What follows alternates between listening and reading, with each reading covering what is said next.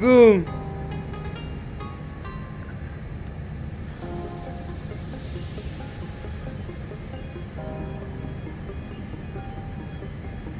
No. Yes.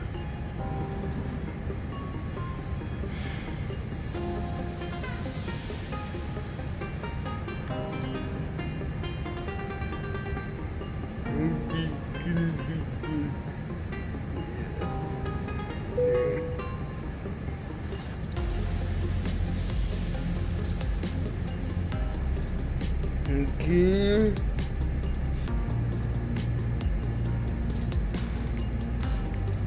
This part is Thank useful for you. your We aircraft. are ready for pushback.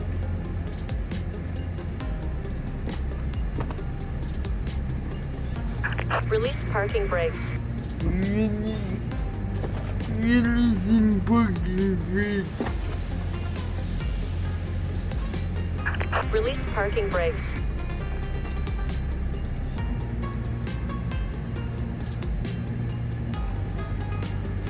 Release parking brakes.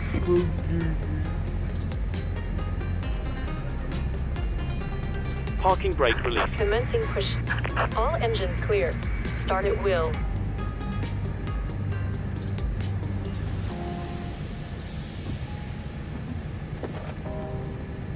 Okay, Captain. We're clear at the stand and you're free to start engines. Cabin crew, arm the doors, please.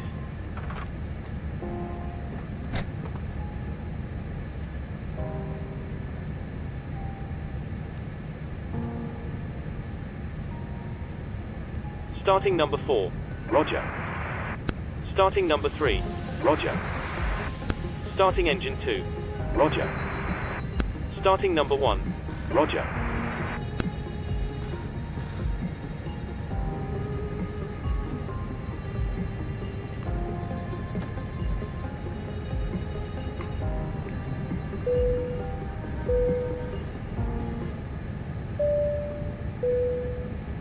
ご挨拶フライトの安全を確保するため、機長は迅速な離陸の準備としてこのビデオを上映することを決定しました。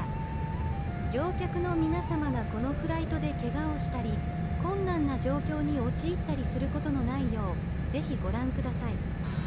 お座席の上には大きなお荷物を入れるスペースが、前のお座席には小さなお荷物を入れるスペースがございます。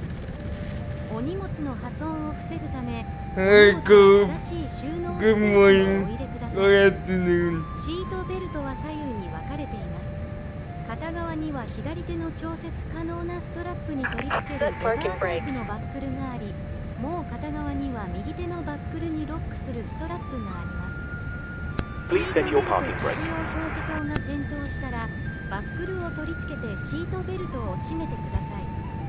シートベルト着用表示灯が点灯しているときは、必ず表示されたまま使用を続けますが、シートベルトを外す必要がある場合は、バックルを The brake is on. Waiting your Stand confirmation by. for a Please good keep your engine parking start. brake on while we monitor engine startup and disconnect 高 the 度 tow. 1万フィートに到達した時点で当社のサービスにオンラインでアクセスすることができます。 Cockpit to ground. ただ We have a good engine し、機 start. 長が離 You 陸 can する前 disconnect. にお使いの端末をフライトモードに設定するか、フライトモードが搭載されていない端末の場合は電源をお切りください。またはフライトモードに対応した別の携帯電話をご用意ください。フライトにご参加いただけない特別なお手伝いが必要なお客様には、常時接続可能な緊急用 Wi-Fi ホットスポットをご用意しております。離着陸のスピードが速いた Unlocking め、 gear. コネクタの破損を防ぐため、離着陸のアナウンスが流れたら電子機器から全てのケーブルを抜いてください。また、ノートパソコンや大型機器は使用しないときは座席の下にあるノートパソコン専用コンパートメントに入れてください。 Tow truck disconnected. 煙は Bypass 客室 pin 乗務員 removed. の解除 Okay, を Captain. 困難に Looks like a good startup on all し、 engines. 機 Your 内 tow の is 可 disconnected. 能 No 性 fuel の is free, so you're good to go. ストロー、 We'll get ourselves 電子タバコ、 disconnected now, so have a safe flight. キューバ Look out for the pin on the left, and we'll see you next time. Thanks Thanks very much for your help. Pin on the left and we'll see you again soon. 化粧室でアニメを見ることは許されていますが、煙探知機を壊すことは許されていません。機内の気圧低下を防ぐため、このフライトには酸素マスクシステムが装備されている。シリコンのマスクを開き、鼻と口にかぶせる。マスクを頭からかぶると、ゴムバンドによってマスクが安定し、通常の呼吸ができるようになりますが、もちろん必要に応じてゴムバンドを調節することもできます。他の人を助ける前に自分のマスクを調整することを優先することを忘れないでください。これは SF 映画ではありません。低気圧の惑星でも呼吸はできません。緊急時には機体の両側に非常口、左右の前方に1つずつ、中央に2つ、後方に1つ、合計8つの非常口があり、それぞれに膨張式の滑り台がついています。今どこにあるかちょっと思い出してみてください。もし忘れてしまっても、床に取り付けられたライトが緊急時に一番近い出口まで導いてくれる。緊急時といえば自助努力だ。ハイヒール、鋭利なもの、荷物などはインフレータブルスライドを傷つけないように置いていってください。荷物は持ち主にお返しするよう最善を尽くしますのでご安心ください。ありがとうございました。Suki 65 Echo Heavy requesting pushback. Suki 65 Echo Heavy pushback request accepted. Belgrade ground to Suki 65 Echo Heavy with Charlie ready to taxi IFR. Sumire, Yes. Suki 65 Echo Heavy a friend of mine realized I had 2 gay Shikai, and for like a good 3 hours during like the We're night, almost he ready actually, so you can take your seats now. He never No played it. problem. He had the game, but Taxi he never hold played short it. runway And 12 he's like, I right gotta using find the taxiway car, Golf like, right? Foxtrot Mike Mike Alpha Delta 1665 Echo Heavy. He tries, of course, the AE86, and he's like, I can't control it. And I'm like, okay. And he tries the NSX. He's okay, but he isn't perfect. And I'm like, okay, what if I try to relearn the Lancer because I can't control the Lancer? And you try the 22B, and he's like, okay. He's like, bro, how the fuck do you turn in this thing? That's what I've been saying. I can't even turn in mine. We're basically the same car.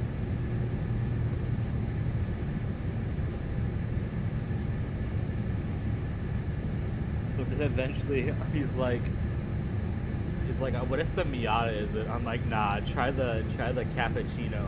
And he tries the cappuccino, and I see this guy actually hit every corner properly, and he's like, holy shit.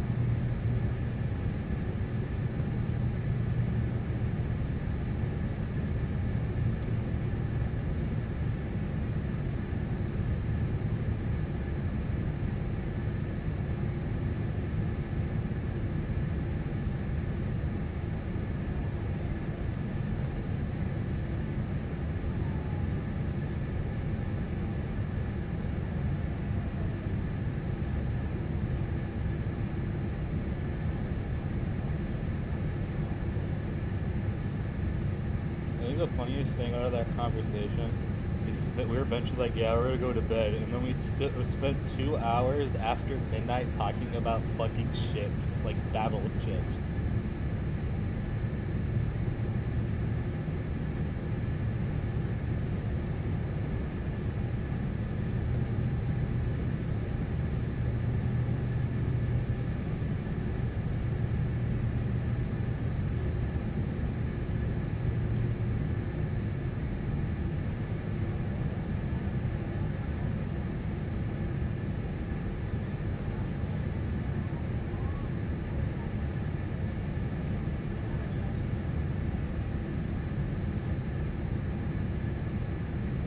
Belgrade Tower Suki 65 Echo Heavy ready for departure runway 12 right IFR to Narita. Suki 65 Echo Heavy altimeter 29er decimal 831.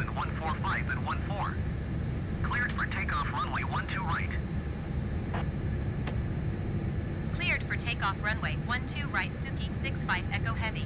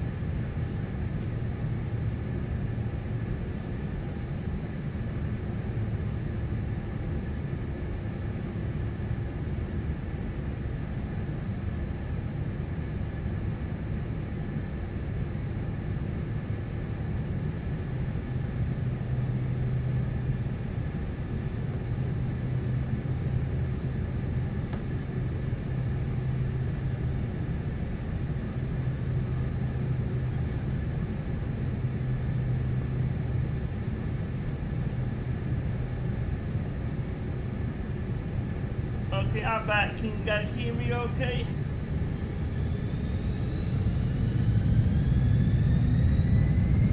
So, can you hear me? Yeah. By the way, I'm back too, but that was hilarious. Go for 100 knots.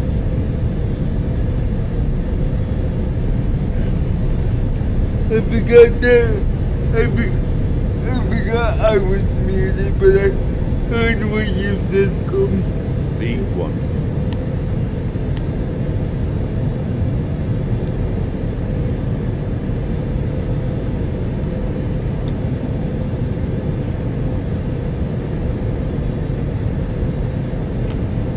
Positive rate. Gear up.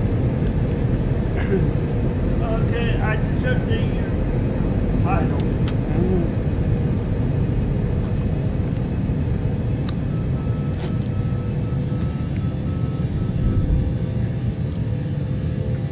Go me.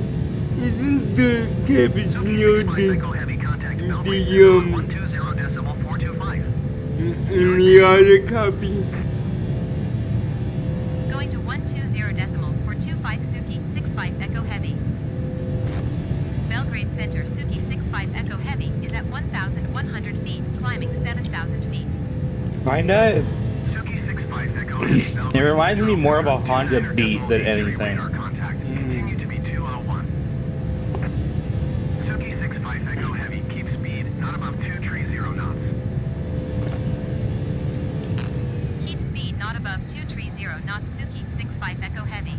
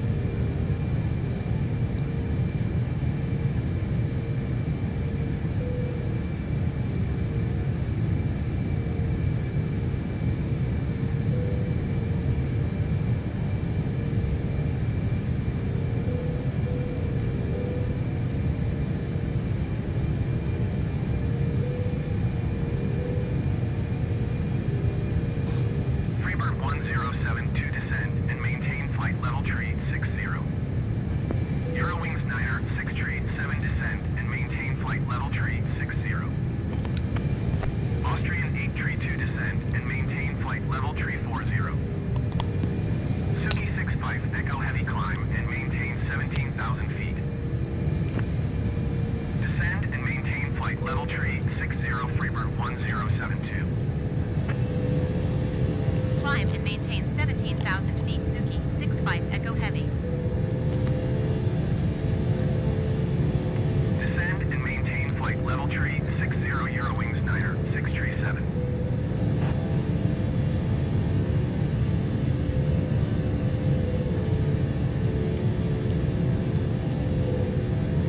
Descend and maintain flight level tree 40 Austrian 8 tree 2. Oh, gosh, I figured out something new. Yesterday, I figured out how to open the cockpit door.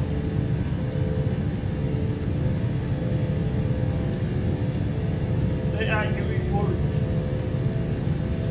I know, dude.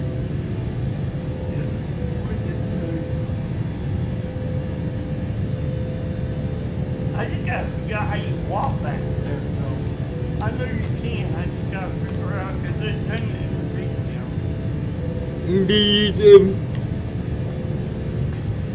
you can, but you have to use everything realistic. Yeah, I know. I knew that, but we got one to hug with me for that.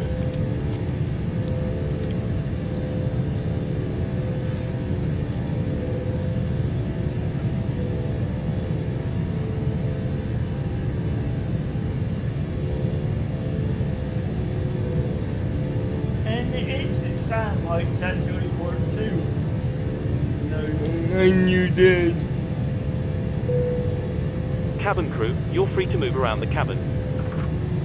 Air Serbia 418 climb and Dear maintain passengers, 12,000 we feet. want to inform you that we have reached 10,000 Austrian feet and have begun 854 on our descend first and service maintain session. flight level tree 80. We will be giving you complimentary snacks and drinks, and for additional food and beverages, please look at the Climb in-flight and brochure maintain in your seat 12,000 pocket feet. for more Air Serbia information. 418. You may now use your electronic devices now.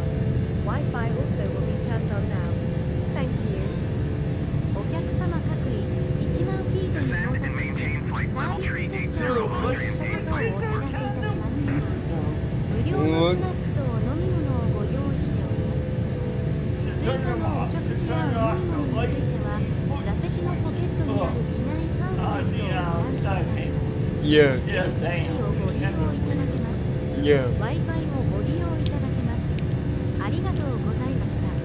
Let's see Ladies if and gentlemen, the we captain crash has turned the off the test seatbelt up sign, so you are now as free to the move around the cabin. African However, for your one safety, we do took recommend his that you remain seated body with your belt system. fastened at all times during the flight. Thank you. Yeah, you can, oh, if we don't, then we know that it was you open the flight track, right? No, if we don't, we just get lucky because, everybody else gets it.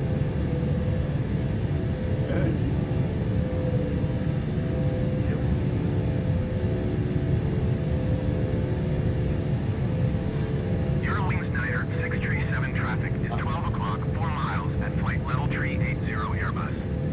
Report them in sight. Airbus 002 traffic is 7 o'clock, 4 miles at flight level tree 60 Airbus. Report them in sight.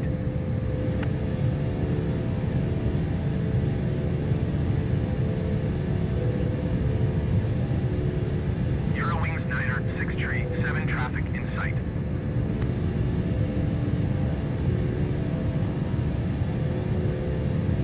Oh my god. Okay, what?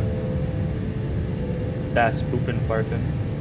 Lufthansa 1 tree 04 How am I even gonna get in there? Flight level tree 50.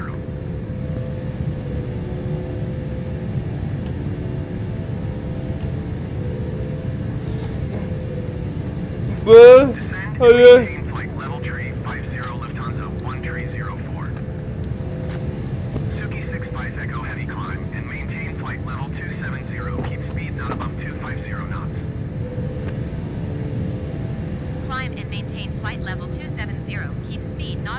250 knots Suki 65 Echo Heavy.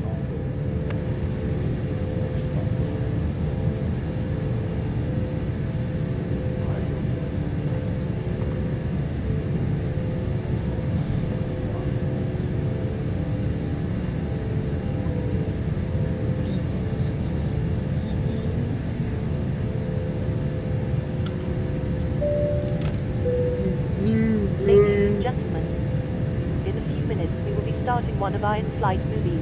If you require headphones, please contact a flight attendant who will be happy to help. For those of you who brought your own, you can plug them into the armrest to the side of you. Hey, Channel 6 on the Dodito. in-flight entertainment system. Thank you. Good afternoon.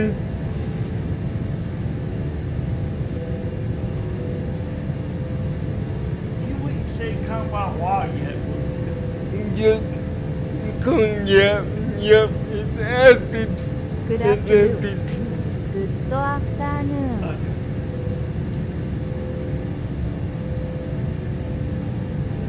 Good afternoon. Welcome to our brand new aircraft, the A340.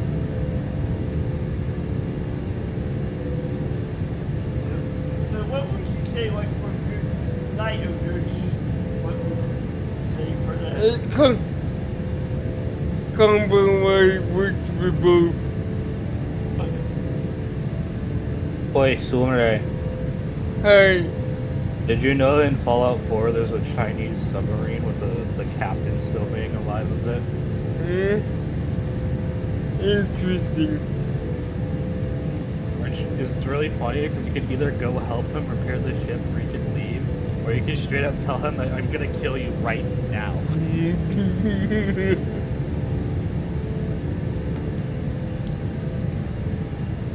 can you like quick this for a second?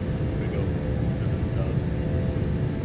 The Yeah, mission starts Watson, with a dude. kid seeing the telescope from like on the shore.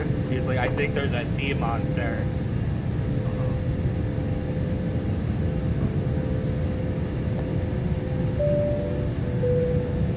Ladies and gentlemen, we are about to start one of our in-flight movies.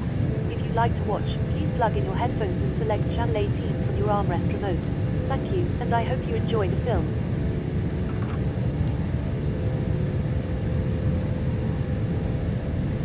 Griffin 2749er, you are 300 feet below your assigned altitude. Climb and maintain flight level tree 60.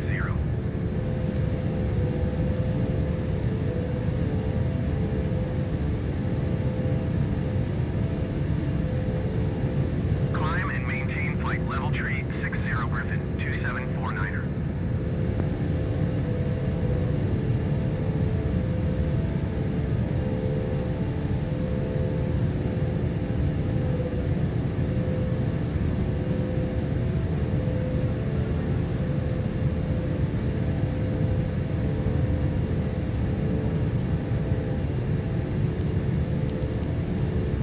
Bombardier Charlie Yankee November descend and maintain flight level 400. Turkish 19er 41 contact Bucharest Center on 118.175. Good day.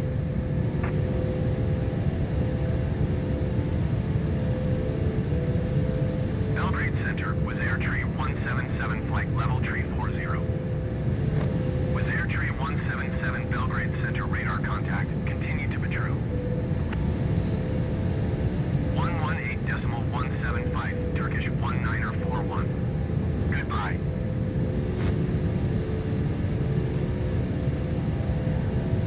Climb and maintain flight level 400 Bombardier, Charlie Yankee November.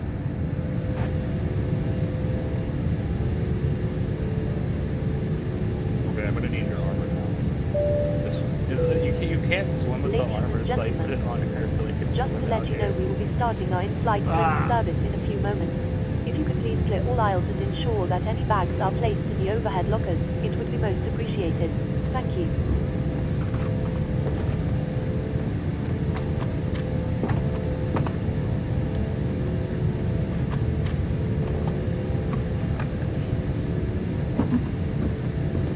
Oh, I see.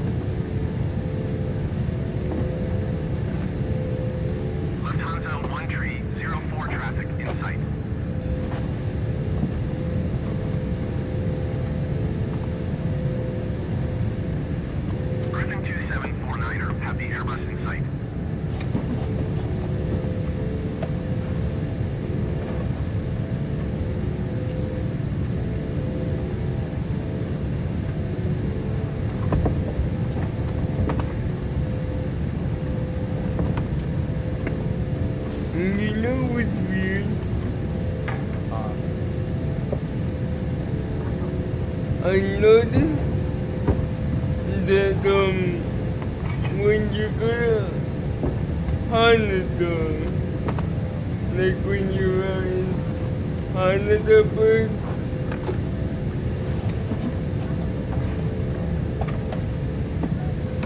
it defaults in 190. But when you go to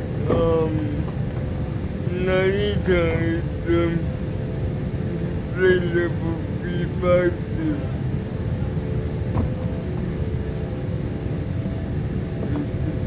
But Yes.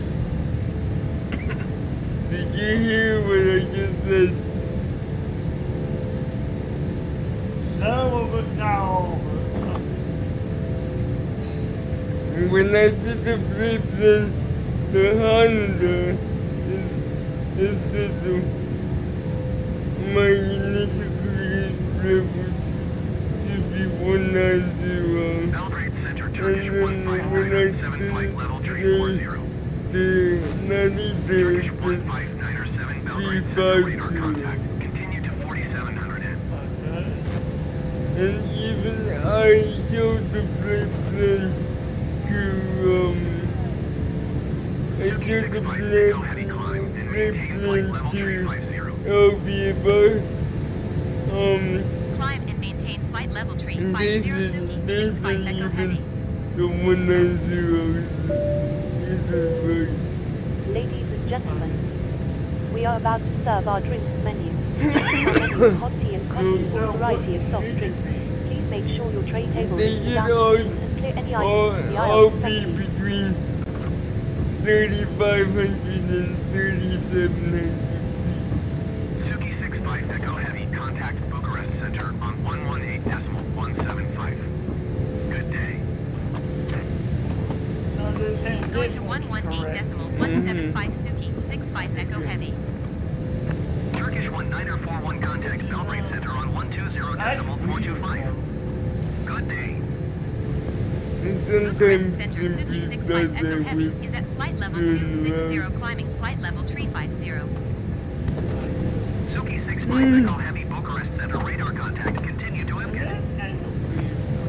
Bombardier Juliet Whiskey Alpha climb and maintain flight level 400. I wonder why. It's just no traffic for December business, so. Going to 120.425 Turkish 1941. It's not like FSTL where you have to compete with traffic.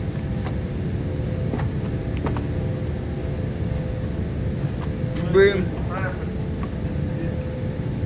but it isn't, but Suki 65 Echo Heavy, it contact is Belgrade Center on very 120.425. with some aircraft, but this thing is not right for 120.425 the Suki, 65 Echo Heavy. A340. Goodbye. No. Belgrade Center No. Suki 65 Echo Heavy is passing flight level 270, climbing flight level 350. Because the A4 Suki is a high 65 Echo Heavy, flyer. Belgrade Center, radar Yeah. contact. Continue to IMCAT. Yeah, she goes at the 40,000. Up to, but nobody should slam down like really bad one. That's what I learned from watching 747 pilots. The YouTube channel. He's only had to go to 40,000 twice in his career, and it's due to really bad storm. Really bad storm. Yeah, I can see a bubble. Yeah. You want to get a bubble. A 90-second ad break is starting. Thank you for sticking with us through this break. Ads help support my content. Consider subscribing to remove ads and support the stream. 90秒の広告休憩が始まります。この間、お付き合いいただきありがとうございました。報告は私のコンテンツのサポートに役立って We います。 should need them 報告を削除し、ストリームをサポートするために購読を検討してください。 Yes, that right now.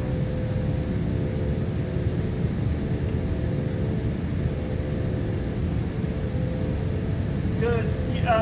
What's your code temperature on your plane right now that you're flying at? Suki 65 I Echo can't Heavy tell. contact Bucharest Center on 118.175. Good day. 118.175 Suki 65 Echo Heavy. Goodbye. Bucharest Center Suki 65 Echo Heavy is at flight level 295 climbing flight level 350. I see the compass. Suki 65 Echo Heavy Bucharest Center radar contact. Continue to IMCIT. Should be on the cruise control panel. Temperature. You mean this? Right by the batteries? The ad break is finishing now. 今、報告ブレイクが終わっている。 20.4 Celsius. Okay, 28.4. Okay, hang on.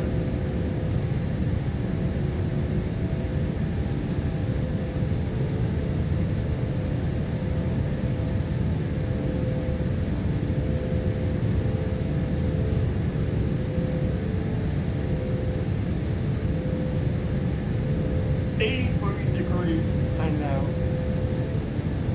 Yep, Liam.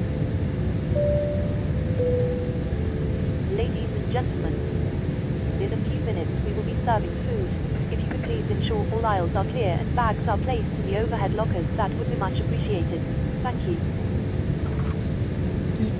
Yeah, so this aircraft apparently has it up by the batteries. That's a good thing. I didn't know what's the temperature for my plane. I just some have it on the cruise control, some have it up there.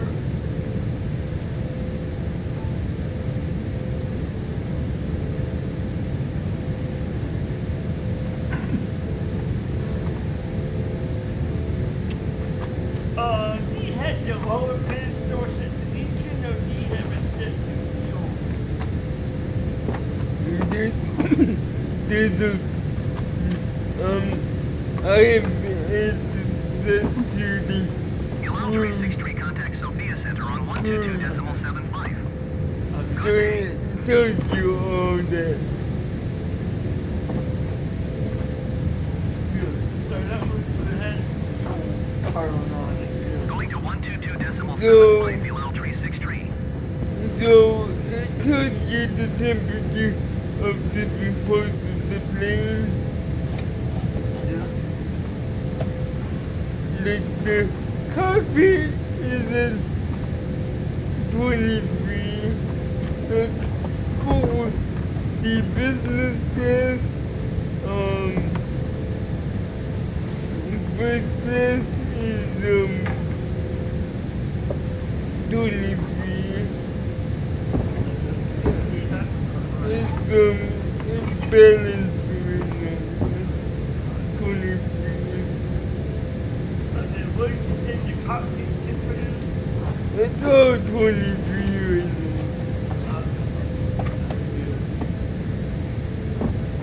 I was at 68, that's not bad.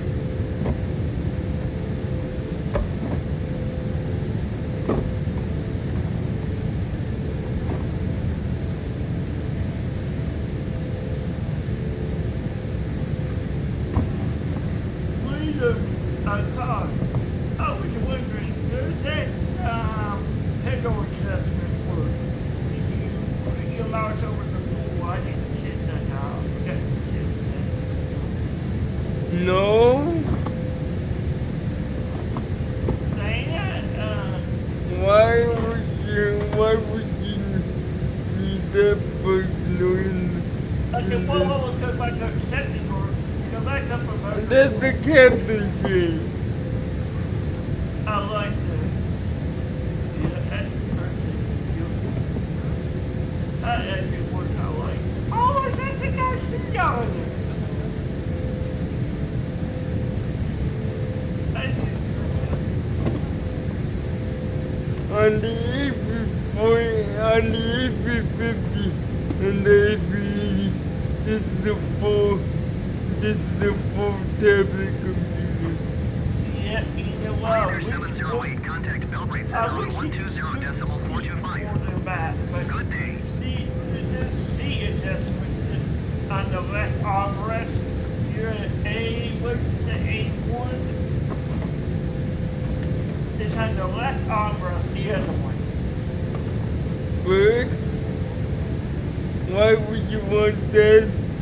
The seat automatically adjusts if you have VR or track IR. I know, but I mean, real pilots do adjustments based on Yeah. The seat adjustment feature is only available when you have VR IR.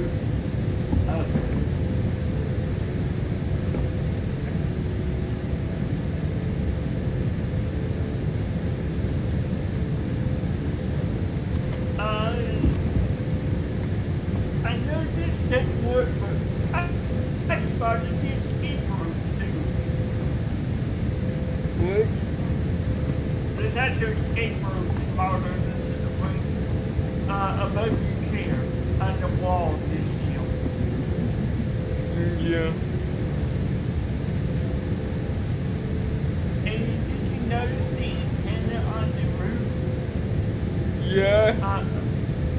That's actually used for the escape rope. That's what that hooks into.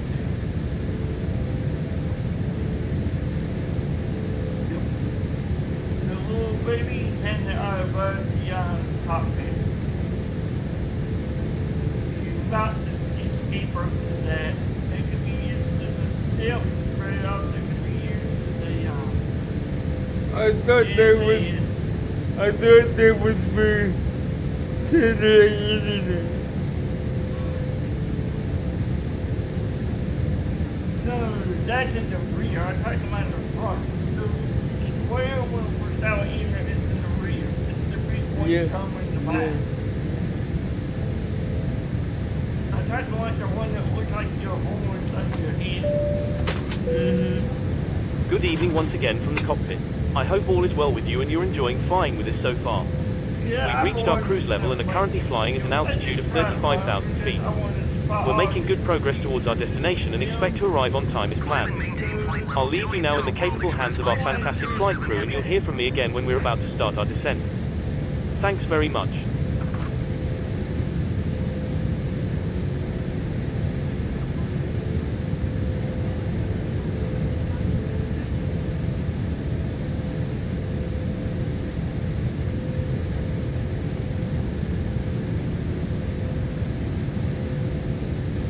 We don't have the key in the attendance room. We got the link, right?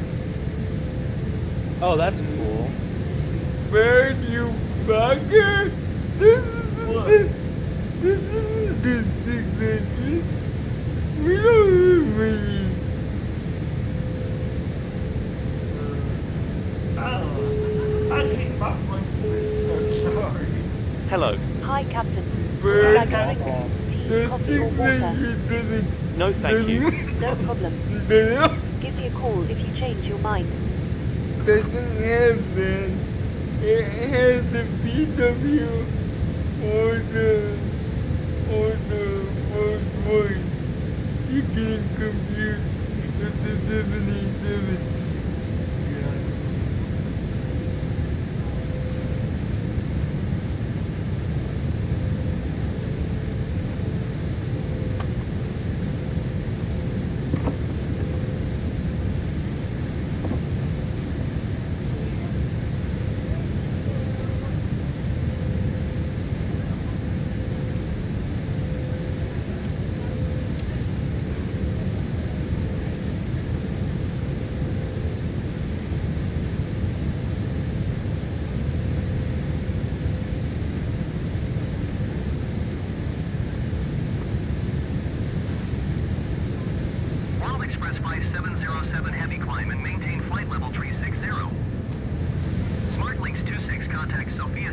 122.75.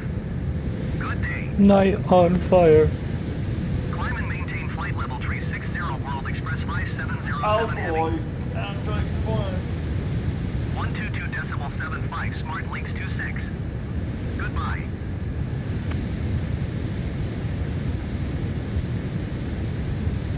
Oh boy. We should be over Booby Sock HQ pretty soon. Wanna drop in the quick? Oh, really? I want to.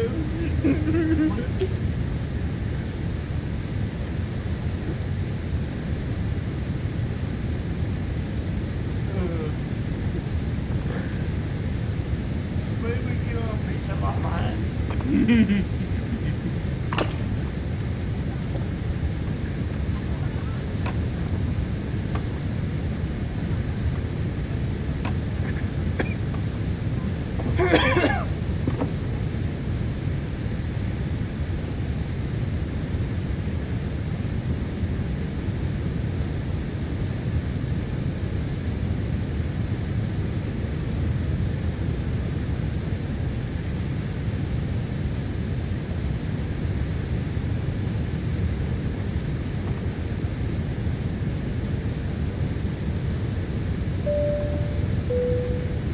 Ladies and gentlemen, we are about to serve our evening meal as well as items I'm from the home. snack menu.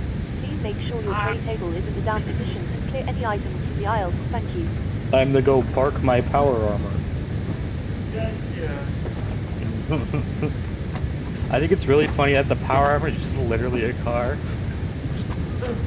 That's how it works in this game. It's literally a vehicle. That's fun. You know what's funny? I have like super high-tech power armor because I work for an actual government organization in this game. And instead I just use the old T-51 because I think it's cooler. Wait, you're playing 76, right? No, I'm playing Fallout 4. Okay, fine. I got a mod that makes it so I can work with all armor.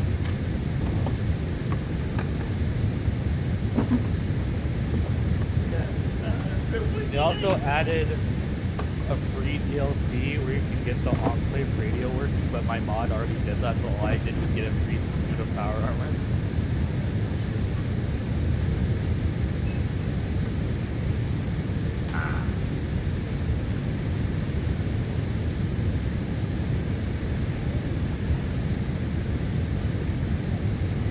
Oh boy, that didn't look good. Austrian 786 climb and maintain flight level 180. The leader? Yeah, that looks like crap. We're above it.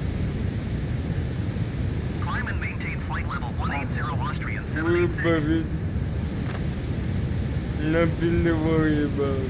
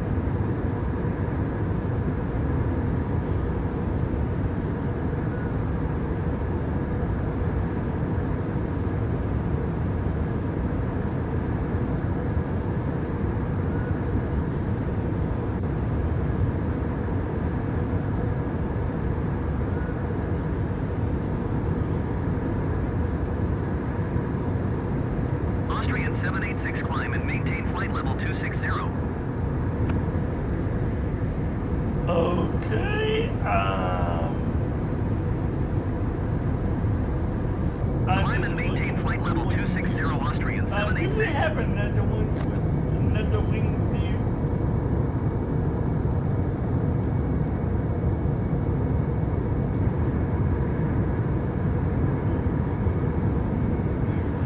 Wait, we do have the cockpit. That's nice. Atari 68 heavy traffic is 1 o'clock 4 miles at flight level 370 Boeing. Report them in sight. And this is my Time favorite 29er scene. flight traffic is 7 o'clock 4 miles at flight level 350 Boeing. Report them in sight. Yes. I always get excited when I get to see. Jet time 29er flight have the Boeing in sight. That wing don't see right? Yeah. I like it too. Atari 68 heavy traffic in sight. And then I see the trade cards too, so they got involved within that one group. Yeah, the A340 has the new LV detailed wings, which will be coming down the line.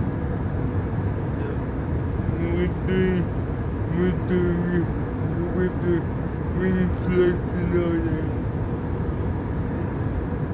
I love the wing flex, it's nice.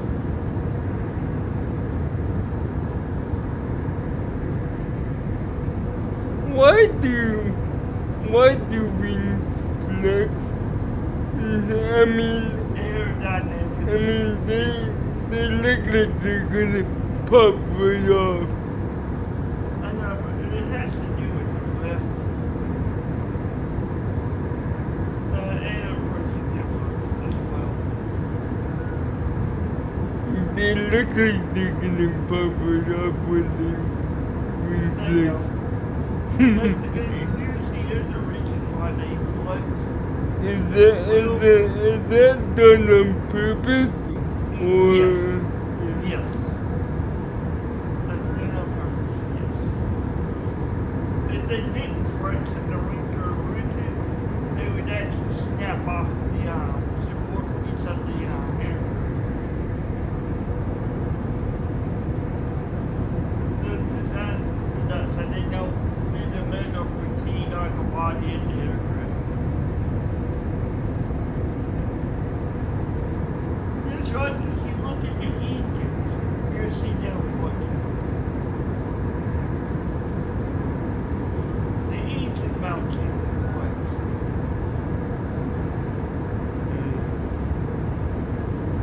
And they do that so that the engines don't snap off the wings.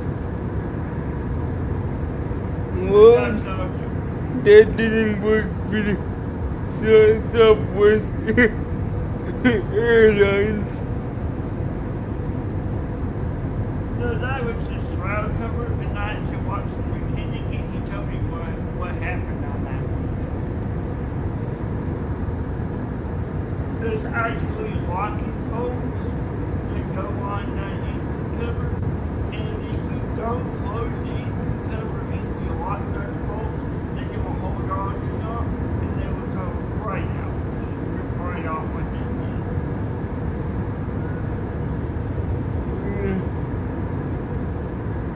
But basically, you get the soda can in this thing. And Airbus has a system to prevent that. And why Bucharest Center, Sunturk doesn't 1255 flight Boeing? level 340. I don't know. Sunturk 1255 Bucharest Center radar contacts continue to They victory. actually have a locking key that you have to use to put on the cover. It has to lock shut, or you can't get the key out. It keeps the cover from going off. So even if the bolts are latched correctly, as long as they keep latched, then it won't come off. And you know when it's latched correctly, because if you look at the top of the engine, there's a hole that a flange shoots out of when the cover's It's the little things, but Airbus knows what they're doing. Yes. But cars, there's one thing they really screwed up on. And what is that? Trash can. Atari 68 Heavy, contact Barna Center on 127.65. Here's what they did to the right Good side day. of the aircraft. You can pull the trash can out unless the door's open. Because the trash can Going to door 127.65, side door Atari 68 Heavy. Suki 65 Echo Heavy, I contact Barna Center on consider 127.65. that A 90-second a ad break minor is starting. inconvenience Thank you for sticking compared with us to through this break. what Ads Boeing help support my is content. going Consider to subscribing to remove ads and support the stream.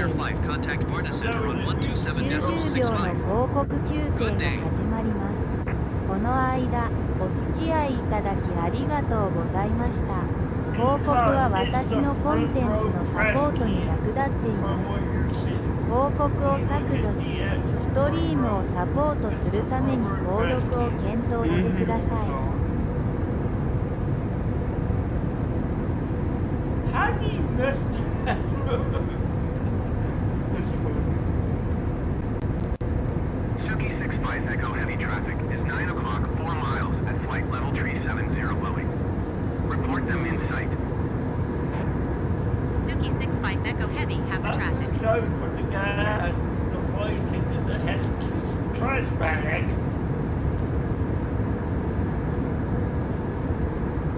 They literally got to open the door that's connected into their jetway. That's funny.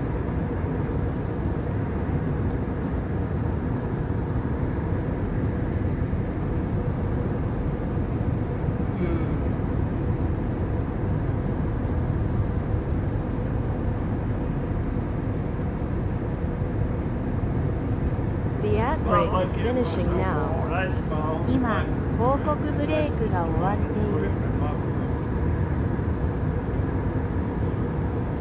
I just find the cup.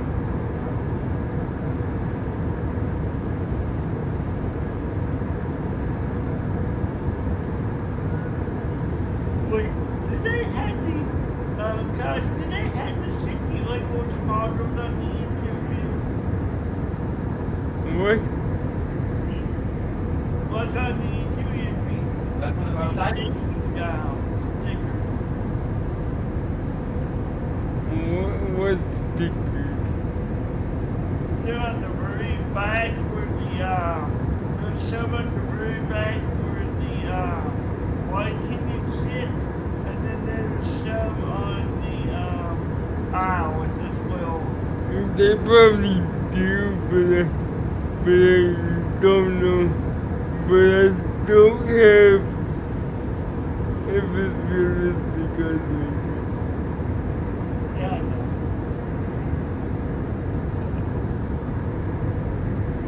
But you can see them with the main, camera view as well.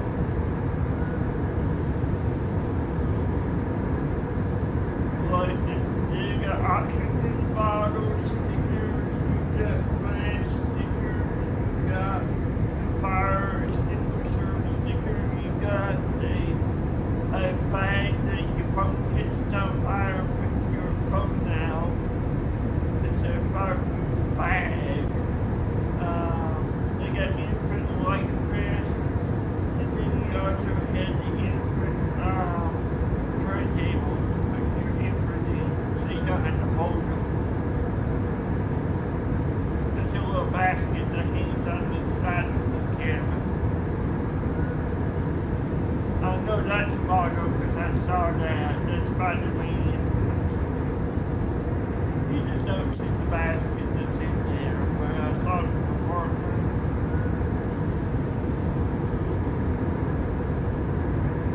There's a lot of things like that.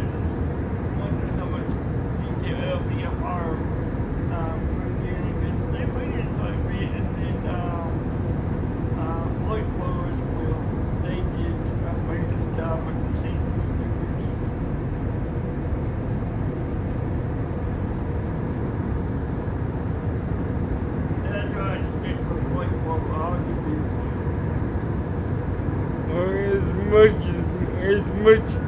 detail as you possibly can.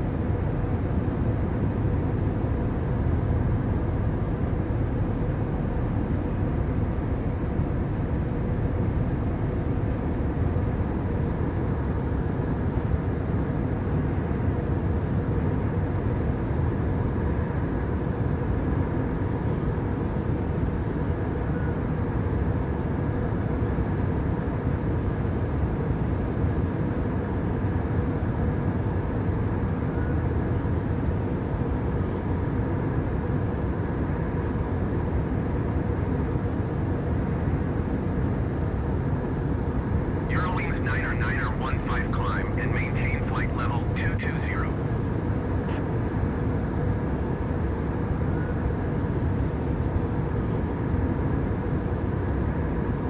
Unitree 14 contact Sophia Center on 122.75. Good day. Climb and maintain flight level 220 Eurowings Niner 15.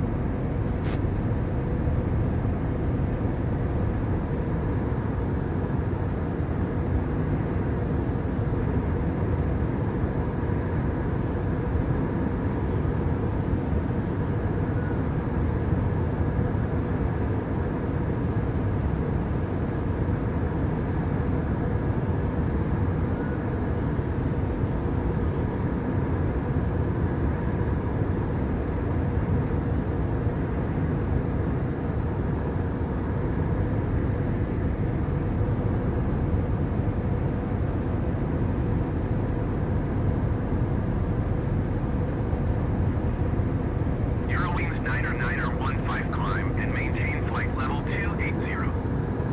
Oh boy. What? I'm just not gonna say. Climb and maintain flight level Eli, 280. Eurowings Niner 15. You really fluffed up this time. Eurowings Niner 15 climb and maintain What flight did level I do? 340. Eli is not you. Oh. Oh God, whoa. Climb and maintain flight level 340. Eurowings Niner 15. What did? Eurowings Niner 15 climb and maintain flight level 350.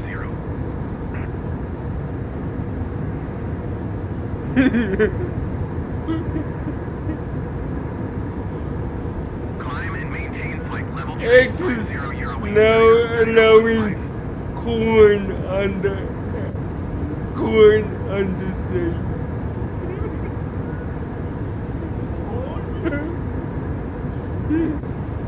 Video! I knew it. Why? Why? I just said corn so that we wouldn't have a problem. Oh God. Why? Why?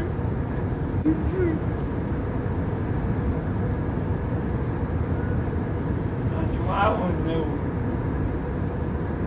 This is gonna look too corny. What the hell?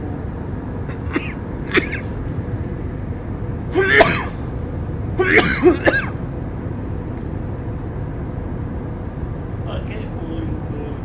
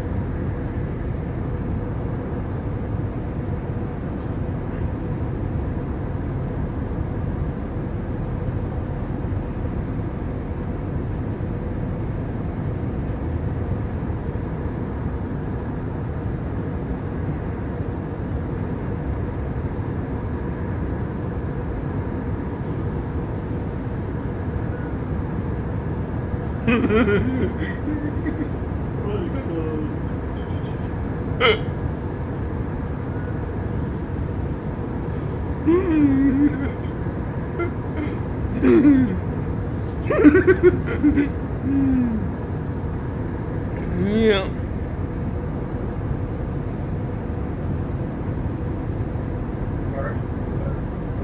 Varna Center Speedbird 123 heavy flight level tree 70. Speedbird 123 heavy Varna Center radar contact. Continue to auto. Go ahead.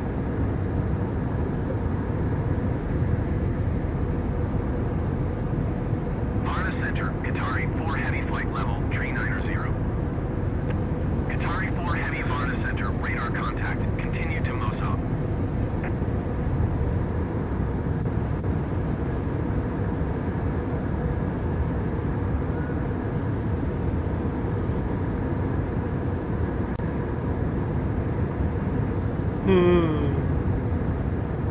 Oh man.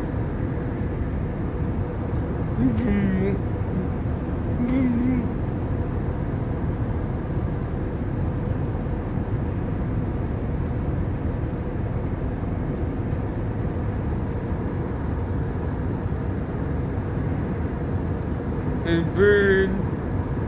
Yes. Check my retweet. Okay, hang on.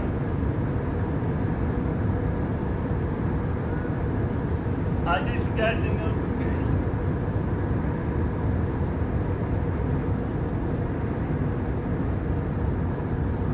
Okay, what is this one? Tower Chinese. But look. Oh, that's it. The unavailable 403 and 503. Isn't that cute?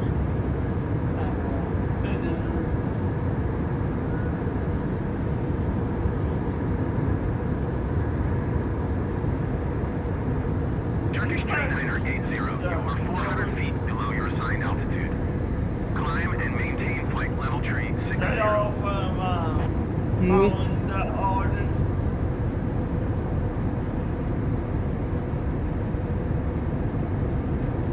Climb and maintain flight level tree 60, Turkish tree 9080.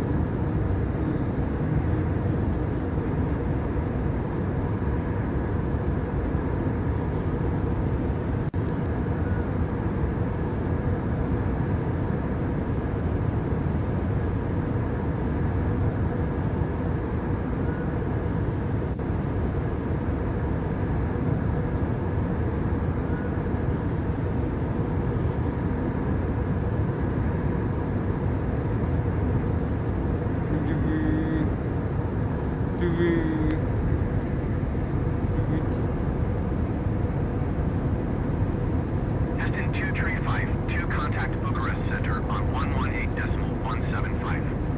Good day.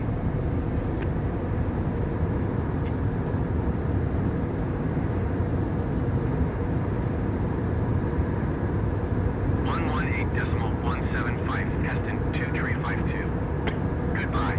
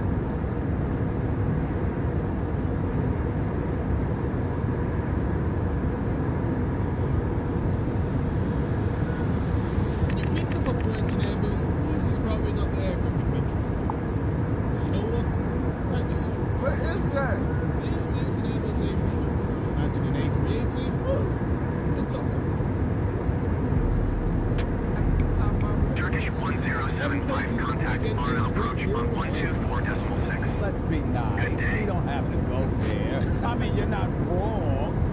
We're going to be spending 8 real-life hours flying this aircraft, so you know we're going to be eating. We're going to be sleeping. 124.6 Turkish 1075. Goodbye. Yeah. Oh, that's right. You know, yeah, this is going to be the cup we're going to be in next 8 months. Qatari 4 heavy descent and maintain flight level 390. 75 departures. Oh man, this is gonna be a long ass day. Right. In the Airbus A340. Descend and maintain flight level 390 Qatari 4 heavy. Right, it's not about one here. I don't know if you turned all these on there. I'm just going to treat this like any other Airbus I've flown and fingers crossed. I know what I'm doing here. Let's get strobe lights over there. Let's get you over there. So it's all taken off. I thought this was a plane over there. Seatbelts. No smoking. Seatbelts on. Off for the meter. We've got no fuel boards. And the APU batteries can be switched on the air for the meantime. Have you set to nav? Have you set to nav? Have you set to nav? Oh man, I can't believe it. Look at this. 1, 2, 3, 4 engines on the Airbus. Oh man, I'm really excited for this.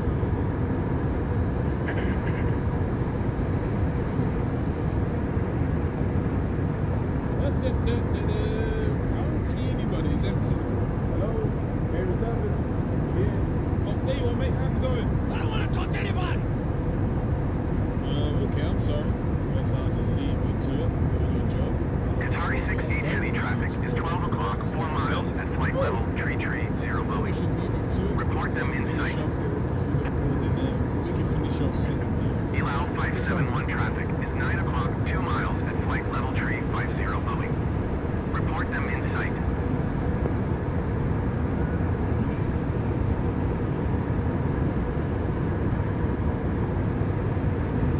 Qatari 16 heavy traffic in sight. Captain side here. Elau 571 traffic in sight. Nope. Right, Costinix. 160, that's more like it. I've had a Costinix that big in a while, man. Okay. 160 right there, a little bit jerky. And 152 for the 34, 60.5 here. I'm cool with that. Everything looks good. Got 2 for taxi, yeah. That looks good. Even got the flight running into as well. There's AP bleed. Oh, there it is. And wait for it to start. Actually, that was on there. There you go. Once APU is ready to rock and roll, we can get the passengers booked.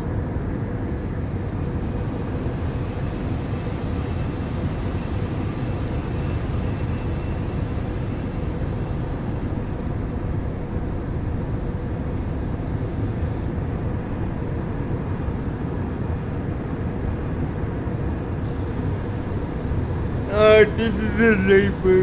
Looking my baby flying flying.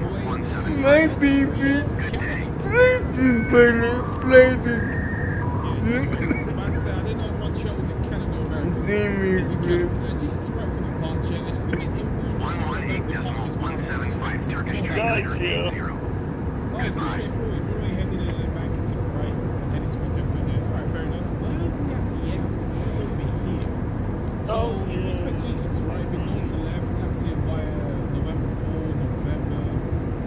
I don't know what it's like takeoff performance-wise, because I don't know if you've noticed that. The aircraft have very small engines for an aircraft that big. I don't know why they're that small.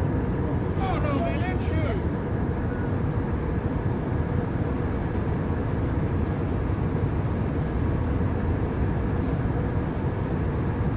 It's good to be in Munich, man. Last time I was here, I can't remember.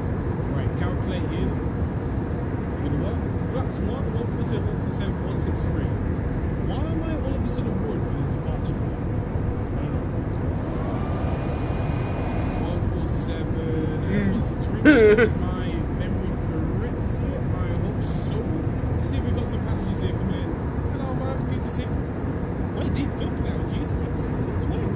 When was that a thing? Now, wait for the next person to do it. That has to be a fluke. I didn't know they did that. That's a really cool animation. Sorry, sir. How's it going, sir? Good to see you. Good to see you. Any more? Because I want to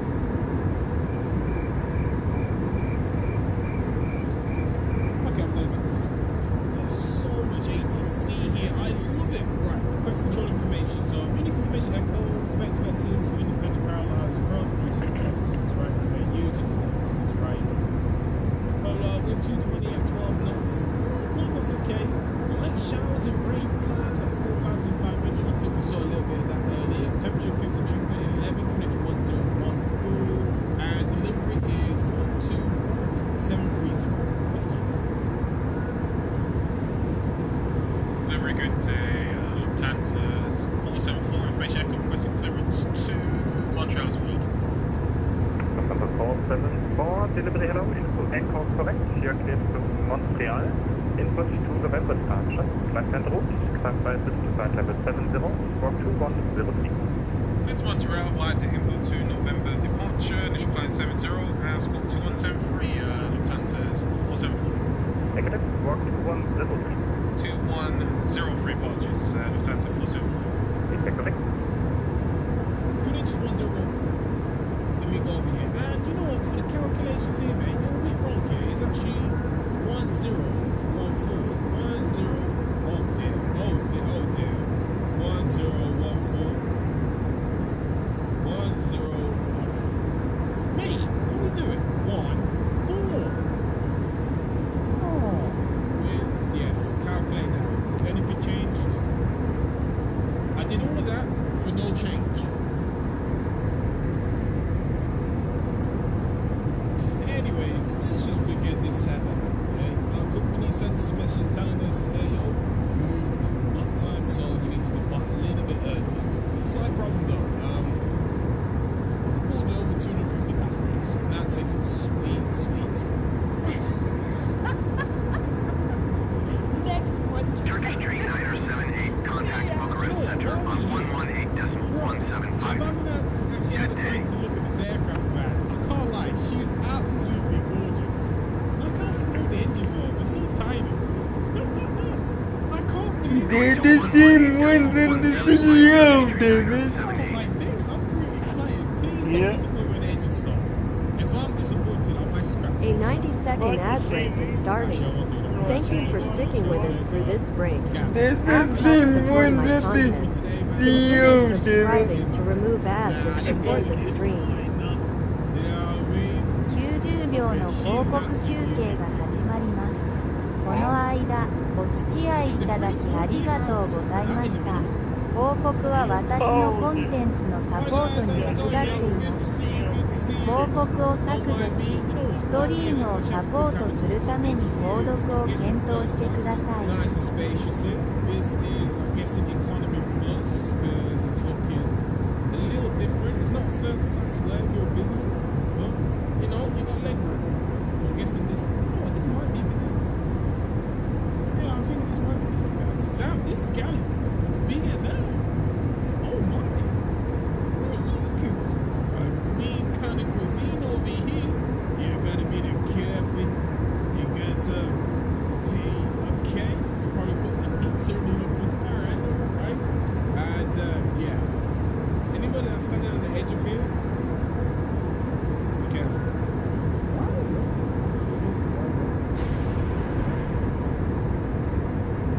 Oh my days, we've got like another 140 passengers to go.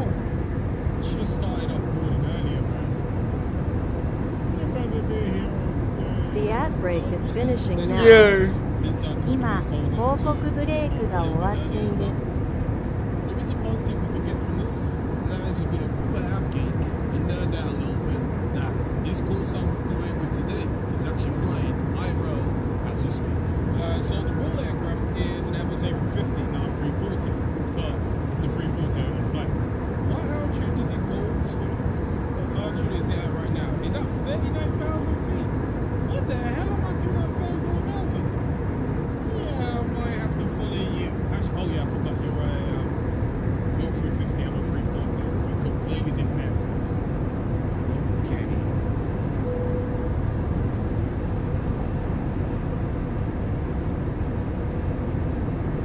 Name, good day, Lufthansa 474, Grand Mission Star. Lufthansa 474, start of approved for pushback, contact Eastern on 121.710.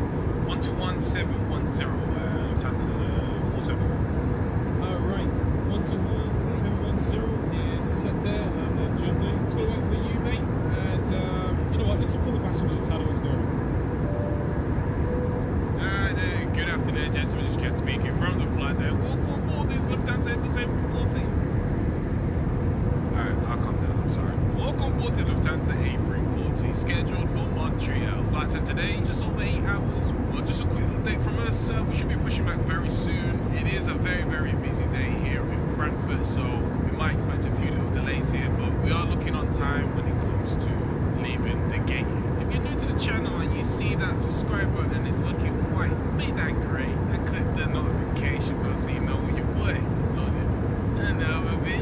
anyways, I'll leave you guys to it. Thank you very much for flying. Lufthansa Airlines.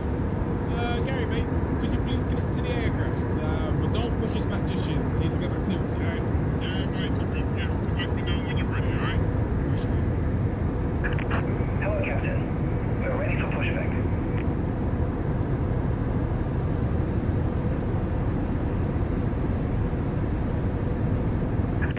Locking gear. Have a good day. Lufthansa 474. Prepare to push and start. Lufthansa 474, Edmund, hello. Pushback is approved facing south. Expect 180 turn after. Pushes are approved face south, and can I confirm what's out 180 turn after for Lufthansa 474? Yep, just because you're runway 26 right, actually be north, but I'm pushing you facing south, and then you will get a 180 turn thereafter. Roger that. Thank you very much. 474. Right, you know what? Let's get the seatbelt on. Release partial brakes, please. Alright, calm down, mate. Trying to be safety number one priority here. Making sure that we're safe here.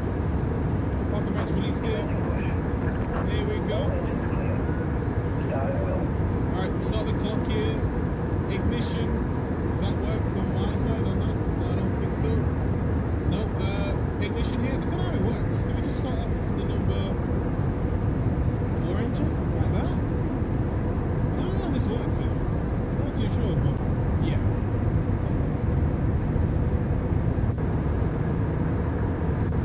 Suki 65 Echo Heavy, contact Istanbul Center on 119er decimal tree. Good day. 119er decimal tree Suki 65 Echo B. Goodbye. Istanbul Center, Suki 65 Echo Heavy flight level tree 50. Suki 65 Echo Heavy, Istanbul Center radar contact. Continue to Bonzi.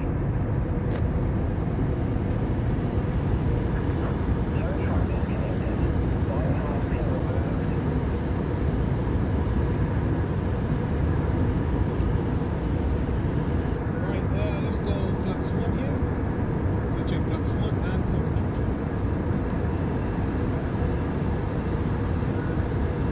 Left hand, right, hello, to the left, Lufthansa 474, confirm that you taxi. Yep, we're ready for taxi. Lufthansa 474, make a right, 180 approved, to taxi entry November 4 by Roger, so go straight and make a 180 on, was it Whiskey 1? Sorry, could you just write that down for 474? It's a bit confusing. Yeah, that's sure.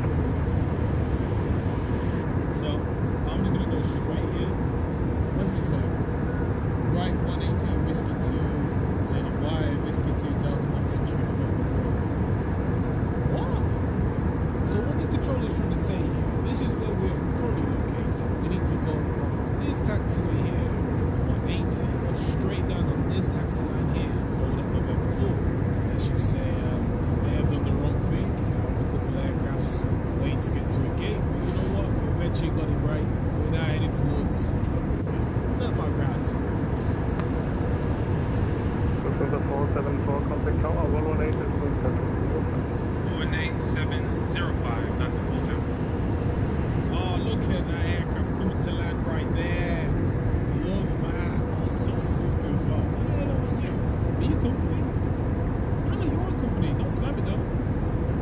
Oh, you little cheeky bugger. That was greasy. That was nice.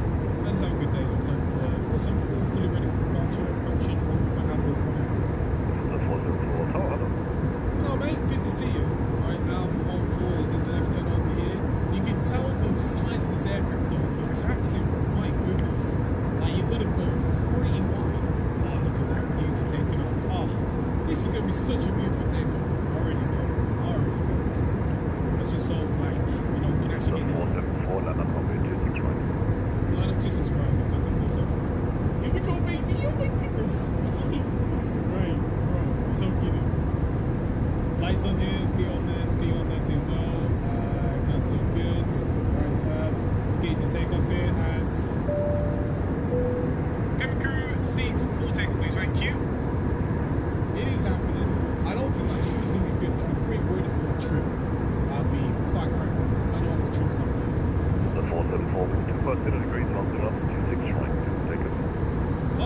Going straight away.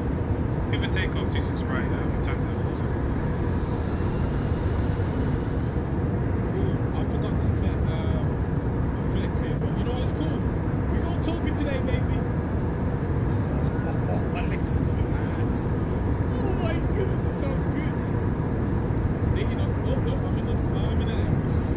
100 knots. Jets. One time on my sides. A little bit more for the takeoff. What's going on with the takeoff? It's gonna go where we're headed. There we go. V1. Oh baby, come on. Here we go. And oh my goodness. Road tight. That was not nice. That was not nice. That's a way to climb. Gears going up. That was not nice. He just shot into the sky. I still haven't fixed the handling of this aircraft. Yep. I can't believe it. Look how excited I was barreling down the runway, thinking, man, I'll definitely fix the handling of this aircraft. It's going to be a nice, heavy feel to the departure. No, it was as light as a feather. You can see how quickly the nose shot up into the sky. I just can't believe it, man. Like, I'm really disappointed. Another thing too as well, this aircraft doesn't know how to follow flight plan. Because I kind of got told by the controller for crossing into a different this aircraft. The 474, confirm your signal and departure route because you are crossing the southbound runway. Yeah, we're just before we just departure south. The 474 secure crossing departure from the 39 at 2.5. 23905, 474.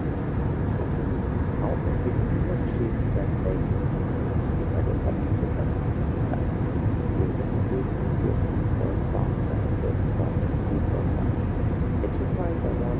Your seatbelt fastening is seated aircraft is the carefully developed with headrest and luggage. Boy, it is shaky up here, man. My goodness. What's the winds here? It's only 9 knots here. You're crazy. In departure could contact 474. Equal to another departure and about 7. It's about 4 right on the way to the side. That's the 150 better to Impala. You're going to Impala. 474. Impala. It's on the 474, that's the 150. 290, contact 474. That is the knowledge amount as well as the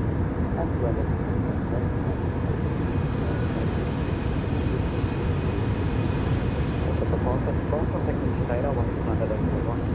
29.1, 474. 29.1. My goodness, bro. We get changing frequencies like it's low, it's stressful, you know what I mean? But you know what? It's cool. I'm going to ride a good plan to 474, massive 10 for instance. Double the 474 with the radar and 5 at Oakland to flag level 250. 250. Alright, 250, mate. 250. Let's get you right here. We're not big plates on cruise entry just yet. It's not looking good, babe. Weather in front of me is not looking good. It is not looking good. But we're flying right into it. Your Silver X-Ray Bravo Connect, switch radar 133.565, goodbye. 133.565, you will have running at our level. Officer 474, contact switch radar 133.565, goodbye. 33565, 474. Let me try a good day. Contact 474, passing on 5 172. We're in line with that, yeah? Lufthansa 474, radar CPI, state 55, climb, light level 300. 300, 300, mate. Climbing away to 300. Confirm everything's all good over here. Let's just let the cabin know they can do what they need to do. Captain Cruz, feel free to repeat if you need to. It's a bit calm now, so yeah. As soon as I said that, we're going to turbulence. Sorry, Captain Cruz, back in your seat. I'm not.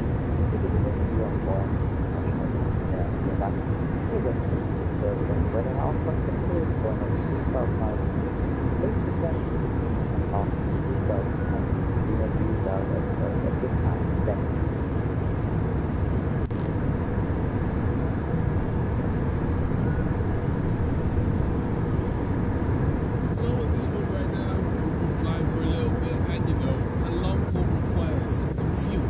The aircraft has fuel, but I as a pilot need fuel, so bring on the food. Thank you very much. Right, let's break this meal down here. So first of all, we have a plate. Of course, not the need to, but we have a plate. There we have jollof rice, specialty Ghanaian, best on the planet. We then have some chicken tenders, and we have a lot of eggs. I love my eggs, Ghanaian, what do you expect? And oh yeah, can't forget the bed here. We got a nice little cheeky cold rye bean. Yes, sir. So we are currently over here, crossing over the UK. We should be leaving the UK very soon. I'm gonna finish this real quick and we'll do a quick food check, and I'll let you know what the plan is after that. Because I might take a nap after all this, but this is looking very, very heavy. Oh, I look good.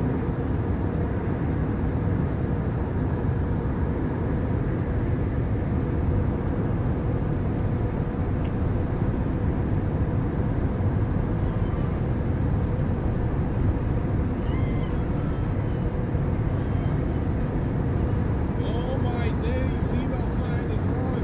My goodness, why are you moving like this? Why are we encountered like mad turbulence? What is going on?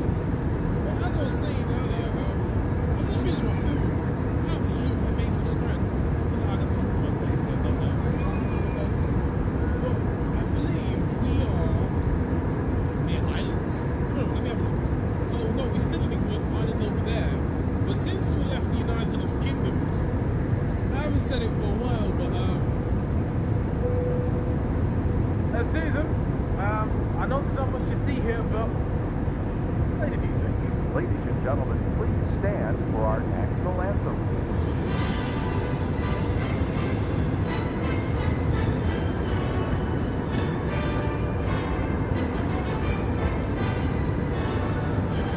no. Something ain't right here. We shouldn't be moving like this. I'll go back to the progress page here, but we're already on it. Usually it will tell you what altitude you can climb to. So I'm going to make the executive decision and climb to flight level 360. So we still remain at even flight level and see if we can escape whatever pocket of clear air turbulence we're in, because this is uncomfortable. And I'm not physically moving, but I know the passengers in the back, they are gonna, you know, they're feeling it a little bit. So let me just, let's just tell Susan. How's it going, Susan? Just gonna give you an update. We're gonna climb to flight level 360. I don't know why I'm telling you this, but I'm telling you this now because turbulence right now is a little bit too crazy. So please make sure everyone's in the seats and make sure they're safe. Yep. Thank you very much. Now I'll be honest. I've been still using the photo when it is why. Every time I've ever crossed the Atlantic, it's always been smooth sailing. So this came to me as a shock. So, you know, as a professional pilot, I have to make sure passengers are safe. So fingers crossed, let's go to flight level 360, 36,000 feet is actually gonna at least get rid of the turbulence. Because that is too much.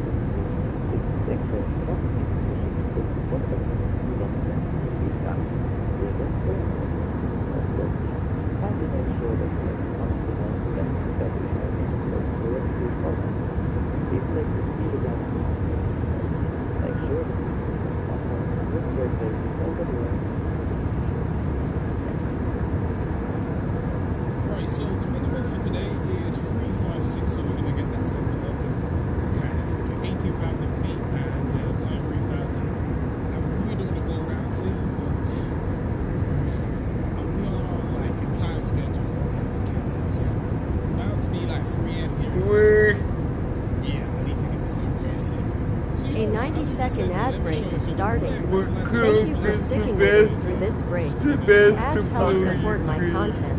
Consider subscribing to remove ads and support the stream.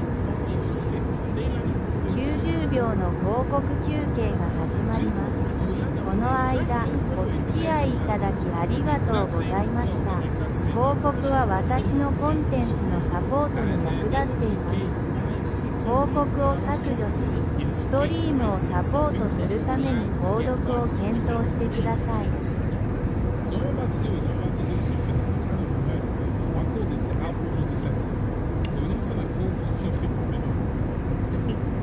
And we're going to get our speed rates out here. What's your speed rates out here? There you go, so we don't overspeed. This is that right there. And fingers crossed.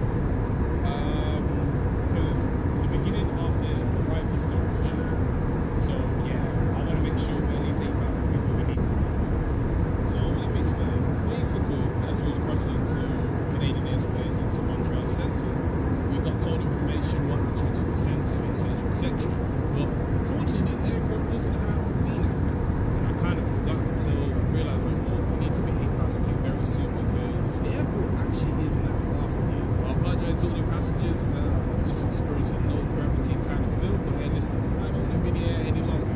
I'm tired. The ad break is finishing now. 今、広告ブレークが終わっている。 Until Lona, clear the other approach route. Go ahead. Team 4000 to London and clear this approach 24 right. That's a full 7. Alright, but I'm getting about 10 degrees here, right? So I'm going to be control the speed to let's go 180 to 10.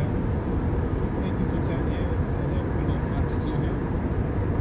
Flaps 2 maintain that, and localize it. Arms here. I don't know if I'm too high or too low here. I really hope we don't come into that, because I am not trying to go down this. My goodness, look at that view coming in, baby. Yes, sir. Oh, So that is amazing. that's weird. That's weird.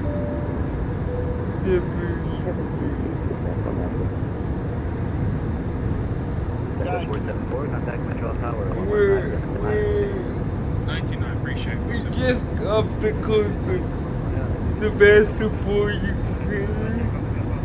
Right now. Montreal Tower contained. Lufthansa 474. We are 7 miles out. We're 2 One of the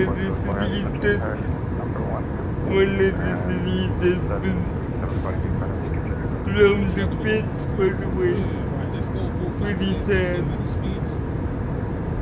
Oh dear, nah. Oh, we just got very windy. Oh nah. It's just got very, very windy. Right, but you know what though? When in Rome, we're in Montreal. I don't know why I tried to say that. I tried to sound cool in the film. Aircraft is mine. Alright. Instantly feeling how this aircraft feels. It doesn't feel too bad right now. Alright, let's get further into off here. It's just really windy, man. Why is it every time I fly to America, it's really windy? Why is that? Jeez, man. It is so windy. This ain't gonna be, I don't know if this is gonna be a smooth landing, lads. I don't know. I don't know. You know what? I might go medium water brakes in this one here. I don't know about this one. It ain't very high. I'd be lying to say I'm not distracted with the view we've got to our right. Oh, look at that, man.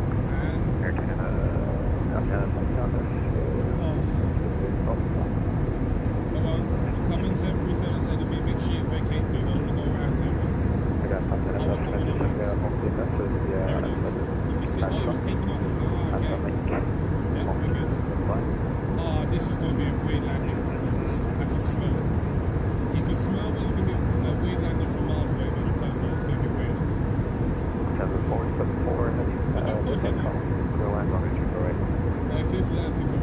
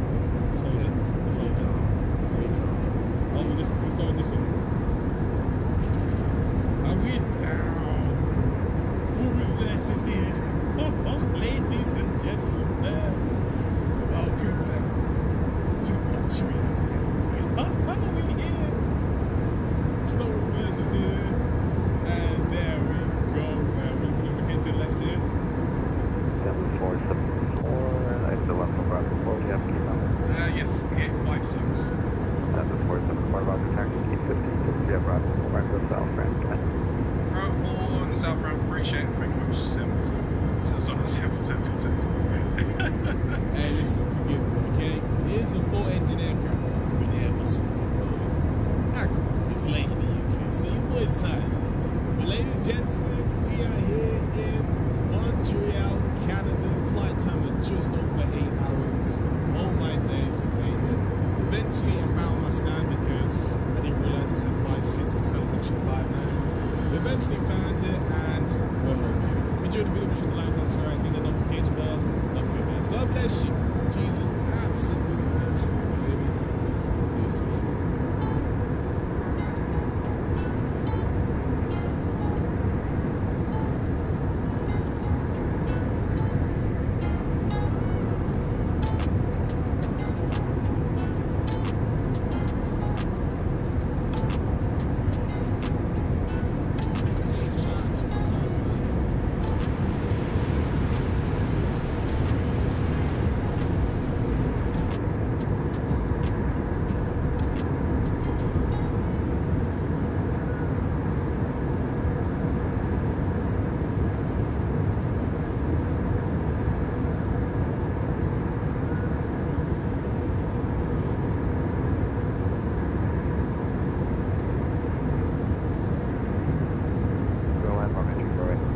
Clear to the anti-fleet right now. Follow me here.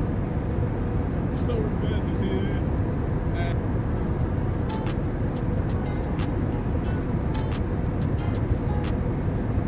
And that's what you see what Sophia is, right? What? What you say? Sophia? Is that what you said? Sophia is, or what did you say? I didn't quite catch the name. Did you say there was a dead place? Airphones 19 or 8 heavy contact non-stop center on 122. Not to me. Good day. Okay. Not to me, okay. I'm listening. Dear passengers, duty-free service is not That's available in flight illegal. as this is a private airline. Thank you for understanding. お客様へプライベートエアラインのため、機内での免税サービスはございません。 Dead.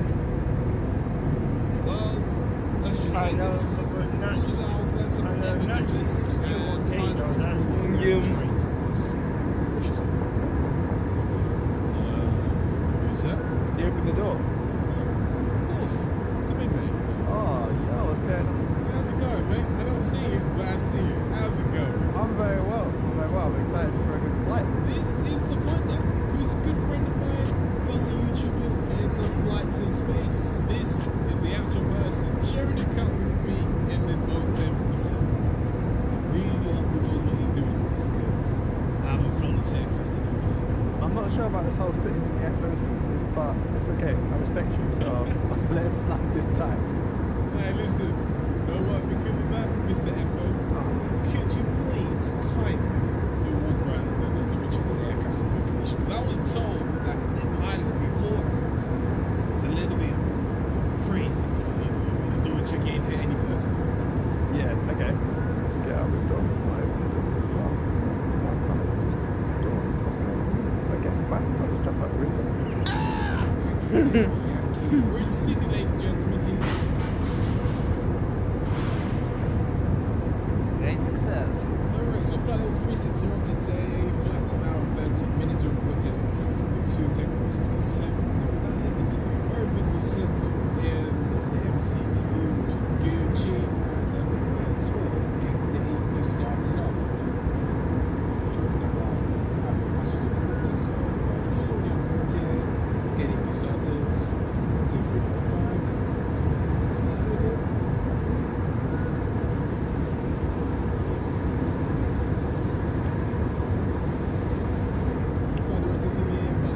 As well.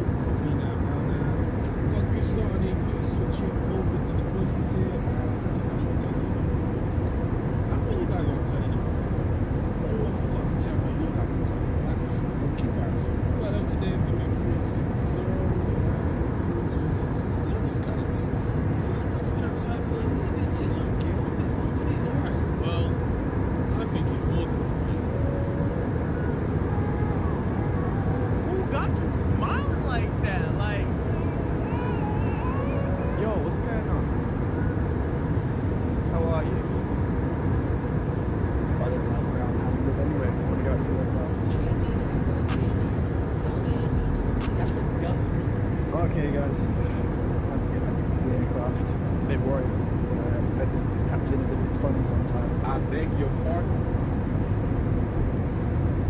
Oh, there's a knock. You can come in, mate. Come in. Wow, back in the flight deck. Look at that. Right, everything good that side? Yeah, it's good. So I went to a few people, had a bit of a chat with the Mobies. Good weather outside. It's all one aircraft. But yeah, I'm glad that you set the aircraft. It's the worst part for me. So I would have much more than think of the start of the APUs, you know, get a bit of air conditioning the aircraft is a little bit more me today, you know. And zero science is on here too. That's nothing too crazy. Could you let Susan know that you can actually start moving? This balloon's there's that to the bottom. There we go. You right, Susan? How to get the passengers up, please? KLM 875 Heavy, contact Rostov Center on 122.3. Good day.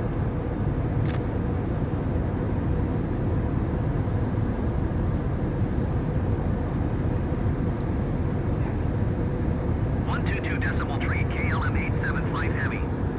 Goodbye. 141, 142, 149, 142, 149. I got that right there. Yes, I did. Love and juggling. 149. That's all set there. Let's get this off there too. So I set V2. Bird? Alright, 149 for the V2. Yes, what? Are we on the touch Russia?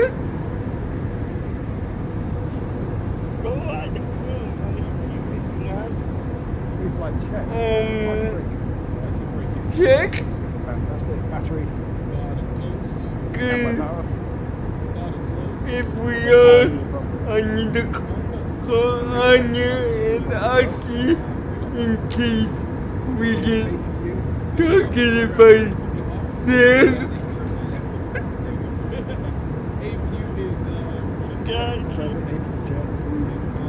Position lights. It is on steady. This logo light. Passenger signs. Emergency exit lights. Closed. Backs. Iris. Set to strict to my neck here. Then we got we're on nav. FMC. FMC is set. Perfect. Alpha is actually using the checklist. Now, for a handful of you, you're probably in disbelief. I understand because I'm in disbelief too. But listen, if you've got a two-man crew, might as well take advantage of this. It's not every day you see this, you know. Well, enough yapping. We need to figure out what the weather's like. Listen, hopefully it's not too windy for this fella to come out.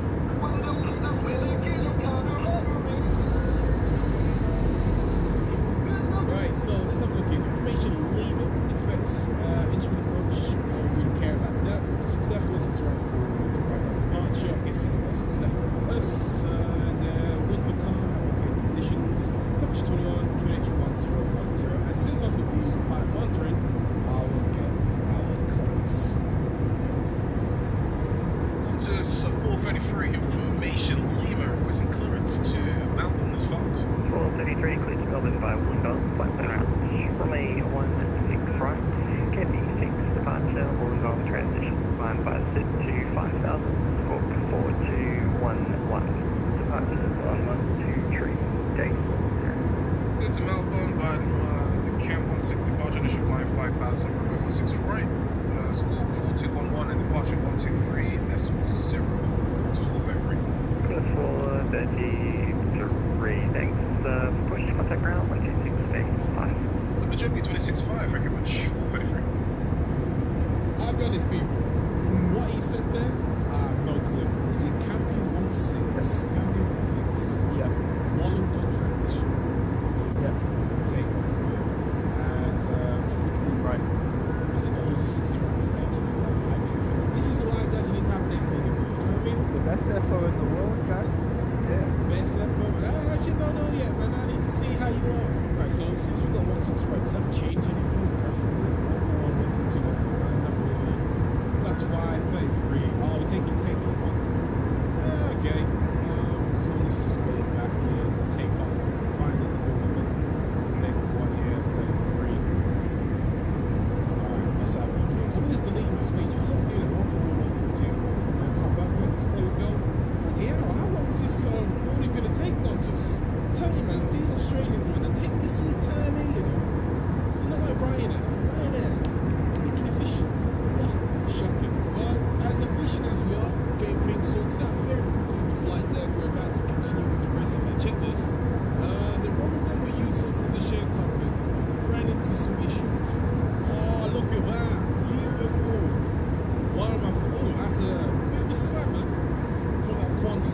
but that's one of my favourite levels in the segment, so it's absolutely gorgeous. Okay, so let's have a look here. Transponder. Transponder is set. What was that? Right, Should be 4211. Suki 65 Echo Heavy, contact blast off center on 122 decimal tree. Good day. That's not changed for you. Going to 122 decimal tree, Suki 65 Echo Heavy. Alright, so if we do this, do you see what's Rostov Center, Suki 65 Echo Heavy, flight level tree 50. I'm looking at the middle panel at the bottom. Suki 65 Echo Heavy, Rostov Center, radar contact. Continue to Botsy. So at this point, I'm just thinking the school is what is affected in this aircraft. But as we continue with the rest of the checklist, it becomes apparent that it's not just a school. Let's finish the rest of the checklist. So transponder. Wait, is your heading? Did you change your heading? Yeah, I've just changed it. Altitude bug is moving, but the altitude isn't changing in the autopilot panel. Is it? No. I'm tired of suffering. I'm tired of suffering. Sadly, this is one of the sides to flight simulator. As fun as it is, you run into a few technical difficulties here and there. But you know what? That's the beauty of flight simulator. That's why I love it. But I can't lie. Having to restart to do this all over again. Oh man. I can't lie. We got it.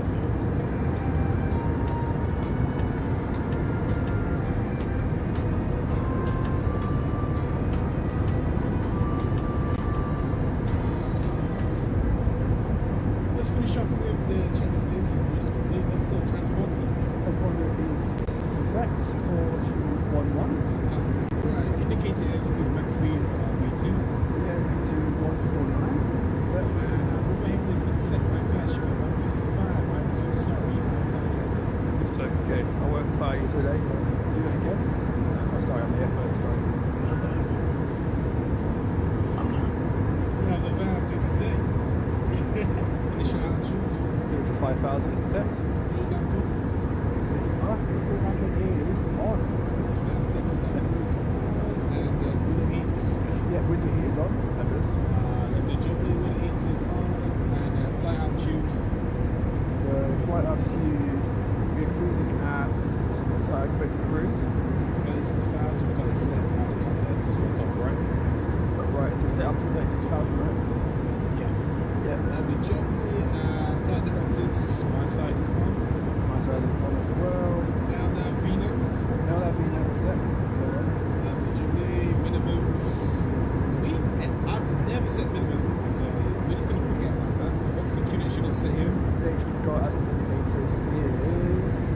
I've got my side saying 1010. 1010, I've got 1030. Yep, you might want to sort your side out, I guess. Maybe just switch that up a bit. Auto brakes. RTO, reverse. There we go, fantastic. I was really good at it, really good. Radios, I've got my side set, so I have set this to the ground, which is 126.5, which will be contacting right after this. Just in case you have the same results as the targets. And doors are closed, aren't they? Doors are shut. I don't know how many passengers coming in because I'm saying it's so exciting. Pretty much it is complete here, so let's request clearance from 87. And deliver good day, Quantus is 453, request push to start. 423, can I give you clearance so far? Hello, Captain. We are ready for pushback. We did get it, but I just had to disconnect. Do I need to request again? No problem at all, pushback is approved. Pushback approved, it's 453. Armed. Let's actually arm it. There we go. All throttle is armed. Ding dong. Left and right center. Ladies and gentlemen, this is the captain speaking. We advise you to stay calm. But we are going to touch a little bit of Russian airspace. Again, we advise everyone to stay calm, and I will continue to update you on this situation. Gary, Thank you very much. The engine clear?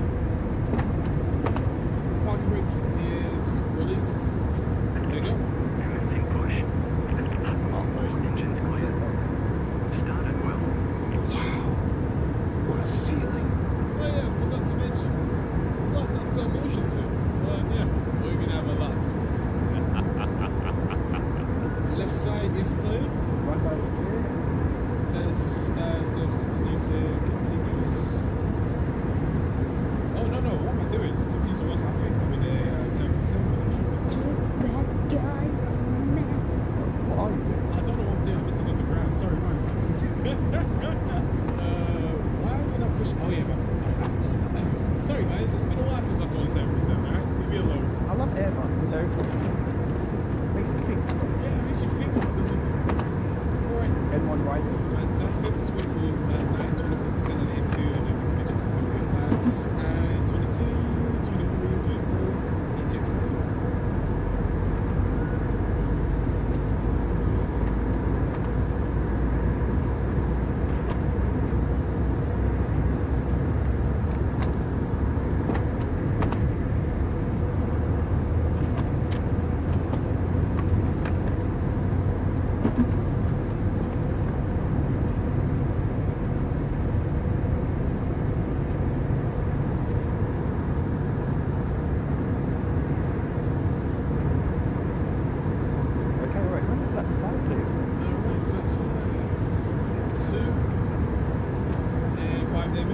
The ad break is finishing now.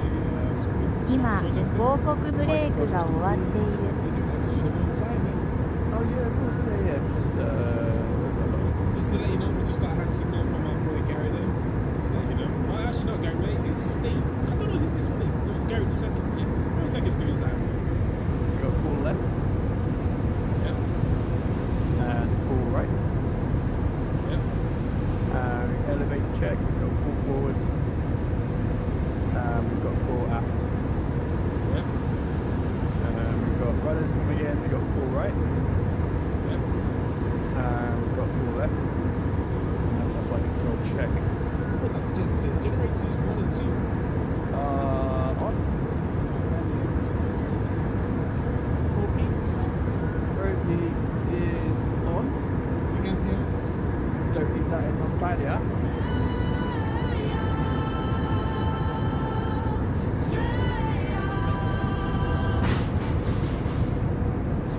Engine TS.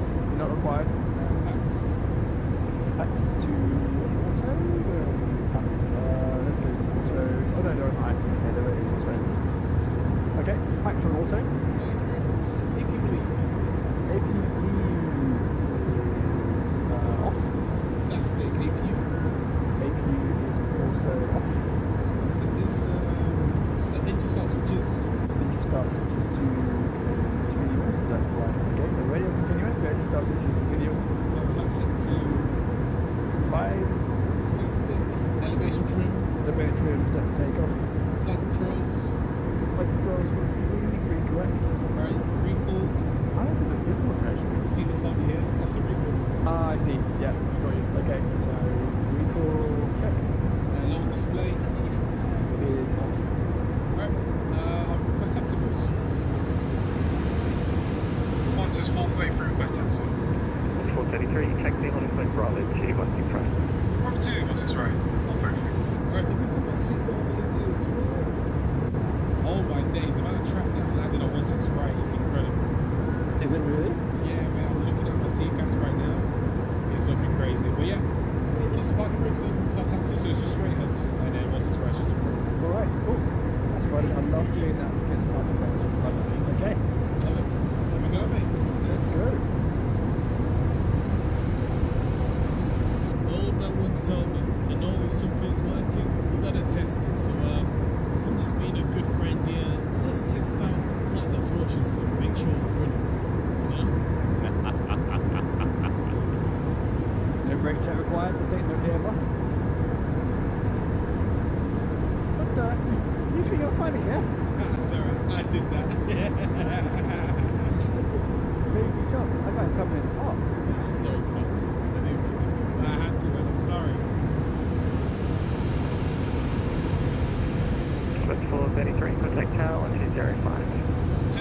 20.5. Have a good day. Go to 453, approaching Bravo 2. You're ready for approach. Balance 433, good day. Good day, mate. Is that a good Australian accent? That's good, yeah. Since you're approaching Broadway, I'm going to let Susan know that we're ready for takeoff here. Cabin crew, seats for takeoff here, please. Let's get them in the seats nice and early, you know? Oh, yeah, this whole strip right here. Fantastic. So how's everybody going? So, HC has been advised that we're ready for departure here. Yep. We'll fly, I'll make sure that we are safe and sound here. Yep. We're 5,000. Is our initial altitude. there any constraints on our SIP? We've got ATC, so they'll be comfortable. So, yeah. Alright. Sierra 3169, clear to take off. 165, clear to cross. Southbound gate 69, 5 miles out on final island, runway 16 right. 438, 69, 165, clear to land. Can land 16 right, not 86 last. Look at that. Oh, look at the speed of that. He's looking nice. Grease it. Exactly, he's going to grease it. He's looking good. It's a little bit shaky at the end. 433, 16 right, line of way. Wait, 16 right. Perfect. Right, I'll get the lights off to you, lads. Taxi lights off. Won't have strobe light just on just yet. Simple because we haven't been clear for time. Happy with it? Yeah, happy. There is a checklist to go through. I'll go through it real quick here. Lamp lights is on. Strobe lights is on. Taxi lights is off. Traffic lights is TRA. Traffic is set. Clock is not set just yet. Taking off. That's before taking checklist completed. 433, 16 right, clear to take off. Good for takeoff, 16 right, 125. Favorite line to hear from ATC. Clear for takeoff. Oh yeah, if you made it this far into the video and you haven't subscribed, I hate to break it to you. I have to reject the takeoff, so I'm just saying. Boeing 251 climb and maintain flight level 230. We'll be good to take off here. Let's go engine stabilize. Yep, fantastic. Engine stabilized and toggle. Climb and maintain flight level 230. Boeing 251. That's incredible.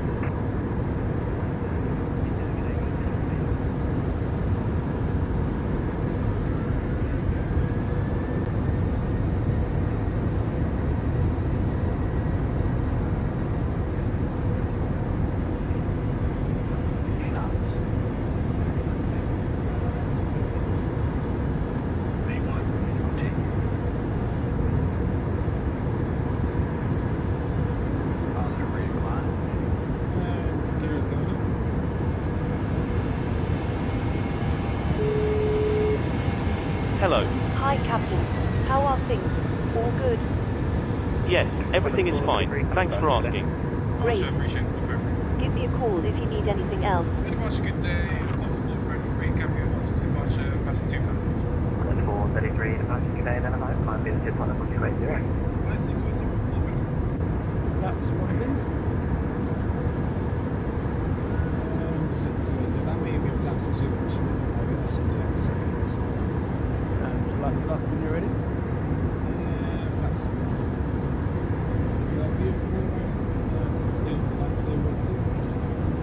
Start. Right hands up there. Continues off as well. Everything else is good. Camera crew, if you want to feed the people, go ahead and do so. Alright. Everything else is good on that side. Ooh, what's going on here? A bit shaky. Yeah, a bit wind. Cabin crew are going to be falling over themselves at the moment. I've just told them that they're free to do whatever they need to do. No, we just encountered wind. I'm sorry, cabin crew, I'm sorry. Strictly maintain follow the flight rate is made. That's alright. We'll just set this bit here. Yeah, just making sure now. Yeah. I'm awake. You know what's interesting, bro? When it comes to me, I just yank my control. You take your sweet time, which is very comfortable for the passengers. That's good. Bro, mate, I don't want this ain't no fighter jet. You know what it is? You got full motion CC. You don't want to be dragging yourself out there. I know, Joey is my own spine. I'm not looking forward to watching him now. Mate, trust me, when it comes to the 737, I know I'm doing that. I'm a surgeon when it comes to landing 737s. Professional. This is what I do.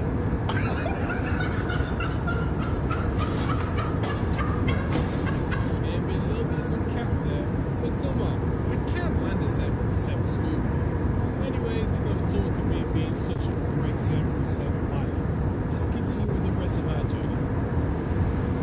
433, coming to 159 at 8 flight today. 29 is made, bring it back to 433. Well, it's such a good day. Qantas 433, that's incredible. 222. 433, center climb flight 360. Should we, I think we should think about, releasing seatbelts on that thing. So we release the seatbelt?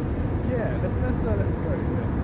We just want to be a bit cautious, but yeah. I'll be honest, I completely forgot I had the mod. I had the whole time. I think you should tell them though, like, we did them a little mid-flight upgrade. Good afternoon, gentlemen. This is Ken speaking from the flight network on board this Qantas Airlines flight to Melbourne. I realised I didn't tell you this earlier, but yeah, you're on the Qantas aircraft, and we're heading off to Melbourne. If this is the wrong flight, I hate to break it to you, we're not turning back, so you're going to Melbourne. Anyways, information on our flight today is going to be pretty smooth.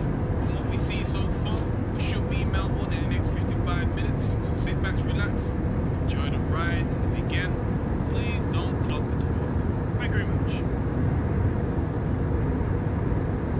What are my controls doing? Are you seeing what's happening now? No. Is your controls like banking to the left? Or is it just still stationary? No. Hopefully we don't fall out of the sky. No, might as well have the controls now since I've been working from that now. Yep.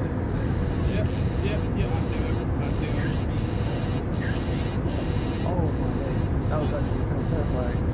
Oh, I'm so sorry. Okay. I knew that was gonna happen. Right? Aircraft is down by... flying? Boeing 251 climb and maintain flight level tree 60. Expert. Boeing 486 climb and maintain flight level 230. Oh my god, how was that in your motion, Sim? Climb and maintain flight level tree 60.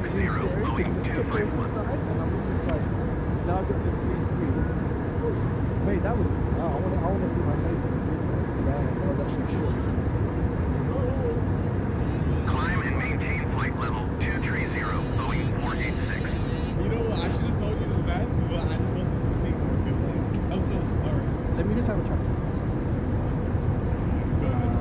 Right, there we go. Where's our time button? There we go. Yeah, guys, congratulations first obviously. Apologies for what just happened there. I think one of the flight came in and ordered something, and unfortunately it caused us to have a bit of hopefully you guys following the instructions and staying in your seatbelts fastened. And if you haven't followed that, then I'm sorry, but we cannot be responsible for any injuries you may have. Feel free to have a chat with the nearest flight attendant if you are hurting anywhere. Otherwise, we should hopefully have no more issues like that on our flight towards Melbourne. Thank you very much. Bye. So at this point we've been pushed for a little bit, just chilling, having a laugh at the fact that I could have sent flight up to A&E, but we're not going to talk about that. But now a few months away from descending, and the rules are changing now, so I'm going to be the pilot flying, and flight doc is going to be the pilot launcher, which means he's going to be commanding the movements. Quarter 433, code center 123.75, expect start clear. Center 133.75, expect start on this Qantas. Melbourne Center, Qantas 433, flight 360. Qantas 433, start clear, 29 Alpha, arrival runway 16, ready, descend the flight level 130. Cleared losing 9 Alpha, 6, losing flight 30, Qantas 433. Perfect. Now know what runway we're landing on and the approach to it, which is absolutely fantastic. So I'm going to finish putting all this information into the aircraft, and then I can't believe what I'm saying is we're about to do a descent move. Are you ready for a briefing? Yep, ready for briefing. Fantastic. Right, so we're taking the Lizzie 9 Alpha arrival. So we're going from Lizzie straight across to Maxwell. Yep. And from Maxwell, we've got Horus, we've got Insect to Nefer, we've got Belt. We do have some restrictions here. We've got Horus, and then we've got Insect here up to Thank you, Nefer, we're going to be 26,000. Look at the map, dude. Belt, we got Maxwell. So right about, looks like it's giving right about 50. What is your job in the company? I'll probably request for I know. 15 gear down. I know, I just got that neat money from the what that we would slow down to 185, maybe 86 it was so small. Elevation's going to be full free. There's something called this.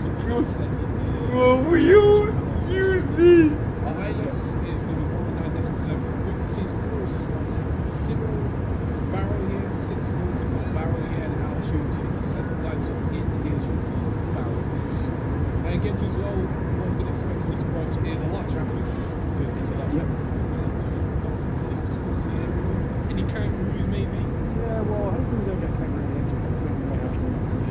but no. Wax, so we have some cooked kangaroo, man. I don't know if you want some of that. Yeah. No, mate. No, I'm getting hungry. Don't tempt me. What do you mean, man? We'll just leave flight up to his fried kangaroo crate. I don't know what's wrong with it. Maybe Australia's got the better. But there's one crucial information that I forgot on this briefing. And it's very, very important, especially what's about to occur. All I can say is, I'm such a bad cat. Whoa, what is this weather in front of us? Oh my goodness. That is a thunderstorm. That's a CD right there. I'll be flying right into it. Oh dear. Do we have a Seabird one? Yeah, Seabird. Yeah, I think you might want to. Can you advise the passengers to make sure they're in the seats because we're going to go for a storm message? Right, let's just. Hello guys, we are on a set into Melbourne. Now, unfortunately there is some inclement weather around at the moment and that means it's going to be a very bumpy approach. Please hold on to your loved ones. I mean, fasten your seatbelts and get you down safely, hopefully. It is Captain Alpha flight today, so cannot be guaranteed, but we'll try our best. 486 climb and maintain flight level 240. Qantas Airways. Qantas 433 descending flight level 170. On a 433, Melbourne Climb and maintain flight level 240, Boeing 486. Number QNH 1013. Set by star 9000, confirmed from 6 Qantas 433. It's now 6:55, cleared out, approach runway 16 for establishment. Cleared RF 16, forward code, tilt star 625. What's the weather right now? It's currently 4 degrees, so we are below 10 degrees. We are going through some precipitation, so can we start switches to continuous and get the engine anti-ice on this? Yep, start switches to continuous and engine anti-ice is on. Thank you very much. Just in case, I don't want to be falling out of the sky because we've got to put the antis. You know what I mean? I think that's fair enough.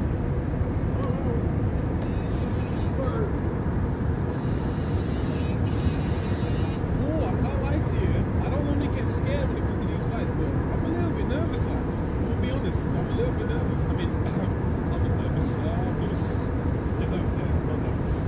There's a lot of turbulence. I can feel the turbulence from my side. So I've set the landing lights on. I've got the no-go position out to collision and lights on. Okay. On a 433 overhead forest, descend by the Star 3000 from Belfast, cleared island, approach runway 1647. 3000 You're behind. We're in Roger now. Right above Georgia. I know I see it. Do your job. I think it's worth probably just having a cheeky look at the old latest. I'll be honest, at this point right here, I wasn't expecting the 80s to be too crazy. I think this reaction is going to tell you how I truly feel about the information I just received. It's been by so far, let's approach, 16 for arrival. Wind shear reported at 5 on 016. What? Wind shear? Wind 250 at 10. Clouds at 1,200, overcast 490, temperature 12, and QNH 1014. QNH is checked at 1013 for us, so let's go QNH 1014. Melbourne Tower, Qantas 433, flying from 16. What is 433 double 10, please? Can we go flaps 10 minutes? What the hell? Flaps 10. Yeah, that's my reaction right now. Can we go command B2 as well? No. The reason I'm saying it is I was just told by somebody that Twitter is now allowing cord. What?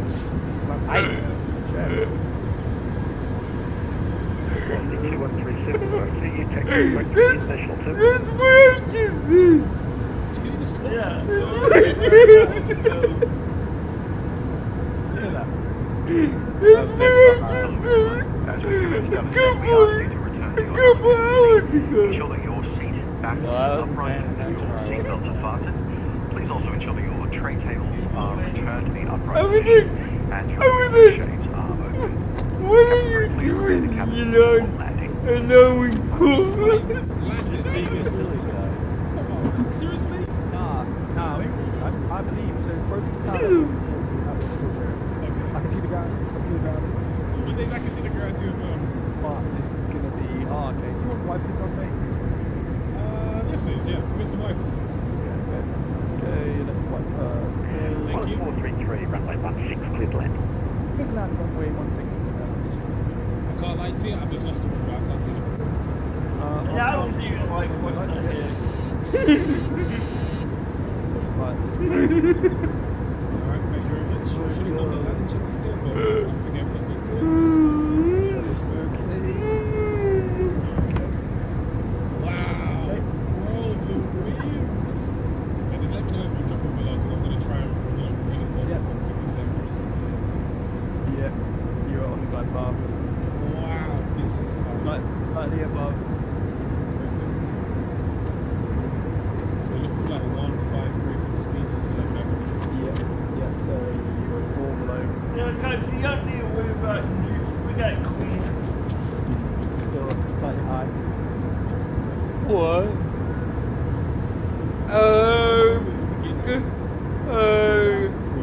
That's 30. Cope. Go on altitude set. Runway turn off flight.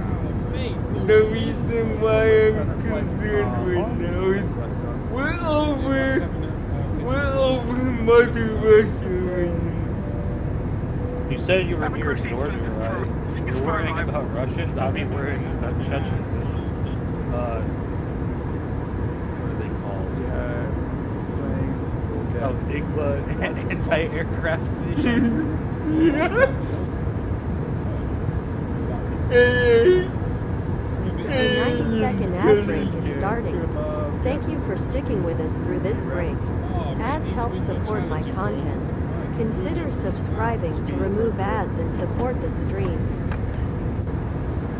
90秒の広告休憩が始まります。この間、お付き合いいただきありがとうございました。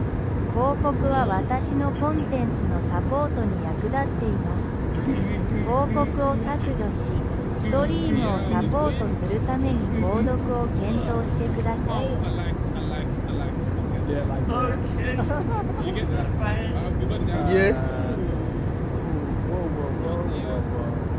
Do we have reverses? Reverses. If this is Reverses. There we go. we're gonna have an RPG down. Hey, down with two pipe. Oh my goodness, that was scary. Don't know what happened to reverse today, gentlemen. Hit down, we lagged at the end. And mind you, we aren't a combat aircraft with players. So if we fight, it's bye-bye.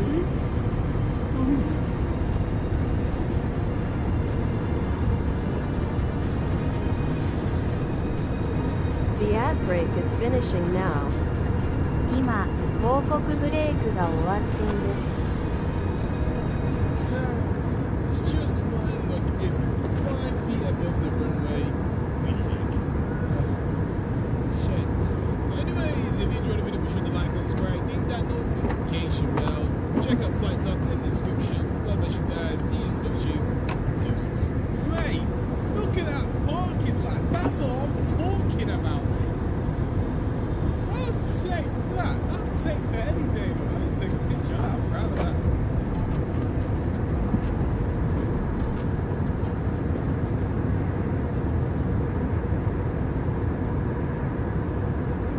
There is one side to MFS that still needs a bit of love, and that's the long-haul side of MFS. Short haul's good, medium haul is good as stern. Long-haul stuff needs a bit of work, you know what I mean? However, we have been getting updates with the, the 787, the 747. No one's talking about the 321 Neo. Now, if you guys don't know, the 321 Neo can fly across the Atlantic. Oh, say less. So we're about to fly out of Boston, and we're going all the way to London Heathrow. I think, 7 hours-ish, maybe a little bit shorter, I don't know, depending on the winds. But yeah, we're flying as JetBlue Airlines. It's gonna be fun. It's gonna be wicked. I had a quick look at the weather, and it's looking tragic. Boeing 486, you are 300 feet below your sign altitude. Climb and maintain flight What the level hell is it easier 240. doing here in Boston? Just hanging around. Batteries, instead of our way. Yes, I got it right. Climb and maintain flight level 240, Boeing 486. That's on there too as well. Pretty dark in the flight deck though. Turn the lights up in a second here. This early morning departure is finna be a vibe. Can we get some lights on here? There we go, mates. And let's get some lights on here too as well. Lovely jubbly. What is that? We're in America, so we're gonna use this version of the QNH. Yuck.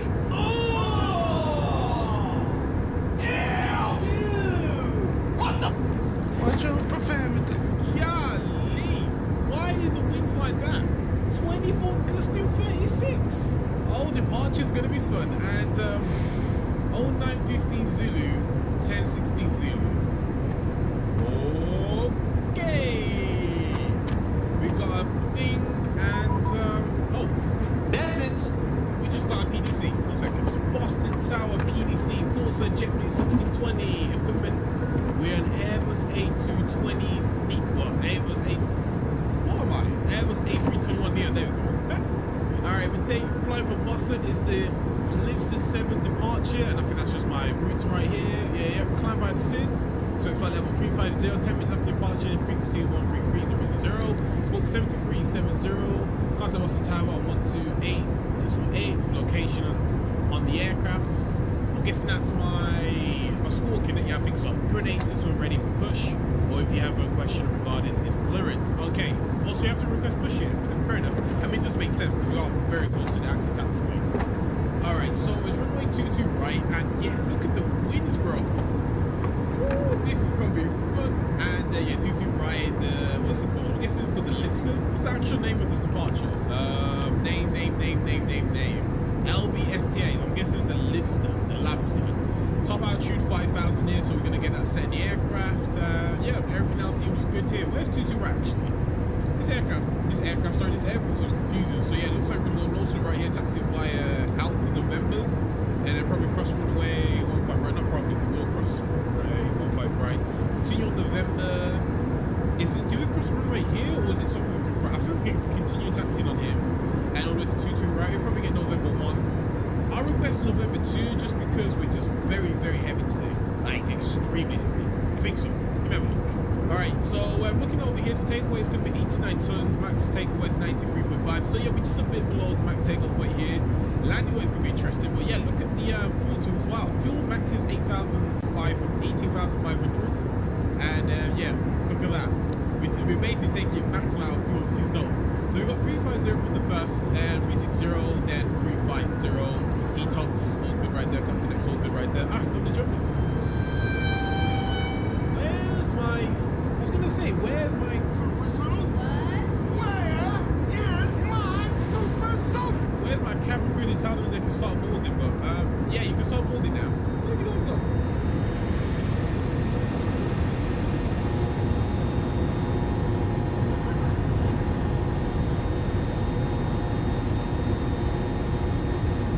Huh?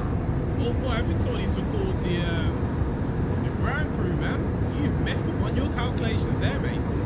Damn. 4787-10? Yeah, someone say -10. I think so. You know, Wesley, it would be really good if you had your live weather, mates. Stupid.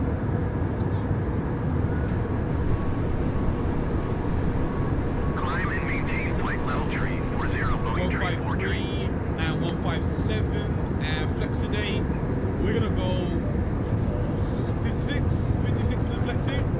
Everything's all set here. We're now just waiting for the passengers to finish boarding, and then we can request our pushback. Yes, we have to request a pushback.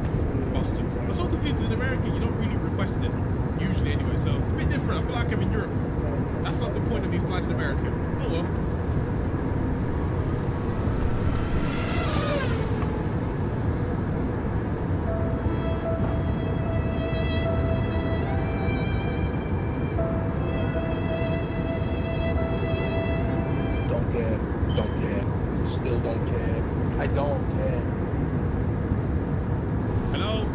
60, mate. Everything all good? Oh, just gonna give it a stare. Alright, mate. You just continue what you're doing, yeah? Alright, I'm leaving to it. Sorry, mate. Oops.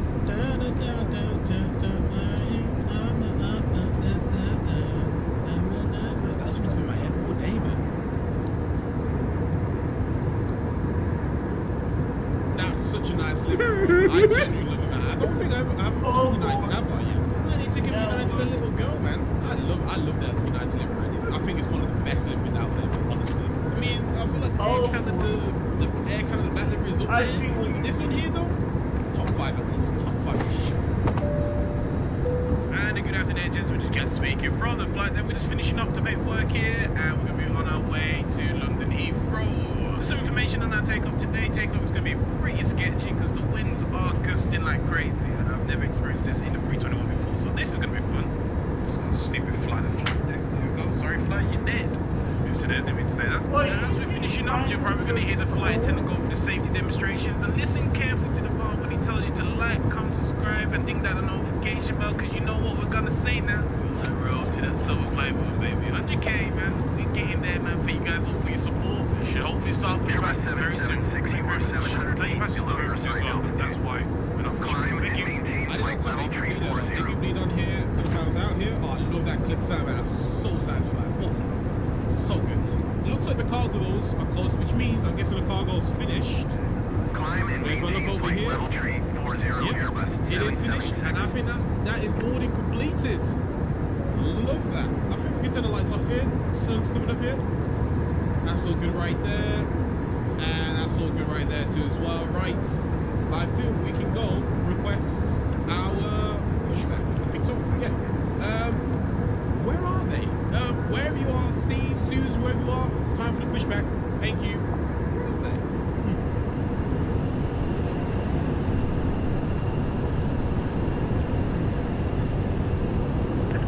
Departure check completed. 5 has been inserted. Boston Tower, good day. JetBlue 1620. Information about requested star push. JetBlue 1620 busy. Gate Charlie 32. I think so. JetBlue 1620 pushback onto Alpha approved. Roger, deck. Onto Alpha and we'll advise. Thank you very much. 1620. I think I know why we can't see the pushback truck. It's invisible. I don't know how this has happened, but yeah, it's invisible.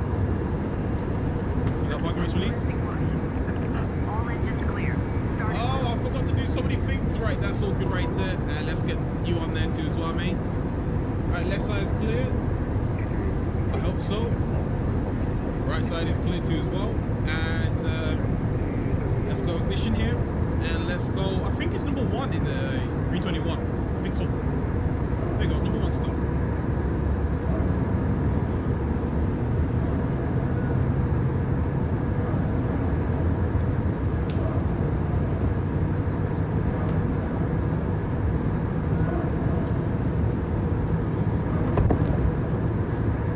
Alright, there we go. We've got a good start on the left engine. Oh, JetBlue, there she goes. Haha, beautiful, man. Right, parking brake can be set. There you go. We have a good engine start. Loading to 486, you are 300 feet below your side. Oh, we got a new sound with it. Okay. Right, look at right, let's get the number 2 started off here, please. Thank you. Upstairs is all looking good over here. That's all good right there too as well. And I was gonna do something. Oh yeah, my score. What's my score? 7 Climb and maintain flight level 390, Boeing 486. 70. Let's get Tia over there. There we go. Hey, what's up, Daniel? Yes, sir. What's good? Oh, I love it when I meet you guys in there. What's up, Daniel? Oh, sorry, Daniel. JetBlue 1487. I think you was the one that just took off there, didn't you? Oh, look at that takeoff there too as well. What airline are you? Oh, that's another JetBlue. Lovely. Are you right, mate? Thank you for the hands up there. Appreciate it. Thank you very much. Right, upstairs looking good here, man. Hey, shout out to Daniel right there, man. What's up, Daniel, man? Apologies, man. I'll start my pushback there. Alright, that's look good right there. Let's get you set here. And let's get you set right there. And all good is on my side. Oh, sorry. We're going to go flaps 1 and then flaps 2.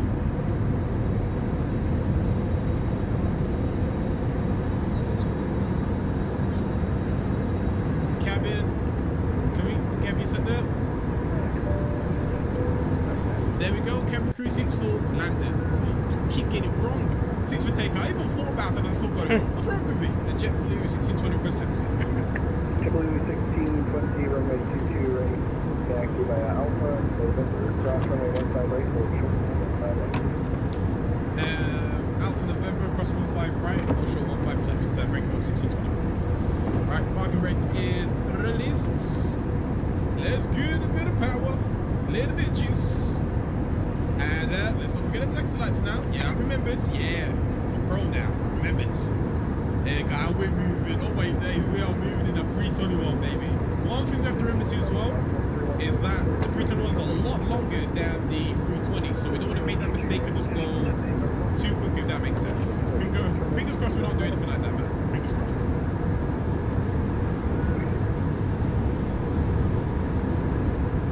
1620, cross runway 15 left. Cross runway 15 left, 1620. I don't know if you noticed, but I can now like roll my head left and right. It feels, my track out feels a lot smoother now. I don't know if you guys noticed, but I really like it, man. I really do like it. I think it's helped a lot there, actually. I'm guessing, just bit my tongue. As I was gonna say, I'm guessing this is an active runway. Yeah, wow, this approach would be amazing. 15 left. Wow. I'm trying to think now. I don't think I've ever departed out of Boston. I always fly to Boston, so this is kind of a first here. I love it. Right, everything else is all good on my side. You know what? Might be set like this. 1621, 310, Oh. 24, Airbus 1904 climb and maintain flight level We tree can take 60. right, 1620. Oh, right, okay, wasn't expecting that. Oh, yeah, I forgot. Let's not forget, guys, it's gusted, so, yeah, that's gonna be interesting. Climb and maintain flight level tree 60, Airbus 1904. Alright, let's get lights on here. Lights on here. And you on there. You on there too as well. Oh, it's busy though in Boston, man. I love it. I love it when it's busy, man. 50%. Here we go. Oh, I'm really nervous here. There you go. 50%. Looking good. And Manflex SRS runway. No runway, sorry. I'm capping autofrust. It's just blue. There we go. Here we go, man. Ooh, you can feel the winds already. I'm fighting. Gym day, baby. Yes, sir. Leg day. Guys, oh my gosh, I'm like full left on my runners. Oh, man, ow. Oh my gosh, I'm like full left. 100 knots ages ago. Yep. Whoa, bro, I'm like full left. Whoa. Oh, this is the end of the runway. This is the end of the runway. V1. Rotates. Remember there was the old A321 update. Whoa! Buzzer rate to climb. Gear is going up. Now that's what you call a departure, mate. Yes, sir. That was incredible. Yeah, that was the old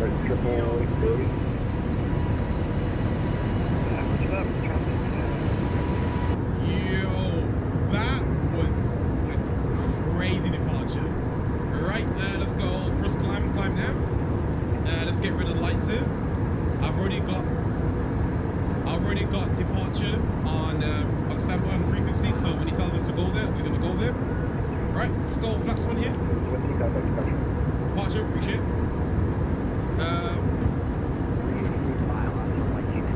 There you go. Is that departure? Yeah. Hey, departure, good day. JetBlue 1620, passing 2,500. Triple 1620 Boston departure, radar contact, climb and maintain 1414,000. 1414,000. 1621. Sorry, 1620. 1414,000. What the hell is that? I'm just gonna guess it told me 14,000 feet. Are you Americans, man? You got problems with the way you pronounce things, man. What's wrong with you? Right, let's go to put in here. Oh, wow. That was crazy. Wow.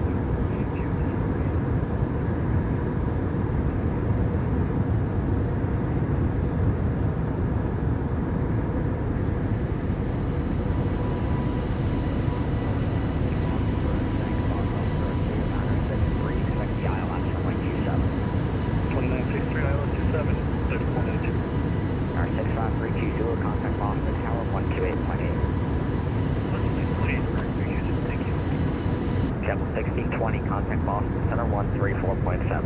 134.7, JetBlue 1620. Boston Center? Haha, I can finally say it. Boston Center. You did a great job. Boston Center, good day. JetBlue 1620, level 14,000. JetBlue 1620, Boston Center, hello. I'm a maintain flight level 350. 350, 1620. Right, you know what? I'm actually surprised. It's actually pretty simple today, man. I don't know why. I think I put a lot of pressure on myself because I'm low-key kind of a little bit terrified of America because America's just like so fast-paced. But it's not so bad today. I'm actually pretty happy, man. And I think you can see the sun. What a view. That is what I'm talking about, man. Wow. Okay, plane Alpha Fox, I'm maintain level 1. I'm sorry, Alpha 10, It will contact flight level 100, Care 29. No, not this time on spoilers. There you go. This on the spoilers here. Seatbelt signs. Alright, past 18,000 here. Seatbelt signs off here too as well. I learned from you Americans. You guys were on my case when I turned my seatbelt signs off at 10,000. You was like, no! We in America, we turned them off at 18,000. So I've listened today. There you go, as you can see. Past 18,000 feet. Seatbelt signs are off. Happy days.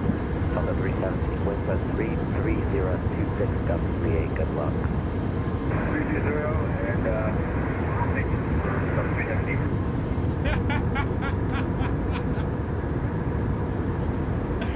Yo, no, honestly, if you are flying out of Boston today, bro, good luck landing there. Takeoff was sketchy. Bro, imagine landing there. Oh, hell no. I'm in danger. I don't know. Are my eyes deceiving me, or is this... JetBlue 1620, leaving airspace shortly on spinning on 2 y'all are both offline. Radar services have terminated, frequency changes to approved. Approved, thank you very much, 1620. That did not make sense, but... Yep, he understood what I meant there. Alright, there we go. Now it's just us and not much ATC. Well, apparently, have a quick look. I was about to say we have ATC, but we don't have ATC. That's good on my part because I'm going to take a quick nap and hopefully we wake up and we've not crashed at all and we're still in the air. Do a quick fuel check, and once we're done with that, go back to sleep again, and that'll be the final time I wake up and we can land at Heathrow. Why did I do that? Don't ever do that again, Wesley. I'm sorry. I didn't mean to do that. It's alright, bro. Why am I talking to myself? Bro, stop.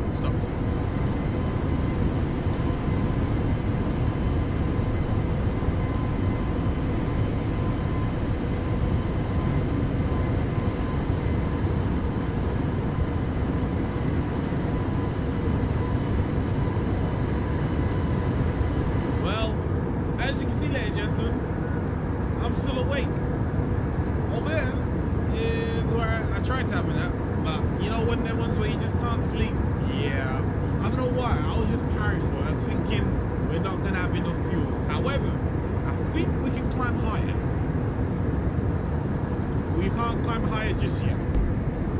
Stupid. We've been there for how long now? An hour and 40 minutes. Oh, damn. So we got A 90-second ad break is starting. Maths. Thank you for sticking with us through this break. Ads help support my content. What's the wind looking like too as well, Consider man? subscribing to remove ads and support the stream. 90秒の広告中継が始まります。この間、お付き合いいただきありがとうございました。広告は私のコンテンツのサポートに役立っています。広告を削除し、ストリームをサポートするために購読を検討してください。 4 hours and 15 minutes, so enjoy the rest of this flight. Sit back, relax, enjoy the snacks, because that's all we got aboard here, because we can't afford dinner. Thank you very much.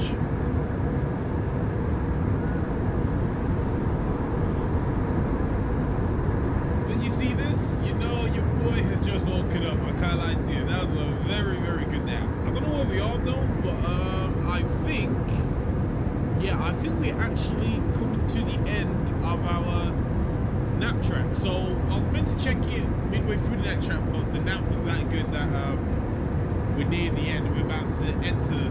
I was going to say United of the Kingdoms, but technically it's Ireland. Then after Ireland, United of the Kingdoms. But while we're here, let's double check on our fuel. So, Heathrow, we need to have around about 3.2. Wow. Okay, we're going to have 5.3. So, that's kind of worked out in our favor. The ad break is finishing now. We did step climb because, you 今 know, 広告ブレークが終わっている the higher we can climb, you know what I mean, the lighter it, the less air resistance, the quicker we get to our destination. But I don't know what's happened, but my promos has like disappeared for some reason. I don't know if it's just a lag in my sim and it's just disconnected, because it's happened before, but apart from that, everything else seems good here. We're gonna let the aircraft fly for a little bit and then fingers crossed, we make it to Heathrow safe and sound. I hope so anyways.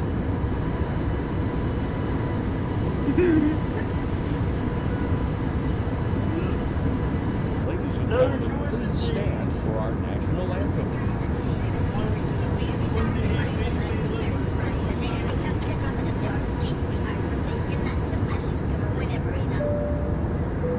And good afternoon, gentlemen. This is Ken speaking from the flight deck. We're now over the United Arab Kingdoms. You probably can't see me because there's a lot of clouds below us, but I promise you, we are over the United Arab Kingdoms. Well, technically Wales, but United Arab Kingdoms, okay? So we're going to be descending in approximately 15 minutes, somewhere around our descent here. According to our weather charts, the weather's going to be pretty interesting once we reach Heathrow.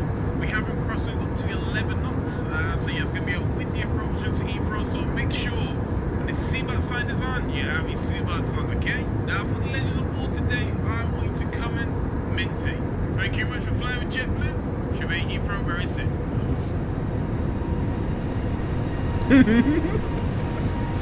Oh boy.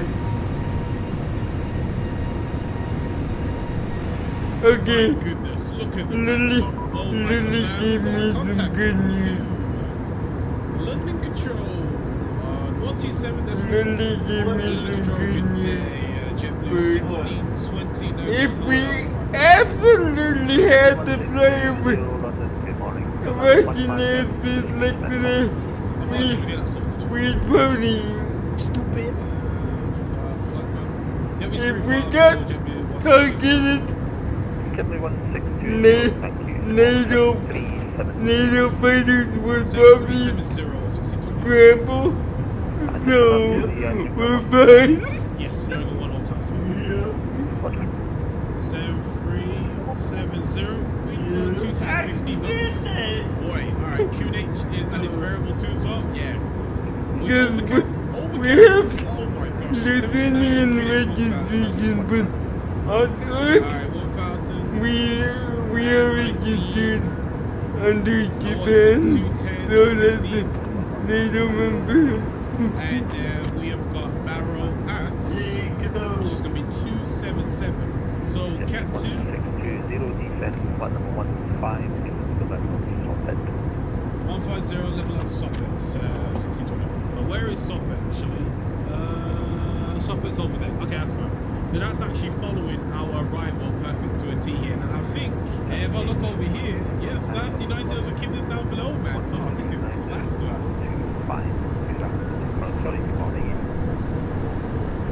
Lovely, thanks for that. Go to 129.45 for Janet King. Work, have a good day. You too. You're into 1 Alpha Tank, flight plan 129.45 is the next frequency. JetBlue 1620 descent, flight level 90 level, Bobington. 90 level Bobington, 1620. 90. Ice detected. Yes, sir. Let me turn you on, boy. Hey, yep, and let's have you set to ignition. Yep, if I see ice detected, I'm making sure every NTI sun is on ASAP. That's my fault though, I should have had it on because we are below, so the air temperature is below 0 degrees here. So, is it 10 degrees or 0 degrees when I have anti-eye sun? Hey, look at that right there, you can see that, like the rain on the windscreen, crazy.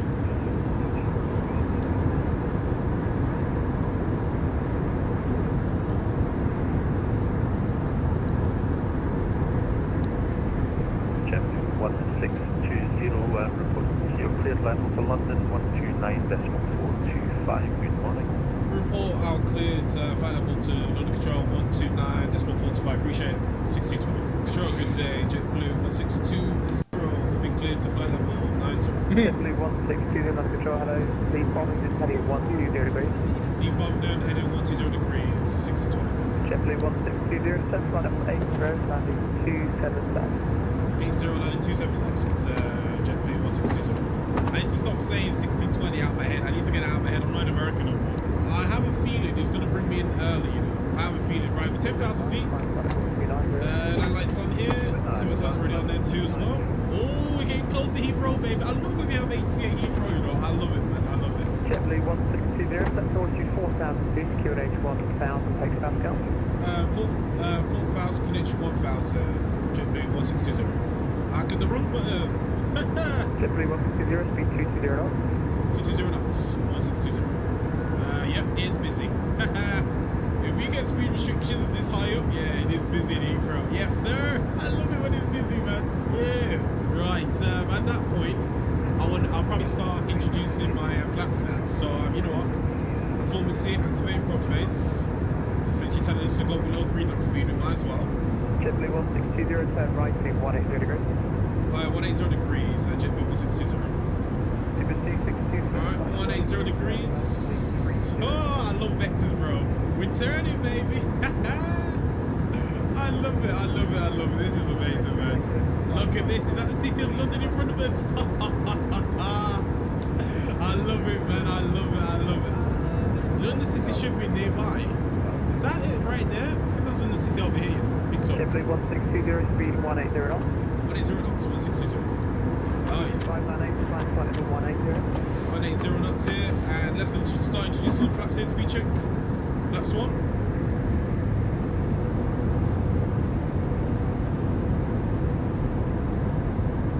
JetBlue 1620, turn right, heading 240 degrees. When established, left rider 27 left, descend with a glide path. 240 degrees will establish on a localizer. Sorry, on a localizer. Descend with a glide path. 1620. I don't know why I said that. I just remixed.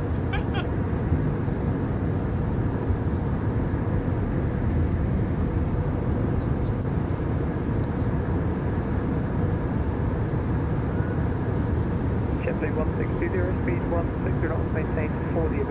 160 knots, 4 dB, JetBlue 160. But we're above the glides. This is not what you want, man. Right, I think 1,000 feet per minute should be fine. There we go, localizer captured here. Approach wall arm, take to should be glides up. Yes, sir. Right. I can relax a little bit now. Alright, 10 dB out here. Upstairs looking Gucci. We're going to still keep the anti-ice on here. What a view coming into London, man. What a view, man. Right, should we go gear down? Right, speed check. Should we go gear down? 10 dB out? Yeah. Oh, let's go gear down. District Center, Boeing Romeo Alpha 73486 is at flight level 375, climbing flight level 390. Boeing Romeo Alpha 73486, District Center, radar contact. Oh my gosh, look at the crosswind we're going over here, right? Flaps 3 here. 14 knot crosswind, baby. My goodness. 1620, runway 27 left, clear to land. The surface wind is 210 degrees, 17 knots, gust speed 27.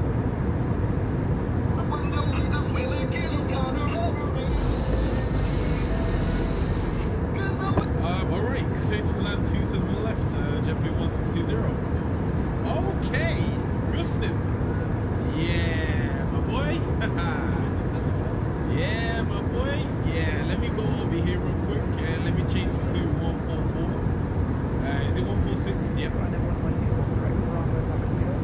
And let's arm the spoilers here. Yes, sir. And let's go full flaps. 5 dB out here, and let's go manage speed here. And the cabin. There we go. Cabin crew 6 for landing, please, people. Thank you. Oh my, no, this is, bro. Are you seeing what I'm seeing right now? Look at the crowd we got going over here. Wait, this is ridiculous. All right. Aircraft is mine. I think we might have a go around, you know. I smell a go around. Gee, look at the crab, boy. I love it. Mate, I've not had a crab like this in a minute. This is what I'm talking about, man. I love flight sim, bro. I love it, man. Relax, Wesley, mate. Relax, lad. Relax. Man, these winds, bro. Jeez Louise. Smell a go around. Smell a go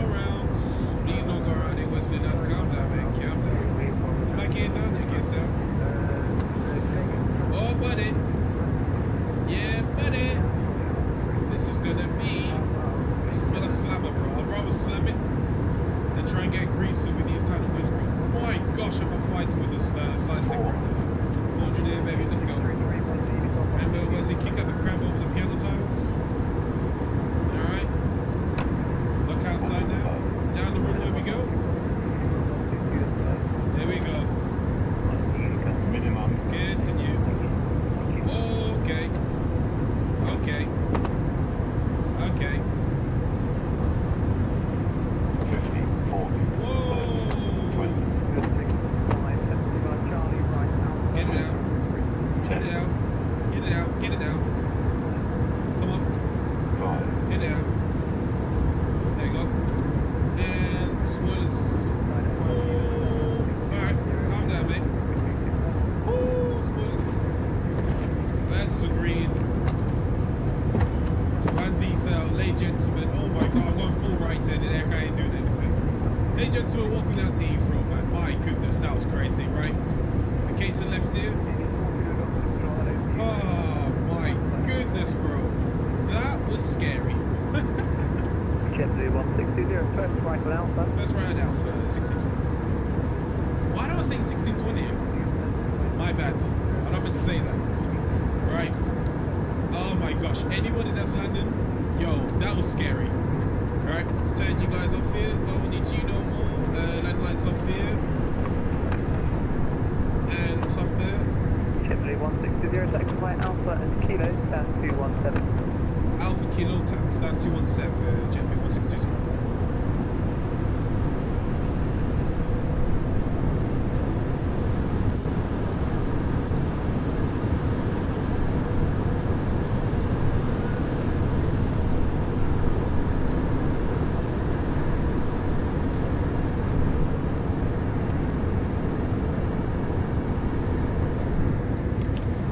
That's all over here. Let's get 1, 2, 3, 4, 5. Let's get you set there too as well. There we go. And that is, oh, it's a nice 787 that Heathrow. Shout out to Mario, man. That, where was it? Yeah, Mario, man. Sorry I couldn't reply quickly, man. I was landing, so listen up. Appreciate the support, man. Thank you so much, man. This is sick, man. I love when you guys recognize your boy, man. It's so lit. It's crazy. Climb and maintain flight level 360, Airbus 843.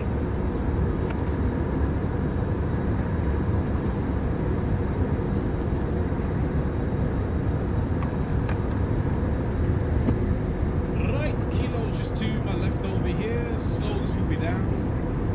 You know what it was on that landing was? Why I kind of just let the flare continue. I remembered I was in a 321. And I was like, you know what? If I fly anymore, I'm going to tail strike you. So I just let the aircraft kind of float in. We got it down though.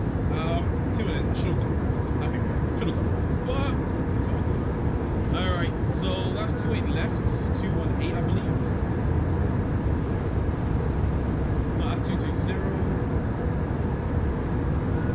219. Oh, that's an aircraft taking off in front of me. There's 28 left. And that's 218 right. Okay. Is this 217 now? Yes, 217. Right, slow you down here. Right. Make this left turn here. There we go. Let's turn taxi lights off here. Let's not blind anybody on the ground. Even though I don't see anybody here. Alright. Oh dear. What kind of turn was that? My bad. I forgot the 321, not the 320. There you go. Speed view to the right, a teeny bit. Rounding to the right. To the left, to the left. To the left, to the left, to the left. Alright, keep it there. Right, there we go. And that was actually pretty good actually. And parking brake is set here. Aim using now the bleeds, and that's all good upstairs. Everything is all good. That's all good right there. So then we're gonna go engine number. Well, get you off there too as well. We're gonna go engine number 1 and number 2.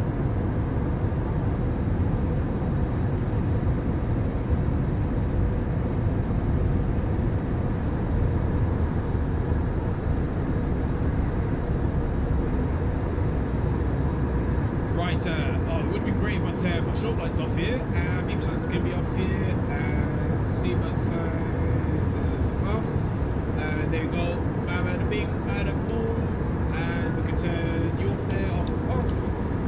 Everything else is all good upstairs here, everything else is all good on my side. Let's get 2,000 in the box here, 2,000 in the box, baby.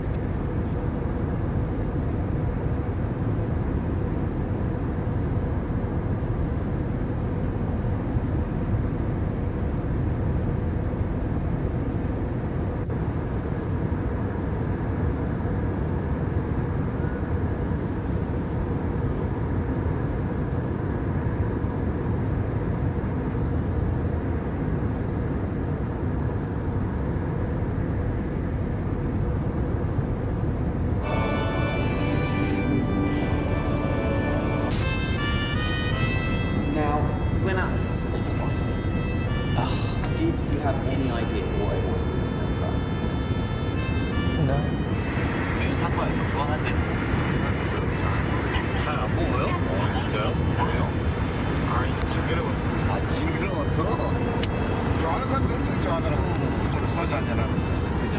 네. 소주 한잔하고, 닭발 좀 하고. 좋아요. 우리 와시. 조금만 먹으면 eat right now. 영국에서. 그래요. 그래요? 네. 그렇죠. 예. 뭘 먹을지 아직 얘기를 안 했어요. 그냥 매운 거 먹으러 간다고. Good luck.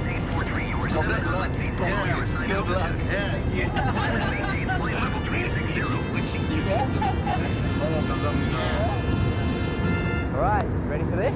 We're going to eat something spicy. Something a little bit spicy. Okay, well I'm not a huge spicy man, but try. Right, we're going to order now, okay?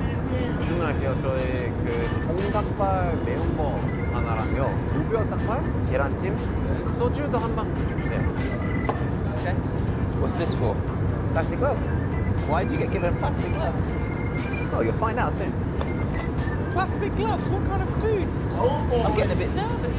What do you mean? She's bringing me tissues, plastic gloves. 닭발, you've got to have a little bit of soju, so yeah, okay. Is it cold? What are you doing? Very cold. What's the elbow thing? Why'd you elbow it? Tornado. Oh, wow. What are you doing this for? What are you doing all this for? What? Is there some tradition that I don't know about? Many traditions you don't know about, I'd say. As an English vicar. I was an exchange student in Korea. Oh dear. Not a big drinker, but I've learned the culture of going out for some soju. What have you done? Oh my goodness. That looks deep, Chris. Oh. This is why you need plastic gloves. What have you done? It's a sign from God saying soju is dangerous, Chris. Danger. Oh, wow. I'll just tell you right now, what we're having today, you know, we've had some really good mukbangs. This one is going to be a dojan. It's a challenge. This is a challenge? Is this why I have plastic gloves? Plastic gloves in Korea means it's something you're going to eat with your hands. Okay. So they don't want you to get messy. So I'll give you these gloves. So you pick it up? You pick it up with your hands. So you don't get it. Oh, okay. 통닭발 여기에요. All right. Oh my goodness. What was going through your mind when you first saw it? I thought maybe this is witchcraft. It's like either little monkey hands or chicken feet.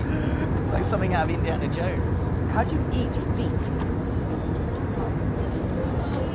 Ah, with a glove. What's this? This is called kupis.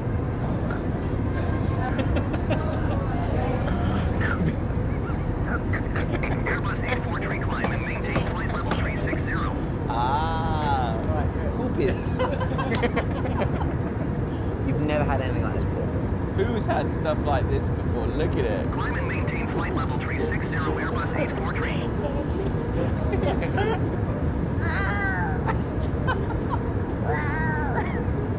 Tyrannosaurus Rex. Alright, don't play with your fruit. Sorry. I'm just intrigued. I've never seen this before. This is amazing.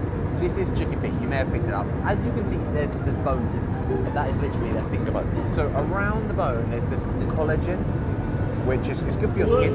That chewy, Hi, Captain. Texture. I just wanted to come by and ask if everything is going okay. I've got gloves. Thanks for asking. Everything is going great. Which I've never had before. And they've given us a special cool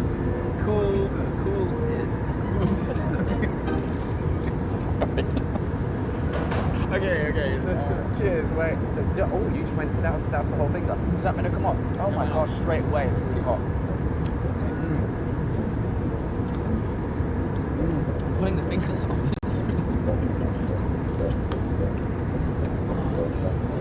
Oh, that's good. Oh my gosh, it's so hot. Right, I'm actually on fire. We need some of the coolness. Josh, I can't taste anything. All I can taste is fire on my mouth. Going to 1 tree for decimal tree, Suki 65 Echo Heavy. Oh my gosh, it's so hot. Oh my god. Uptown Center, Suki 65 Echo I'm Heavy, sweating. flight level tree 50. Josh, what is this for? I can't breathe. It's got one come off.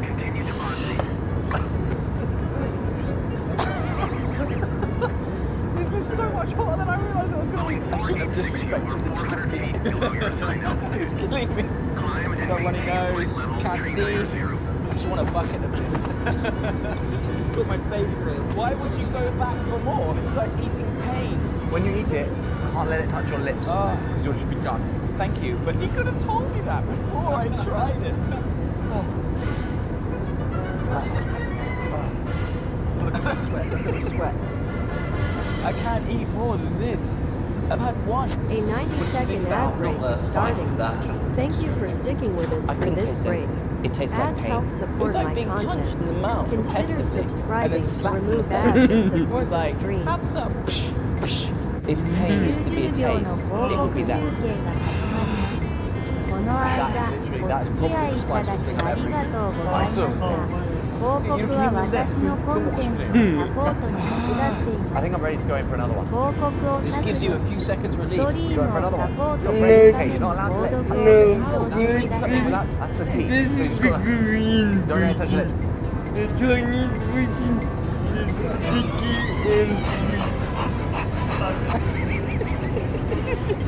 It's like eating fire. but as frozen, Koreans like spice, so Yeah, I know.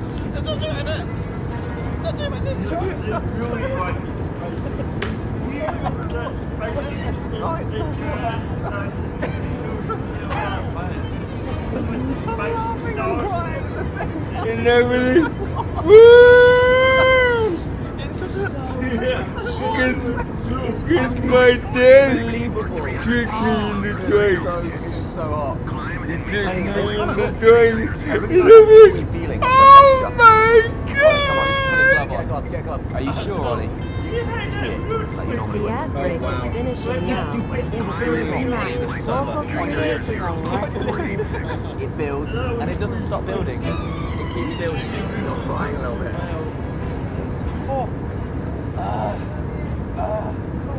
It's really hot.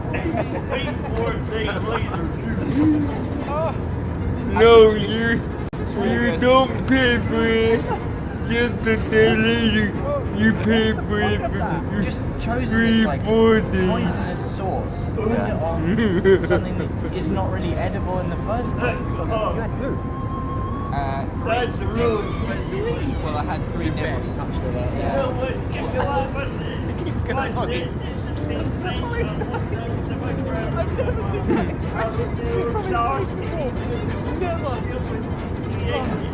Right. I don't think I can eat anymore. I have like liquid pouring out of every orifice. The egg. We ordered some egg as well. So look, this is an egg dish called Geran Jim. Have this, it'll help you.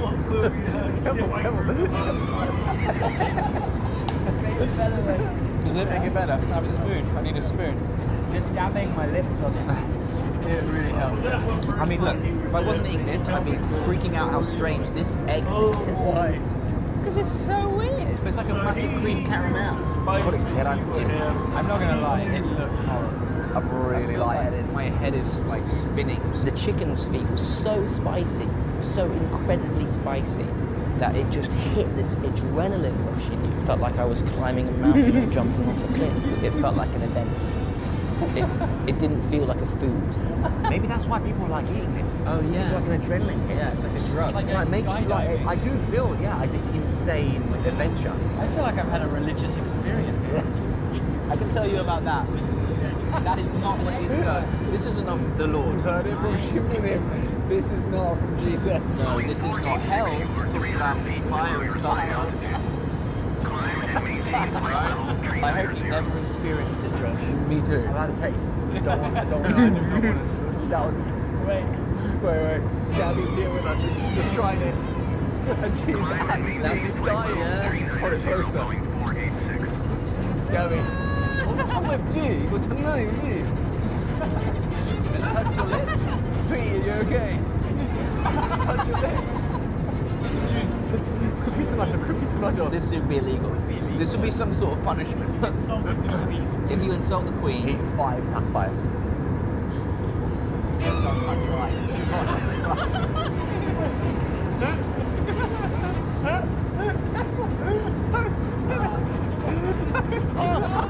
Sorry. I'm afraid.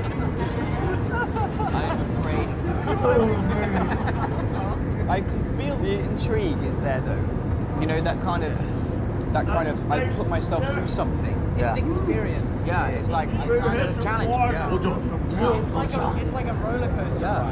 I'm kind of like interested in just trying to see if I can survive it again. I kind of want to eat another one. I know, right? Why do I want to eat another one? Should we try it? Yeah, let's do it.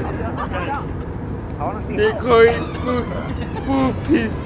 It's so bad. Oh, that touched my lip, all over my lip. That's all over my lip. That is not good.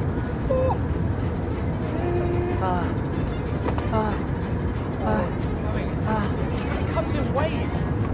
It gets worse when I stop eating it. It's going to keep going.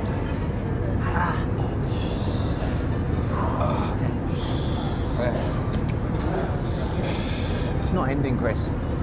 There's no end in sight. Remember with Johnny, we tried that yopki tteokbokki. This stuff definitely not that. Yopki tteokbokki has nothing on its face. And you crushed it, man. You crushed it, yeah. Ollie's in the background. He's dying. I think we need to take Ollie home and make sure that he's okay.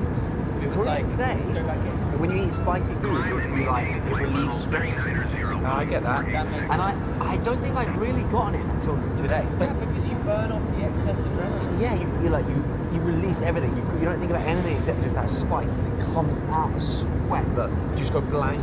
Everything spins, and it's just like, oh, whatever I was stressed about, I don't even think about it right now. I forgot completely that I sliced open my finger. I can't even feel that. I was like, oh, what's that on my finger? Oh, it's a plaster. Oh yeah, I sliced my finger like 10 minutes ago.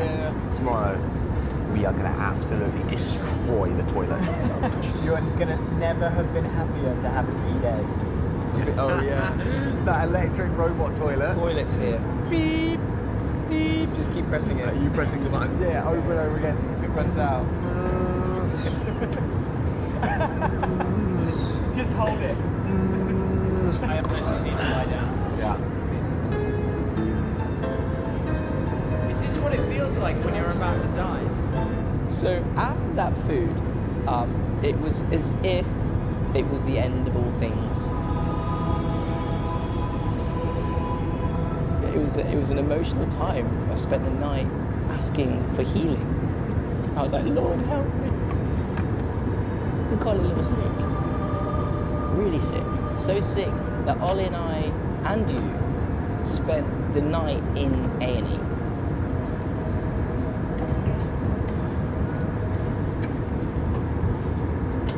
Morning, guys. How you feeling? So much better. Yeah. You just had your IVD now. Turns out we were seriously actually destroyed by that by. So we ended up being transported to this hospital. We had 3 drips in our arms. You now had your first experience of a modern Korean hospital. It's pretty impressive. Yeah, they're pretty efficient, eh? Was this the plan? Yeah, try it. Definitely not. Ollie was in a bad way. You could hear a lot going on in the toilet. It wasn't very nice. I mean, he was having stuff come out at both ends. Oh, I was so sick. I was so sick that the nurses got really worried about me. They gave me an injection. Now, I've had injections before in my arm. This was not an injection in my arm, Josh. injected me with what? Yeah. And it's still painful. It is still painful today.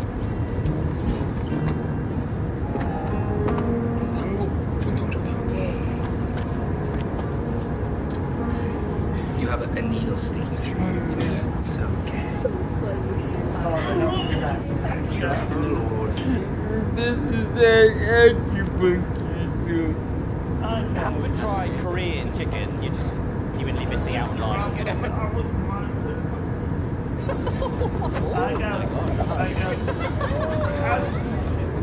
They look much bigger than you had in Korea.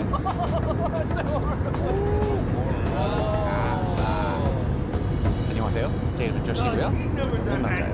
영국 남자. Hey mate, how you doing? Yes, I am. We're here to try some legit Korean food in London. Yeah, smell it. Brings back memories. I feel like this is actually the first time we're filming just you. I haven't got a sidekick. You're the sidekick. Do you know what I've never done with you guys? But if I bring it up, I'll be slightly terrified because then it may happen and I don't know if that's a good thing. What? Well, I've never done like spicy stuff. Yeah, I'm glad you noticed that as well because I also noticed. You had noticed that. What we're going to be trying today is 3 different types of Korean chicken. Okay. Okay? As long as it's no feet. Starting with what's I wrong don't want to be hospitalised. I don't know what happened with you guys. Turns out we were seriously actually destroyed by Kanbai. I'm not going to guarantee that we're not going to be trying it. Okay. But you are going to try. That would be so unlikely. It would be so unlikely that you could find that in the UK. Could you imagine finding chicken feet in the UK? What was I thinking about the spice? What was I thinking? Don't worry about it. You're going to have great food. Papa chicken. This is your classic fried and yam. This is the bit that I really want Chris to watch and be really jealous of. Do you remember your first time ever trying Korean fried chicken? We went to this random area and it just looked like half a housing estate, half grocery store frontage, like Sam's there, and you were like, oh, this is the place to go for chicken. The chicken came out crisps and stuff. That chicken was unbelievable. So let's get stuck Let's get into it. Oh, yeah. Going in.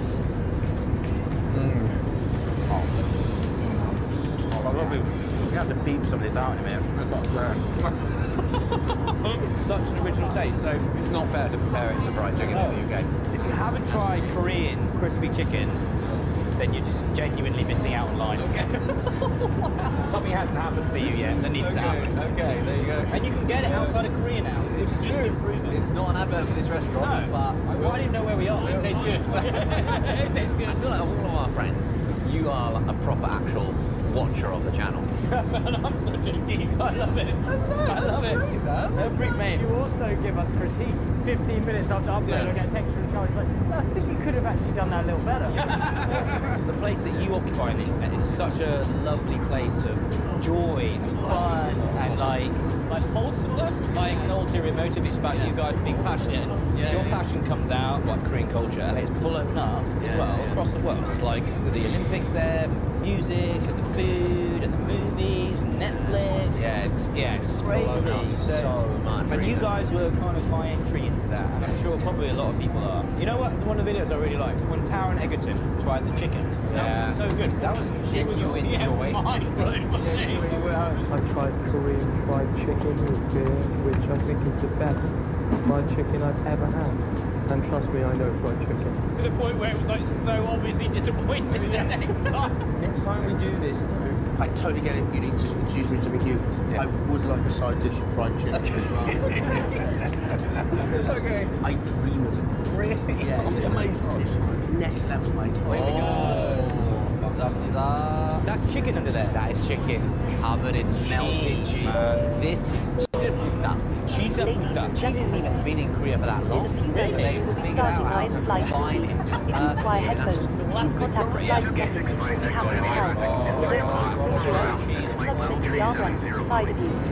Channel 11 for the in-flight entertainment system. Thank you. Where is that coming from? Yeah, so many flavors, right?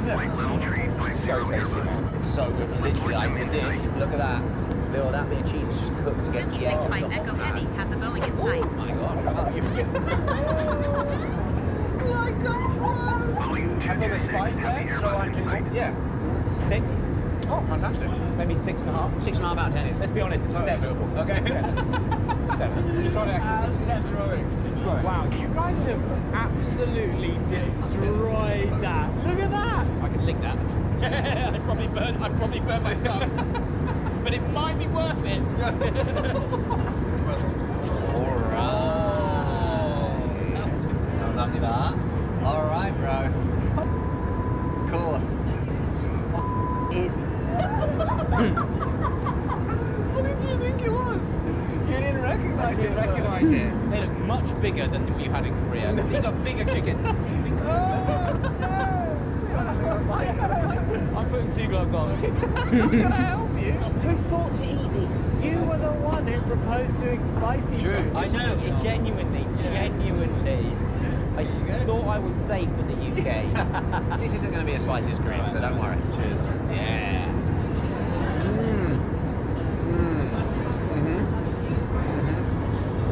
Oh, that's good.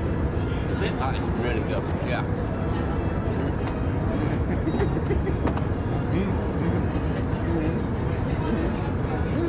There you go. There's a bun. Ooh, and that's got something heat to it. Woo! That's spicy. What part of this is the enjoyable? Woo! The collagen, the texture, the chewy texture. Isn't that nice? It's really good for you. We are about to start one of our in-flight movies. If you'd like to watch, plug in your headphones and select Channel 18 to our rest remote. Thank you, and I hope you enjoy the film. So realistic. It's real. What do you mean realistic? Seeing it in 3D. And yet I'm going back for more. I know. Oh my god. Oh, that is hot. That is so hot. You know what you need in a moment like this? Rice. Chop up. So eat it. Make a little ball. My brain's not working. I was like, do you eat it? What I meant was, do you eat it with your hands? Yeah. Oh, that's hot. Oh my, it's not as running. Really feels. Yeah. Yeah, the first bite's fine. And then, you know There's seaweed in here or something.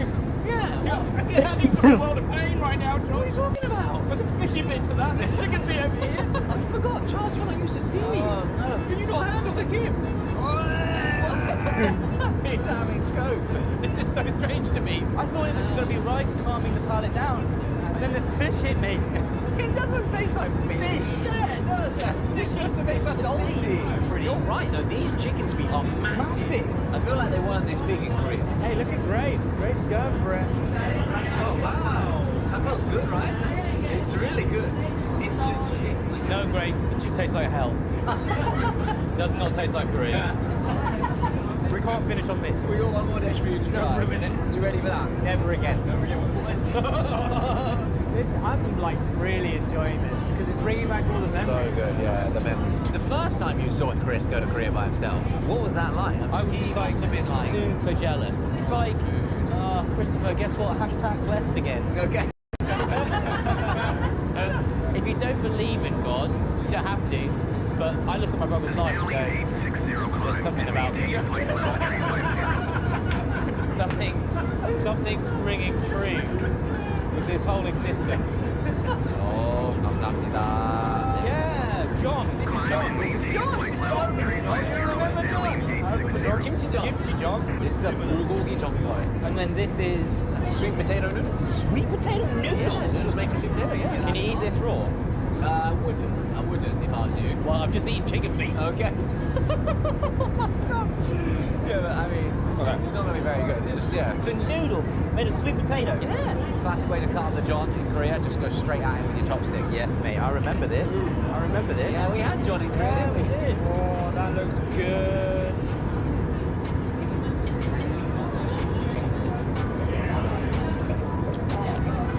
My trust is beginning to be restored. It's beginning to build again. Honestly. After the chicken feet. I'm shook inside. This is the treatment that I needed. Ooh, look at that.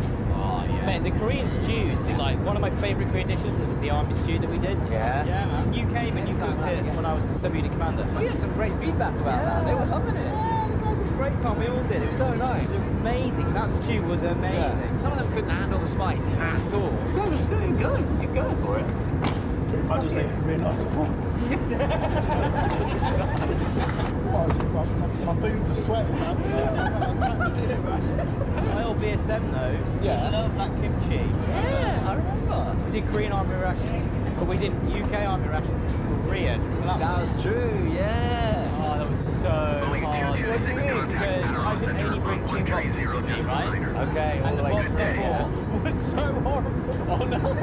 UK rations aren't the greatest at the best of times. The poor Korean soldiers who were They were so polite. They were, and it was great fun. Do you remember Captain Anne? Yeah, Captain Anne. It was so funny. He couldn't handle any of it, even the dessert. That's big. Oh, that's a big one. Yeah. Myself? Oh, okay. Yeah. 정말요?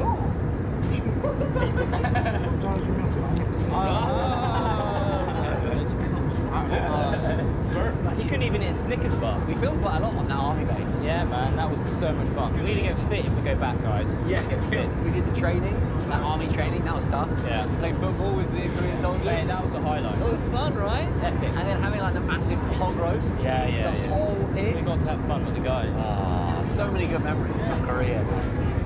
Yeah, it's all about the soup. Try this meat here. Oh, wow. Yeah. A little bit sweet, marinated. Really hearty, really warming. Here's hoping to being back in Korea again sometime soon. You owe a lot of people a lot of trips to Korea. That's true. I've been watching. We've made a lot of promises. Over the last year or two. I got my ticket reserved first. Okay. Alright? Cheers. Cheers, buddy. And 오늘은 여기까지. See you later. Annyeong. Bye, guys. Oh, I love it, man. Oh, man, that was so good. So good. Yeah, it was great fun. Yeah, really great I time. can't believe that's the first time we've filmed a picture.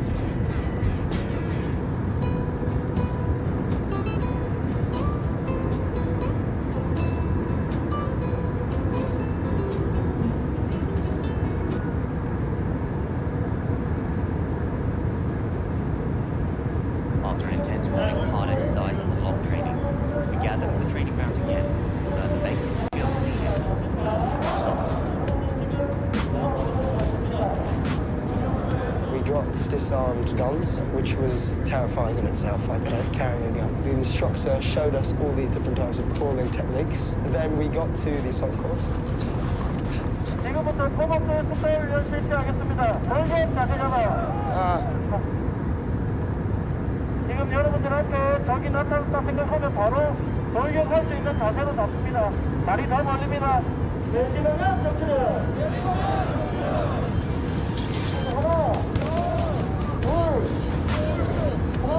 And start crawling, all these different techniques. And you know what?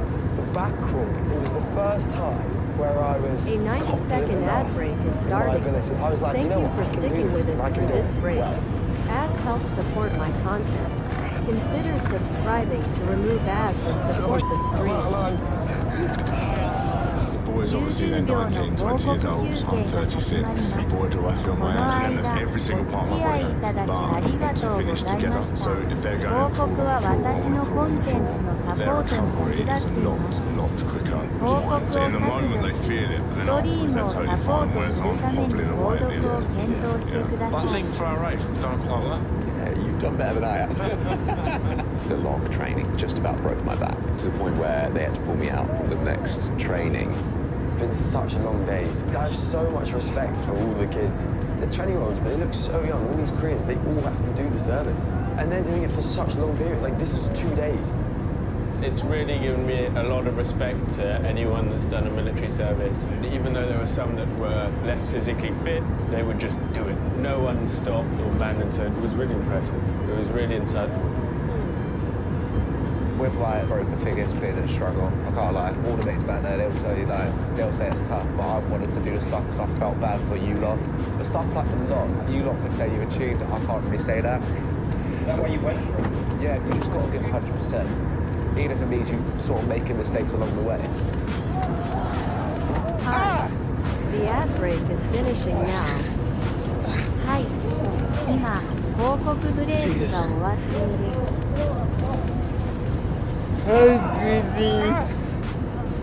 That was so hard and it was so tiring. And bear in mind that the floor is like dusty, it's got rocks, it's got pebbles. You have to lie down on it on your front, crawl, you have to roll over. It was tough. It was so tough. How are y'all doing? お元気ですか？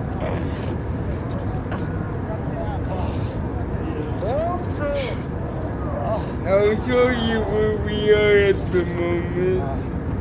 Actually, you may not be able to open the mini-map, but It's tough, boys. It's tough. It's tough. It's tough, man. You know what? I'm enjoying this one. Am I enjoying it? No, I'm not enjoying this one. You're enjoying it? Say goodbye. This one's quite fun. You should say goodbye. I'm not enjoying it. no, This is the worst but one. my co-pilot What bird was the worst one? plays it And the worst bit of all of it was that everything we learned in the training, you have to do it in a real obstacle course. here. Oh my god, what is this? What's that, buddy? Oh no, I take it back. It's a massive puddle. Oh Jesus. Oh, gosh. We are here. We just entered Turkmenistan.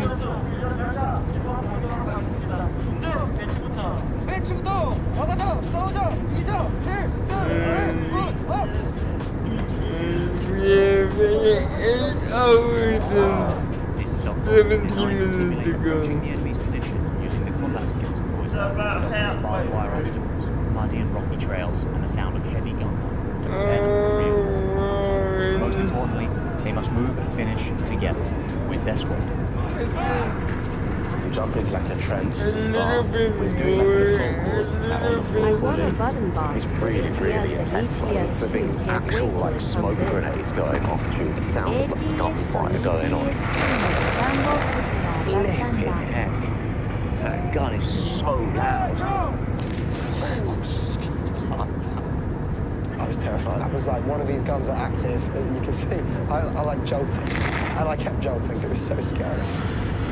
It's gone from like long time, a lot of repetition, to, oh, this is why they did so much repetition on the training in a real situation.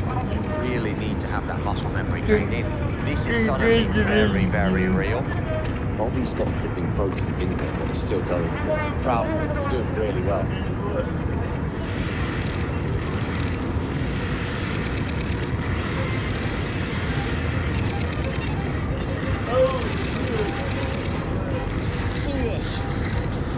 Push it.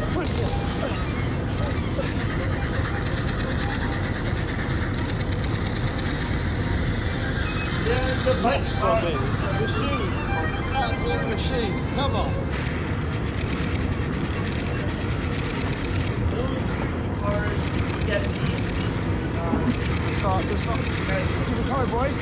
Each thing I kind of like just knew what to do. Like when you roll over, that's something we learned over there.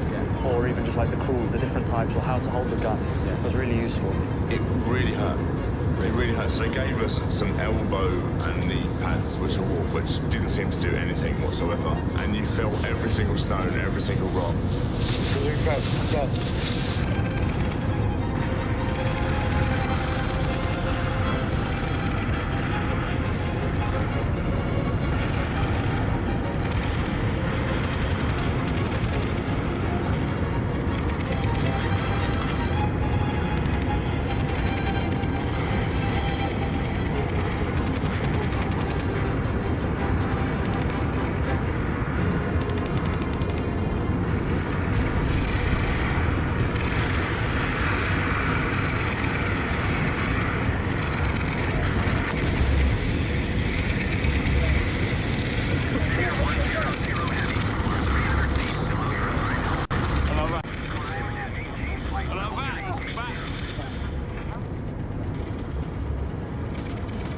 Barbed wire was next level hard. It was like ridiculous. It was terrifying. And also, barbed wire, but not only... So at that moment, I felt like a real soldier. It was real, but also it was the most scary, I'd say, definitely. It felt real.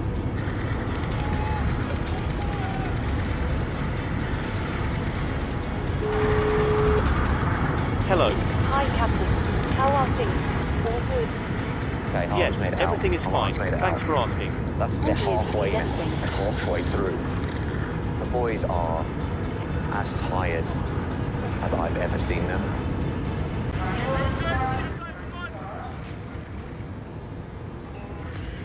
Yeah, boys, 100%, come on.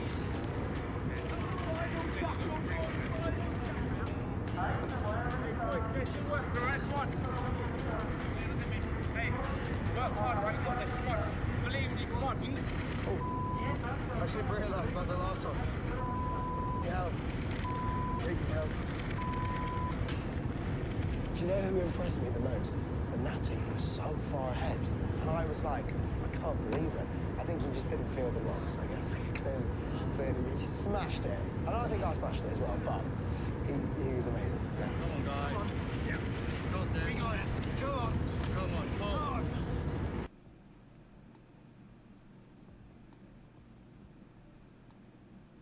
Oh no. What? Streaming froze. Oh no. Yeah, it did that to me yesterday.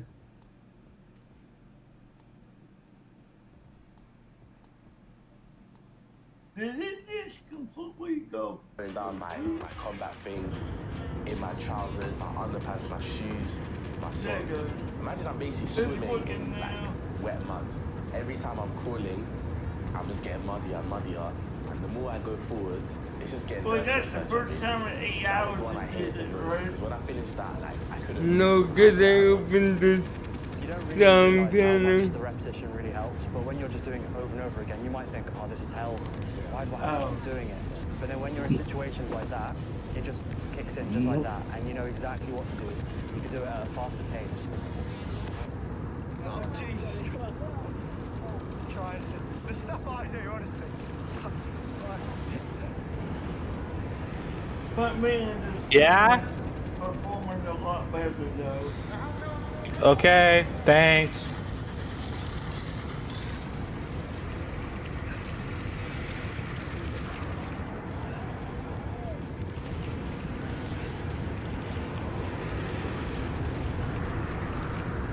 I think this exercise especially, and then the last exercise where we were training, made me have a new respect for everyone who does military service.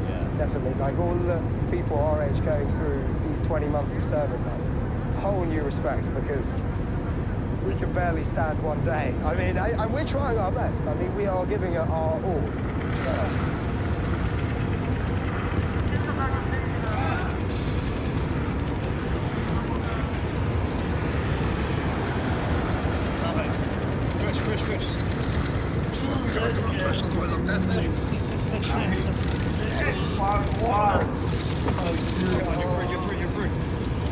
Always smiling. Never break my smile. Well, you come from a military family, so your family probably stories of something like that. I mean, they're just training. And then just doing the real thing.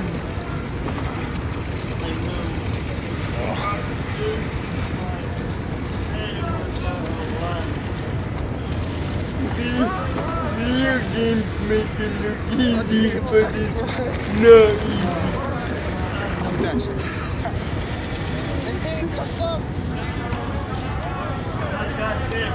Push it, push it. Well done.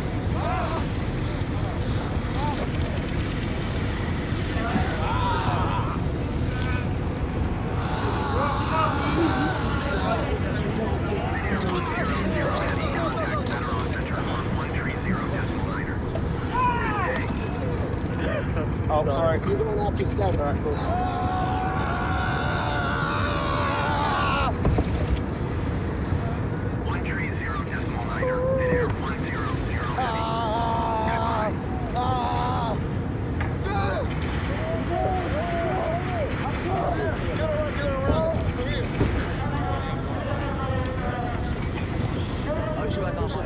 앞에 있는 대장길 따라서 퇴장할 건데 퇴장할 때는 가볍게 뛰어주면서 각계전투 외칩니다. 알겠습니까?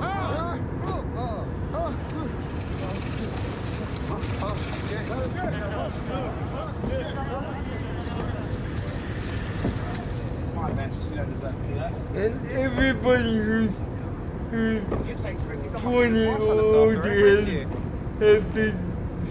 has to do this for 20 months. Probably was a great motivator throughout the whole thing. Natty did broken finger as well. It's because North Korea could attack anytime. I don't know what kicked in, like just something happened. Yeah. So boys, you've all have worked hard today. You deserve a rest. Have a shower. Have some nice food. And Have a sleep. rest. Have you been to this place?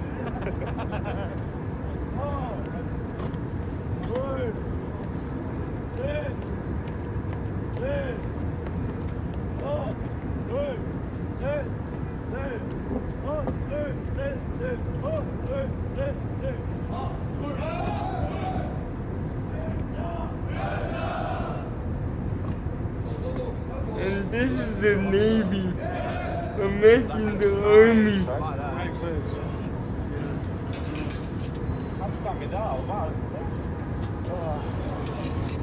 Hats off, boy. How man, hats off. How far is it?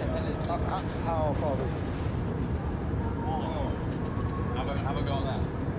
That's like a yazoo. That's better than a yazoo. What is it, bro? Oh, it's ready. How'd you not find it today, then? Very cold. I really enjoyed that thing at the end, though, what we done. But yeah, I really enjoyed that. Because there's only one I could do.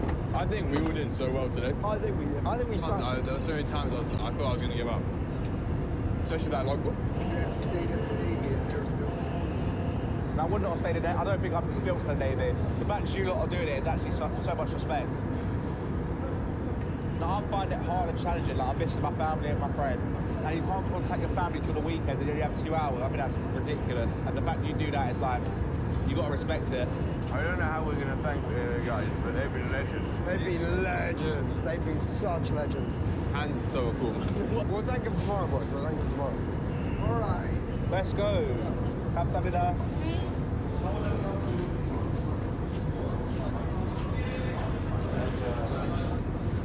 Is that okay instead?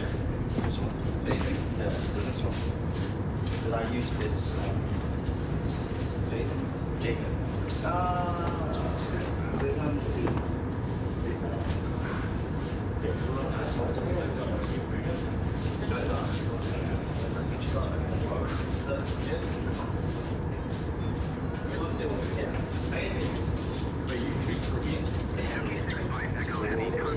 Last time we came to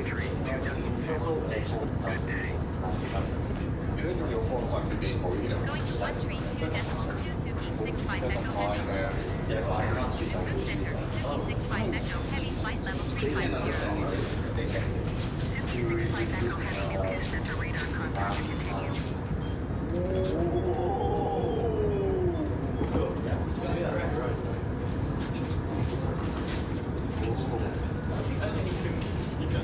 That's how like it grows. It doesn't like grow on you just how like you easily like get used to it. Yeah, I think so. You're very. Is it your first time? Yeah.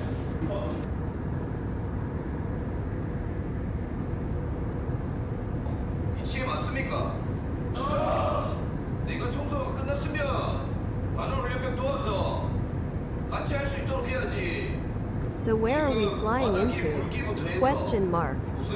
どこに飛ぶんだ We're flying this new A340 back to home base because I do with Eclipse Airways we do everything legit. So our friends who paid our airplanes are in Serbia. So and they finished painting. So This is the Ship to Lake second Charles, Louisiana. レイクチャールズに行くべきだ。 We're making so many chingus. Oh yeah. This is the second leg of the delivery flight. We're now flying the new plane back to our home base in Tokyo, and then we're gonna fly them from Tokyo to Los Angeles, and then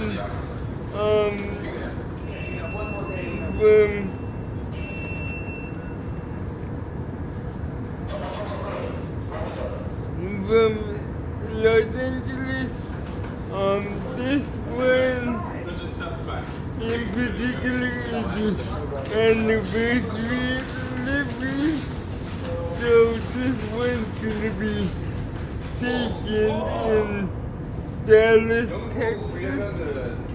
광도면 하나씩 들고 가고 영래야 정리 정돈 하고 신속히 신구류 안으로 들어갈 수 있도록 합니다. 알겠습니까? 진정호 오문전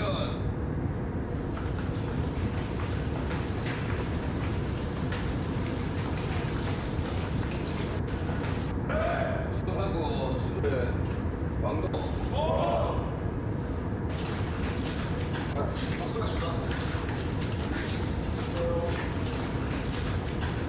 Yeah. This is 영구 훈련병들은 광도면 하나씩 들고 가고 영래야 정리 정돈하고 신속히 신구류 안으로 들어갈 수 있도록 합니다. 알겠습니까? 진정호 오문전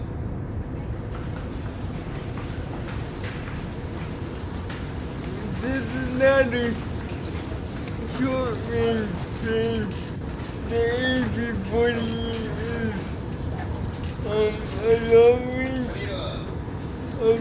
range train. 영구 훈련병들한테 오늘 훈련 팀들한테 물어봐. How's the training today? 모든 훈련이 다 쉬울 순 없습니다. 밖에 사회 생활도 마찬가지입니다. 고난도 있을 거고 역경도 있을 거고 지금처럼 잘 이겨내서 잘 생활할 수 있길 바랍니다. 알겠습니까? 오늘 유격 훈련 관계 하느라고 Lake Charles is the closest airport unless you fly a Cessna, then there's a small port up the road.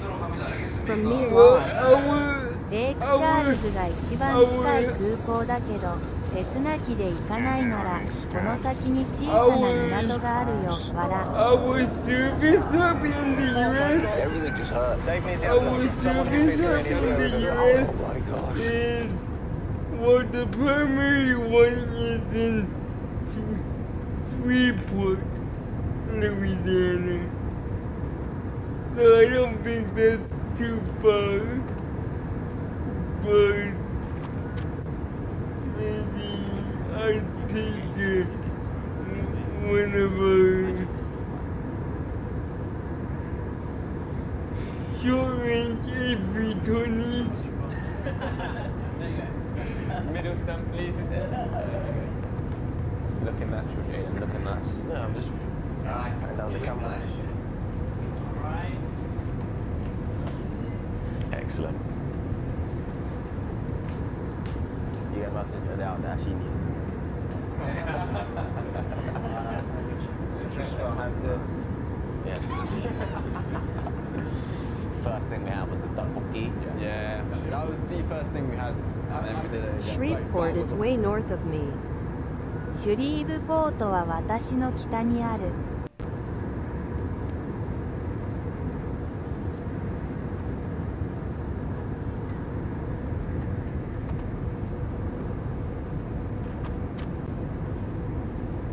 How far?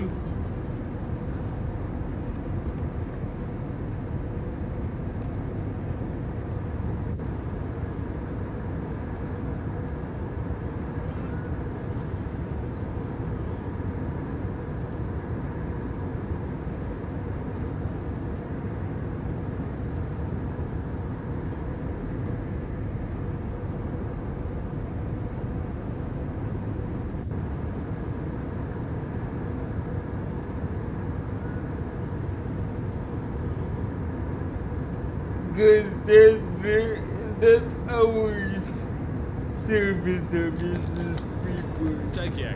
It If never you really look up seems like there's Houston, enough go time east a bit to find Lake Charles. to see it all. But what if thereヒュー was? ス I've トンを always wondered 東 if I had に a 行く spare と day レイク lying チャール around ズ and があ I る was feeling a little bit mad. How would I do it? How would I try and see as much of Okay. the city as possible? So, I've come up with two over solutions there. to this problem. Number one, drink as much coffee as you can. In this Yeah, case, the 'cause I know disgusting it's bitter all taste the of Wonder beans. Morning Shop coffee. Oh god. And number two, a train. More specifically, a train line that stops at more stations and more places than any other train line in all of Tokyo. Yamanote line. We're going to ride it 30 stops in one day. I know what shows up in the one. The Yamanote line is Tokyo's most important train line. A giant loop of 30 stations rode by over 5 million people every single day and featuring no less than 4 of the top 10 busiest train stations on the planet. One loop takes 64 minutes to complete, but given we A plan to find 90-second one ad unique break thing to is do at each starting. and every stop today, Thank you it for will take sticking with us closer through to this 12 break. hours. Ads From help hectic support my megastations content. to tranquil Consider uncharted subscribing neighborhoods, to remove most ads and visit support the shops, stream. markets, gardens, and temples, discovering along the way 90秒 what の makes 広 Tokyo 告 the 休憩が optimistic 始まります。 About こ to の know where 間 better お encapsulates 付き合い that い than た our だ first き stop. ありがとうございました。 When it comes to 広 stations 告 in は Tokyo, 私 it の doesn't get コン better テ than ンツを Tokyo サ Station. ポートするのに役立っています。 It's not the busiest though. That 広 award 告 goes を to 削除 Shinjuku, し which will be ストリームを begrudgingly サ passed ポー too ト late するため today. に I still 購 get 読を lost on 検 10 討してく minutes. だ Don't know where さ I'm い。 going. But Tokyo Station, about 500,000 people pass through it every single day, and I've actually gone through it more than any other station. I in the really country, wish I probably, could just because when subscribe, you're catching but I the can't. Shinkansen bullet train to 購 North 読したい Japan, けど down to で Kyoto, きない this is ん your だ。 first port of call. This is where you'll come in. And I got one Oh, friend that's who's just from a, Tokyo Station. that's When just you a pass it through, reminder you for get your people Yaki bento. the ads Don't are get the coming ones up. near the Don't railway worry. platform. They're always very old and made a few days ago. You need like a fucking pickaxe to break through the rice. Not good. There's a food court though on Mananochi South Side where the food is fresh and delicious, and that's usually the first place I stop off when I'm on my way through Tokyo. Wash it down, of course, with the Wonder Morning Shit coffee. I don't know what about this makes it the morning shop. You know, it says it's the signature canned coffee with perfect taste for the morning. If your favourite taste is just a bucket of sugar, there's nothing good about it. Anyway, enough about the Wonder Coffee. Let's go to Kunda Station, stop number 2. The ad break is finishing now. 今、広告ブレイクが終わっている。 Fun tip. So Kunda, I wouldn't normally stop here, but we're stopping everywhere today. There's a one cool thing going on though. Fun Kunda tip. has Jimbocho, which is this The district Jail that's Real kind of like Passcode books. The next can stop is also actually be Akihabara with all the used retro as a electronics building. The whole passcode, street but has over you have to 150 be bookstores. careful because And somebody getting killed in a car crash. There's over 150 bookstores on this street you now. know And it's very nice the find. People picking them up, money having a and read, going inside. most And before of I leave it here, should I be get a book used myself. for like taking the train, but you can also use it Cool little book on anywhere else. Semi like crazy festivals nobody hears about. Let's buy this book. Yeah, Japanese festival. Well, hey, got my festival book, and they've wrapped it up in this nice paper map of Jimbocho itself. But now onwards to station number 3, Akihabara. Got to get something in Akihabara, whether it's a broken electronic item or something much smaller like a gashapon. That would be ideal. The people travel from all over the world to buy broken cameras from Akihabara. This store, right, they just sell like old cameras for massive prices. Cool shop though. I must admit I was tempted by the purple looking camera that looked like it came in a purse. They're kind of cool. Maybe as a present to Charlotte, but then it was 26,000 yen, which seemed a little bit pricey for what it was. So yeah, cool shop though. If you're ever in Akihabara, check it out. All the cameras are operational and batteries in, so you can like test them out. So this store has over 1,000 gas machines in it, right? Yep. And this one here's caught my eye. It says Pan Dead. Bread zombies collectively known as Pan Dead. Literally dead bread. It's exactly what Charlotte would want, I know. And that Pokemon nonsense, when you've got Pan Dead, couldn't resist. I've got to see this. Cheeky little rascal. Just like a mouldy piece of bread. Who thought this up? I love gacha. Anyway, that concludes our Akihabara segment. Onwards to the next station, whatever it is.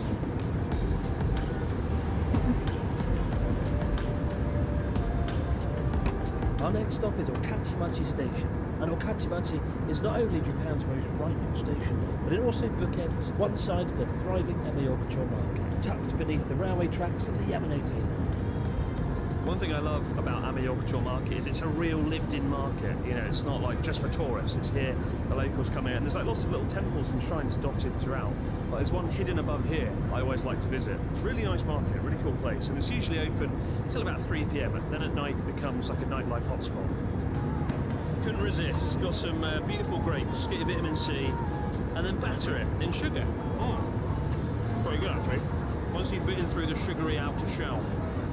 The fruit's actually quite fresh. But don't let me pretend this is a healthy thing. Alright, brunch done. Next up, Ueno Station. So at the other end of the Amiogacho market, packed full of sugar, you get Ueno Station. And the Yamanote line train. And rather than buying more sweets and books and items and trinkets, you come to Ueno. There's lots of things to do like parks and museums, but just coming up here and getting a view of the city, it's a really nice spot. Just up here, across the road from the station, you can see the Amiogacho market, the train tracks, Sky Tree, one of my favourite photo spots in Tokyo. Onwards to the next station, and I don't know what it's called, Ugi something. Well, we've made it through one of the first busy sections of the Yamanote line, but after concrete, crowds and sugar, thankfully it's time for a much-needed change of scenery. Lugui Sudani. 12 years, I still can't pronounce that damn train station name.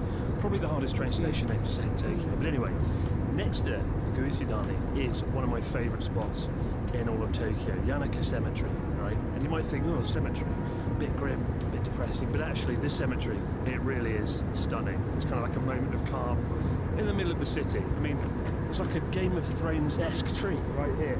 It looks beautiful. But I did have one slightly traumatic experience here a few years ago, involving cats, believe it or not. The scale of Yanaka Cemetery is genuinely breathtaking, with over 25 acres and 7,000 graves. Amidst the cemetery, it's rare to run into fellow human travellers, but if you're lucky, you might spot the odd feral cat napping quietly on an ancient tomb. So 8 years ago, I did a documentary called Cat Nation, covering Japan's wacky cat culture, right? And they made me come here. The director, a really nice guy called Tim, was like, oh yeah mate, there's like the cemetery and there's lots of feral cats running around. Should we go and see what we can find? And I was like, do we have to? And we spent 3 hours walking through the cemetery trying to find cats. We found a cat and I tried to stroke it and it wasn't happy. The cats hated me. I wasn't overly enthralled to meet them either. And it was one of the not so good scenes of many in that documentary. But whenever I come here, I think about life, death, and Cat Nation. 3 big things to think about. And it looks like we're not escaping the cats just yet. Nippori Station is home to one of the most retro shopping districts in all of Tokyo, Yanaka Ginza, with its distinctive 1960s style neighbourhood where you can eat and drink from many food stalls under the watchful eye of the many cat statues. In fact, Yanaka Ginza is often referred to as Cat Town due to the area's sizable population of stray cats, who've become a beloved part of the neighbourhood. I do love Yanaka Ginza and its kind of retro style aesthetic. Shops selling souvenirs and trinkets, some selling snacks and food. There's one over here I've just spotted as well, selling sake. I might go and indulge with the 10 minutes I've got left in Yanaka Ginza.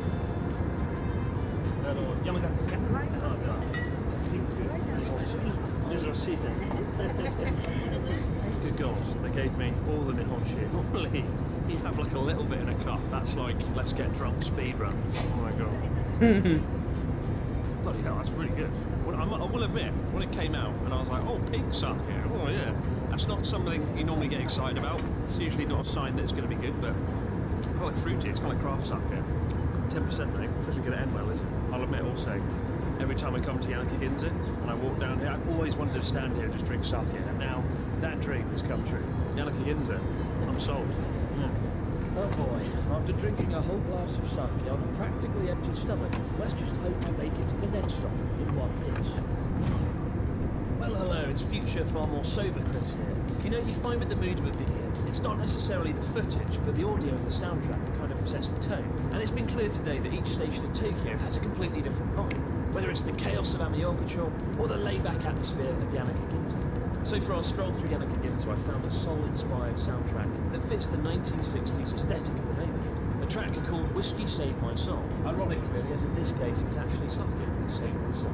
Then over in Amiokotro, amidst the restless chaos of the streets, I wanted a track that was more frenetic and found Dreaming of Lhotse, which described itself as heavy and ponderous, capturing that sensation of being lost in outer depth in a brand new environment like Amiokotro Market. But so many folks ask, where do we get the music and sound effects from? It's all pretty much from the same place. I'm delighted to say they're today's sponsor. Epidemic Sound is the best online library for creators to use. I love them for two reasons. Number one, their music speaks for itself. I've used well over 100 tracks in the 10 years I've been using them, many of which you can find in the 1980s inspired playlist I have over on their site. But you know, sound effects are just as important. Case in point today when we were filming in Amiokotro Market, the audio was pretty damn loud. Big, noisy, messy blur. Thankfully, Epidemic has an entire section on Japanese train sound effects alone, one of which I was able to download and pop in alongside the soundtrack and bring you guys closer to the action, make you feel like you're there beneath the noisy train tracks in Ueno. The second reason I love Epidemic Sound is in 10 years of downloading music from their service, I've never had a single copyright strike ever on YouTube, which is so damn bloody important, right? So I'm delighted to say that you guys can get your own free trial of Epidemic Sound down in the link in the description box below. Honestly, it's never been cheaper or easier to be a creator or filmmaker, and Epidemic Sound are big things of mine. Be sure to check them out.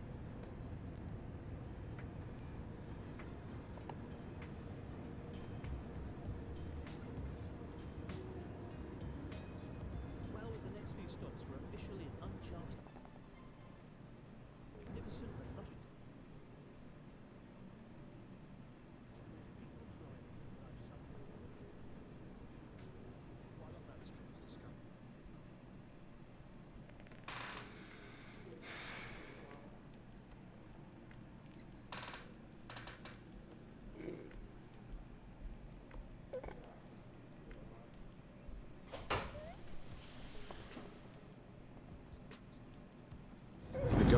Apparently they're big fans of Australian pop star Iggy Azalea over here as well.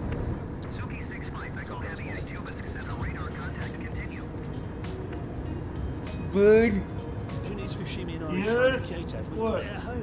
what's the plan for me? I'm headed to the bedroom. There's nobody here. I will. Thank you.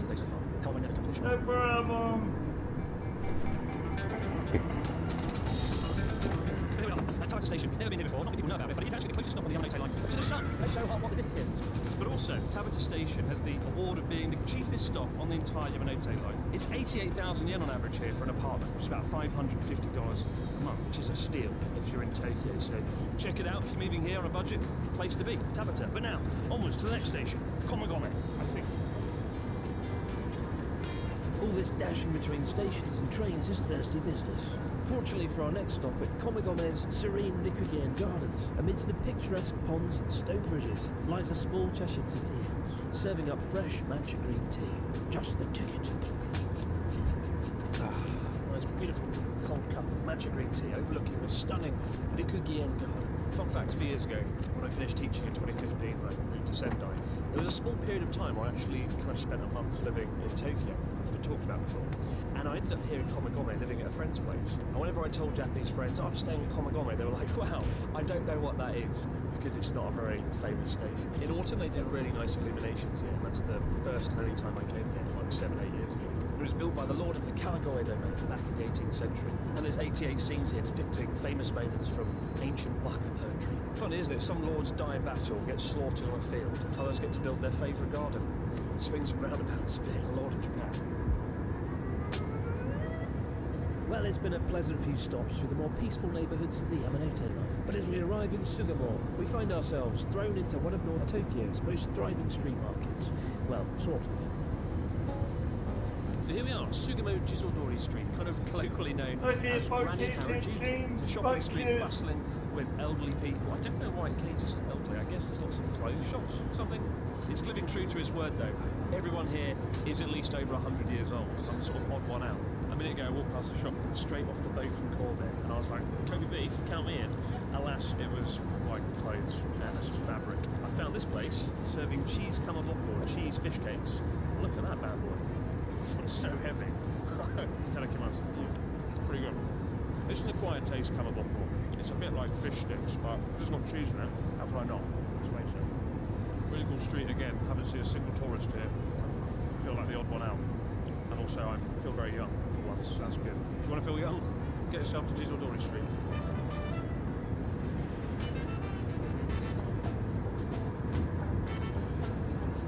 So, Osaka Station is known for two things. Number one, it's one of the few places in Tokyo that has a tram. And what a lovely tram it is. And the second thing it's known for is this shop, Onigiri Bongo. They actually make the onigiri fresh to order here. You sit down, you choose your fillings, and they make it right before your eyes. And I think Connor went recently, and he said, "Oh, it's insane, there's some food in some nice delicious." I hear it's good, and I would go in. However, there's a hefty queue across the street. People have to queue for hours to get onigiri. Weird, really. It's quite hard to get like a fresh onigiri in Tokyo unless you go to every convenience store ever. Oh look, and here's the tram! Yay! Alright, away we go. Our first of many mega stations coming up, Ikebukuro. Chaos beyond compare. Luckily there's a place, an oasis in the city, not too far from here, if we make it through these crowds. Over 2.5 million passengers pass through Ikebukuro Station every single day, making it Japan's third busiest stop. But the real jewel in Ikebukuro's crown is perhaps the city's best-known shopping mall, a staple of North Tokyo since 1978, Sunshine City. So Ikebukuro has Sunshine City, a massive multi-storey complex with the Pokemon Centre, so it's kind of like Pokemon Mecca here. Charlotte always comes here, so I feel like I should buy her something. What represents her the best, Pokemon-wise? I would buy this, but she's not Charizard yet, is she? Maybe next year. So here we are at Mejuro Station. There's not a whole lot going on here. It's quite residential, and there's a university called Gakushin University, a very prestigious private place where kind of members of the royal family go. But there's a review here saying it's a boring station with nothing to do and a bad view. Well, I say, actually, it's got a very good view. Check this out, an unobstructed view of the Yamanote line, a rare thing in Tokyo. And here it comes right now. Hey, from Ikebukuro onwards to our next stop, which is called the station that I know definitely for sure. It's called Takeda no Baba, definitely.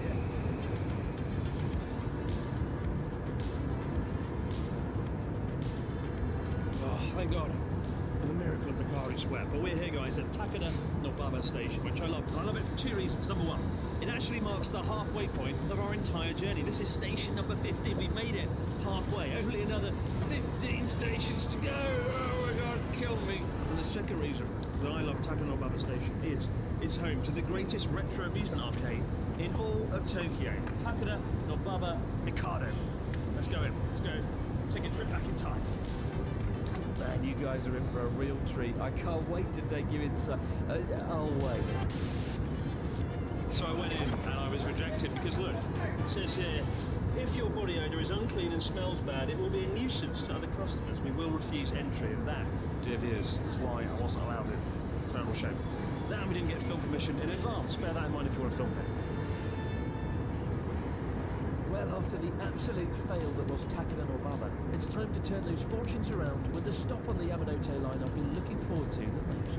Oh yes, it's chicken time. I think if you got off the train at Shinokubo, came out, you'd be like, wait a minute, I'm not in Japan anymore, I'm in Korea. Because this is Koreatown, and it has more chicken per capita than just about any other place in the country, which is why it's probably one of my favourite stops in Tokyo. Also, in stark contrast to Otsuka, Granny Harajuku, everyone here looks about 14 years old, so I suddenly feel very, very old indeed. Anyway, let's go grab some chicken. Chicken drenched in cheese.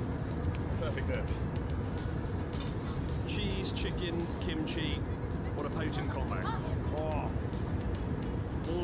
They said it couldn't be done. The Family Mart chicken couldn't be topped. Well, I said that. But I was wrong. Korean chicken is on a whole nother level. The batter's so crispy, the sweet, sticky, spicy sauce, perfection. If you want to try the very best fried chicken in Japan, go to Koreatown.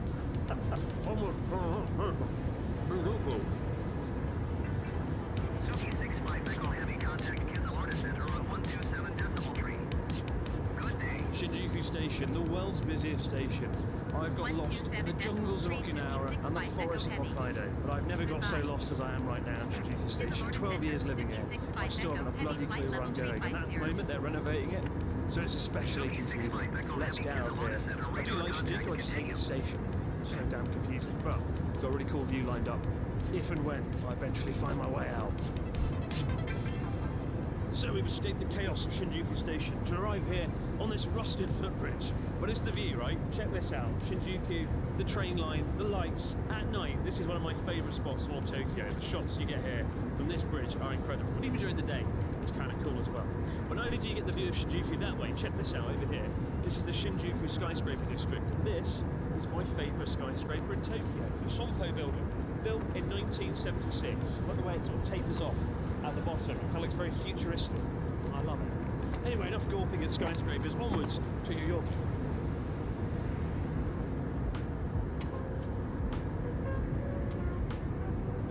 I'll admit, travelling through two of the world's busiest train stations almost back to back has practically broken me. So thank God for our next stop as we swap skyscrapers for serenity. Oh man, after the crazy chaos of Shinjuku and all the other stations, I needed this. I needed the nature and the forests of Meiji Jingu Shrine. Look at that, beautiful. If you go off at Yogi Station, you get the sneaky, secret back entrance to Meiji Jingu Shrine, the park, which I highly recommend because the main entrance over at Harajuku is chaos, absolute chaos. While Yoyogi Station offers the secret entrance to Meiji Jingu, confusingly, the station isn't near Yoyogi Park itself. It's the next stop on the Yamanote line, Harajuku, which is actually at the entrance to the park. So bear that in mind if, like me, you plan to visit the park and read your favourite book about a festival. Look at this festival. There's a dragon at the festival, isn't that lovely? I'm sitting here, chilling beneath this tree in the Yogi Park, reading the festival book I bought earlier this morning, and just look at this vibe. I love Yogi Park. You see a side to Tokyo here you don't normally see anywhere else. People having fun, just chilling, relaxing, underneath the trees with their friends, drinking, dancing, singing. It's a vibe here that's hard to find anywhere else. And I kind of wish I could sit here all day and read this book about creepy festivals. Alas, we've still got a few more stations to go. Onwards to the big one, Shibuya Station.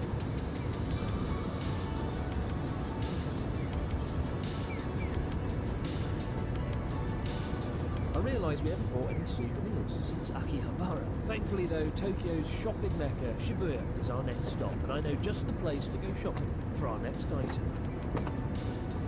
Tower Records, the best store in all Shibuya. Of course I bought something. Normally I come here, I buy LPs. A lot of people in Japan still buy cassettes, records and CDs, things like that. It's pretty cool that physically owning music is still a big thing in Japan. And I got, not an LP, but a cassette. Cassettes are coming back. They're actually quite popular at the moment. And I got Tatsuro Imash, one of my favourite city pop artists, on cassette. Only problem is, I don't have a cassette player, so maybe we can buy one at a future stop. Anyway, onwards to Ebisu.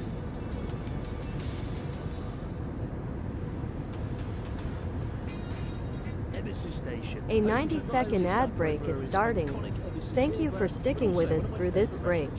Ads help support my content. Consider subscribing to remove ads and support the stream. 90秒の広告休憩が始まります。この間、お付き合いいただきありがとうございました。広告は私のコンテンツのサポートに役立っています。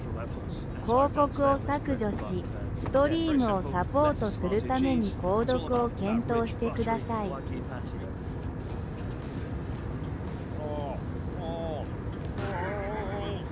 Everything. A good burger should be. Oh god. It's going everywhere though. Oh no. Oh god. There's a hole in the bag. It's leaking like fluid. Oh no. This is the one thing we didn't want to happen.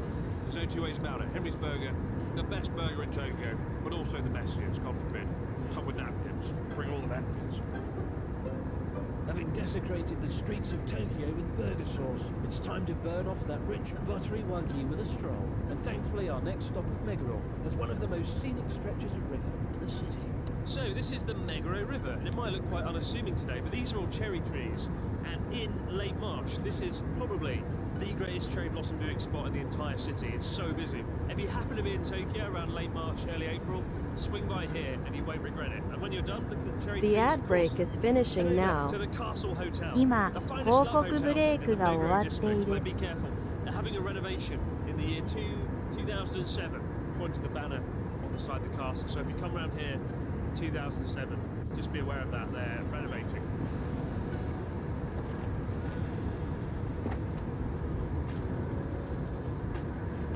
All shrines are equal, but some shrines are more equal than others. And here at our next stop of Gortanda, you'll find one of Tokyo's most intriguingly placed shrines, curiously hidden beneath an office building. So we're here in Gortanda, famous for having a nightlife district amongst other things. And the other thing it's famous for is Kiji Shrine. Now Kiji Shrine's been here in some way, shape or form for 300 years. And the form it's in now is underneath a massive office building, because Tokyo is very good at building in and around religious sites while trying to maintain them. And it's done an interesting job here, sort of enshrouds the temple, but also there is a space in the sky of the temple so it can have that contact with God. So we're giving that space there. So they were mindful when they were building this office block to have that space there. But if you're into your quirky temples and shrines, put Kiji Shrine on your list. There's nowhere else in Tokyo quite like it. Hey, Osaki Station now. I'm feeling rather peckish because we haven't eaten at least 2 or 3 stations, and I know just the place around the corner. Even on the other side of the world, you're never that far from good old British fish and chips. Here in Osaki, at the Footnick British pub, I'm able to fuel myself back up on the fine taste of the UK. The fine taste indeed. Look at that, fresh fish and chips. It's a bit pale, not gonna lie, but don't judge book by its cover, don't judge a fish by its dodgy looking colour. Right, it's not quite British quality, if there is such a thing, but yeah, the batter's a bit flaccid. Is that the word? It's not the word, is it? No. But I'm enjoying today, not only because I have my British fish and chips, but also some real actual cider, Magnus cider, beautiful stuff. Oh, you can't screw that up, that's bloody good. I actually realised today though, this isn't the first time I've gone around the Yamanote line. 2 years ago I did the Yamanote Marathon, and you go around the whole line with some friends. I think you have to complete it in about 12 hours, which we did with about 20 minutes to spare. It's very intense. And I highly recommend it actually. But would I recommend the fish and chips here? Probably not, because they make one cardinal sin. Wedges. Who has wedges? Fish and chips, not real chips. Unbelievable. Gonna watch this atrocity down with this Magnus. There's time to hit the road, because I've got a bone to pick with Sony, which we're going to visit at our next stop. So here we are, Shinagawa Station, usually the 5th busiest stop on the Yamanote line. And for most people in West Tokyo, this is your portal to the other side of Japan. This is where the bullet trains go to Osaka and Kyoto. The first stop is Tokyo, second stop Shinagawa, then onwards to the other side of Japan. And whenever they show Japanese commuters and TV shows and things, it's typically a shot of here, but overhead, of all the crowds walking along on the terminal. So you might have seen it before. But I'm here on other business with Sony. So another thing Shinagawa's home to is Sony's global headquarters, right there, and we are using Sony right now to film this video. I love them. I do have one bone to pick with them though, and that is they make my favourite headphones, the Sony WH-1000 MX5 to the power of 3, squared -6. Why can't they just call it the Sony Wonder headphones, the Sony One, the Sony 5? Just keep it simple. Why does Sony? Why do you have to complicate it? Somebody listening. Anyway, love Sony, but for the love of God, sort out the name of those headphones. I can't remember what they're called. Our next stop wins the coveted Most Underwhelming Station Award. Opened just 4 years ago, while the architecture of Takanawa Gateway Station is undeniably nice.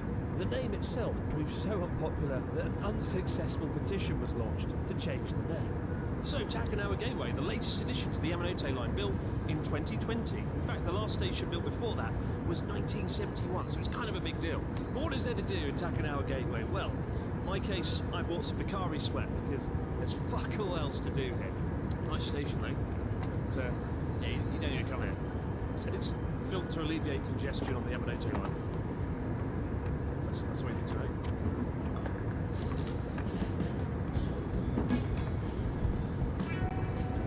So just got off at Tamachi Station, and I wasn't really looking forward to this station much. I didn't know what was here.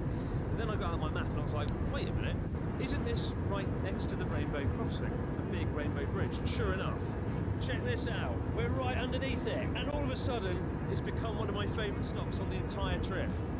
Apparently there's a park over here, and there should be an amazing view of the bridge and the Fuji Television building over across the bay in Odaiba.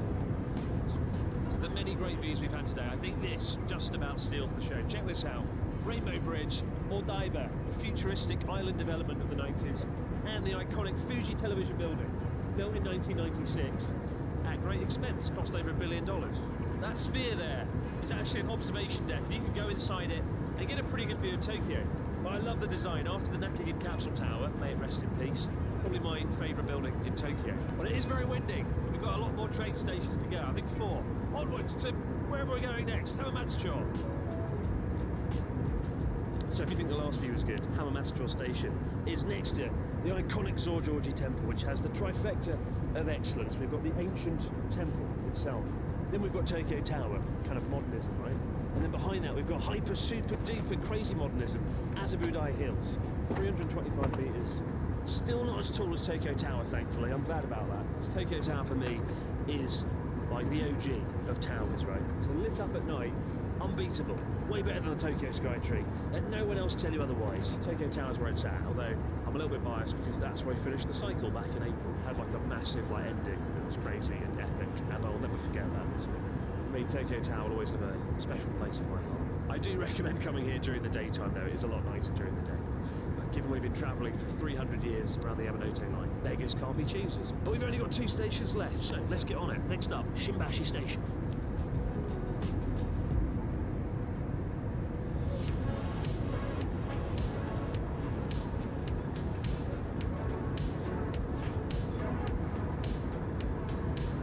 Are we there yet? Make it start, make it end. Alas, we're here in Shimbashi. One more stop to go after this, and I do love Shimbashi.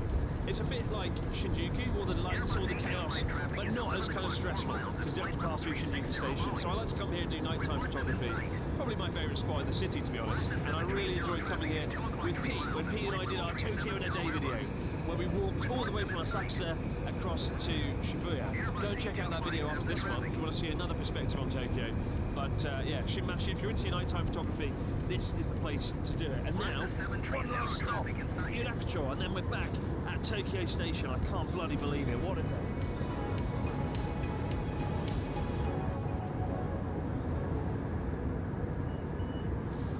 Yes, Yurakucho, one stop away from the finish line.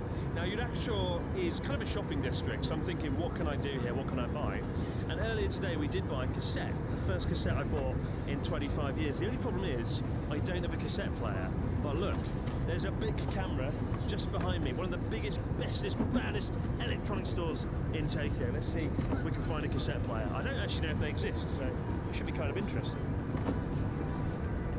Yes, we found the cassette players. Look at this, the cheapest one, 5,400 yen. The most expensive, 21,000. Made of like titanium and excitement. Kind of want the expensive one, but given I've only got one cassette, and I don't think I'll be buying any more, I might go for the cheap one. Where's the Sony Walkman? If I had that, I'd get that. The Sony XM34 to the power of 2 squared Walkman, or whatever it's called now. Kenko. Kenko get this job done, don't they? Oh, it's also got a radio built in. The future's arrived.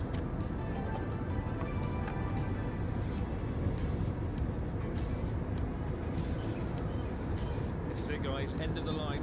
Our last ride on the train. About 1 minute to Tokyo Station with my cassette player and a few other trinkets from our journey. With that, we're about to complete our journey. 30 stops around the Yamanote line. Never done before, probably.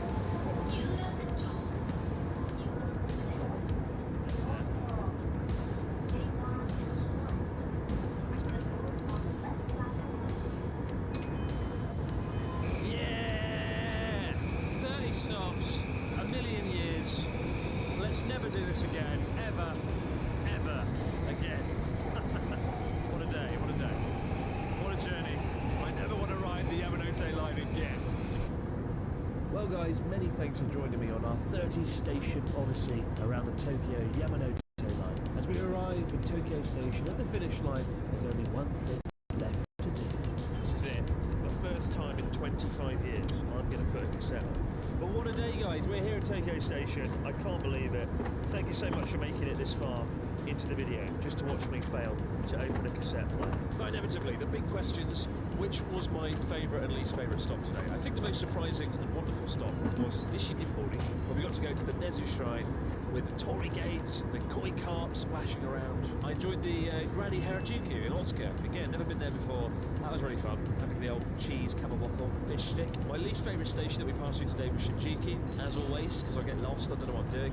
But my favourite moment of the day was probably going to Yanakiginta, just standing there having some pink sake. I wish I could have stood around there all day trying different types of sake. Brace yourselves. The radio works. Now I remember why I don't listen to radio. Hello. Hi, Captain. I just wanted to come by and ask if everything was going okay. Of City Pop. Yes, everything is fine. Thanks for asking. His music going Just give me a buzz if you need and that's anything. why it's incredibly difficult to find his music. So I have to listen to it with headphones on and sort of leave you really. So I'm going to listen to this and you can't. So that's a shame. That's copyright. But go and buy his album. It's a good one. See you guys later. It's very low quality. Is that supposed to sound like that? Is that what cassettes were like? Is that why we got rid of cassettes? See you later.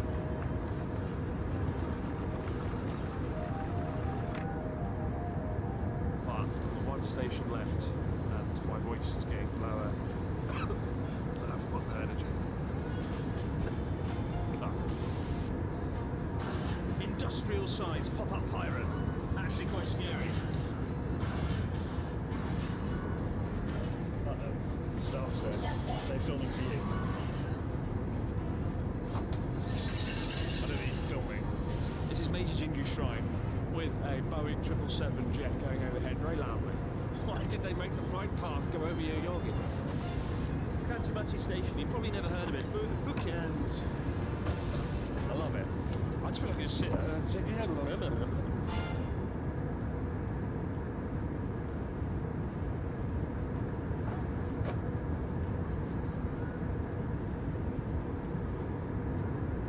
What is friendship?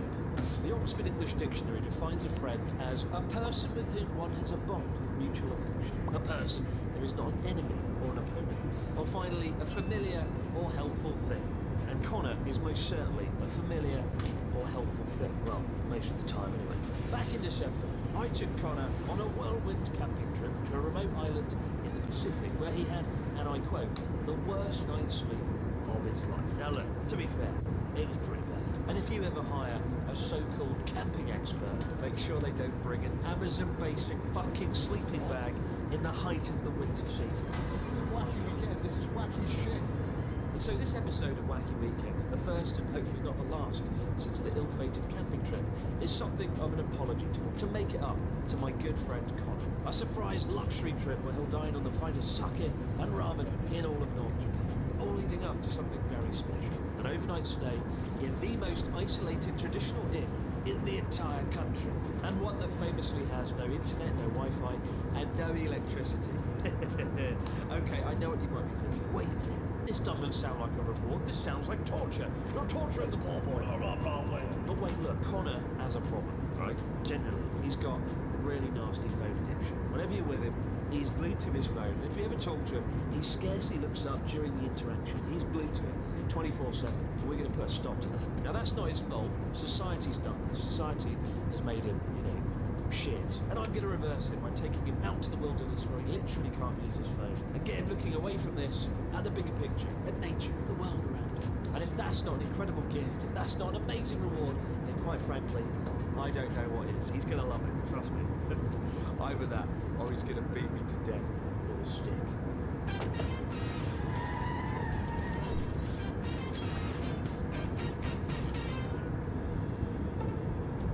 Well, Connor, here we are in Akita. Time to make it up to you after the camping debacle. I feel like your version of making it up to me is somehow making it worse. Why would you say no? That's just the normal Chris style, doubling down. No. Look at the scenery, take in the snow, the mountains. Clearly, this is going to be a good trip, right? I'm scared. I'm scared of this.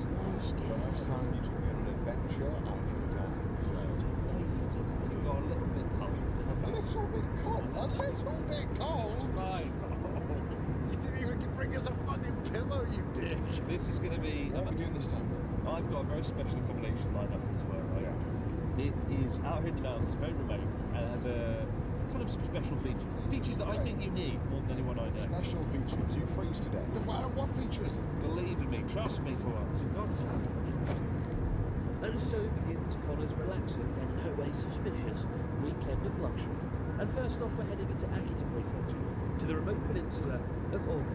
While all of Japan is facing the issue of depopulation, nowhere is it more apparent than North Japan. Sadly, Akita is the fastest declining prefecture in the whole country, with each year bringing more abandoned shops, homes and businesses along the streets of the Sea of Japan coastline. In fact, the population of Oga is only 25,000, with over half the residents being over the age of 65, and the population predicted to decline by as much as 50% in the next 20 to 30 years. With that harrowing vision of the future in mind, local entrepreneurs have taken it upon themselves to try and breathe fresh life into Japan's dying countryside, and our first stop of the day is proof of that very idea. Ogaya is a ramen shop created by serial entrepreneur Okazumi-san, who, having turned the local former train station across the road into a sake brewery, next turned his attention to giving Oga its own regional ramen flavour. Working alongside one of Japan's biggest ramen chains, Ippudo, and local chef Ito-san, they sought to create a flavour that would help put the area on the map. Something that's evidently working, given the long queue out the front of the restaurant.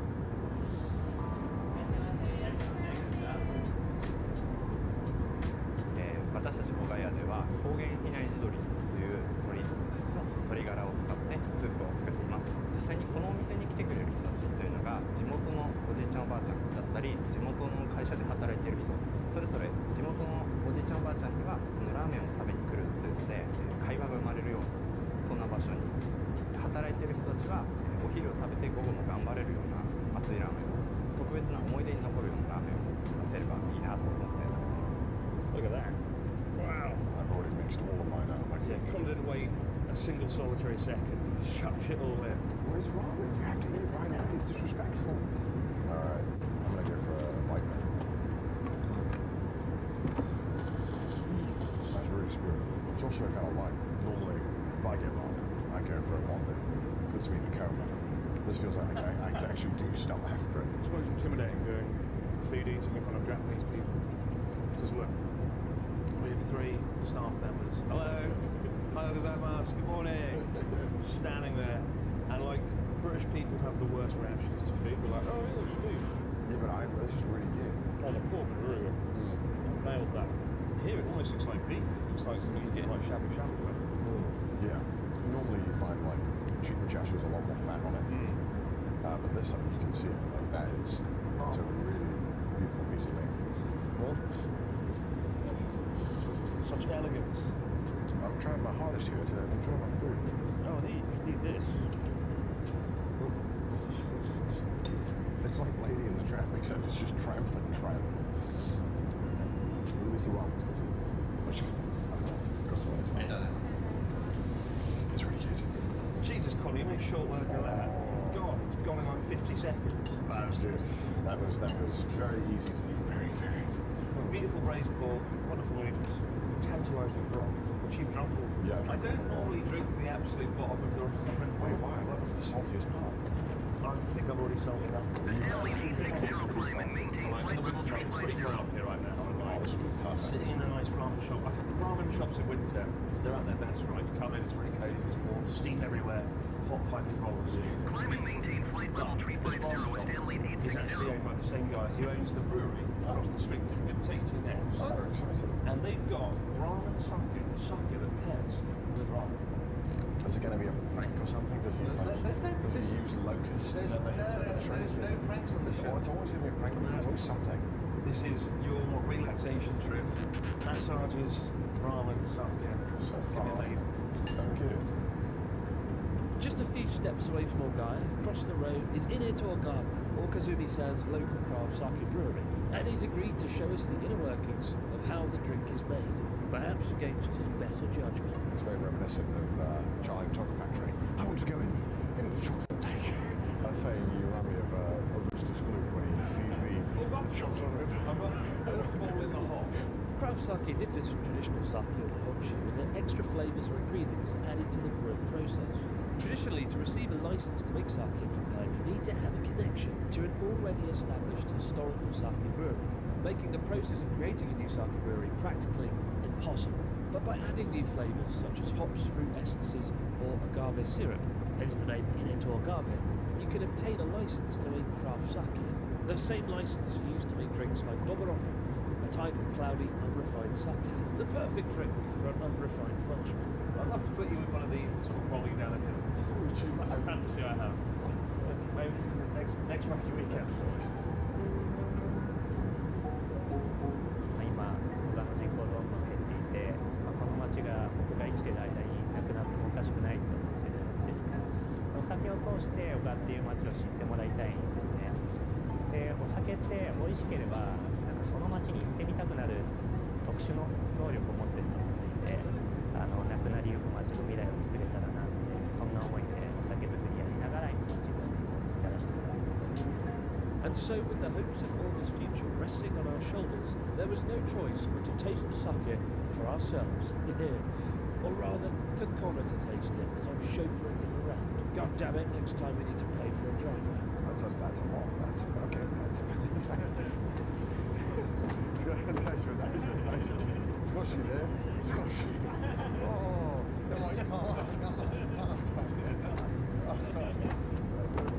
A 90-second ad break is starting. Thank you for sticking with us through this break. Ads help support my content. Consider subscribing to remove ads and support the stream. 90秒の広告休憩が始まります。この間、お付き合いいただきありがとうございました。広告は私のコンテンツのサポートに役立っています。広告を削除し、ストリームをサポートするために購読を検討してください。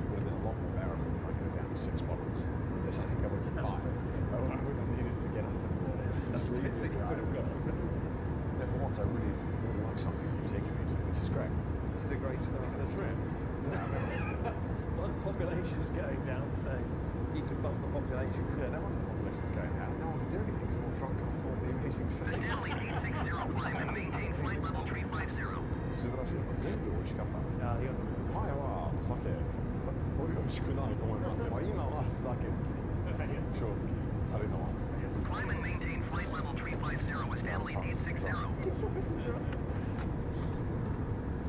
See that box there, opposite me saying gave us the entire brewery, all those drinks Colin didn't finish.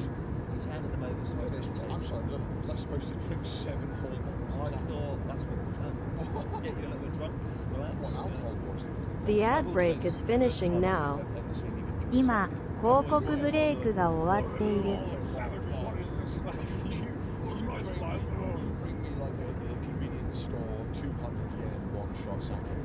Which is very tolerable. This stuff is actually really nice. I think they're trying to make something the community really excited about. There's definitely one way to keep people sticking around. If you want a light rum, I think it's great.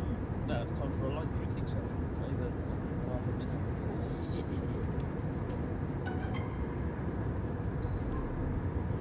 Welcome to our hotel /fully snob bar. Welcome to the Sake Emporium. Time to try some. Long awaited, much needed. This, America, is going to be a doboroku. New kids on doboroku. That's full of pills. No, it's not. Cheers. You've had experience. Hey. Well, it's like an alcoholic yogurt. It's got a very mild carbonated taste. But are you excited? Right now we're in a pretty run-of-the-mill kind of real farm inn. It's got a nice sort of time. We've got TV. The ashes of Connor's enemies. Well, I'm setting the food. Yo. Yo. Well, let's just say you might want to make your last phone calls today. Or tomorrow. Big, really big. But I'm a dumbass. Later. 後日。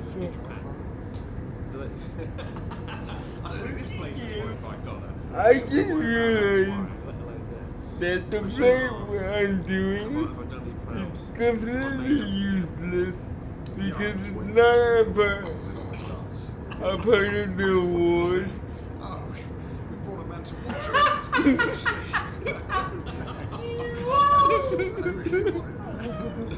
Just always find a way to ruin it. What are the three biggest nightmares? Like theoretically, this place. How did you? No internet.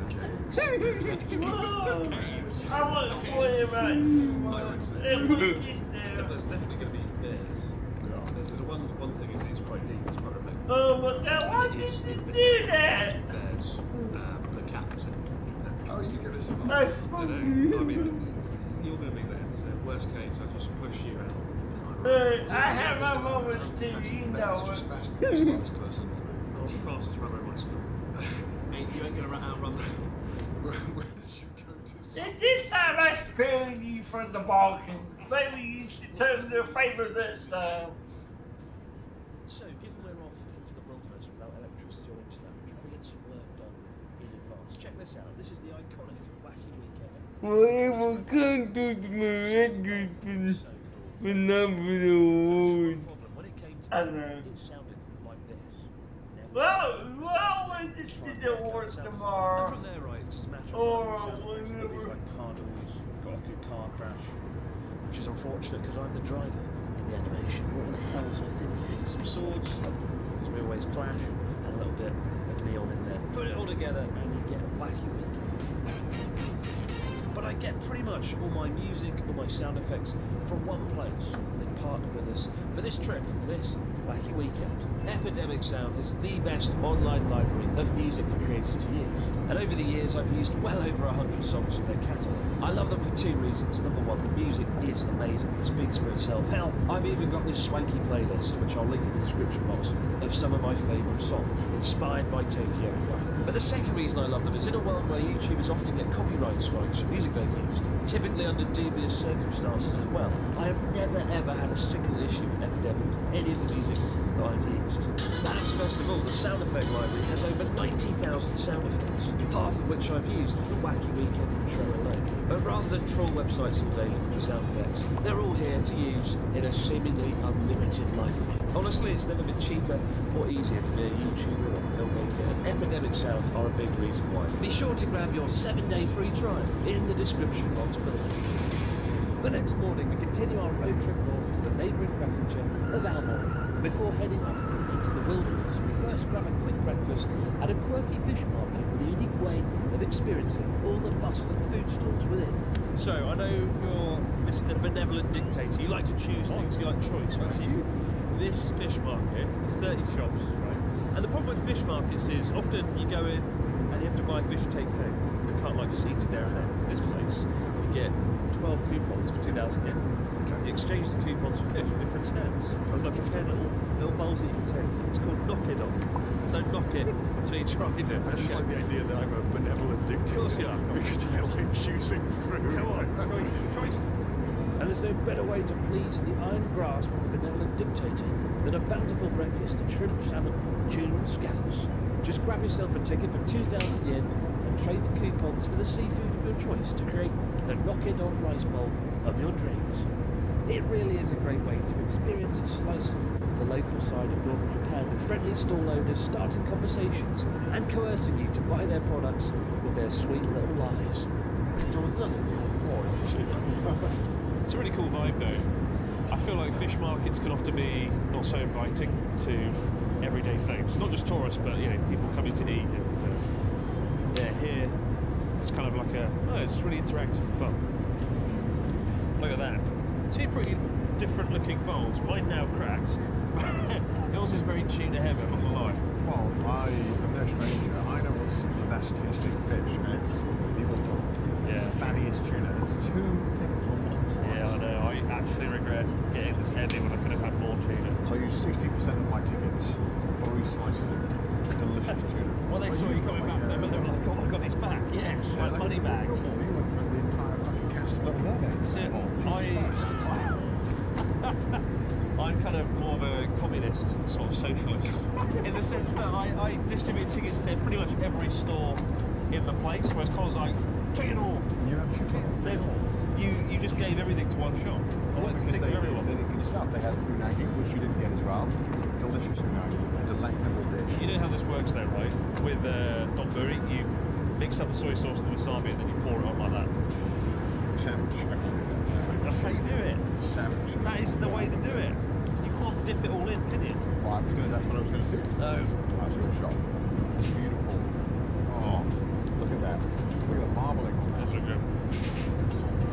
I want to relive that moment again. Thank God I got 2 more pieces. Oh, I do just that. Now you're rammed full of all the fish in Elmwood Fish Market. Stuff. It's time to head off into the mountains for your big surprise. Normally when you feed me, it means I sit around to so long. Gonna carve you up and raise you over a You're fire. gonna have to tell me Run a lap in the snow or something. if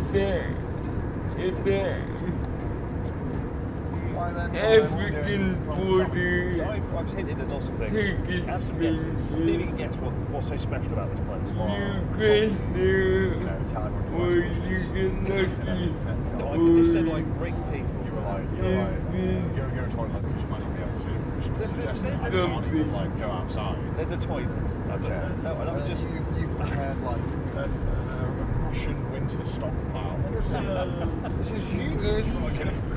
good oh yeah It's kind of tough. flies over there We but nearly froze to death. We had a no great Argentina flies over there we get the award Alright, well this place is called Lampo no Oyado. The reason Lampo no Oyado is basically I they use missed lamps that for lights, right? And the reason they use lamps is there's no electricity and there's no Wi-Fi there's no electricity at all. How There's you nothing except lamps. How does this make it up? This sounds like bad things. Well, no, right, because you are the most phone addicted person I've ever met in my life. I want to make you escape from that, cut off from the world. I think the reason I don't want going to Australia is because I can't bear to be like. no I mean equating one This is how angry he's getting. so he misses it bro And because we can't actually get quite deep, the mountains, lots of snow, you're not allowed to drive there. So we have to park the car up, and then a special bus turns up to drive us up into the mountains.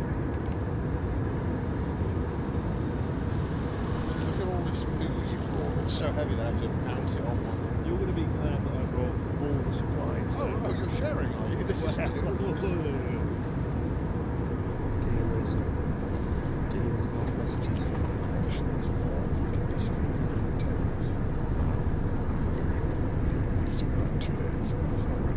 You don't have the award system where it can go on the first deal. no And thus begins Connor's slow descent into madness, already without Wi-Fi, as we head aboard the bus that will take us both further away from civilization and towards perhaps this young man's greatest fear, actual interaction with other people. It's gone already.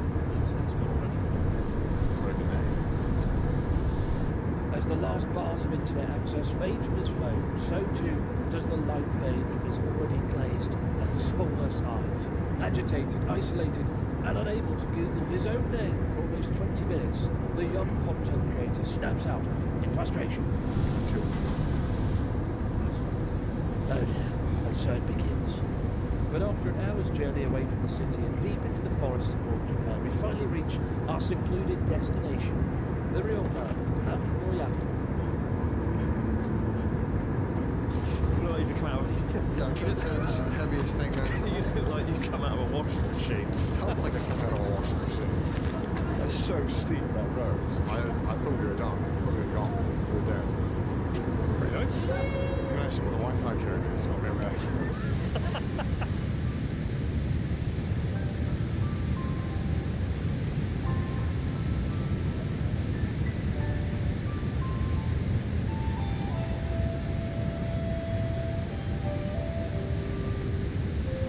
He's already on his phone. I knew this would happen. I saw you on the bus clutching your phone with 2 hands like that. No! I saw, he was like, See, they got Wi-Fi. So they must have Wi-Fi. No. It's at this point in the video we sort of walk into the room, switch on all the lights, you know, illuminate it. But instead you've got a lamp, which is incredibly dim, and a kerosene fire. I read the reviews on this place, and they were like, I loved it, it was so serene, so peaceful. I got a killer headache from the kerosene lamp. But the smell is pretty potent. I like it. I feel like I'm an airport. Okay, actually, you standing behind a jumbo jet. Fueling my mouth with the kerosene. And you have to put your own bed out. Usually at a real car, you know, I've done it a few times. they do your bed for you. They just do a better job. But I noticed one thing, right, and this is where it's kind of scary. There's not a single plug socket in the room, like power, electricity. There's nothing, right? I'm going to sit here all night. This is my new best friend. Yeah, drink here. We don't have any drinks. We just brought snacks. Look at all this shit you brought. Look at this. You got crisps. This is all crisps, by the way. No. None of us brought these. More crisps. I share. Anyone who knows me knows I share in the spoils. Nuts. Yeah, no, I was hoping you said green. No, there's just more nuts. Okay, then what else do you have in here? Oh, there's more in here. Oh, God.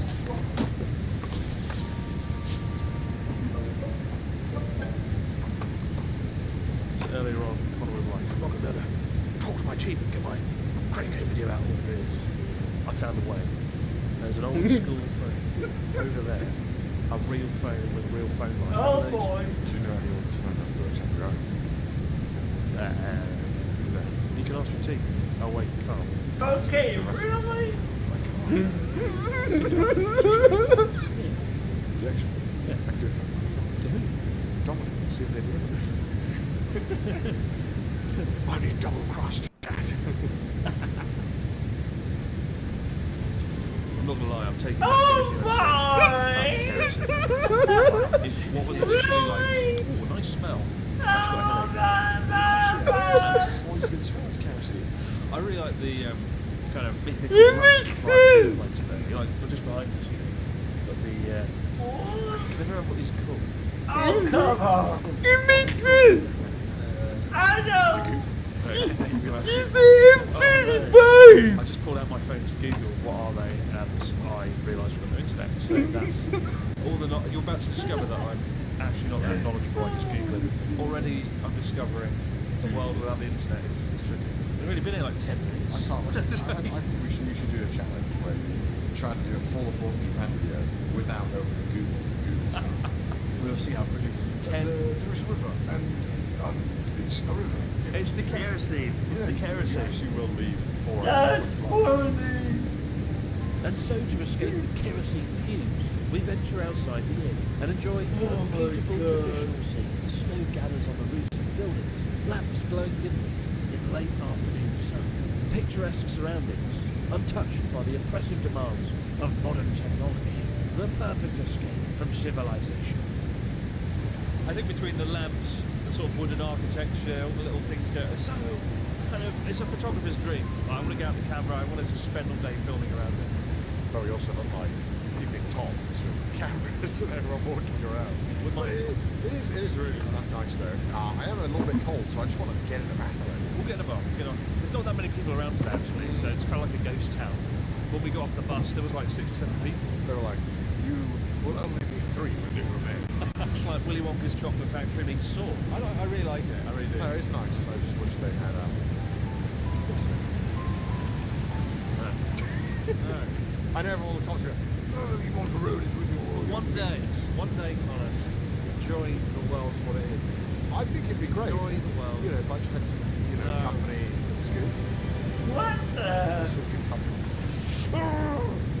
Oh dear, so far it seems Connor is so impressed with his luxurious mountain inn escape. But don't worry, a dip at one of Lamp Royale's many onsen hot springs should fix his beak. Well, that is, until we discover that due to a lack of electricity, the outdoor bath has no temperature regulation system, and hence it ends up being little more than a tepid puddle. Oh my god, it's slippery and fucking... Oh, why is this shit? I can't even see the water. What the? What? How's the water? Awful. This is so shit. It's really cold. This isn't so much a hot spring as a puddle. I think I'm going to go back inside. Yeah. It's really unpleasant. And yeah, they did say some of the hot springs aren't good this year. You can't control nature, Connor. Oh, Nature controls you. To drill more of the earth and get more of its crusty water. Oh God. The coldest hot spring I've ever been in. So this is the reason why I had to give up all civilizations, so I could go in a slightly... What if someone spat in it? It's not even warm. There's a lot of like moss and stuff. Yeah, I'm slipping. I've like waxed my butt cheek when I sat down on here. You don't want the natural experience. It's certainly different. Okay, let's maybe another one of the hot springs is better. Yeah, let's get a different. Let's just check. Luckily, however, today's we are able to find a hot birthday. spring indoors that has been heated, which provides a much-needed source of warmth to a man whose heart grows ever colder at each passing hour. Today's Sega's birthday. Puddle and actually into a nice hot spring now. When I did this video, I decided to come here.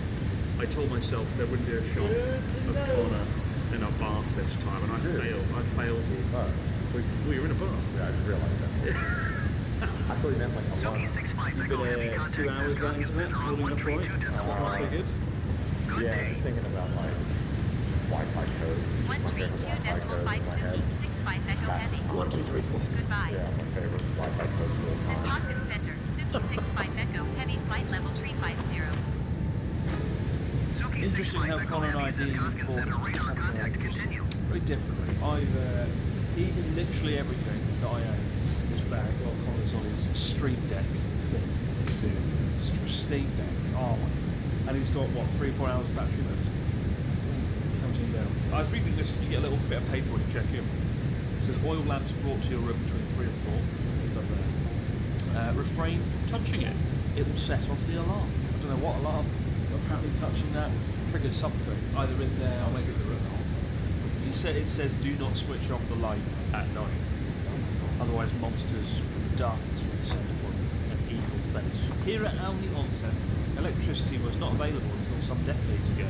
Even now we strive to live simply and as much as possible without the assistance of electricity.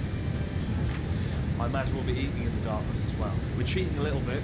We have this panel light that I've been using to illuminate, because if we don't use this, you can see it's ridiculous and we can't like make a video.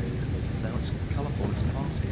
Only now do we see the paper where it says like guidance. The temperature of the water in the mixed open air bath is lower when entering. Please take off your clothes. That was ignorant 5 minutes ago.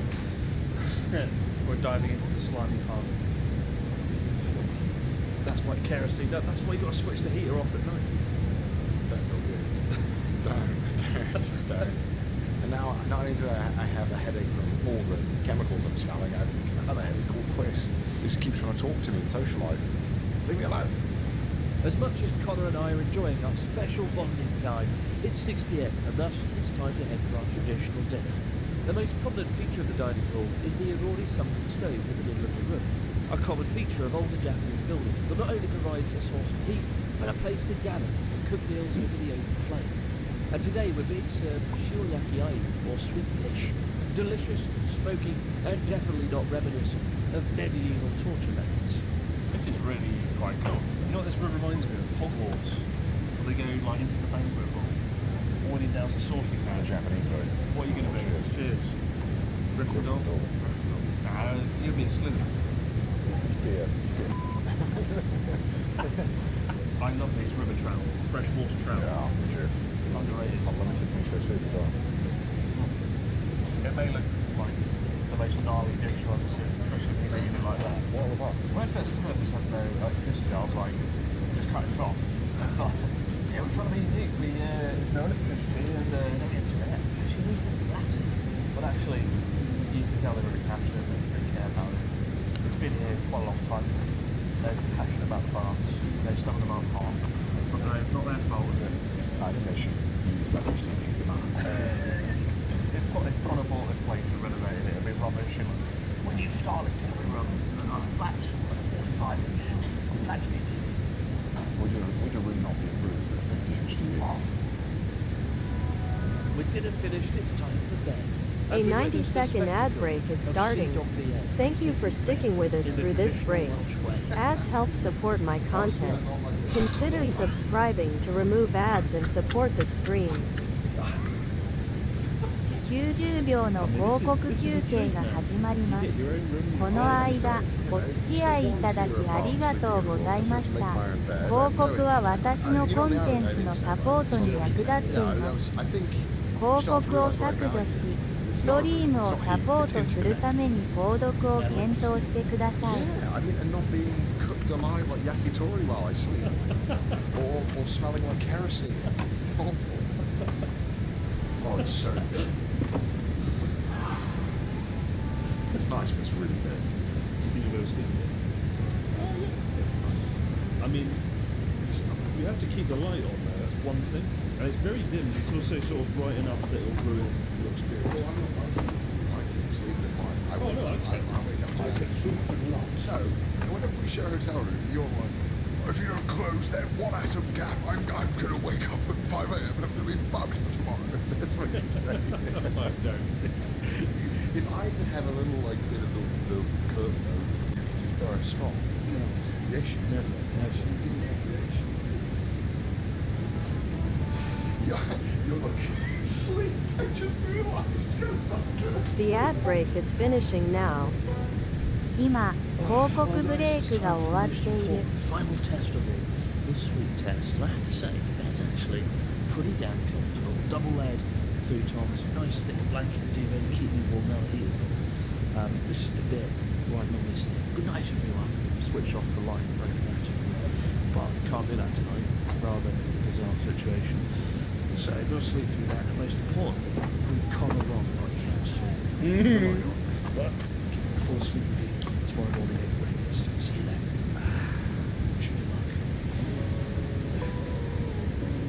As the sun rises over another day in the land without internet, birds tweet from the mountains. Against the backdrop of the babbling stream, meandering around the hill. And best of all, not a single WhatsApp message can be heard throughout the building.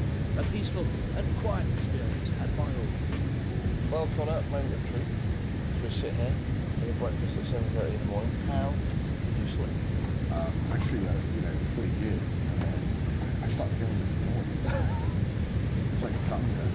And I had to wait for a moment. I was like, oh, Chris is snoring and shaking the building. I'm not kidding. No, I'm not kidding. Yes, you are. At 1 a.m., I woke up. I could hear him snoring so loud. Yes, I could. No. Sorry. That's absolutely right. That's not genuinely. I could hear you snoring. I had a weird moment at around like 12 o'clock. Did your body like go to complete failure from all the vibrating? Not yet, no. I woke up and my lamp was swaying. And I was like, what the fuck? And I looked around for like wind or something. And I just wasn't swaying for no reason. I think I know. What? The sheer volume is snoring. How was the temperature? It's freezing though. It's really cold. Every time I take you back to the island, right? Yes. Except for a lot more blankets, so it was doable. I was too hot, and then I would like try and let a little bit of cold in, and I get really cold too. And then I turn my head over the other. I was like, toss and turn on my duvet of gold and silk. It's just a little bit cold in here. What a load of shit. It's fine. What are you talking about? I had like Guantanamo Bay torture techniques with your snoring going. Couldn't sleep at all. Well, I can reveal, despite the light swing and everything else, I was able to sleep very well indeed. I was great. I woke up this morning, and normally I look at my phone and I doom scroll and read comments about how shit I am on the broadhand Reddit. Instead, I looked out the window at the mountains, I heard the sound of the stream, and I thought, life is good. Why do I look at my phone every morning? Why don't I do this? That was actually very nice. Really think so. I'm actually kind of dreading the flash up notifications. It's going to yeah, at the moment that you get internet, I'm going, oh no. I have to say I've rather enjoyed being disconnected from the world for a bit. Away from a morning spent doom scrolling and comments telling me that I've let myself go. Unfortunately though, it's time to get back on the bus and rejoin modern civilization. And it couldn't come soon enough as Connor's withdrawal symptoms are really starting to get out of control, as his phone is seemingly the last one on the bus to reconnect to the internet. I like the way as we come down the mountain, you can hear people's phones go boop, boop, boop, as this phone signal comes back on. Show us the internet. Wow. Okay, failed to pay silent sleepers. Yay. It's fit rough on my way.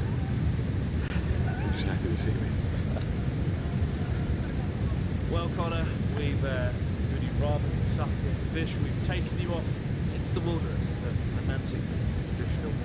Have I made it up to you after the camping debacle?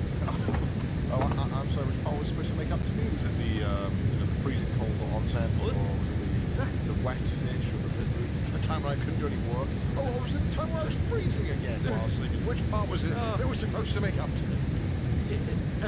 I thought it was good. No, it's shit. I'm going home now. I tried my best. I tried to do my best, my Connor. My best is never good enough. You're better than shit, mate. Until next time, guys. Thanks for joining us on Wacky Weekend. The Ungrateful, Mr. Dog. Pretty great. I think I'm Son of a bit. It's called Tengu. Tengu. No, that's called Tengu. What's Pingu? Oh, fucking hell. No, that's a Tengu. This is... that's Pingu. What one, love? I say every time I'm about to say something. The roof falls down. Lassie, the light of the fire. What? You have any fun experience? Why did you do that voice? You just made me spit like John Blackthorne, the white guy in Shogun, so bad. Why say Shogun? Shogun.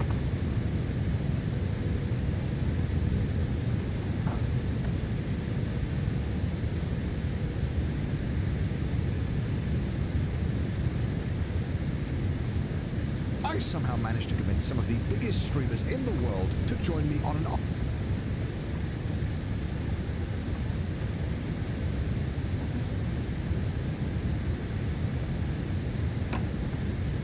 RV trip around Japan, where we streamed the whole thing.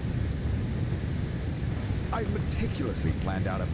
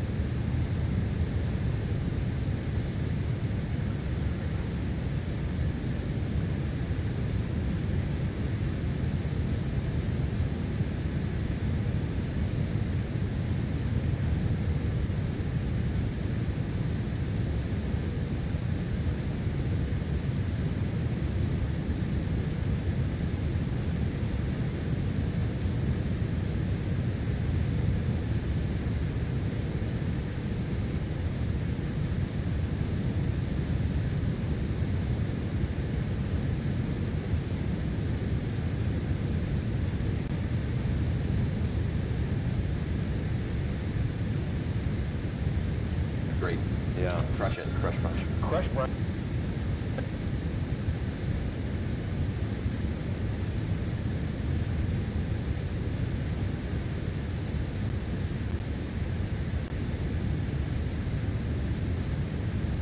From here to like, you have to do the Trinity by a country mile, like our most favorite, like love taco. It's on a flour tortilla. Flour tortilla is king in Texas. We make the tortilla.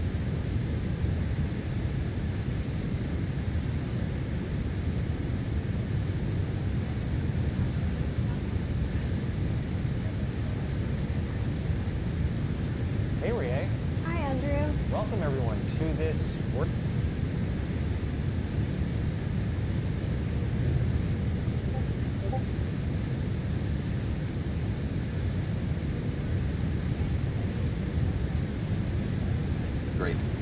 Crush it. Crush brunch. Crush brunch isn't a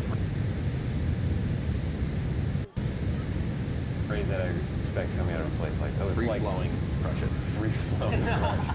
Thanks for dressing up for once. Ooh, that's f***ing smooth. We need to crush this brunch, so I think we need a game plan here. I think we should cheers the lamb. No, the waffle lobster. We want to lead with the waffle lobster. Yeah, it's one of the few things that we can pick up. Cheers. Oh yeah. There's like chunks of potato in the waffle. There's this delightful cream on top. Chicken and waffles, you think you've reached the pinnacle of life when you try that? Lobster and waffles. Yeah. Yeah. Look how fat and juicy this shrimp is. I don't think I've ever had a shrimp that fat and juicy in my life. You want some of this hot dog? Here you go, my friend.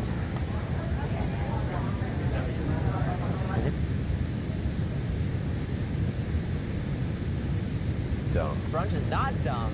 Brunch is an event. It's a place where you can extend breakfast into lunch and create a new memory. A memory that we shall call brunch. Today on Worth It, we're going to be trying 3 brunches at 3 drastically different price points to find out which one is the most worth it at its price. And actually, we're doing the brunch across 3 Sundays. Triple the fun, triple the action. Prolonging the pain.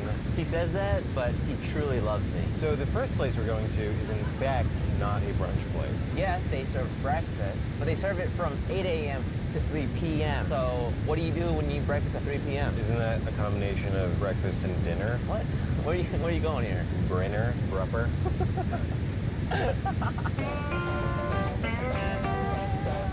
I'm Brianna. Call me Breezy. I'm the owner and founder of Home State, and today we're going to be eating breakfast tacos. When you started Home State, did you initially see it as a breakfast taco primarily? Yes. And queso. My mission in life was to serve breakfast tacos and queso because no one else in LA was doing that. I was like, this is crazy.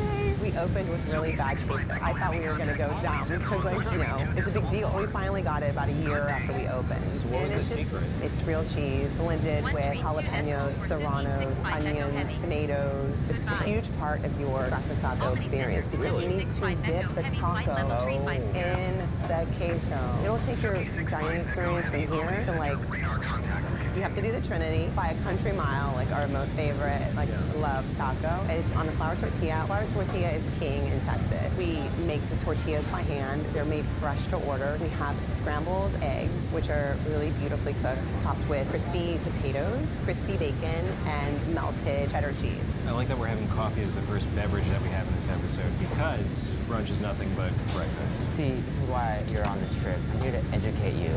Cheers. Start with the Trinity. Let's go. The tortilla smells incredible. It's like a baby's thigh. So soft and squishy in a good way. Okay. In a good way. Okay. Cheers. Wow. That's so good. It is at face value pretty basic breakfast components, but with the tortilla, it's so much more. The egg is the game changer here. It fills your mouth with the thing the egg does, which tastes good and is fluffy. Oh, man. This is amazing. This combination, luscious. We're also going to do the vegetarian taco. When I was living in Texas, I was vegetarian for 12 years. For me, vegetarian taco was pretty critical. It sounds like a boring taco until you try it, but it's the Blanco. It's egg whites with shiitake mushrooms and Monterey cheese. Oh. I love this taco as much as I love you. Wish I could say the same. Is it because you love me so much that it doesn't compare? That's what I'm hearing. Mushroom is as powerful a flavor as any meat. Vegetarian friends, sometimes you gotta get the short end of the stick. You can't eat brisket, you can't eat bacon, but it's okay because they have designed this beautiful, simple taco just for you. The final taco is at Pecos, which is another favorite, and that's also really simple. It's just scrambled eggs and shredded brisket. The brisket is cooked for 12 hours. We do nothing to it but put salt and pepper on it. Really? Which is a really great quality beef. Nice and slow. Yeah, nice, slow and low. Yeah, that sounds awesome. What more do you need in life than egg brisket and flour tortillas? Cheese on top, maybe. You know, I do have to stand a little bit corrected. This is way more than breakfast. I'm eating slow roasted brisket. Can we talk about the brisket? Can you talk about the tortilla some more? Can we talk about the egg? It's perfect with just a little bit of salsa. Oh, thank you. That's what best friends do. Here you go, my Hello. friend. Hi, Captain. How are things? All good? Has anybody ever told Everything you is that you take absolutely really large fine, bites? yes. Thanks for asking. Great. Give me a call if you need anything else. God. What'd you think? We did that wrong. We should have got 2 tacos each. But that's why you eat brunch at, 11 a.m. Then you get the rest of Sunday just a nap. Brunch and nap. Brunch fact! Brunch is speculated to have come from men who used to hunt in the UK. They would need to get their nourishment, so they would eat breakfast and lunch combined into one large meal with an adult beverage. Adult beverage and hunting. Sounds like my kind of day. All right, governors, let's go hunting. Oh, I haven't eaten yet. Shall we combine breakfast and lunch? That's nonsense. Let's call it brunch. Sounds way better. Can I enjoy an adult beverage during? I wouldn't have it any other way. So we're done for today. It's time for a little nap. Next week, we're going to A-Frame. And what do they do there? Stacks on stacks on stacks on stacks on stacks on stacks. Hi, my name is Roy. Welcome to A-Frame. We serve pancakes on the weekend, all you can eat. If you look around, this is an old IHOP, so it makes sense to serve pancakes in here. We gutted this whole thing out. We saw these beautiful beams and everything. Right at the time we were creating A-Frame, I was going to Hawaii a lot, so I was like channeling the spirit of the island. We were serving Korean, Hawaiian-inspired food. For the first 2 years, this was that restaurant. And then we decided to open for brunch. Personally and professionally, you avoid what's right in front of you. Finally confronted, you know what? We're an IHOP. We made it an all-you-can-eat brunch. I like to use a really strong, stable buttermilk recipe, just straight up classic, your grandma wouldn't be mad type of pancakes. And then from there, we add toppings. You get 2 pancakes per order, per stack, and all you gotta do is raise your hand and just keep getting filled up. Why also bottomless drinks? I always try to think of how can I make places that everyone can access? Yeah, so that's what the all-you-can-drink is. We have a michelada. It's like a spicy beer, like a Bloody Mary and a beer headset. A Dos Equis lager, a mimosa, and a Bloody Mary. Cheers. Oh, yeah. I'm gonna eat more than you today. You ate breakfast. You made a mistake. That's called priming your stomach. All right, let's pancake number 1. Right off the griddle, hot. We lather them with a little koi butter. This is a passion fruit butter that we make into compound butter. I'm excited for this one. Yeah. Sweet. Okay, you're going double dog. Yeah, when you eat a stack of pancakes, you eat the whole stack at once. Really? Yes. You eat the separate first one. No. All right, I'll do your style. Cheers. This is gonna be a great day. Excuse me while I eat more. Woo. Nuts on pancakes. Texture of that together. Is it a great combination? Yeah. Yeah. It's fluffy and I nutty. can't I'm do fluffy. that because they would kill Actually, me. could use a little syrup for me. No. I'm a purist. Pancake number 1 down. Let's go for the next one. We have the banana macadamia nut butter. We make a macadamia nut pesto. Why We not? serve that with cream. Banana macadamia nut. Macadamia. Macadamia.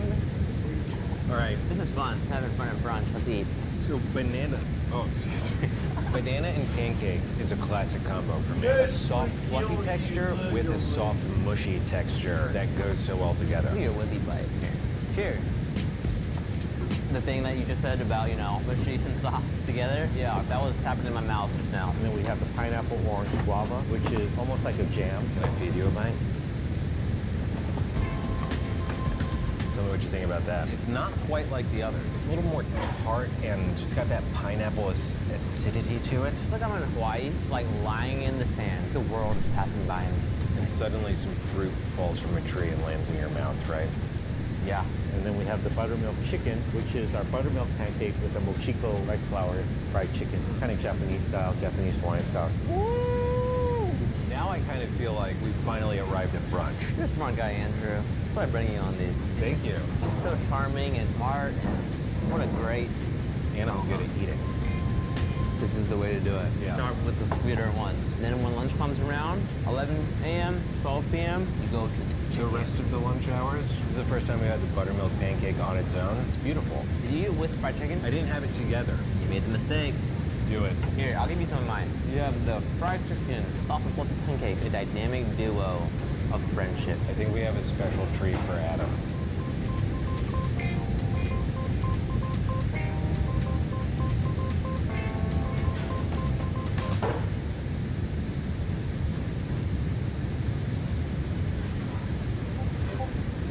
Matt, thanks for driving.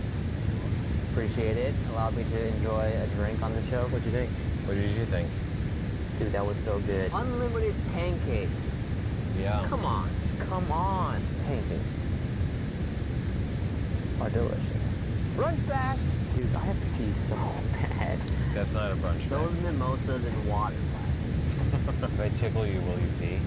Brunch back. Brunch was popularized in America most likely because as actors were traveling from the East Coast to the West Coast, they would stop by Chicago for a mid-morning meal. Planes couldn't fly, all the way across the coast, so they would stop in the middle of the country and then finish the flight at the end. Wow, that melted my brain. Melted your brain? Melted it like butter on a pancake. So we've had breakfast tacos, we've had all-you-can-eat pancakes, and finally, we're on the way to the last spot. Next week. I'll see you next week. The ultimate brunch. Seafood, champagne, no caviar.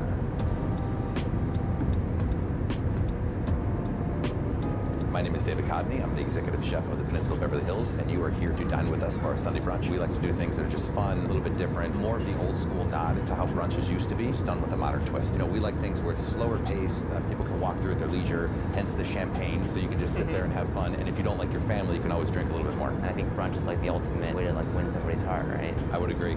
First dates, family time, and when it gets awkward, you just eat more. We feature for our Sunday brunch many, many, many different items. We have jumbo shrimp cocktail, oysters, snow crab claws, Peruvian-based scallop ceviche, house smoked salmon. We do a terra masalata, which is a Greek cod roe dip. We also have braised pork belly, lamb pastrami. It's usually done with a brisket, but we use a leg of lamb, so we cure it, brine it for 3 days, Thank and then you we for smoke it sticking for with 4 us hours, through and this then break. slowly roast it overnight. Ads help support my content. Consider subscribing to Everything's a remove twist. The ads and lobster support waffle the is probably stream. one of our signature dishes. It's basically a play on chicken and waffles, if you 90 will. 秒 Batter の is 報告 Yukon Gold 休憩が potatoes, a 始 little ま bit り of ます。 flour, some こ magic, の some 間、 buttermilk, and then on お top 付 we き do 合 a いい very ただき acidic あり béarnaise. I が think a と lot う of ござい béarnaises ま are し very た。 muted, and they just 報 become very 告は fatty, but you have 私 this の rich コンテ potato ンツの waffle. サポ We ー have トに lobster 役 that's very 立って light, い and ま then we す。 just want to air it out with everything 報 else. There's 告 an を art 削 to 除 eating し、 a buffet. ス You トリ always ーム want を more サ than ポ what ー you ト can す finish. る If た you めに leave 購読 fat を and 検 happy, I'm 討して happy. ください。 That's the whole point. So there will be plenty of food for Adam. There'll be plenty of food for Adam. I think we're ready to do it. Great. Yeah. Crush it. Crush brunch. Crush brunch isn't a phrase that I expect coming out of a place like this. Free flowing. Crush it. Free flowing brunch. Thanks for dressing up for once. Ooh, that's f***ing smooth. We need to crush this brunch, so I think we need a game plan here. I think we should cheers the lamb. No, the waffle lobster. You want to lead with the waffle lobster? Yeah, it's one of the few things that we can pick up. Cheers. Oh yeah. There's like chunks of potato in the waffle. There's this delightful cream on top. Chicken and waffles. You think you've reached the pinnacle of life when you try that? Lobster and waffles. Yeah. Yeah. Look how fat and juicy this shrimp is. I don't think I've ever had a shrimp that fat and juicy in my life. You want somebody to The ad stop break talking? is finishing now. Feed them the shrimp because it's in their 今、 mouth. 報告ブレイクが終わっている。 Along the same theme here. Come on. Come now on. this is next level. Oh yeah. Easy there, big fella. Just trying to crush this brunch. The lamb. Cheers. No joke. Wow. Yeah, that's crazy. That lamb is so tender to bite into. You know what the best part of brunch is? You get delicious seafood, the best of breakfast. You get a beautifully carved lamb. And then if you want to, you just have a donut right after that. This is a really good donut. Everything's really good. Can I have some? Ah, man. What did you expect? Oh. Yeah. It's a really good donut. That was like biting into cream cheese. At the pork belly? I actually didn't get pork belly.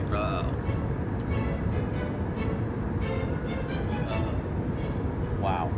That was so soft. It's like mashed potatoes. It's like pig jello. You know I dream about that. Pig jello? Yes. Thank you. Oh, Top off? here, yeah. Why not? Brunch is when you want to become a Greek god and feeding yourself like grapes like this, you're chugging donuts. I think more than anything else, brunch is about taking your time to eat just whatever you want. Kind of get it now. Do you feel it? Do you feel the love, the good times, the memories that you'll never forget? Yeah. I love brunch.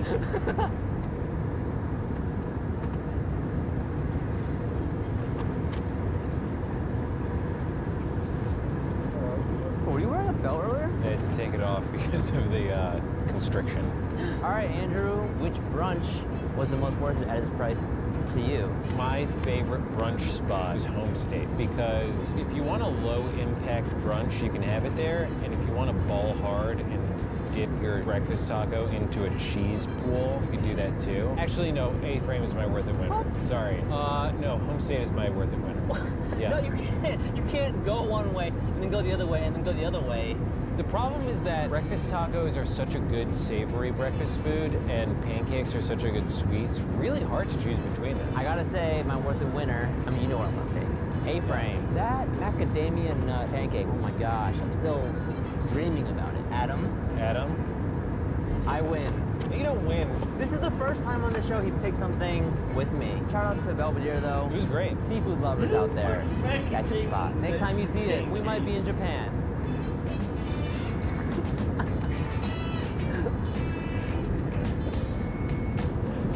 Cut the tape. Sorry to the editor. Oh, Yes. yes. The blueberries and pancakes, though.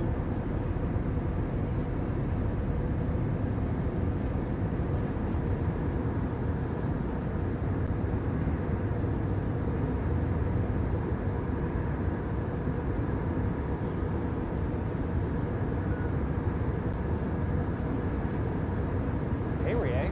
Hi, Andrew. Welcome, everyone, to this Worth It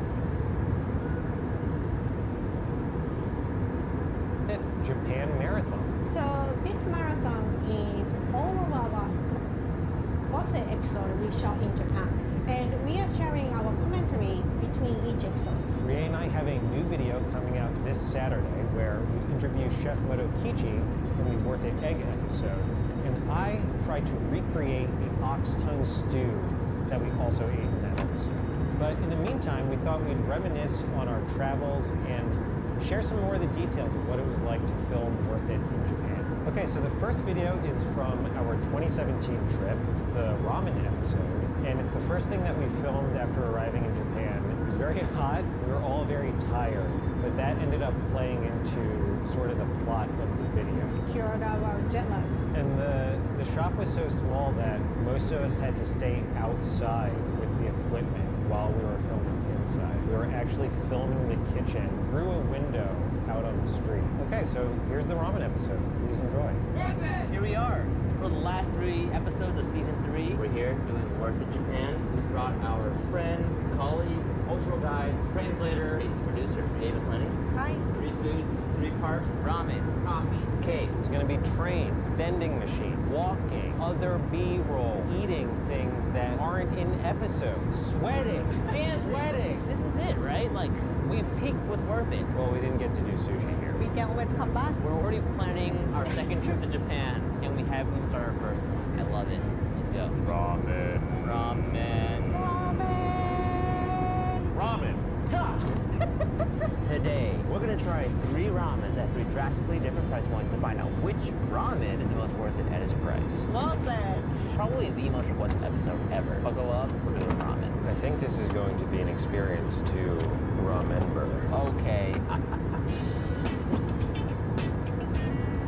オーナーの高橋克也と言います。お店の名前はリンリンと言います。今日食べていただくのはラーメンで330円です。 That's so cheap. How is that possible? 材料屋さんにお願いしたりだとか、簡単に言うと元々の実手が低い。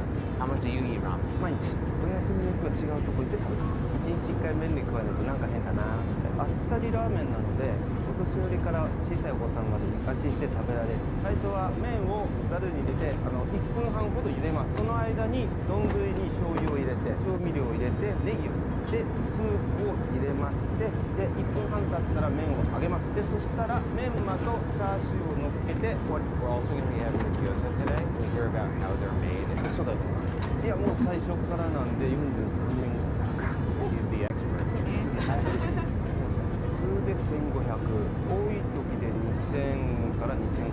メインはキャベツで、そこにニラ、ひき肉混ぜて、あと調味料を入れて包みます。で、それ置いときます。で、注文が来たらお鍋に油をひいて、で並べて水を入れて蓋をして、7分から8分ぐらい強火で炊きます。 We've had ramen in America, but in Japan, is there anything that we should know before we eat your ramen? 好きに食べてください。 First meal in Japan. I'm ready. Is there anything we should say before we eat our food? いただきます。 One more time? いただきます。 Itadakimasu. Kind of like thank you for this meal. お待たせしました。 Itadakimasu. Itadakimasu. Oh, I'm so happy. Airplane Steven, go. Japan Steven, awaken. Oh man. Attack the bowl. You know what I love about noodles? They're like French fries. You can't just eat one French fry. Yes, there are two kinds of people. People who do the single fry or people who do the claw fry. And ramen is a mandatory claw food. I need some pork. Pork belly in ramen? Oh, pork belly is like if bacon had bacon. How did you start working? で、自分が高校生の時に年齢的にはオートバイの免許を取りたくて、オートバイに乗りたくて、で自分で買うためにアルバイトを始めて、そのまま居心地が良くてついてきた。 Did you get that motorcycle? And you got that selling 300 yen ramen. So how many ramen do you have to sell to buy a motorcycle? Arigato. What sauce should we use? 醤油、ラー油、酢ですね。 Oh, more. Oh, Maria and Adam, or Matt and you also. Let's eat some gyoza. Itadakimasu. Oh my god. Is that a high five? So many things happening in your mouth. Yeah, it's seared on one side and completely soft on another. It goes right in the mouth. It's very delicious. ありがとうございます。 You're so quiet. Rin or the win-win. I don't know what I was expecting for 300 yen, but that was like top bowl of ramen I've had. What can you get 300 yen? I mean like $3 in the States. A taco. Get ready for ramen fact. 1, 2, 3. Ramen fact. Ramen fact. It's a wave. You have to do it. I don't have to do it. Japan is now home to at least 30 different types of regional ramen varieties. You would have to invest some serious time to experience every ramen. Hey, judge my body roll. I took dance classes. 2.8 out of 10. ジャパニーズそばヌードルツタの大西です。今日出するのはツタの代表作である醤油そばをご提供させてもらいます。 So many ramen places in Japan. How did you want to differentiate from other places? トリュフとかそういった洋の食材とかを、その自由な発想で入れたりしているので、常にオンリーワンのものを目指して他の店では作れないものを作ろうとはしています。小鍋の方に、鶏の地鶏のスープと、貝のスープ、アサリのスープと、あと魚介のスープを入れて、火にかけます。その間に、丼に、トリュフオイルとチー油と、醤油だれ入れて、準備しております。それである程度小鍋の方でスープが温まりだしたら、約 140g の、うちの国産小麦で作った自家製麺を茹で始めます。ある程度いい温度になってきたらスープを丼の方に入れて茹で上げて麺を投入してから具材の盛り付けになりますね。具材の盛り付けはスペインのイベリコ豚の豚バラ、イタリア産の、ホエ豚のロース肉の低温調理したものを、2枚と京都から直送している九条ネギとトリュフパウダーかけて、あと完全発酵の国産のお酒メンマ、江戸前の品川の海苔屋さんのやつを入れて完成です。ラーメン結構自由な発想でいろいろ作れるので、作ってるのがやっぱすごい好きですね。ありがとう。Thank you. Looks awesome. This is incredible. Itadakimasu. Enjoying the broth first. There's that shoyu ramen.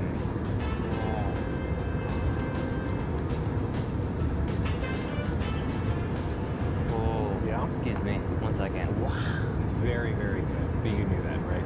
Okay, tell me what it tastes like. Give me 2 words. Primordial soup. Flavors colliding in space until life is born. That's what this soup is. Can I tell you my favorite part of this soup are the noodles and how perfect they are for slurping, chewing, containing the truffle flavor. Like, I've never had a more perfect noodle. I'm gonna have a little bit of pork. Whoa, the pork. Oh my god. The fat on that is unbelievable. There's something so comforting about a bowl of soup noodles. You know, just like a warm hug. This is what the ramen is like. Eating a bowl of ramen is like me doing this to you. Nothing like that. Truffle was a very strong flavor. Soy sauce, a very strong flavor. To be able to take all of these powerhouses and have them get along is not easy. And the best part is that you just get to steam your face over it the whole time. I think my face is going to taste pretty good after this meal. And the soup is gone.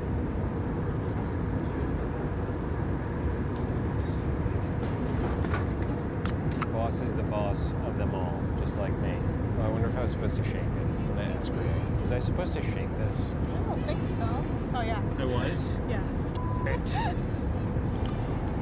Oh my goodness. It's chunky. Cheers. That's nice.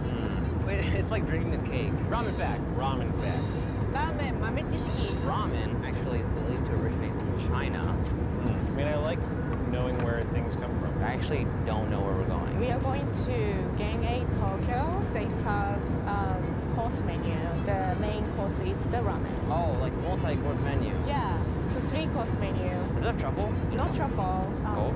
No gold. Caviar? No caviar. Hey!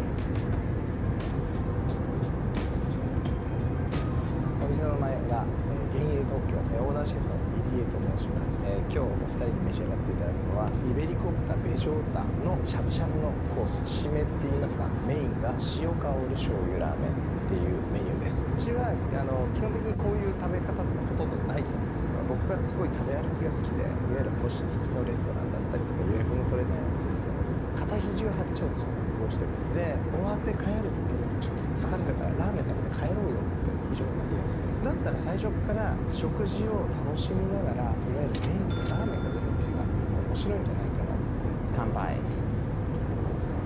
まず前菜が、よだれ鶏の山椒香るよだれ鶏のサラダ仕立て。 This is one of my favorite dishes. In Chinese, it's saliva chicken because it makes you salivate. I like that. Yeah. Itadakimasu. Tender. This counts as chicken salad? I haven't eaten some bad chicken salad my whole life. もう一つが、イクラとクラゲのラーメン、一番下に、クラゲ、そして生海苔と生クリームで上に揚げたラーメンが来て一番上がイクラの自家製醤油漬けですね。で見た目非常にいいんですけど食べづらいです。でこれを上手にスプーンですくって、混ぜて食べるっていうのがテーマなんですよね。Sorry. This is like playing Operation. I do appreciate a course that makes you not eat quickly. Oh, that's so cool. It's like little water balloons of tasty fish. Oh, it gets better the deeper you go. You're splashing all over. I know, I'm you sorry. got juice on my personalized menu. I'm sorry. 3つ目は、イベリコ豚の Now, this is actually something I was extremely excited for. I thought I would have to actually go to Spain to experience this for the first time. 薄く長く上手に取ってください。あと他人を刺さないようにしてください。Try. これ買って。Oh God. Ah! Like that? Oh, nice. Oh yeah. Dialed it. Can you say wow? すごい。Sugoi. Ooh, that's nice. It has like the flavor of bacon, but the texture of steak. Are you appetized? Shabu shabu. うちですけど、和風だしと自家製のお醤油が入ってますので、これをスープとしてまずお飲みください。Very good.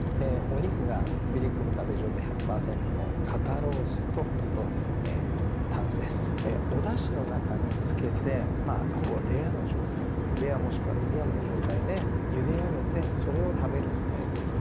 くるんと巻いて召し上がってください。That's awesome. How many swipes should we do? Until it starts to curl, right? 3 times. The tongue texture is kind of awesome. I did think, is it going to be weird for me to press something else's tongue against my own tongue? But no, I'm really into it. Like I'm French kissing food. Yes. Hot pot is every Lim family Thanksgiving. I'm just going to have a piece of the shoulder because it was also chopped. Right? Ah, that is nice. That is like a kiss. For you. Yeah. I made one for you. メインがラーメンになっております。麺自体も僕が作ってるんですよね。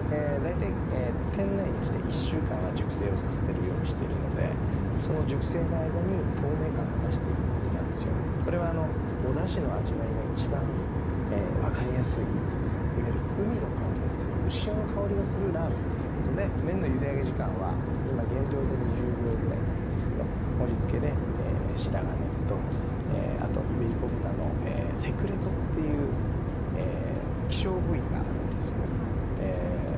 少なすぎて秘密にしたかったんでシークレットって言うんですけど、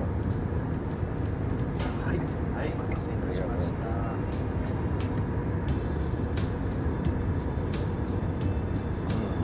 The broth is awesome.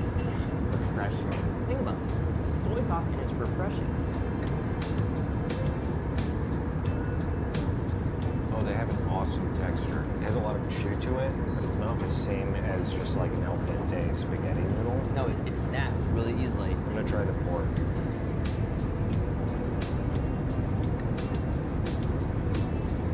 Okay. Oh, there's the Oh, that's awesome. There's something about a bowl of ramen that has like a lot of momentum to it as a meal. It just continues to evolve as you eat more. This is like a massage. When you're getting a massage, you're just like, oh yeah. Oh no, like, no. I'm in the most humid place I've ever been, and all I want is more hot noodle soup. So this porridge is made out of the broth you did shabu-shabu. So it's like full sample. Thank you. Oh my god. Just when I thought the progression of comforting hot brothy things couldn't get better, this is like the pinnacle. This is home.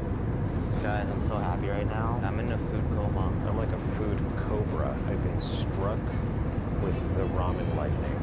Also a snake bite. If I came back to Japan, Rin-Rin would be the first place I would go to. Tsuta would be the place I couldn't leave without going to. So Tsuta is my worth it winner. My worth the winner. I want to see the 8,500 yen prefix menu again here. I want to, but I will say my worth it winner goes to the 900 yen shoyu ramen Esuta. Who's your worth it winner? I can go to Rin-Rin, just like sit down in front of gyoza master and stay there for whole day. Adam, who's your worth it winner? Rin-Rin? Ray, did you know it was going to be so hot? Yeah, I kind of forgot how hot it was and humid. Do you remember the last ramen place was a last minute location because the original location canceled us? Yeah, I think it was the day before we were supposed to film there. It's also funny, like we filmed a whole ramen episode, but still every time that we weren't filming and it was time to eat, I still wanted to get ramen. Okay, so next year watching coffee episode. Yes, the coffee episode. I remember when we were planning the trip and telling people what episodes we were going to do in Japan, we were surprised by coffee. I mean, you know, it's not the first thing you think of, but Japan has amazing coffee. It's also funny that 2 out of 3 locations we filmed at night for a coffee episode.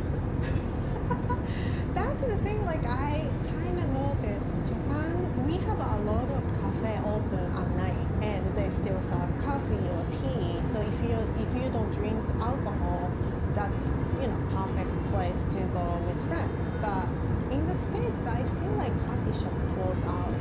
Yeah, I think it really lends to a very unique mood to the whole episode. All right, so here's the coffee episode. Worth it Japan. Adam, Andrew, and I are taking on Tokyo. This is part 2 of a 3-part Japan series. Today we're doing coffee. We brought our good friend, tasty producer, bodyguard, translator, Bree McClenny. Hi. It's really hot here. And sweaty boy himself, Andrew Onicki. I don't know why I opened my mouth. Today on Worth It Japan, we're gonna be trying 3 coffees at 3 drastically different price points to find out which coffee is the most worth it at its price. Worth it. There's a very special coffee that we found that kind of, in some ways, motivated this trip that we're gonna get to a little bit later. And here we go. ロースターの、取締役最高出向責任者の大久保博之です。ビスコーヒーは、100円です。焙煎見ていただいて分かったと思うんですけど、とにかくクレイジー追求してやってますので、アイスコーヒーはラオスというものを、メインに 50% ブレンドしてます。それをメインにして、あとブラジルですとか入れてるんですが。Why is it important that as a company you are roasting your own beef? そこが一番100円で出す。A 90-second ad break is starting. Thank you for sticking with us through this break. Ads help support my content. Consider subscribing to remove ads and support the stream. 90秒の広告休憩が始まります。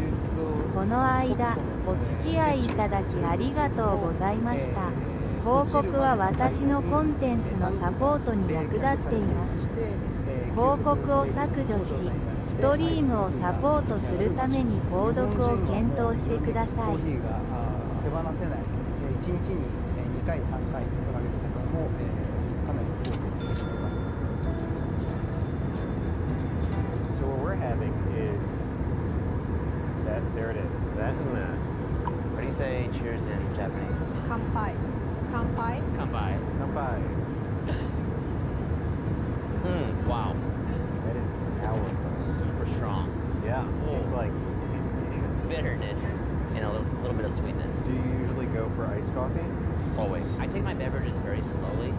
Iced coffee you can enjoy for a much longer period of time than a hot cup of coffee. You also have the dangerous game with this where you... Oh, I'm very familiar with missing the straw. I don't know if everybody does that way. I also love how there's a bunch of people here just like doing their own work, studying, starting their own company. Dreamers. You don't know where you're going, but it all The ad starts. break is finishing now. 今、広告ブレイクが終わっている。 At least for a few hours. Roadstar. Roadstar. What's up, Adam? The first coffee shop in Tokyo, guess what year it was founded? 1887. Wait, you did not see my fact, did you? No, but I made an educated guess. That was amazing. What year is it? 1888. So we're going to Cobb Elementary School. Rie, can you give us a background? The barista used to be a teacher. What kind of teacher? Elementary school teacher.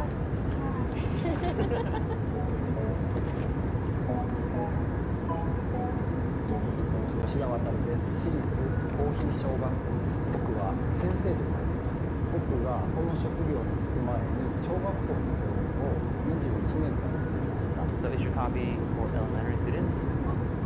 ちっちゃい子もいるし、あと僕が小学校時代に今日も来てたんですけど、教えた子たちが大学生スチューデントになって来てくれました。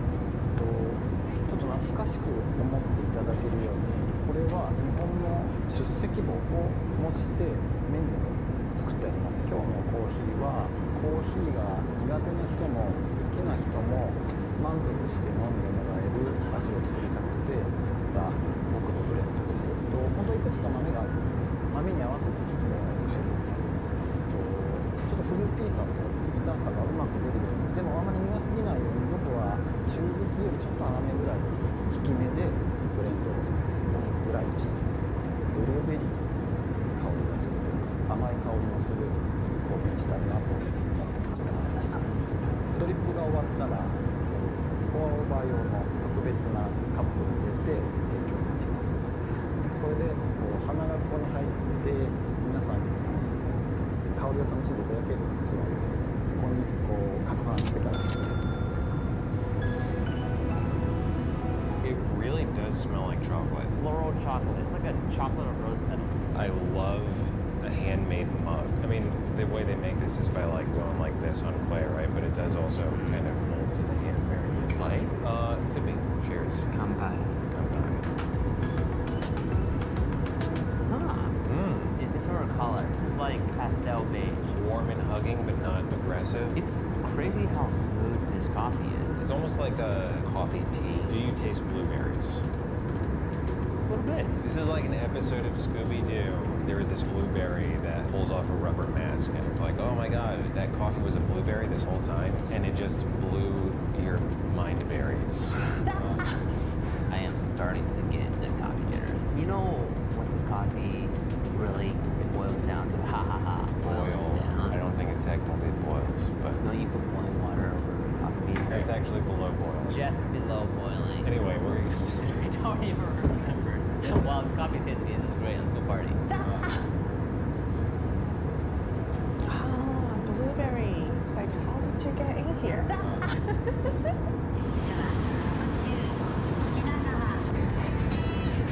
First two locations in Tokyo, and now to find the most expensive coffee in Osaka. Rie, Marie told us to pick these up before we left. This is bento box. Ooh, lunchbox. Ooh. May always picks the best stuff, as you would expect. Itadakimasu. This was my dessert. I shouldn't have eaten it first. Kohi Namajishiki. And you know that in the Kanagawa Prefecture, there's a Unison hot spring theme park. And there, you can take baths in real, warm coffee. Why do they do it? Refresh yourself, and also it's good for your skin, apparently. So instead of drinking coffee in the morning, I could just steep myself in a bath of coffee. Yeah, pretty much.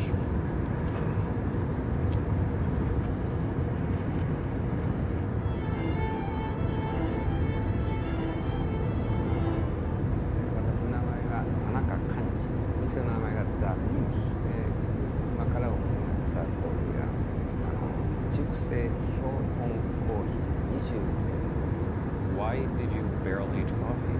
私そこでスパルタンっていう名前作っておいてたんですよそれをちょっと冷蔵庫の中で保存してたんです出し忘れて半年ぐらい冷蔵庫になってたんですよでそれはもうお客さんに飲ませてはお腹壊されたらあかんから捨てようみたいな捨てるのもったいないから、まあ、僕が飲んでるのにお腹壊しても、まあ、死ぬことはないやつで飲んだらね全然傷んでなかった安いお酒を入れたら美味しなる一つのブームでそういう家庭用の樽が売ってたんですよその頃ブームでこれに入れてやったらどないなるかなって10年経った時にもうさ甘なってプロセスはですねまず木豆がオールドビーン約20年寝かしたでそれを焙煎してで今度それを細かく細引きですよでそれを私とかネルドリップですから寄ってくる約30分 What is so important about making it and doing it that slowly?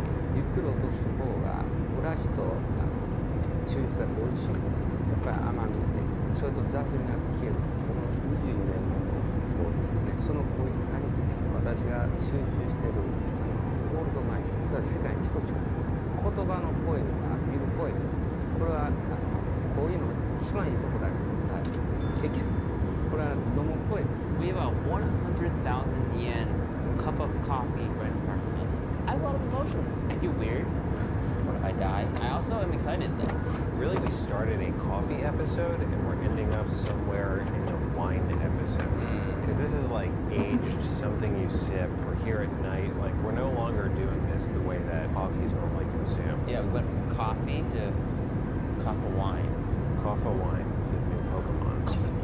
So we have to take turns, obviously. We can't drink out of the cup at the same time. Is there a Japanese translation of rock, paper, scissors? Ah, yes. Donkey Kong. First, we smell. Holy moly. It really does smell like wine. I'm getting chocolate from it too. This is the darkest liquid I've ever seen. Should we drink? Okay, yeah, we should drink. I'm really nervous. I'm super nervous, actually.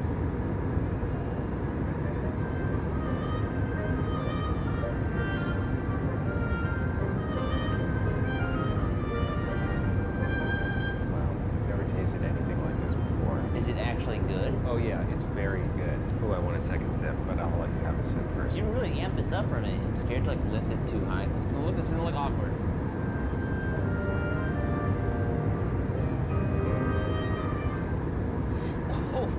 Oh, it's really good. It's like somebody took chocolate taser and just like rammed it into my mouth. This tastes a lot like dessert wine. Instead of making chocolate milk, it's like you used wine instead of milk and made chocolate wine. Should I be worried that this is like fermented, that this is alcoholic? Is this gonna make me drunk?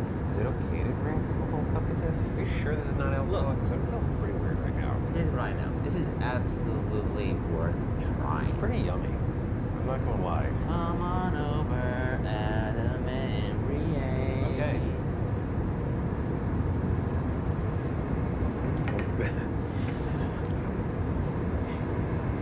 That's so funny. Coffee. Steven's had a lot of coffee. Coffee. Which coffee was surprise for you guys? This one is actually really hard. There was my favorite one, Coffee Elementary School. The guy was so cool, great location, and possibly the best tasting cup of coffee I've ever had. The other two places are things that you can't really get anywhere else. My worth it winner was the pour-over coffee Coffee Elementary School. Might be my favorite Werther location ever. Myung-hee, that place, it's like when you shake the president's hand. The feeling of that shake will resonate with you for the next 24 hours. But I gotta say, Roastar is where it's at. I'm changing my name to Starvin' Lim. Brie, who's your Werther winner? My Worth winner is Coffee Elementary School. It was like great cup of coffee. Adam, who's your Werther winner? I knew you all you fancy kids were gonna say that. That's okay. Roastar, you're always number one in my heart because you're at 100 yen. So next we have the cake episode. While not necessarily my favorite episode, it does contain one of my favorite locations ever filmed in Worth It, which was Theo Rome. The chef was very eccentric too. He showed up with cacao, like fake cacao. Yeah, a model of a cocoa bean. It was really the best cake I've ever had. It was delicious. So here's our cake episode. Cake. This is part 3 of a 3-part series. Finale of the finale. We brought along our friend Rie. We're currently in Osaka and we're gonna try 3 different cakes today. What's up, Rie? What's up? My Instagram name is the Dessert Snob. Dessert Snob. Oh, wait. So is this the episode you're most excited for? I just thought that. Okay. How do you say cake? Cakey. Cakey. Like a noun and an adjective. Cakey. We're out. Today on Worth It, we're gonna try 3 cakes at 3 drastically different price points to find out which cake is most worth it at its price. I found a cat. Worth it cat. Worth it. サブロコーヒー心斎橋大場綺麗館店の西村と申します。今日ご紹介するタルトが当店のオリジナルのチーズタルトでございます。 The cheese tart, what Pablo is known for? はい、そうです。もうずっと昔から変わらない伝統の一番のオリジナルのチーズタルトです。機械でチーズ生地を炊いていきます。その後、メレンゲが出来上がるので、それの比重を測ります。必ず決められた比重を測って、あとは生地を測っていきます。ものがふわふわすぎるものができたり、逆にベトベトのしっとりしすぎるものができてしまうので、必ず比重を合わせます。一番最初に研修でみんなでこうやって作るんだよっていうふうに教えてもらうんですけど、最初はもう生地がこぼれたり、やっぱり重すぎて自分がちょっとよいしょってなったりだとかするんですけども、でももう、熱すぎるものを塗ってしまうと垂れ流れてしまうので、決められた温度で表面塗っていきます。あとはもう自分が慣れていくうちにもう熱いのも我慢できるようになったり、重いのももう平気で持ち上げれるようになります。 When you're making something delicious, it's a labor of love, right? そうですね。 Cold brew in a champagne glass? 乾杯。乾杯. I don't know why I said it like that. You know what I realized? This trip, I haven't made many puns. Okay. And I think it's because everything's been in Japanese. Oh, it's so cute when it's cut up. Thank you. I gotta say, I wasn't expecting this. I thought this was like chain coffee shop, okay, same business. But this is like high-class dessert action. This is location 1. What are we doing here? Look how perfect this cake is. I actually bumped it, and watch this. Please stop slapping your tart. Will it maintain its integrity after he forks it? Oh my god, like butter. Like if butter had a baby, its butt would feel like that. It's holding together like a Lego brick. Itadakimasu. Itadakimasu. Oh yeah. Oh yeah. That's really good. A gentle kiss. And then it has this tart little sliver of apricot jam. It adds this like new flavor component. Thanks that for I've never asking. had in Everything is cheesecake going before. great. Really nice. I haven't been able to do a lot of puns, but I have come up with a new business plan. A wedding catering service called For Better or For Worst that only makes cakes and sausages. You want to eat cakes and hot dogs? Not hot dogs, Steven. Sausages. I forgot how good it is. Really nice cake. Pablo is a pretty big chain here in Japan. I really like they make most of the stuff. Yeah. Even though it's a huge chain, it's handmade. Take back in Japanese in 3, 2, 1. Keiki mamashiki. Before 1600, in Japan, sugar was used as a medicine, not a dessert. Can you imagine a world without sweets? Well, it's like a spoonful of sugar makes the medicine go down. Oh. Now we're on our way back to Tokyo. We're gonna try a cake that Rie specifically wanted for this episode. Yep. The whole trip has just turned out to be what does Rie want to do? Bonk. このお店は京極堂に言います。私の名前は土屋浩二と言います。今日作るケーキはサンフォアキンというケーキです。とっても濃厚な、あとちょっと苦みの効いたチョコレートのケーキです。I have to ask you about this cocoa bean that you're holding. Is that real? 本物のような偽物です。本物は腐っちゃうから。Can you tell us about the aroma? なんでいい質問なんですか。 Great question. テオブロマというのはギリシャ語で神様の食べ物という意味なんですが、昔は本当に貴重品で病気の人が食べるとか王様が食べることぐらいしか取りされなかったんです。 Today we're going to try the chocolate cake. チョコレートケーキ。チョコレート。チョコレート。チョコレート。ケーキ。ほぼアメリカの 100% のチョコレートケーキはっていうくらい甘いです。チョコレートに大事なのは甘みもありますけども、それよりも第一に出てくるのは苦みと酸味なんです。短時間で薄く焼き上げます。生地ガナッシュ生地ガナッシュという感じで、それで固まったらその枠を外してカットしてで上書きをします。これも割とビターなものを作って流すんですけども、うちはツヤツヤ光るものではなくてちょっとマットなグラス味をします。光るものは大体甘いんですよ。 Is there something that we should be drinking with the cake? 一般的には一般的にはシャンパンがいいです。でもう一個は、今の季節だったらうちがオリジナルで出してる、カカオティーというのがあります。これホットからしてるやつ。それにミルクタイプがあります。 Cheers. Oh, it's very good. You have to try this. I've never tasted this flavor. Cocoa Pebbles cereal milk. Okay. Chocolate cake. Chocoleto cake. Who did it better? Andrew. What? Every time. First impression, bar gold.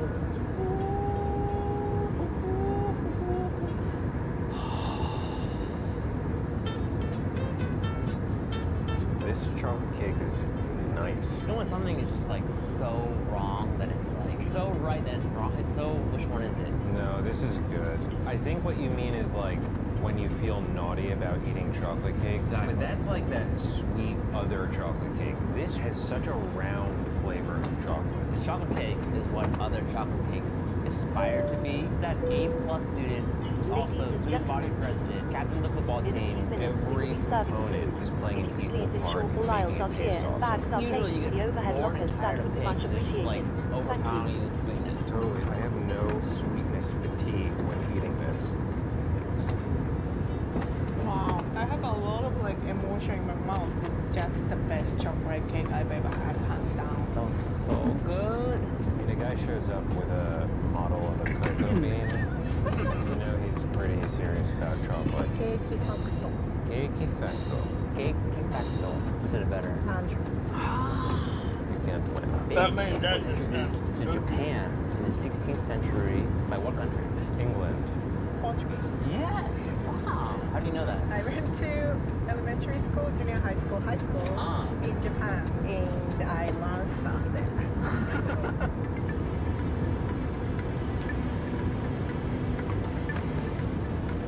名前は鈴木コンと申します。お店の名前はパティスリー佐々木と申します。本日のケーキはエクストラスーパーメロンショートケーキであります。 So what is extra super about this cake? それぞれ変えて、スーパーショートケーキの上のケーキです。スーパーメロンショートケーキはメロンの厚さもちょっと違うんですけど、そうですね、基本的には糖度、メロンの糖の甘さが14度以上のメロンを入れてもらってますので、であとは一個とないとこないという中に大豆のナッツで絞り込んだメロンで適当なうまみが出ていくようなメロンをこれもしっかりまずスポンジには和三盆の砂糖を使ってまして、グラニトじゃなくて和三盆糖を使ったスポンジを使ってまして、でその生地の上にシロップ5つの和三盆のシロップを使っております。でそのシロップを生地に染み込ませて、そこの上にアーモンドシャンティであとそのメロンをサンドして、それをでそのサンドしたケーキの周りに同じアーモンドシャンティクリームシャンティを全体的に塗っていきます。でそれをきれいに塗ってカバーすることによって中の水分を抜けなく味が一層染み込むということができます。 We're actually right here in Tasty Japan studio. Because this is a two-order cake. Can't get the slice out of the pastry, but we wanted whole cake. Bring it back here. Cake friends. Some cakes about Adam and Andrew. Are they my friends? Questionable. We do know Bree is my friend. Saki and you are my friends. And Matt is definitely my friend. So let's have cake. Extra super melon shortcake. Can we try our best Chinese version of that? Extra super melon shortcake. Did I nail it? Extra super melon shortcake. This is our final taste test of season 3. It's kind of bittersweet, but mostly sweet. Bitter coffee, sweet cake. And go. Oh no, I already messed up. Oh, I messed up. I think someone sabotaged me.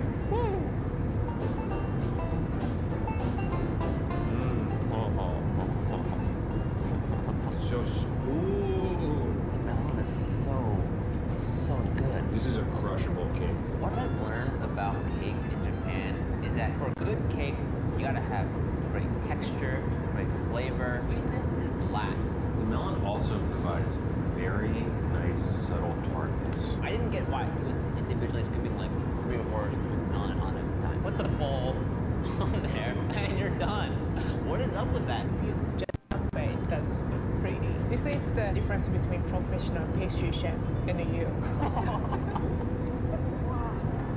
So soft.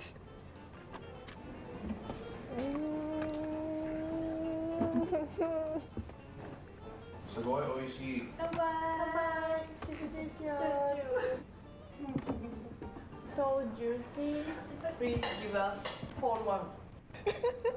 Whole cake? Whole cake. First of all, Rie, thank you so much. You have been the best. Thank you. Which cake do you guys was the most worth it at its price? A 90-second ad break is starting. Thank you for sticking with us through this break. Ads help support my content. Consider subscribing to remove ads and support the stream. Possibly the best chocolate flavored thing. 90秒の報告休憩が始まります。この間、お付き合いいただきありがとうございました。広告は私のコンテンツのサポートに役立っています。広告を削除し、ストリームをサポートするために購読を検討してください。I also have to go to Pilgrim. I couldn't stop eating. It's chocolate. It was just different level. Adam, we're the winner. New Roma. This is a 4-choice chocolate. 4, we all picked it. Season 3 is over. That's it. Thank you guys so much for watching. What's that big poop over there? Season 3, that's a wrap. Now I want to eat cake. Also, I'll never get tired of hearing the word cake in Japan. Cake. Keiki. And also the last cake has the best name, I think, of any cake I've ever heard. Extra super melon shortcake. So that place has, they change food seasonally. So when we visited, melon was in season. And melon is very expensive in Japan. It comes in a wooden box. There are a lot of expensive foods in Japan, so much so that it inspired a bonus video. The ad break is finishing now. 今、広告ブレイクが終わっている。 So here's our great one-stop episode.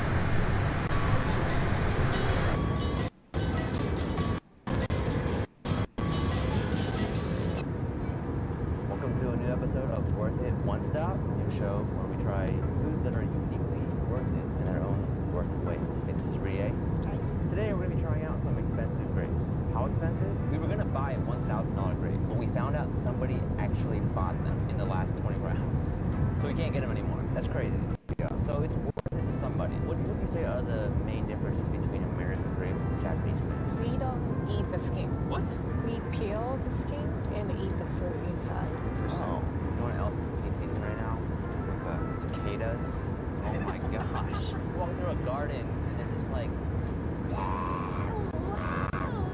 Yeah, it's their garden. Okay, nature's beautiful. I'm not gonna be a hater no. You don't have grape expectations. Ooh, nice. That's actually good.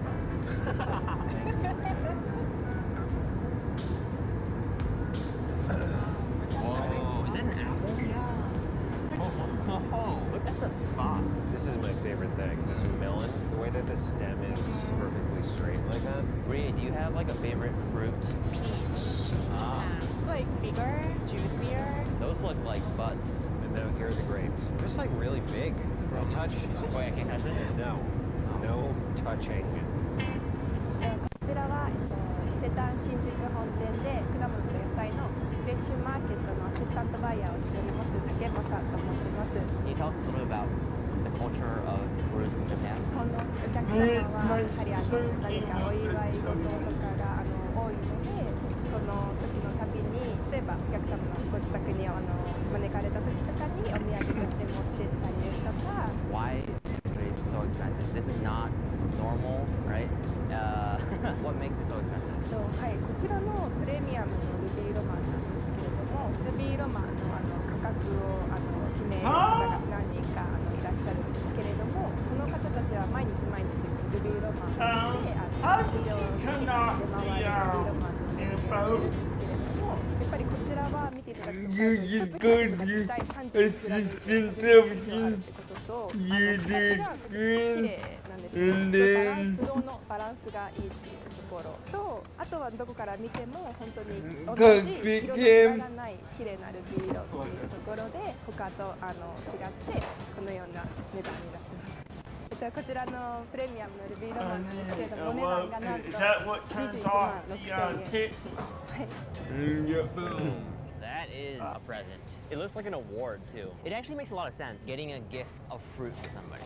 If I'm gonna buy, my girlfriend a gift and I get her flowers, they're beautiful, but she can't eat them. So you're never going to buy your girlfriend flowers again?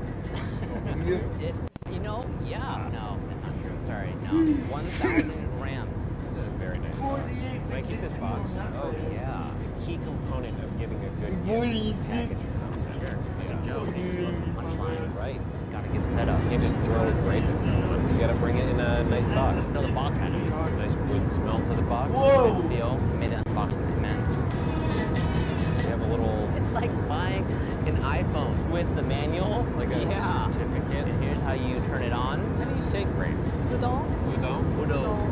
Oh my god, they're so heavy. I like this bag. It's a breathable bag on the bottom. They're very firm too. I know, baby. Oh, yes. Heavy? It's not the size of a small baby. Oh my god. Look at how perfectly lined up those grapes are. These are the grapes in video games. You jump up and eat, and they give you new life. Let's eat. Hold on, I gotta get a picture of it. It's me and my grapes. You feel this?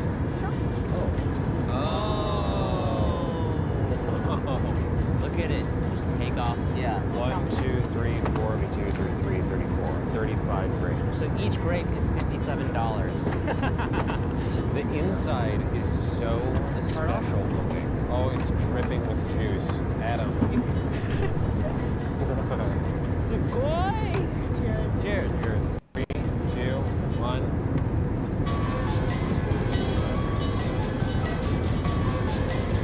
Holy crap! Like, without a doubt, okay, it is the best grape I've ever had. Can I have another $57 grape? It's crazy. It kind of tastes like plum flavor. That looks great. This one looks especially plum. Oh, yeah. $54. It's a little disorienting. Putting a grape this big in your mouth. Yeah. I've never had grapes with 2 bites. Right? It's like 3 or 4 bites. The firmness is so pleasing too. Just like the structural integrity of the whole bunch. It's like I'm lucid dreaming eating fruit. This is really cool. It is very expensive. If I gave this to my girlfriend, she would probably cry for me. $50 bite right there. That was the juiciest one. The ones at the bottom are the juiciest. How was it? $2,000 for a bunch of grapes. It makes me smile so much just thinking about it. So that concludes the first trip worth of content. A year later, we went back to Japan, brought extra help this time. So Annie came with us, helped produce some extra videos. So the first thing that we filmed was actually the last segment of a video that started in America. So that was our cookie episode. We had 2 locations in New York City, and then the last one in Tokyo was in Japan. So Intolpo requested that we not show them on camera. So, we had to find a solution for how we were going to film this segment and still tell the story and show the food. So Adam came up with this idea of interviewing them off camera, filming just close-ups of the beautiful cooking process, and then Adam actually wrote a VO telling the story and got Shane from Unsolved and Watcher to do the narration. So here is the cooking segment. We made it. What a ride, huh? Today we're in Tokyo. We brought our very best friend, Raven Honey. Hello. Andrew found an amazing cookie, maybe one of the best in the world. So this is a very unique style of cooking. It's focused on the visuals, the artistry, and it's also extremely unique because we're not going to learn anything about the person who makes it. They would prefer that we just focus on the cookie itself without the influence of information about them. I can't wait. This is the very first on Worth It. I'm so excited. They're not even going to let us know where they work, what they do. It could be a bat cave. It could be a fortress of solitude. No interview, but we're going to now cut to something.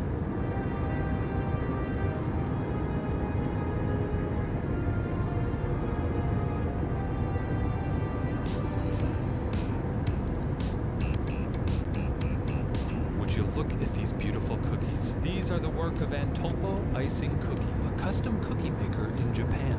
So Andrew said you're not going to learn anything about the people behind these cookies. And that's true. We're not going to get an on-camera interview. But we can let you in on a few cookie secrets. The cookie you're looking at now is about $90. It's a custom design, and it's based on a traditional Japanese motif. Shipping cookies obviously prevents them from getting too fancy with their designs. But luckily, since they're making a custom one for us here that's going to be devoured immediately, they had the chance to be a little more ornate with it. It takes this one person hours of painstakingly detailed work to make this cookie.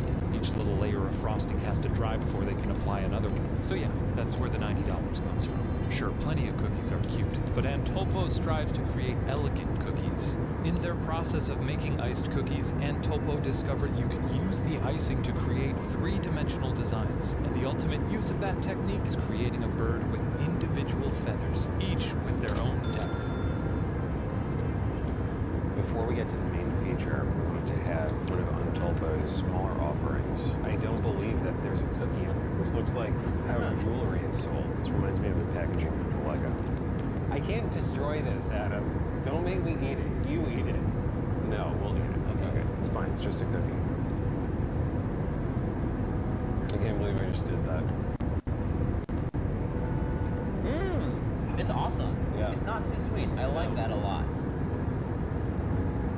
Can I finish this? Yeah. Yeah. Like a big bite. I want to come home. Are you speaking Japanese or English?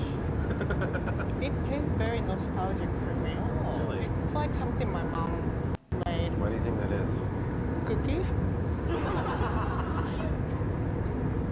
Every time I look at this, I smile. When I look at pictures of it, I smile. Look! Can we do head for scale real quick? Yeah. It's not just impressive in this scale. Oh, yeah. It's like a topographic map. Yeah. You can see the Rocky Mountain as it spills out into the Pacific. Death Valley down here by the legs. Yeah, look at that. Can you tell that we're just trying to avoid eating this? Yeah, I don't want to do it. Where do you even start? Let's start with the V. 3, 2, 1. I felt so bad doing that. I'm sorry. Cheers, Steven. Cheers. Very reminiscent of the shortbread. I like this one more than the last one. It's bigger. Oh God, now I want. I know. Now I got the taste in my mouth better. Yeah. I want to break off more. You know how you're supposed to leave a cookie for Santa? Can you imagine Christmas Eve at his couple's house? What would he do when he came down the chimney? He was like, this? I thought I had the little elves in my workshop. They've been out making cookies for someone else. Want to eat the tail section? No. Really? I want to eat it. It's too big. Oh! It's like a little angel's wing. You murderer! This cookie is literally just 4 ingredients with icing. You have this elegant design with this very simple food, which is what makes it so great. Yeah, Rie agrees with me, which means I know I'm saying something right. What was that? I just want to feel the texture in my mouth. Oh, okay. So awesome. Yeah, it feels so nice. Whoa. I love this cookie. Okay. Let's let Adam and Annie have some.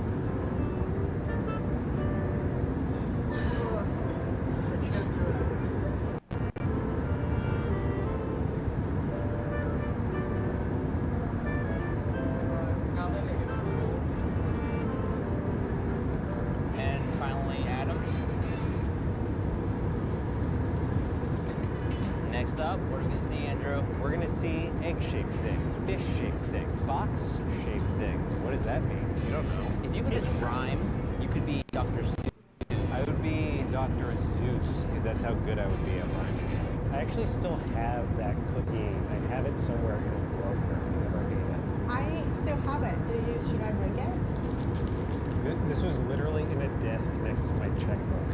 Okay, so next we're in the first full episode during the 2018 trip, which is sushi.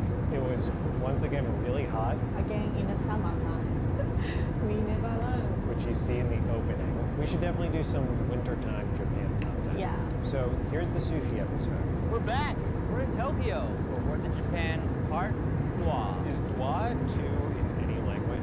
French. Un, deux, trois. Wait, what is You can find 2 and 3. You know how you know we're in Tokyo? The Tokyo Tower and the sound of cicadas. Hear that?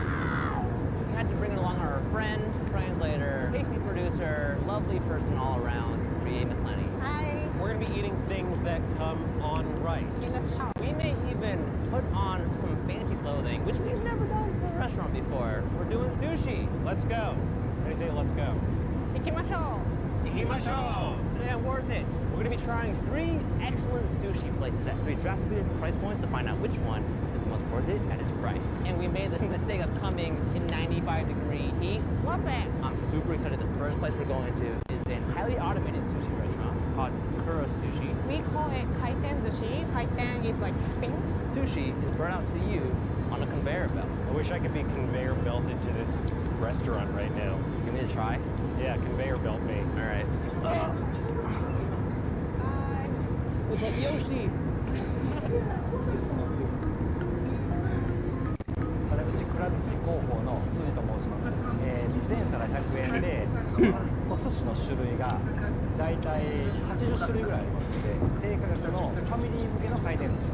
For somebody who's never been to a conveyor belt sushi before, can you explain how it works? まずお席に案内されると、ベルト状に流れている商品は自由に取っていただきます。鮮度君というカプセルに入ってますので、カプセルから取っていただいて、召し上がっていただきます。ベルト状に流れてないものはお席の脇についているタッチパネルからご自由に注文していただくと、注文専用のまたベルトから商品が流れてきて召し上がっていただけるようになっています。 What are the advantages to having the automated system in the restaurant? 低価格で提供するために、実はくら寿司の注文の中に職人さんが一切います。でその注文に基づいて、お寿司のシャリはロボットが作ってます。ロボットで握ってその上にこうネタを乗せるだけで提供できるので、だいたい平均でお寿司作るのがだいたい6秒ぐらいで作って提供できます。So excited. Each of these plates is $100 yen. Approximately $1 US. So we have self-service green tea here. Never seen someone so excited for hot water. Hot running water. Yeah, at your table. Come on. Sometimes my shower doesn't even do it. Come by. Hot. This is the optimal time. It's like enough time for you to look at it, decide if you want it, but then it's like if you don't get it, you're not gonna get it. It's like the Tinder of dining. Yes. Swipe right. Right. Right here we have 2 beautiful shrimp. Come on. Okay, maybe we should just go for it. Pop it open. Pop it.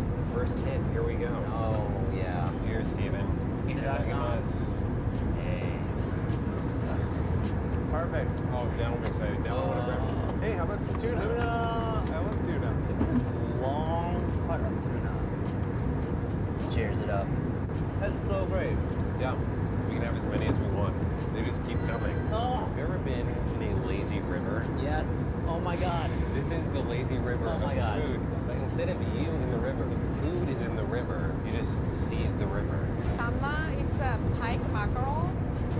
The fish was tender, the rice was well packed, like satisfactory in all of the ways that you want sushi to be. What is this? If you get 5 plates, You get to play the game. Oh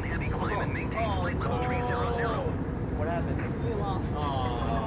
So if we won, what would happen? You get the toy in a plastic bowl. And then I want dessert. Next. Oh, fluffy ice with green tea red meat. Nice, the order was heard. Was Thank you. heard. Oh, here it is. Cheers. That's what you need when it's hot outside. Oh yeah. Ice blast. We're at 8 plate count. 9. I touched it. Okay, we're at the baseball stadium. I like it. Yeah, get home. Oh, we won. Really? Yeah. No way. It's coming out. Got some stickers.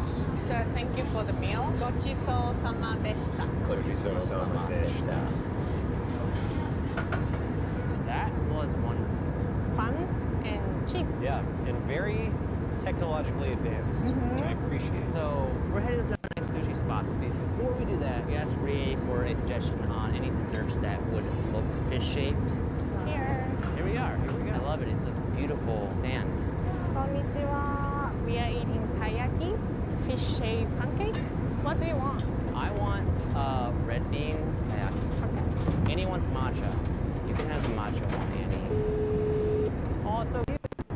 Hello. I got the red bean. Hello, It's I a was green just wondering if you were hungry. I'll get you something to eat if you like. Try this taiyaki. I'd love a bar of chocolate, or maybe something like a flapjack if you have I one. also have red bean. All right. I'll get it to you now. Sushi, mamajuki. In the 1980s, Norway had too much salmon, and so there was a guy who was taxed by the Norwegian government to sell some of it to Japan. He was able to strike a deal with a company called Nishi-Ren that catapulted salmon into the sushi market in Japan. We didn't have salmon sushi before that. That is a great international collab to bring a new all-star food into prominence. When you eat fish-shaped food, do you eat from the head or bottom? Head. We're going next, Andrew. So next we're on our way to a place called Shun Sushi, is that right? I'm here. And it comes recommended by one of our colleagues named Hitomi, actually. My work wife. Your work wife? Yeah. So this restaurant is neighborhood sushi joint. Somewhere you wanna go once in a while when you are craving sushi. Sushi chef knows you. That's what I want. Yeah. I want my sushi chef to know me. How do you get a work wife? You have a work wife. Who?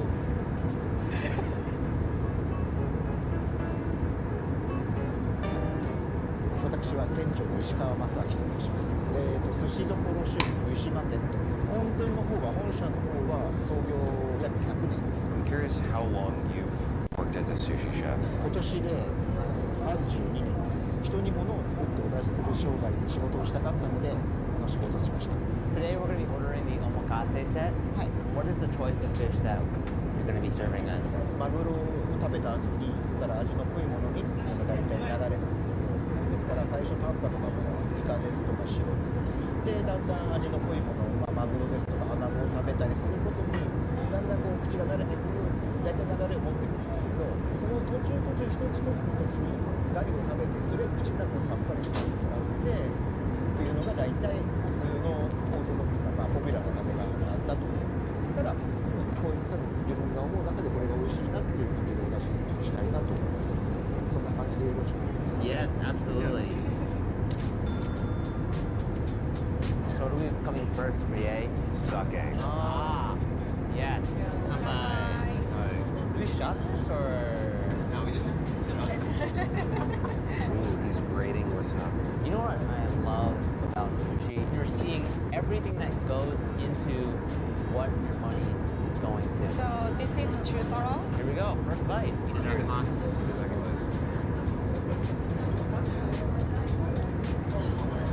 Pure and utter joy. You know, it's not like a piece of fish on top of some rice. It tastes like a single unit. Hi, Captain.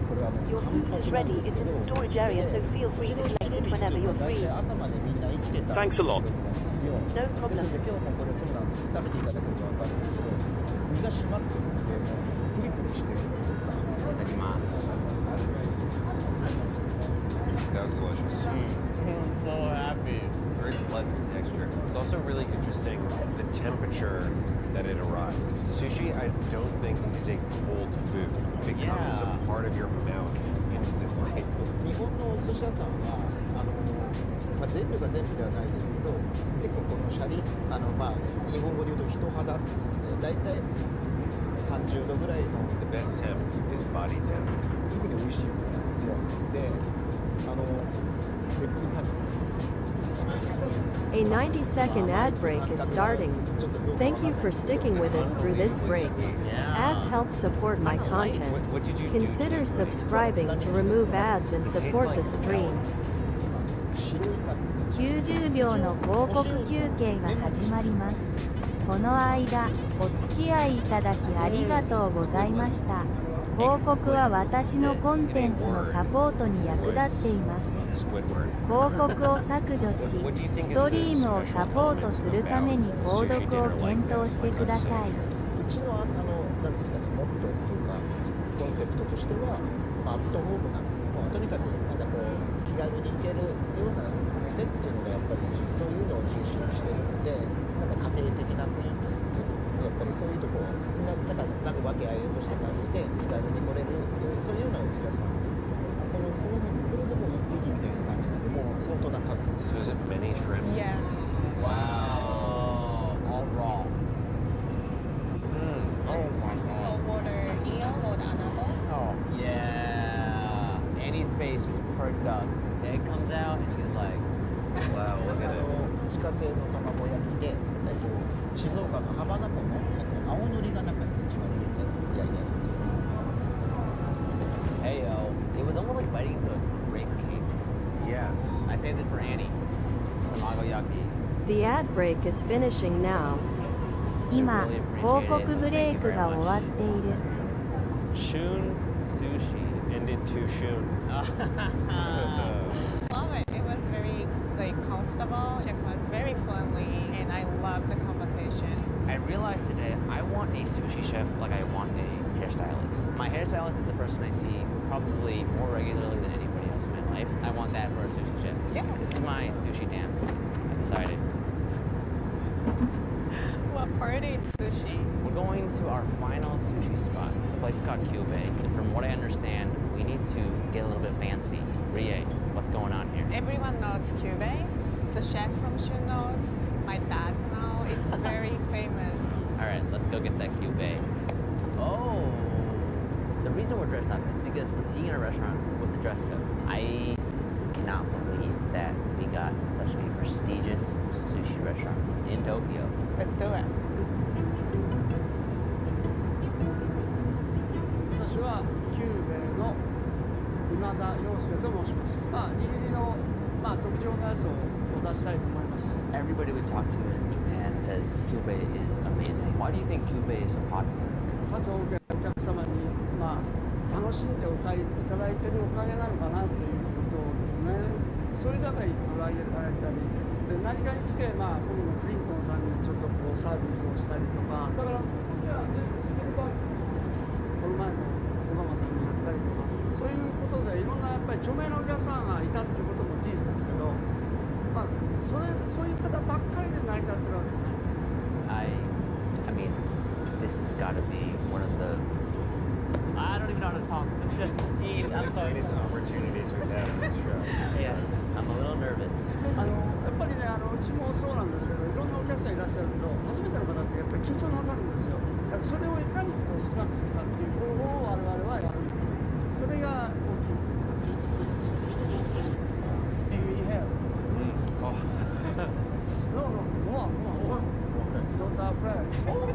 And this is top 2 to blind. This is shark skin. Oh, wow. You touch it here. Real shark skin? Oh. It's 100. Too polite. I'll be less polite. Bye. マグロが結構やっぱり人気なんで、横綱ですから、ですからマグロから中トロ界が始まって、大トロに近いところ、中トロと大トロの間、これは霜降りということですね。お肉でよく霜降りっていう、そこと同じような感じですね。最近の大トロはタイですね。So this is Thai snapper. Why does he tap you with a knife? 生のこういう食材っていうのは途中で食い切るっていうことは難しいんです。柔らかい。聞きました？ちょっと聞いてます？ Feel? Yeah, no, sorry. Oh. I make wasabi double than them. You're not strong enough, Andrew. I'm scared. Don't you feel? I feel it now. Yeah. Very good. Yeah. これぐらいが美味しいね。わさびも名脇役。Oh wow. This green onion. I'm so excited. What is this fish? This This is turbo. Oh, turbo? Turbo. And touch top the sushi this side. Oh. Bottom and fish. Softy. And you have, yeah, you can, yeah. It's pretty. You try the next layer to pick up the finger. Okay. Some and center finger. Are you gonna eat that? He keeps those live shrimp in the same temperature as the seawater, slightly warm rice with cold shrimp. ちょっとスッと食べると美味しいよね。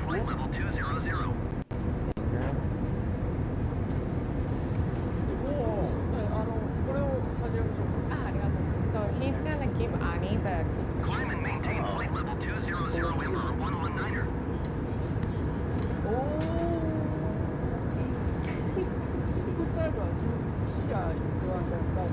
Are you kidding Are me? you kidding me? Your father invented this style? Yes. They make What? this in Ohio. Please go on. While seaweed run, I want to hear the crispy noise of seaweed. That is incredible tasting. That was everything. Cold, uni, the wasabi burn, the warm rice, the crunchy seaweed. Yes. Everything. I would have thought that was like hundreds of years old. That style called gunkan maki. Gunkan is a battleship. Oh. Yeah. I love that. Because it kind of looks like battleship. That's Yeah. my favorite. We should get some more sake. No. Would you like some, Adam? Adam's a sucker for good glasses. Adam took a sip of the sake and said, I just realized how all sake was supposed to taste for the first time. Yeah. I think he want to utilize all the ingredients. The real head to tail. It's like a little shrimp chip. Tare, eel. Wow. Wow. 小肌の小さいやつですね。もっと普通こういう大きいんですけど、この今の時期だけ小肌のシンコって言って、小肌の小さい子供という意味でシンコっていうんですね。 It's so beautiful. Oh, wow. That was really new tasting for me because I've had a lot of sardines before, but never like this baby taste. Yeah. What a fishier taste. 寿司屋のクレープみたいなものでデザートみたいな感じで召し上がる。で、昔は卵を食べるとその店の味が分かるということで、あとこう匂いを買うとエビのちょっとフレーバーがつきます。Yeah. Wow. It's so custard. It's like flan. No. Tamago yaki is egg. Tamago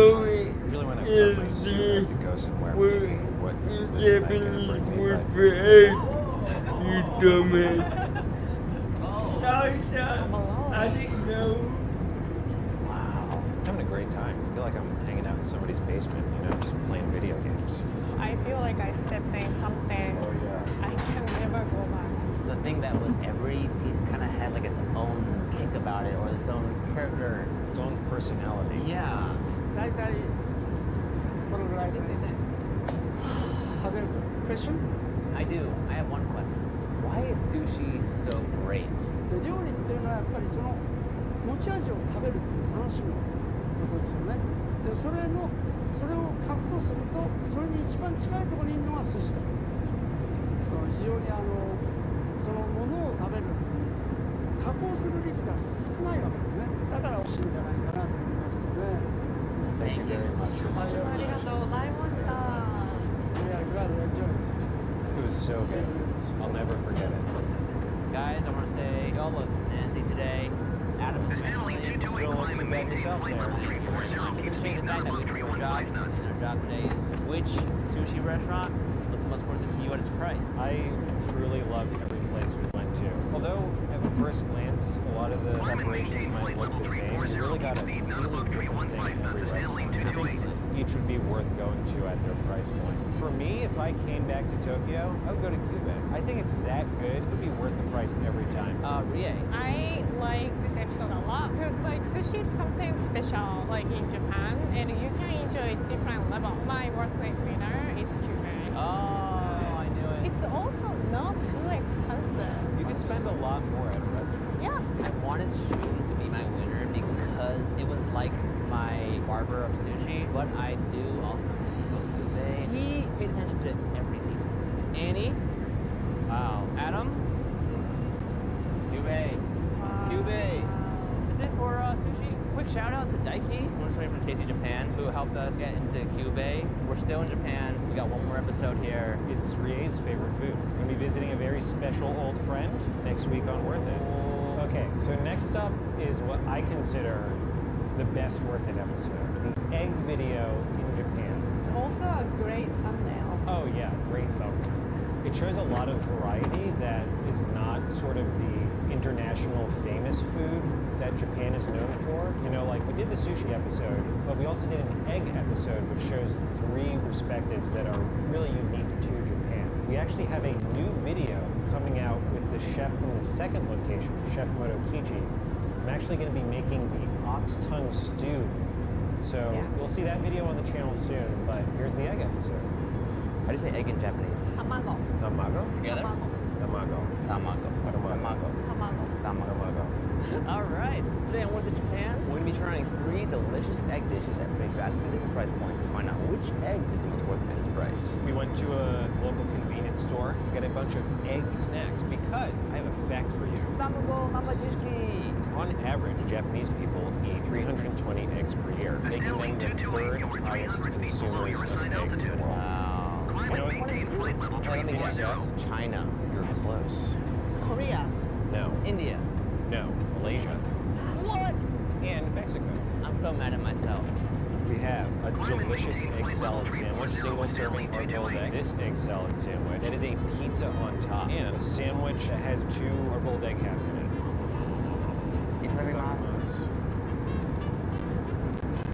I want the best one. No, I didn't. You would get the pizza one. This is really good. First stop, we're going to the Tsukiji fish market. Let's go.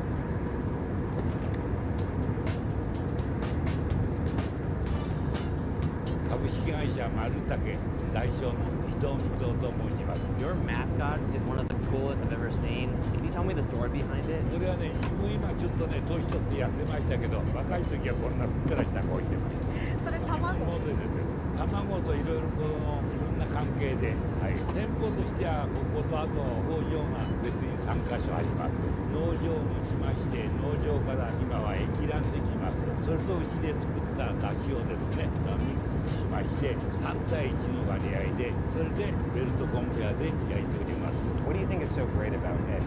どういうとこっていうかちょっと質問が難しいね。まあ栄養面もいいし、日本人って卵、アレルギー以外の人はほとんど好きですよ。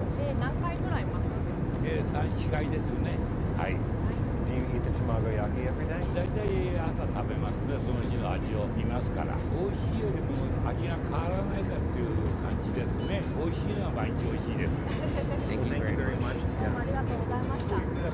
We're at the Tsukiji fish market, and it's been a bucket list item for me for a long time. Did you think you'd be coming here to eat eggs? No, which is the crazy thing. Got a little souvenir while I wasn't looking. As soon as the interview cut, the owner pulled this out and just handed it to me. It's like, you're gonna want this. And Jealous now. But I shouldn't be, because I'm about to eat this delicious omelet. This is the $1 slice that you can get. A delicate golden finish to it, like creme brulee. But the size of a Twinkie. Like butter. Itadakimasu. Itadakimasu. Oh, wow. Oh, wow. I actually did not expect the flavor that came from this. The sweetness? Wow. Yeah, but still savory. It's almost like a soy honey glaze that you get on a chicken wing. I think the best part of this egg for me is the texture. I'm chewing it with my tongue, right? So I can get maximum flavor. Almost burst a little bit. Yeah. Like caviar. It's very juicy. With the added sweetness, the touch of savoriness, this is very much like a little slice of cake. It would be fitting that eggs are such a large component of cake. This could be dessert. It could also be a meal. Mm-hmm. It's so simple. Yeah. Is that what you think? Yeah, it's so simple. I want to eat this whole thing. Itadakimasu.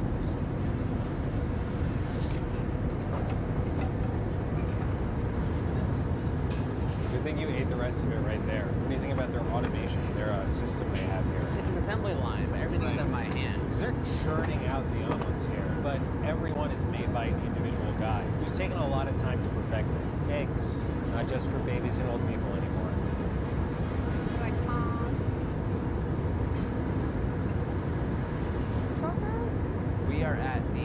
Rio store right now, and we're checking out one of the greatest animated characters of all time, Gudetama. Brie, what is Gudetama? They is like lazy, tired. Tama is from tamago. Oh. Etymology. I'm ready to look at some Gudetama stuff. Oh, yes. In the airport with this thing? Look at that. Hey, look, Andrew. Gude caviar. We have Gudetama's butt. Gude butt. This Gudetama has a little bindle, like he was hitchhiking somewhere, and then he just gave up. Gudetama hamburger pen. Gudetama toothbrush. Gudetama lanyard for my ID at work. Get that. FBI, freeze. Steven, look towards me. Tamago, The shade of yellow or orange that an egg yolk has is dependent upon the chicken's diet. However, the color of the yolk does not say anything about the nutritious value of the egg. Interesting. Okay. Typically, Japanese egg yolk is very orange, like your t-shirt color. Oh, yeah. That's totally why I wore it today. I want yellow too. Feels all left out. Ooh, popcorn. Oh, it's moving. This is a counter. Oh, wow. I thought he was supposed to be lazy. This is not lazy. Well, Gudetama is the lazy one. We are not. 10, 9. Oh, wow. Now we got a snack for the train because we're on our way to Kyoto to have a very special egg dish.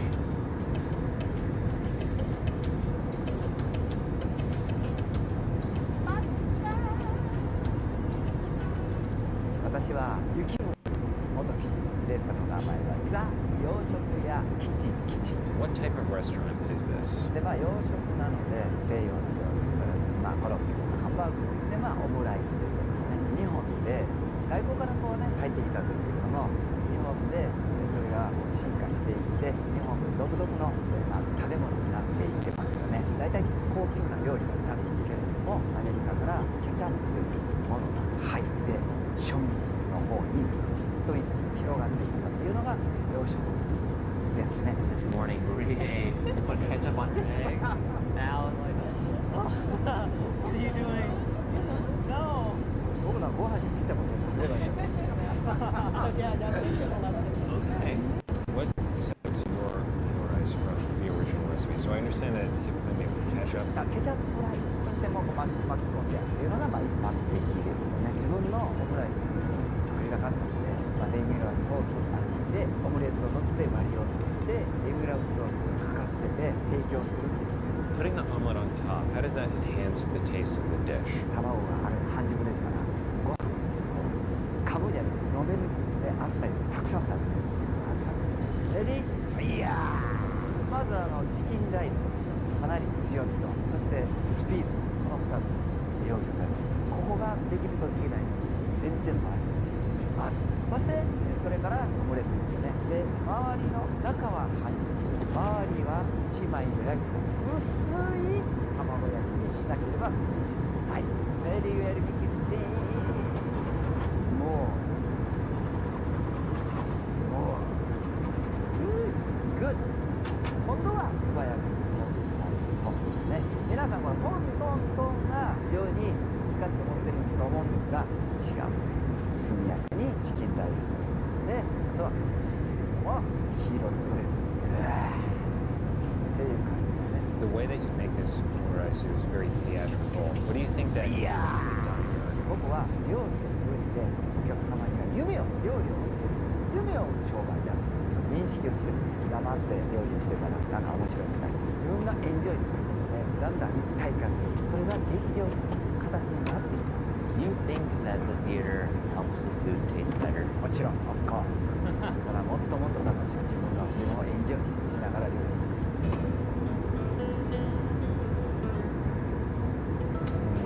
オックスタンスチューキチキチNo.1 This is the number one dish? Yeah, Omurice famous. Kichi number. Taste number one. Yeah. Oh, I love it. Yeah, so we're taking a little detour for the eggs because this is part of the process of making a demi-glace. It's the same base, but different ratio for beef stock. Okay. And it's simmered for 96 hours. So I'm going to taste the sauce first. Yeah. Cheers. Itadakimasu.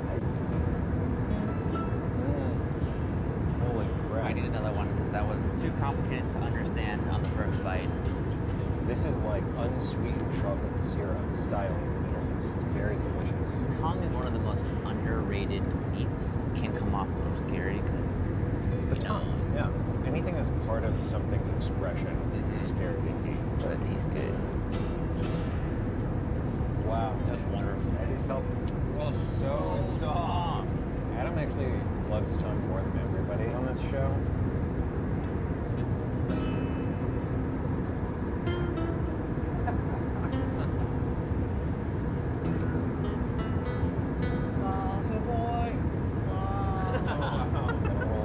Of the demi-glace, and now the main event.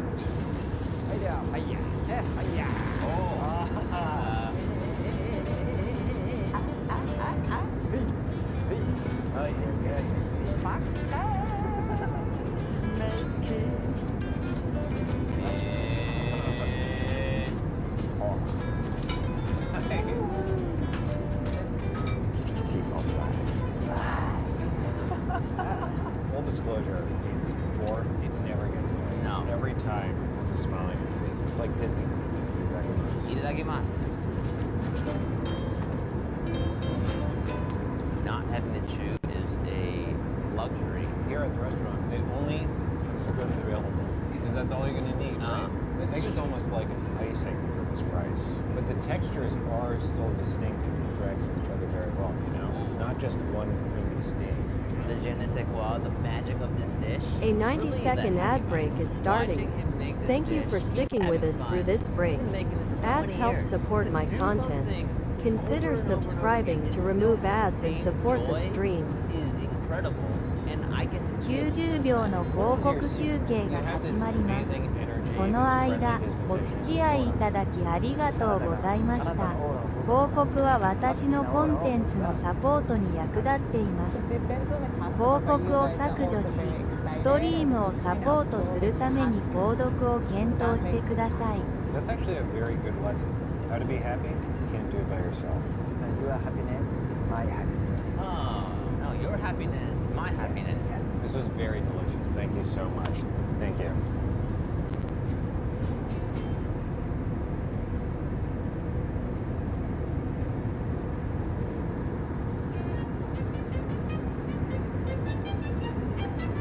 We're here in Kyoto and I want to have a little sweet treat to round out the day. Rie recommended that we come up here. We are here in Matcha House. I love this place. Matcha is my favorite flavor. 2, 5. Andrew, you are trying matcha tiramisu, and Steven, you are having parfait. Parfait is my favorite dessert. I already had 2 or 3 parfaits through my trip already. If anybody looking for parfait ambassador, they should choose me.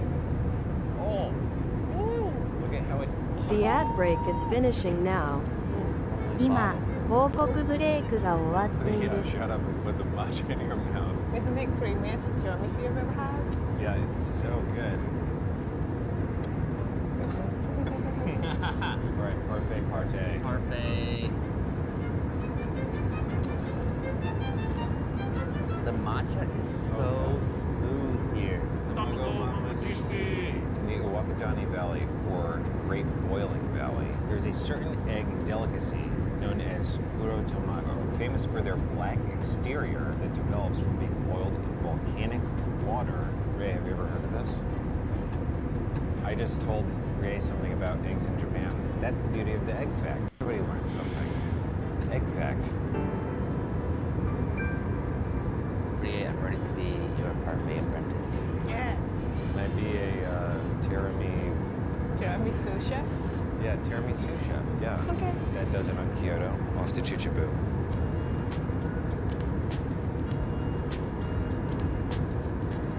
秩父市にありますアクアファーム秩父と申しまして、私代表の新井照久です。よろしくお願いいたします。で、本日はうちで生産しております輝きという種類の卵をご紹介させていただきたいと思います。What makes this egg so special? 実はですね、この卵の最初のこれを作るきっかけっていうのはうちの子供なんです。あれ今高校生なんですけど、あの子が3歳ぐらいの時に僕の卵を作ってって言って一言です。で、自分の子供の卵を作るんであれば、俺は日本一の卵を作らないとと思って必死で試行錯誤する5年。輝きっていう卵は私がどれの掛け合わせで作った料理なので、各都道府県全部にしておいていますので、それってやっぱり一番肉質がいいというデータを作ってるんですね。そこで餌をうちでオリジナルで作ったものを与えて味を向上させる。卵に甘みあるってちょっとアメリカの方は分かんないかもしれないですけど、味が濃厚なんですよ。濃厚さがあって甘みがある。 And is the yolk color unique? 本来はこの黄色いが本来です。トウモロコシですから、日本は今どうやって作るの？唐辛子とパプリカ。スパイシー。唐辛子って味しないんだ。人間食べたら辛いですけど、鶏って味覚ないんですよ。じゃあ卵にはそれは反映されない。色だけです。 How do you think this egg is best served? 生で食べられる方は生が一番やっぱりね、美味しい。Why is it that in Japan you can eat eggs raw? 国です。日本国が厳しいんです。月に1回全部計算してます。 Which came first, the chicken or the egg? 多分どれが先なんじゃないですか。間違ったら多分言ったんですよ。That makes sense, yeah.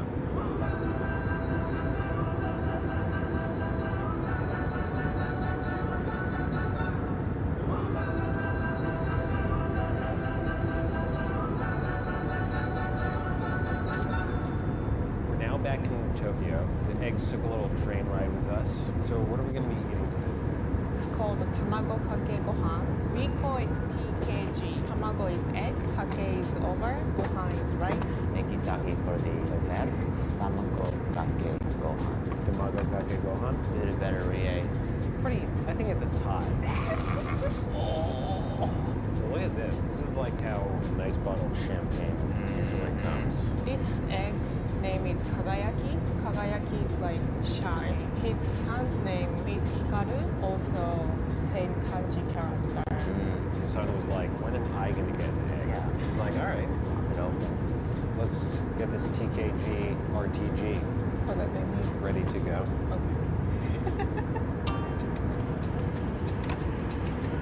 Thank you. So you just crack egg on top of rice, few drops of soy sauce, mix with it, enjoy.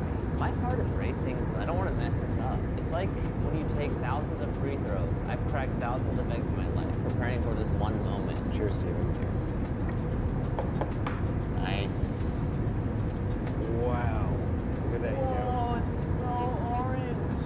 yolk. The yolk is very impressive, but the white has so much structural integrity on its own. Look at that. Oh, like a jiggle. A white doesn't normally look like this. No.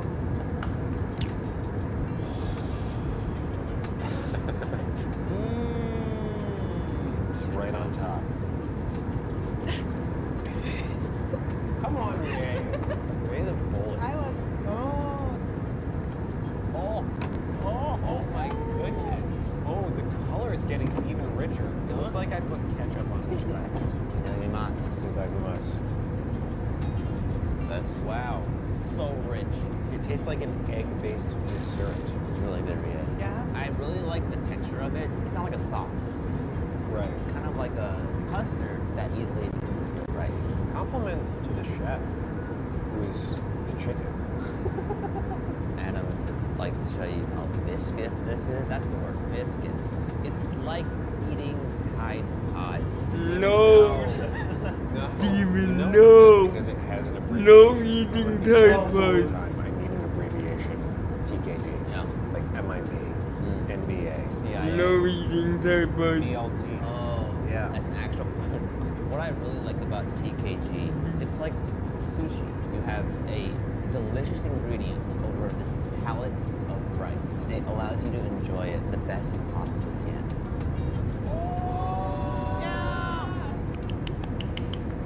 Which egg dish was the most worth it to you at its given price point? Start with Rie today. I have to say Kichi. It's so nice, it's amazing. My winner is also Kichikichi's omuraisu. I saw that one coming. His omuraisu is so unique to himself. I think it's a dish that you can travel from the other side of the world for. Kichi omuraisu is my winner. That's a three-way Kichi. Yeah. Winner wins. I mean, come on. Come on. Come on. Adam, worth it winner. That's 4 for omuraisu. Annie, who's your worth it winner?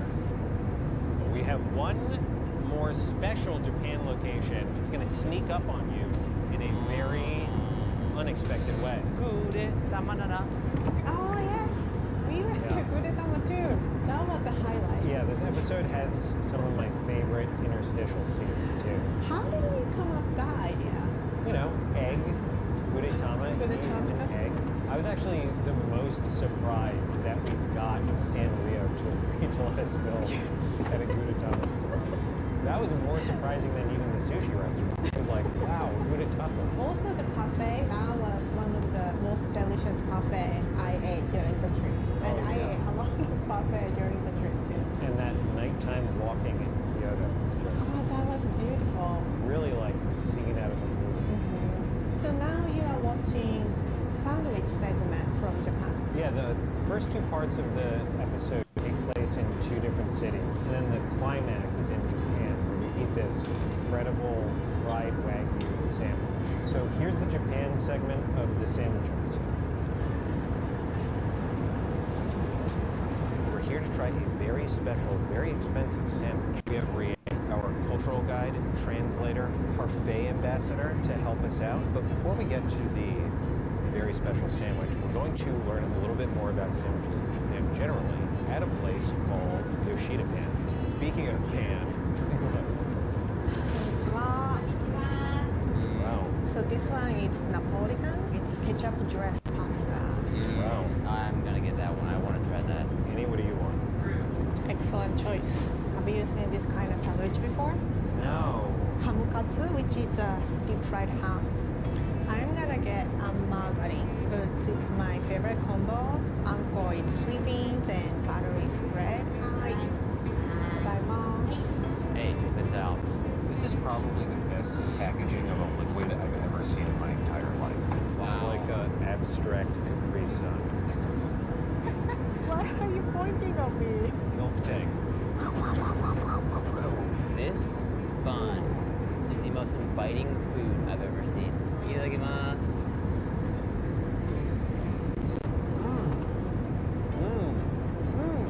How's the spaghetti sticking? It's kind of confusing me. Like, I feel like I need a fork right now. It is actually good. Like, it's an interesting texture. All right, but now we're going to potentially one of the greatest sandwiches of all, which is going to be a 20,000 yen fried Wagyu cutlet sandwich. 中目黒にあります和牛マフィアカツレツサンドイッチ、私店長の井上と申します。和牛マフィアは5年ほど前に和牛を世界に広めていくというプロジェクトで立ち上がったチームでございまして、本日召し上がっていただくのはこちらの神戸ビーフシャトーブリアンサンドイッチになります。当店のスペシャリティでございます。すごい歯触りもすごい柔らかく肉の王様と言われているものでございます。今まで食べたことない柔らかさ、お肉ではない。揚げるというものは焼くよりもうまみが逃げない、肉汁が閉じ込められるので和牛の美味しさを存分に味わえる。厚切りで提供しているのですごいジューシーなハムを味わっていただけるというのも一つの理由でございます。パンの方が硬いソースを塗った8枚切りの食パンで挟みパンの上が切っております。そのお肉というもの、お肉の柔らかさをダイレクトに感じてもらうためにこちらを4等分にして提供しております。 Take us away, Steven. Season finale, final restaurant in Tokyo, $200 Wagyu Mafia Kobe Chateaubriand sandwich. You know what Chateaubriand means, right? I have no idea. The chateau is like, you know, your large estates where you plant your flag. What is Briand? Brilliant. The brilliant home. Really? You're making this I'm making this up, but Chateau is a castle, Briand is a person's name. According to Briand's castle. It's Brian's castle. We're having some Japanese craft beer and a porter. Oh. Pour it on the sandwich. Stay away. Season 5, Steven. I'm fine. Yeah, that's tasty. I did not expect it to be so thick. It has to be thick, Steven. It has to be thick. Okay. All right, let's go. Ready?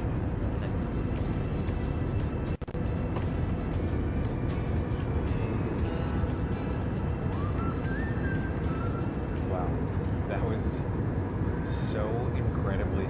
Jeff was absolutely right. The bread is firmer than the beef. My mind wants to think it's an ordinary sandwich, and then when I bit into it, it's extraordinary. Yeah. Like Narnia. You know, the bread tells my tongue, it's lunchtime, let's eat this sandwich. Yeah. But then the beef tells my tongue, holy crap, what is going on? So the chef has some of the recommendation to enhance the flavor, I think. Okay. We did. Oh, okay. But do a little bit of zest. A little pizzazz. Yeah. I can smell from this distance. Salt. Like truffle. It's truffle, right? Oh, it's truffle salt. Oh, I mean, this guy knows the way to my heart.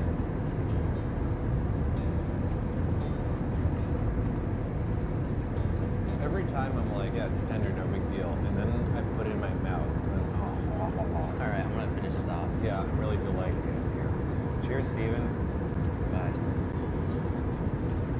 Wow, that was a super good sandwich. Hello. こんにちは. Hello. You know Chinese, I need some help if you can. 中国語を知っていますか? Yes, I can help. I can help.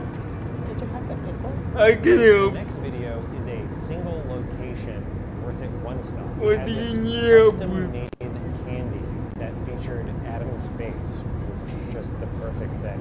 Yeah. This is actually a video that Annie produced, and we went to Nagoya just for this location. Nagoya was a really cool city. How do you We shot say the the selfish opening to the sun? video at this Between the castle, hours but of it was getting 11 kind of p.m. to late, 1 so it a.m. ended up really Stirs up interesting trouble, looking, and but with an that's just overly kind of confident the way that posture, filming works with holds a travel. purple stone in his own hand.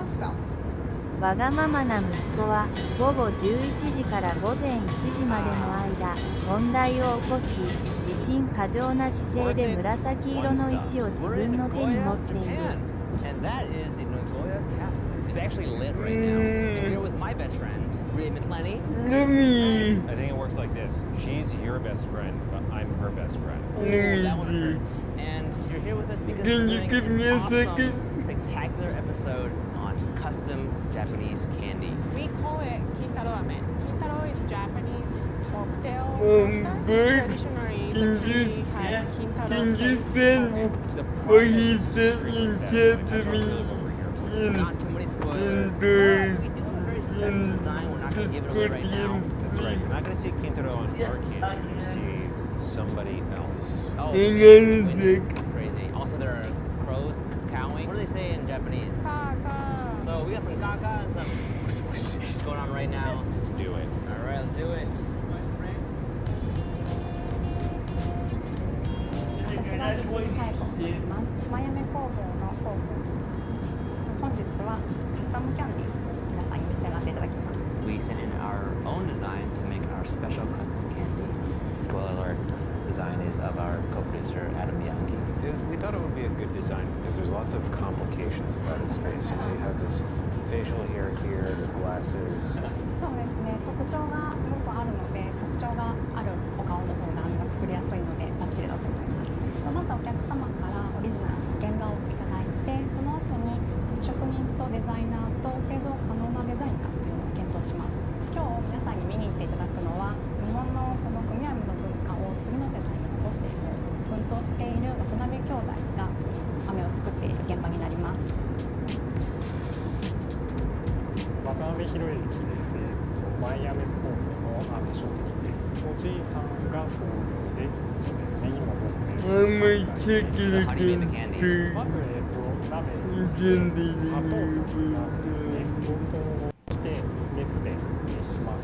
で、150度になった状態でこの冷却板というものに当てて冷ましながら香料、味付けと酸味料を入れて、そこからパーツごとに分けて着色をしていきます。で、そこからこちらに持ってきて、それぞれですね、リーダー役がいる中でそれぞれにパーツを振り分けて最終的に、リーダーの人は組み立てる。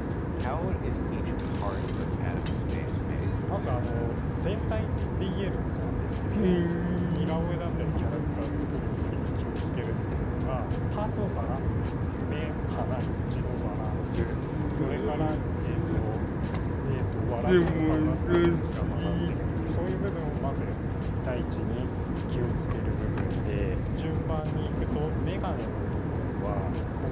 べた部分ですねが歪みやすいので、まずそこをきっちり作ると、丸、三角、四角っていうパーツは作りやすいんですけど、それ以外のちょっとした円形、楕円形っていうのはすごい作りづらいので、そういう部分は気をつけながら作ります。ひげの部分も、そうですね、これも比較的大きいパーツになるので、見てもらうと分かるんですけど、2つに分ける形でしっかりと冷ましながら作る。So what are you doing to help make these shapes and keep everything even during the process? 気流が起こらないように、ちょっと風が当たるとやっぱり雨って全然フェイク硬くなっちゃうので、その部分ですね。Oh no, he's gonna be a very ugly version of Adam. I'm sorry. Can I cut? Yep. So, do you want to do it, Andrew? Sure.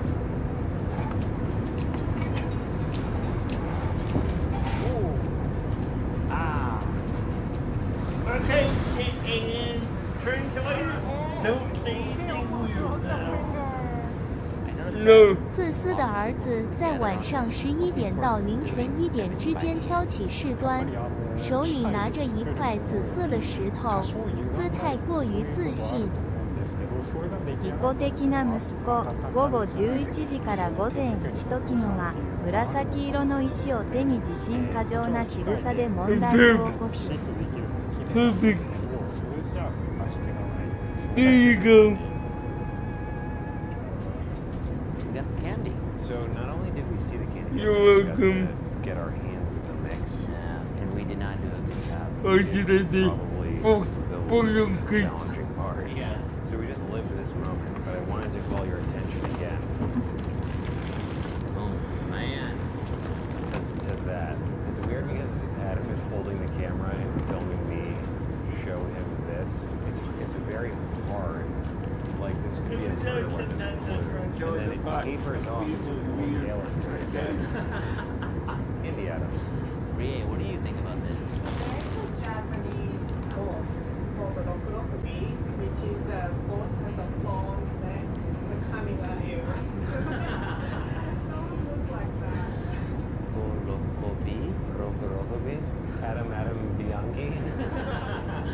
Like the level of sculpture happening here is really amazing. Let's pull out the candy. I'm gonna put this away because it's too much to look at. We should bring out the ones that we made first. Sure. Just to be clear, we made 50 pounds of candy. About 3,500 pieces of Adam. I believe these are the ones that we made. I just looked at this for the first time. This is like if you took Adam and put my hair on him. Yours are too thin, and some of mine were too thick, so when we got in the rolling machine, the edge of it just sliced across his face. Look at that guy. It looks like you're about to go into a time warp, and you're like frozen, and then your body starts swirling in space. Hey, some of them are pretty good though. These people are not random, okay? It's gonna be awesome. Watch this. Watch this. Alright, you ready? Yeah, this isn't the 50 pounds. There's many boxes of this. Oh, man. So because these ones are good to go, they're actually individually wrapped, which is great. Oh yeah, he's much chunkier than the right size one. He's got a much chubbier face, which I like. I think the word is chisel. Look at that one. That's a good Adam. I mean, it really looks hand painted, right? With like a single hair paintbrush. All right, I'm gonna eat this now. Cheers. You chew it immediately? Oh, wait. It's a hard candy, Stephen. Great flavor. No? What I like about it is that it's also not insanely sweet, which was what I was expecting when I saw the naked. No. Is it right side up? Around me. Ew. The light outline around his ears is potentially the most impressive. A 90-second ad break is starting. Thank you for sticking with us through this break. Ads help support my content. Consider subscribing to remove ads and support the stream. 90秒の広告休憩が始まります。この間、お付き合いいただきありがとうございました。広告は私のコンテンツのサポートに役立っています。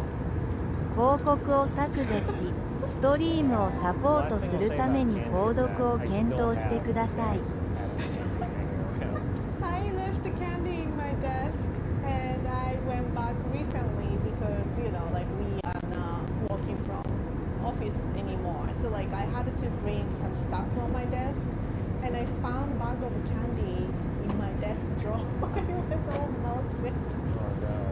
Okay, so the last video we'll be watching is another single location one stop, and this one is on bento boxes. For this video, we also traveled to a unique part of Japan just to film this segment, and that was Nikko. I think this was one of my favorite places that we went, kind of out of the major cities, out into nature. There is a famous shrine and a temple.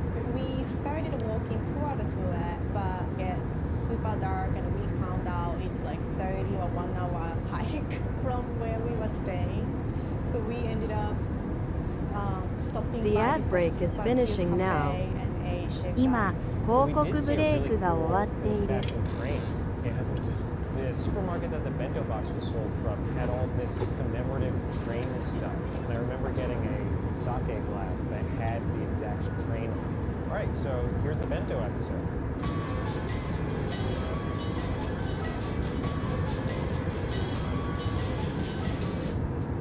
My turn day. Today we're doing Worth It One Stop. The show where we go to one uniquely worth it place to try one uniquely worth it food. Today we go to Nikko. It's a little bit north of Japan, is that right? North of Tokyo. North of Tokyo, oh yeah, not north of Japan.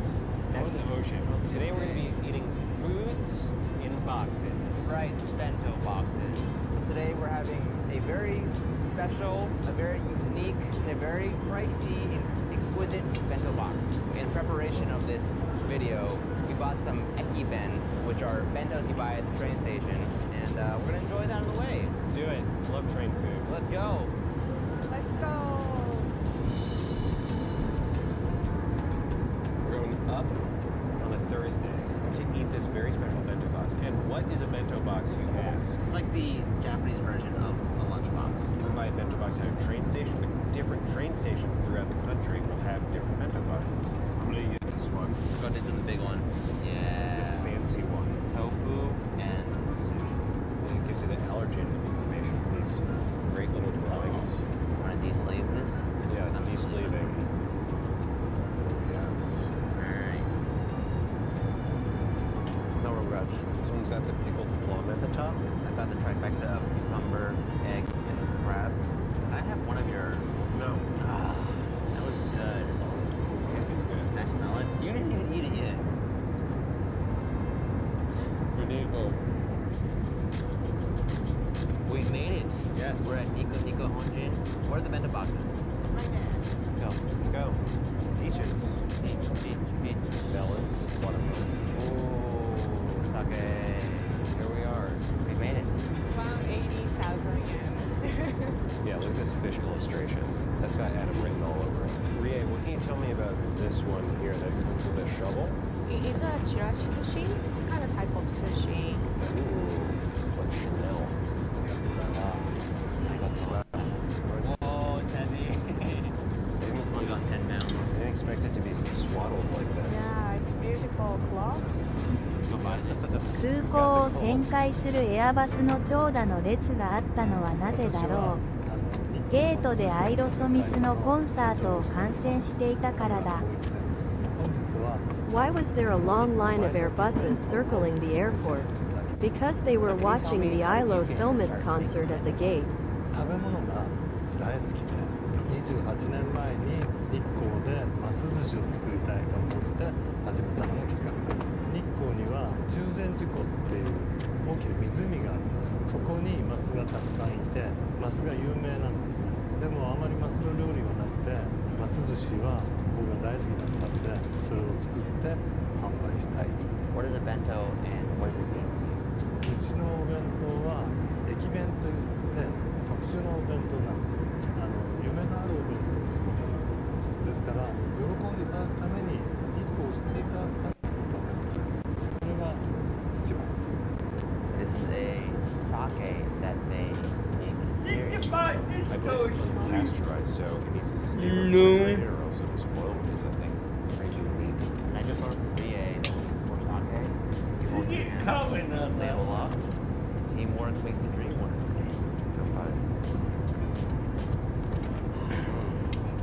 All right, let's do the bento. Do the bento? Is that a dance of yours? We'll find out later if that's a dance or not. で日光埋蔵金弁当っていうのはその埋蔵金を掘り当てるためのお弁当ですからその美味しい埋蔵金のように美味しい宝のようなおかずをしゃべりスプーンで食べる So here we're starting with the hidden gold bento. Nice. Okay. We'll stamp the date it was made. Ready? Ready. Oh, it's good trouble. Oh, it's got a nice heft to it. I could definitely eat a lot of fried rice with this thing. Oh, hey. Open both levels. Yeah, I can get double decker we got here. We have egg inside a bed of. Going to 120.75665 Echo Heavy. Egg on a bed of egg. Land House Center, Suki 65 Echo Heavy, flight level You know how like 350. Disneyland has themed desserts and treats? This outdoor Land House Center radar Oh wow. It is very reminiscent of like packaged cheese, but the fact that it's egg, it's like, this is egg. Beef. I think the candle. I haven't seen this A little fatty. Wow, there's like caramelized in it. The next bento, the one we came all the way to Nico for, lay on us. Tell us about what this bento is. 日光のいい彫り物だとか食べ物だとか食材もうみんな真面目に作って宝のような食材を全部集めて作り上げた夢のようなお弁当を作りたかったんです皆さん他のも欲しいと言われてずーっと作り続けてきて今18枚のお弁当があるんです日光には 2,3 人の特に熟練した、いわゆるマスターと言われる彫り師がいます日光独特の日光彫りといって伝統工芸っていう昔からの彫り方が特殊な彫り方が日光のニコニコ本陣ではうちの駅弁を全て買います特に日光埋蔵金弁当はの18万円のものは1週間以上前にやはり食材が手に入らないので1週間は欲しいです If you look at wrapping paper, this is clearly the superior original version of that. Alright, I'm going in. Look at these beautifully engraved chopsticks. And see the craftsman's mark on the back. Alright, you ready? The box? I love just moving my head around to see how the light changes and hits it. Like it really has this three-dimensionality to it. Do this for a second. So the bento box dance. Are you ready for the big reveal? Ready. Okay. So there's another protective layer.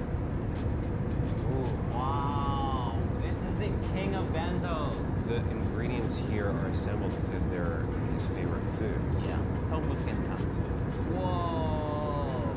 You know those towels that when you pour water on them, they expand and become a full-size towel? Kind of reminds me of that.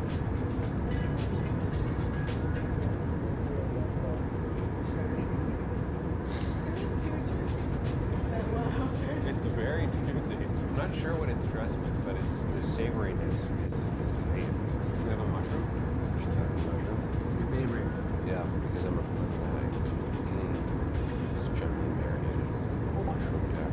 栃木の栃木和牛 A5 ランクのすごく美味しい日本一に決まったことがあるヒレのシャトーブリアンを使いますで中だけレアにして外側をこんがり焼いて日持ちするようにしてあります Now, Chateaubriand. The Chateaubriand. This steak, I would almost want to say it has no business being in a box. I need to have another bite. I don't even know what happened to it just now.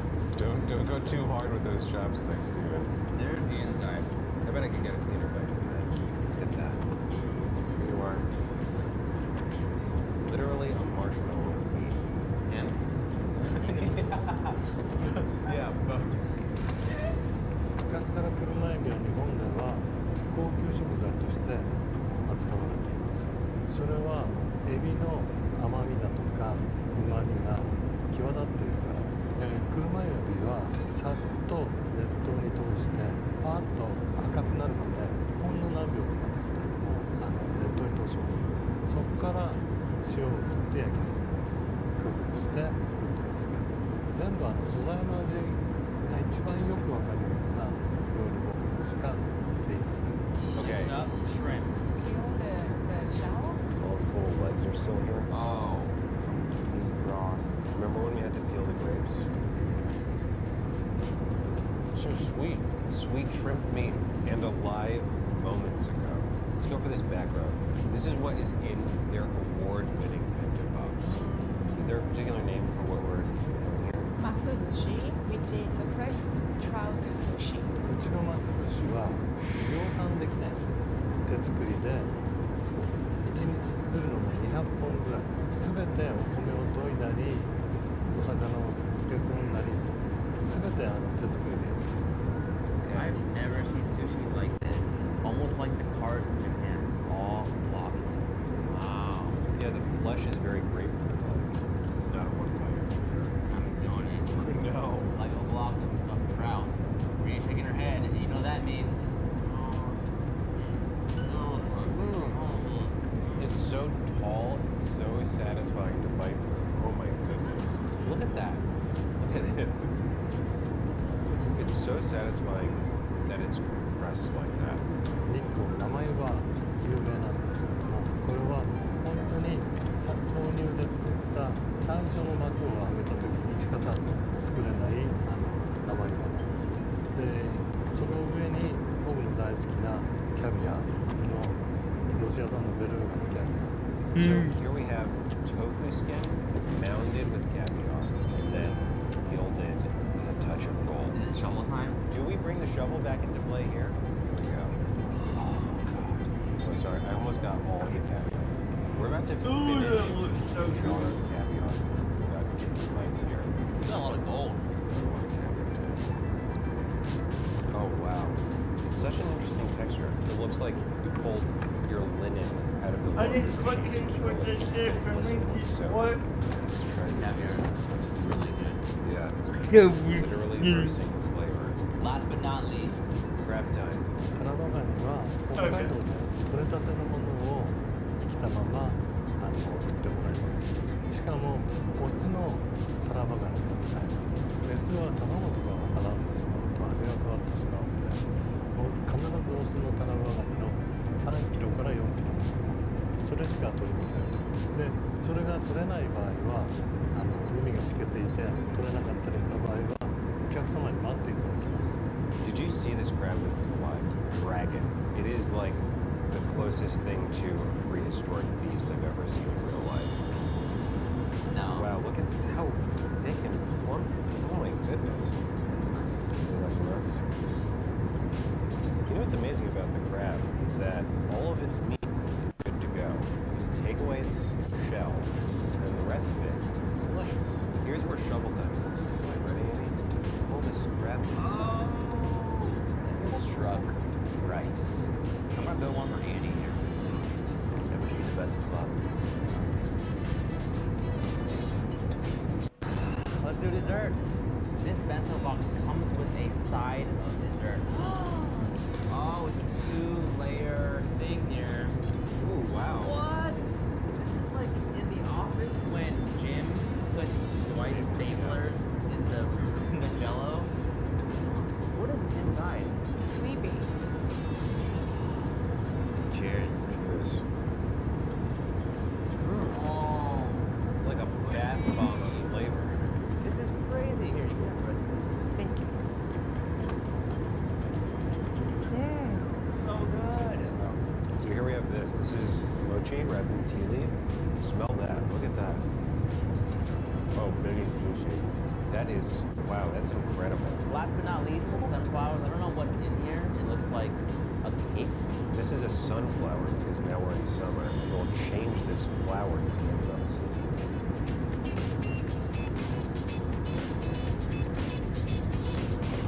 Bento boxes. There's so much more than just food. I think that is what makes it so beautiful. It's artistry, personality, love. The things that you really cherish and place in this box. It's less of a delivery method, more of a how it's placed right to the side.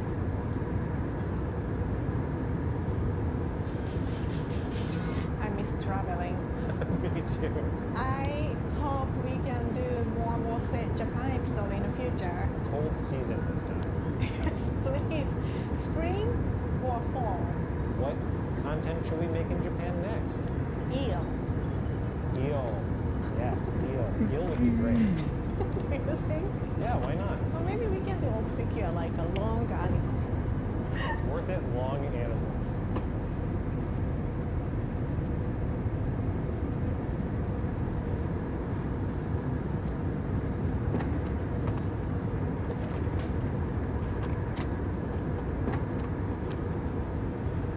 Yeah, worth it! We're doing North Carolina seafood. Do it.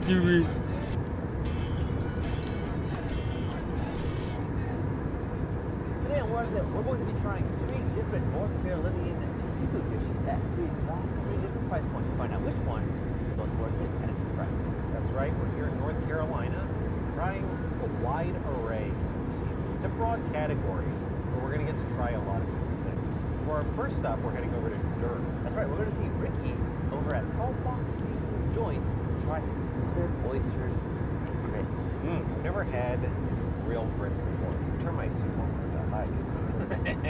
Gotcha. Trying to smother my grits.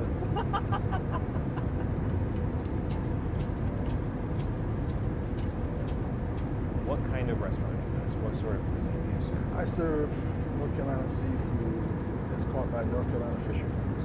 I grew up eating fried seafood. That's sort of the inspiration. And stylistically, what I do is fairly simple. Things that Do it. as a chef, I sort of put a curated, crafted spin on it. For a complete seafood novice, what would you point out about North Carolina seafood? I want everybody to know is seasonality. I don't think a lot of people know that seafood has a season just like anything else. So you go to the farmer's market, summertime, tomatoes and corn. So same thing with seafood. Wintertime, shellfish, oysters. A lot of times we're culturally conditioned to go to a seafood restaurant and expect what I know that I like.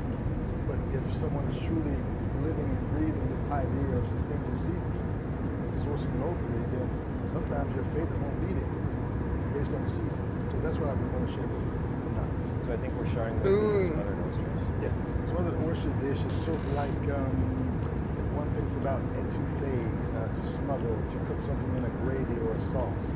So basically, I'm making a brown gravy, cooking that flour to sort of a peanut butter color or with a nutty aroma. Onions, green peppers, celery, and green onions. And then I'm going to add oyster liquor and a little bit of fish stock. It kind of creates sort of a gravy. For me, I got to make sure that that gravy is highly seasoned because I'm just going to float the oysters inside. And the grits, really straightforward local grits. Started off. Hello. Hi, Captain. I just wanted to come by and ask if everything was going okay. Yes, everything is fine. Thanks for asking. Great. Call me if you need anything. So you float the oyster gravy. What did that mean? I don't know. So, float means not just drop it in, right? You gently put something in, they're delicate, right? And it needs to be overcooked. That intentional movement makes you think about, okay, I got to make sure that these don't get so chewy. So I float them with a gentle movement as opposed to drop. First I've heard somebody say float in terms of cooking. Right. Well, and also we're talking about seafood, right? So there's the proper terminology, right? Float something, maybe, Cheers, Steven. Cheers. Got the good tea. Ooh. What is that there? Lemon. Punch. Oh, wow. Smothered oysters and grits. See, I wasn't sure what to expect. Me neither. But I am very excited because it resembles one of my favorite things. Which is? Mashed potatoes and gravy. All right, let's get started. Whoa. Oh my god. Wow. Unexpected. Wow. Okay, I like this already. You have grits, which is like your base. You need the base. You need like the boring thing, and then you got the oyster, the crown jewel. Yeah, kind of like how you need both you and me. That's right. In this show. I actually really like the texture of that bite. Talk about the float, the oyster float. Yeah, I love an untypical description for how to cook something. Float. It's like a war. You can taste the like relaxed nature of the oyster. Where's that here? I don't know where it is going. Oh, that please.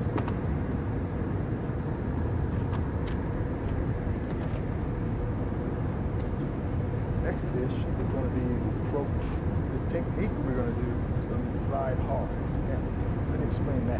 Fried hard is my definition. You fry something to a point where it has additional texture, not overdone, not dried out, but crunchy. For me, the joy of eating this small panfish is to cook it to a point where it's nice and crunchy, and so the dorsal fin becomes like potato chip like.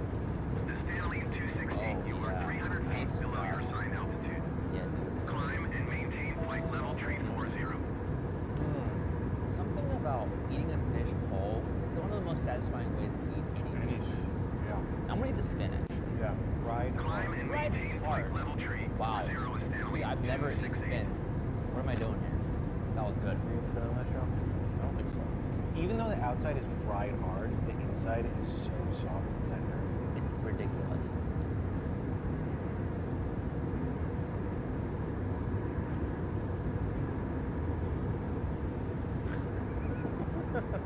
All right, Stephen, for our next stop, we're going to Wilmington to a restaurant. A 90-second ad break is starting. Thank you for sticking with us through this break. Ads help support my content. Consider subscribing to remove ads and support the stream. Which is the oyster farm next. 90秒の広告休憩が始まります。この間、お付き合いいただきありがとうございました。広告は私のコンテンツのサポートに役立っています。広告を削除し、ストリームをサポートするために購読を検討してください。Many as the weather lets me. Oh yeah? I aim for 5, but I really try and go out as early as possible. Wait, what is this the Atlantic? Yep, this is the New River, and Atlantic Ocean is due east. Okay, gotcha.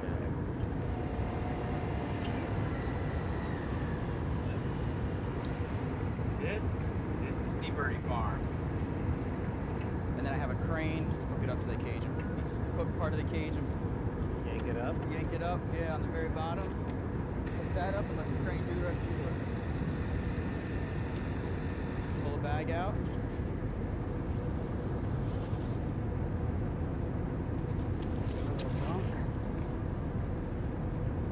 How do the oysters get in the cage?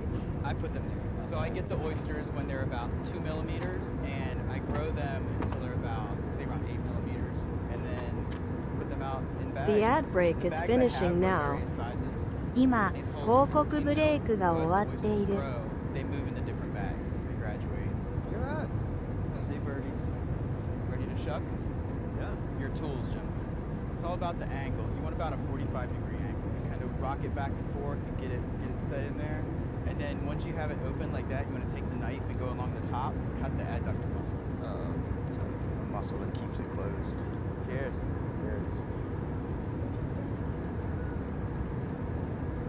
Wow, that's really good. Oh, yeah. And these guys? Toss them overboard. They'll start the next generation of oysters. You can eat as many as you want. What's that? You got a pea crab. The tiny crab in your oyster. So it's eating the oyster. Well, it eats the same food as the oyster does, so they kind of hides in there. So how did the Seabirdie oyster come? It's all about location with oysters. Like, you know, the term terroir, how a wine is defined by where it's grown. Same with oysters, they have their own terroir. This farm where I grow the Seabirdies, it took me about 1.5 years to find this lease because I knew the exact salinity level I wanted to grow them at. I'd ask, you're still streaming? But then I remembered you're streaming a simulator. まだストリーミングしているのかと聞きたいところだが、シミュレーターをストリーミングしていることを思い出した。 Is that because this body of water that we're in right now, it runs into the ocean, right? So it's like mixing with salt water essentially. Yep. Is that right? Exactly. That back? Yeah, you forgot. Chat with Chef Dean and Mario at Seabird about those delicious oysters, as Oh well my as their God. swordfish schnitzel in Eastern. You forgot. No.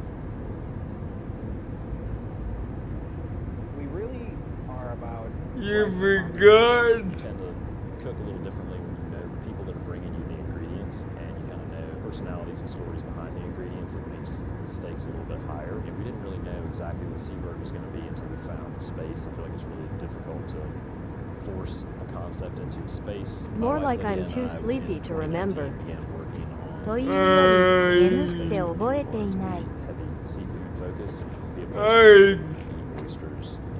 Yeah. Contact with Matt a lot. He was really wanting people to be able to enjoy farmed oysters at a lower price point. He was really excited about doing an oyster happy hour, basically saying, you know, I will sell you oysters at whatever cost you need to pay for them so that you can sell them for $1 a piece. So Mondays we do from 5 to 6, we do $1 happy hour oysters, usually with Seabirdies, and that's just at the bar area only. Cheers, Steven. Cheers. Wow. So I have the Seabird Martini, olive oil washed gin, and a phytoplankton. Wake up. Yeah, this is a tremendous martini. It's like the right side of savory. Off to a good start here. Tired. I blame Andamiro and Garfield and Bandai Namco. Oh yeah, no, yeah. 疲れたアンダミロとガーフィールドとバンダイナムコのせいだ。 And then we're like, no, we want 6. And they had a new plate For 6 oysters. 6 oysters. Yeah, it's like the most beautiful egg carton you've ever seen. All right, so what are you going to garnish yours with? Oh. I gotta go mignonette. This has a splash of sparkling wine in it, which is really cool. Really good. That is a totally different flavor. All right, how about only lemon? Right. Ooh, good squeeze. Oh, the winner. Yeah, that might be the best one. This is the top deal. Really? Yeah. Mondays, these are $1 each during happy hour. The oysters are not the main event. The whole reason there's a swordfish schnitzel on the menu is because I wanted spätzle on a plate on an entree. Growing up, I made a lot of spätzle with my mom, and so it kind of started with that. And what is spätzle? So spätzle is a German-style, like rustic pasta. The way my mom did it was much bigger chunks of pasta. We would just toss it in a little butter, and she would put poppy seeds on it, and then eat it just like that. What we're doing here is a little bit different because we're doing smaller. We're chilling it down and then searing it in a pan to get a little bit of color and finish it with a little butter. So from that, take whatever vegetables are in season. Right now we've got bok choy. Cook that down with just a little bit of caraway and chili flake. So I feel like it has kind of a German sort of direction spin to it. Yeah, the bok choy is kind of like a braised cabbage. Yeah. Yep. We do like a mustard emulsion. We've also take all these crazy citrus fruit that we're getting in, and we make sort of a citrus jam to go on top. And then we just kind of take brown butter, breadcrumbs. We slice the swordfish, press that on one side, crisp it. So, what is good about swordfish as a protein that makes it appropriate for schnitzel? I think it's kind of meaty enough to hold up against the crust that you put on it. I think cooking food a lot of times is about creating like nostalgic memories for people, and I think the way you do that best is by kind of having like a starting point or a focal point of what you're trying to do. And so I think with that dish, we're thinking about sort of German style cooking. Okay, I don't have much exposure to schnitzels. Well, it's fried cutlet, right? You love katsu? I love katsu. Same thing. Got it, okay. So just like, I can flip it in my mouth. Easy. Is that how you eat it? Yeah. All right, let's start with a piece of schnitzel each. A little bit of this. I do. Oh, that's tasty. Cool. This jam on top is incredible. Hot, crispy cutlet, any kind of meat. It's delicious. This is one of those foods that I can't believe you get to eat.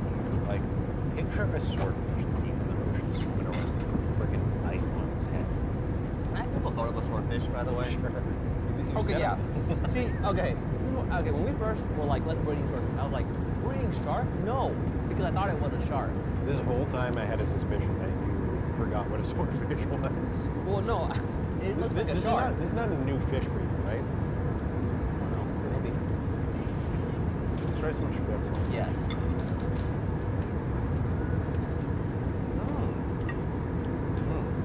Oh, wait, that is so good. Yeah, that is so good. Wow. It's one of those things that, like, going into it, I didn't know. I mean, I didn't really eat schnitzel. Yeah. And yet it's still something. Right. And that's what's mind-blowing for me. ready for the next dish. Yeah. All right, guys. Here's your chipino. So the chipino is Yeah. San Francisco fish stew. Italian style. What we do here is we take low country or North Carolina products and we incorporate it into that. We have speckled sea trout. It's a type of fish that grows around the shallow waters in North Carolina. Usually it's shrimp or crab. So we just Seaweed sourdough. yeah, so we take some seaweed, fold it into the bread, and it has these little pockets of green. And it brings a lot to the whole dish once you eat it. Kind of reminds me of like olive bread, but it has like a little more like ocean kind of flavor to it. With rui being pepper and saffron mayo. And we finish it with a little bit of a cucuzza squash slaw. So cucuzza squash is like a long, zucchini-like looking squash. Is the bread arranged to look kind of like a bird's wings? Yes. Really? No. Always within. Just my imagination taking hold. Yeah. This is what I'm the most excited about. I have to try it. This is one of the most interesting things I've heard. Seaweed Sourdough. Oh, no. I have some bread with some broth. It's my favorite part. I could just have a mug of broth in the bread for the sandwich. But let's keep going. Ocean trout first. Chef was saying the speckled sea trout eats shrimp, so it tastes a little bit like shrimp. You know, this guy knows what's up, man. Shrimp is delicious. Oh, the trout knows what's up. Trout knows what's up. Trust me, that was trout. I'm eating shrimp too. Oh. It actually does. Unless it's because it was sitting next to a shrimp. But either way, that's really nice. There are two actual shrimp here. Okay. Yeah. The thing that he eats. If anything, the trout tastes more like shrimp. Shrimp tastes like shrimp. It's just like for one person. Or is it to share? I mean, it depends on how much other food you got, I suppose. Honestly, like, I would not share this. It's actually the highest compliment Stephen can make is that he doesn't want to share it. That it comes from a place of deep, deep truth. You let Adam have one of the last pieces. You're willing to share that much? No.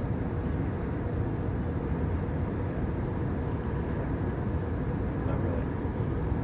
And by not really, I mean we didn't talk about the squash. Would that be interesting? Sure.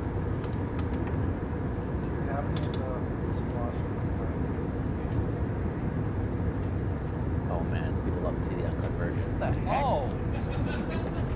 Yeah. It's like Gandalf's staff. But it's actually surprisingly heavy. They grow 3 inches a day? Jeez. Oh my god. Look, this one wants to like grow on this one. That's probably what happened. Where squashes are holding hands. Oh, this is not how I thought the taste test would happen. All right. All right, Steven. You know what time it is. Seafood fact time! Seafood fact. The Atlantic blue crab's scientific name is Calanectus sapidus, which means beautiful, savory swimmer. Oh, no way! Probably named by some hungry scientist. Yes. You know, they say like, you know, don't go grocery shopping when you're hungry. Yeah. Don't go naming animals when you're hungry. All right. So that'll be a lesson to you, scientists. All right, Steven. Speaking of those beautiful, savory swimmers, we're now on our way to Catch to see Chef Keith and try his jumbo lump crab cakes, which are made of blue crab. Oh.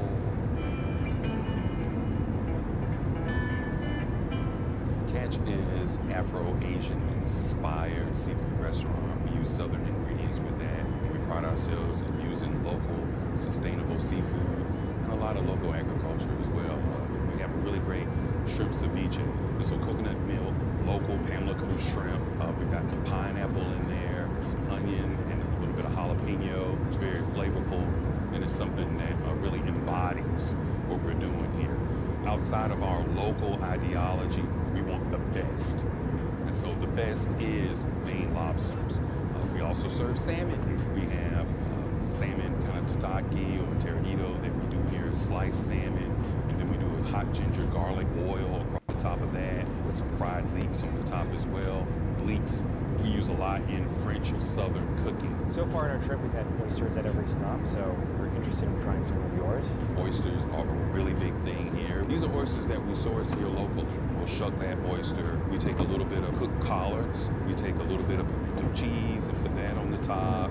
And then we have a bacon crunch. So Benton's bacon that's rendered down with a little bit of that panko. Roast that off in the oven. You eat enough of them, you'll get a little bit dirty, but it is very Southern. And it's something that we call the Dirty South oyster. All right, Stephen. We came here for the crab cakes, but then our conversation about every dish was so great, I thought we should have more. So to begin, we have ceviche, Dirty South oysters, and the salmon curry. There's a little one for you. Oh. Yeah, that's nice.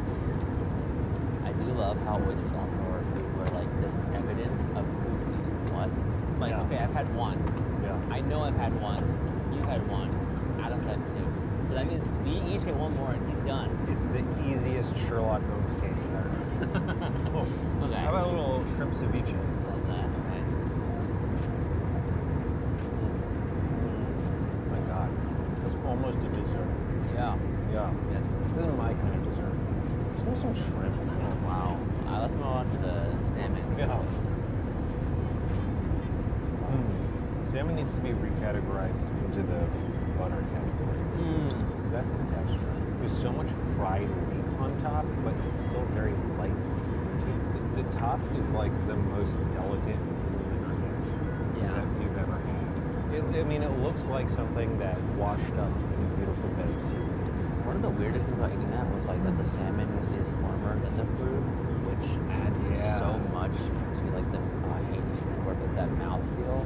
No, you're absolutely right. On to the main course. So our crab cakes, I love our blue crab meat here. It's really sweet. We source our crab meat mainly 99% from a place called Mesquite, North Carolina. When you look at it, it's going to have some variants. It's a wild type of crab meat. You'll see what local crab really looks like. There'll be some white, some opaque, some beige look in there. And there are some places that go and you'll have a jumbo lump crab cocktail, and it is as white as a t-shirt. And that's because of the processing of that particular crab meat that turns it white like that. You'll see our jumbo lump crab meat just has a variance of color. And I love it because of the sweet flavor of it. It is something that we're spending money in our community and supporting local people. Picking crab meat is something that's really rare. There are not many places that do that here in the United States. We cook within the seasons here, so the set on the plate will change a little bit. In the summertime, succotash, that's what we're doing right now. Corn, fresh local butter beans, grape tomatoes, maybe a little bit of basil and tarragon in there as well, some salt and pepper. Then we're also going to have a sauce where we take the lobster and we reduce that with a little bit of heavy cream. That is going to be the sauce to go with our crab cakes and our succotash.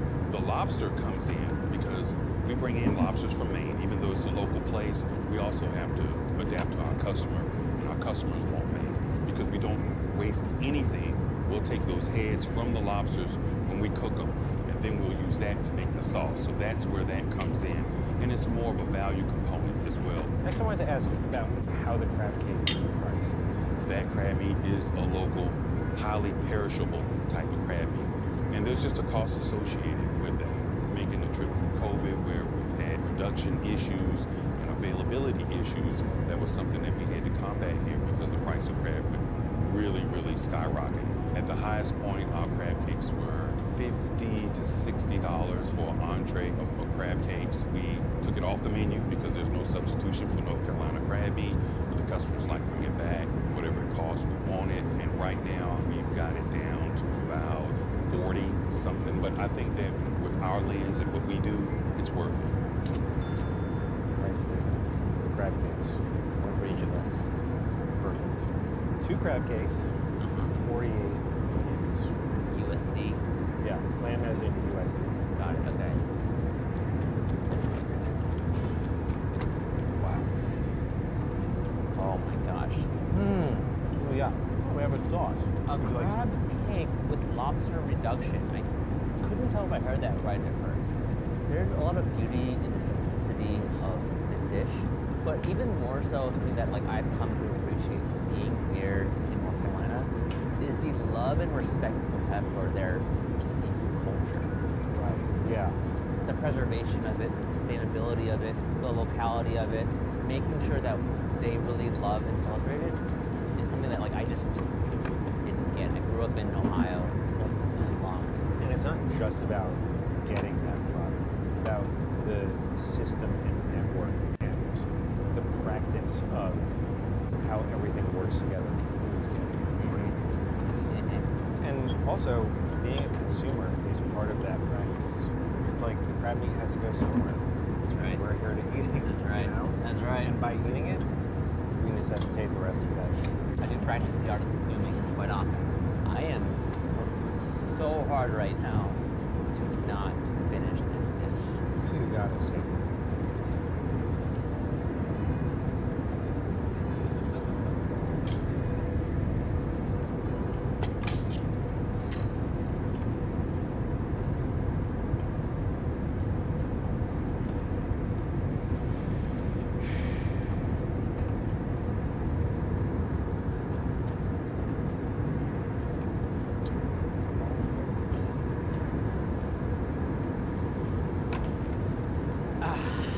Cheers, Steven. Cheers to a seafood adventure. Nearly complete. We're here at Carolina Beach Pier, enjoying a couple of cocktails. I've got myself a painkiller. I got myself a mocktail, Bahama Mama. We're at the end of our seafood journey. Steven, it's time to pick our worth it winners. You know I hate this part, right? Like, it's the worst part of the show because they're all winners. Yeah. Always. We had the smothered oysters at Saltbox Seafood. Oh my gosh. Followed by the hard fried croaker. Also, Old Fast Oyster Company taking us out on their vessel. That was crazy too. Seabirdie's Oysters at Seabird. The swordfish schnitzel.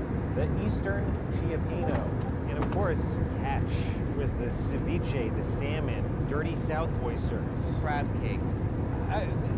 This show is really dumb because we try really hard to pick very good restaurants at each tier. Yeah. So all of the food is incredible. And I know I've said this many times before, but this is truly one of the hardest worth it winner decisions of our entire journey. Okay, Andrew, my worth it winner could go to all of them, but today it goes to Catch. Their whole menu was astounding, but those jumbo lump crab cakes were one of the greatest things I've eaten in a long time. They made me stop eating. Think about that. It's counterintuitive. Yeah, that's hard for you. It's very hard because I'm a machine. Your turn. Good luck.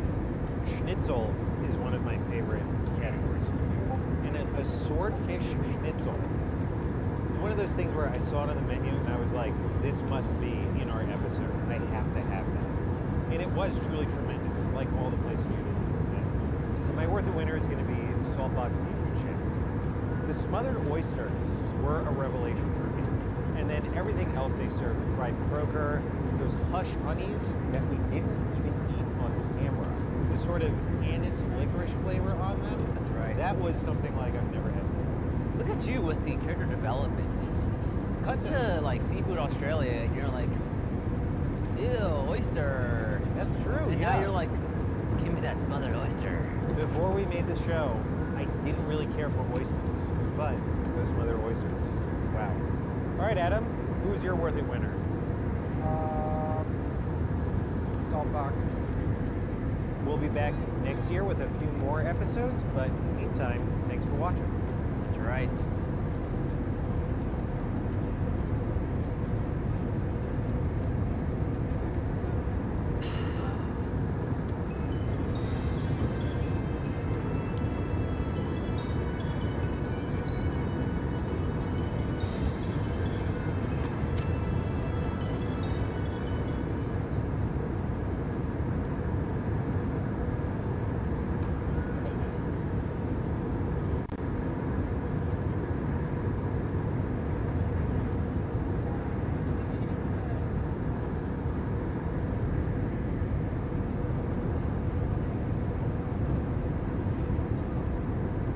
A 90-second ad break is starting.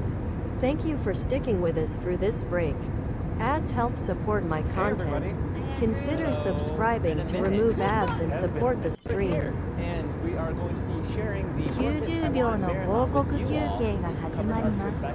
この間、お付き合いいただきありがとうございました。広告は私のコンテンツのサポートに役立っています。広告を削除し、ストリームをサポートするために購読を検討してください。Oh yeah, welcome. Welcome, Steven. I'm a huge fan of this channel. I'm subscriber number, I think, like 45, I think. I was there in the beginning. Oh wow. Maybe, no, I don't think 45. I'll probably like 100 and something. I don't know. I don't know, it's been cool to see y'all cooking up some stuff. A lot of stuff. You're cooking a lot of stuff. Yeah, a lot of stuff. We hope to do more travel in the future. Some of it with you. And also in the meantime, what's going on with you over at Watcher? So people have been wondering why you can actually subscribe to my new channel. I actually teamed up with Brian and Shane from Buzz and Solve, and we started a channel called Watcher. You can check that out on YouTube. I have a food show there. It's called Dish Granted, and it's where I make the most extravagant meals for my guests. And I take all of the learnings I've had traveling the world with Andrew and Adam on Worth It and applying it to a crazy food game show. We had Andrew on. Yeah, you could even see me on there. It's been awesome to watch. The ad break is finishing now. 今、広告ブレイクが終わっている。We're going to now tee up the very first episode here, which is Worth It Dumplings. And this was very fun. This was the first episode of a 3-part series. And you can see I was excited about the food, about learning Mandarin. Please enjoy. We're in Taiwan. We're back with a 3-part miniseries. Joining us on all of our episodes, our friend, translator, fellow BuzzFeed producer, Nicolette. We're seeing some great modes of transportation, some fun games, some tricks, some treats, and some delights. You know how you know we're in Taiwan? The beautiful 101 Tower. And because it's steamy, which is perfect for the first food that we're doing in our trip, dumplings. A food that's often cooked with steam. Great transition. Today on Worth It, we're going to be trying 3 dumplings at 3 drastically different price points to find out which one is the most worth it and its price. I am so excited to do dumplings. So excited. I feel like we've been talking about this episode since season 1. One of my goals this trip is to brush up on my Mandarin because I have the Mandarin skills of a 4-year-old. My goal is to get it to a 5-year-old by the end of this trip. That's a very good goal. Thank you. Dumpling number 1. See Miss Liu in her restaurant. 刘家水煎包. Liu Jia Shui Zhen Bao. How's that? Very good. Good. We're gonna get some 50-cent pan-fried dumplings. Have we ever had a price so low on Worth It? No, we haven't. That is a drastic price point. You've been making dumplings for 30 years. I'm just curious what you think makes a perfect dumpling. 包子吃下去的口，面皮一定是 Q 弹的，再吃它的底部金黄香酥。 What types of buns do you serve here? 我们这边的招牌就是韭菜水煎包、高丽菜水煎包、鲜豆水煎包。 And which one is your favorite? 我最喜欢韭菜。为什么？韭菜很香，很新鲜，对身体好。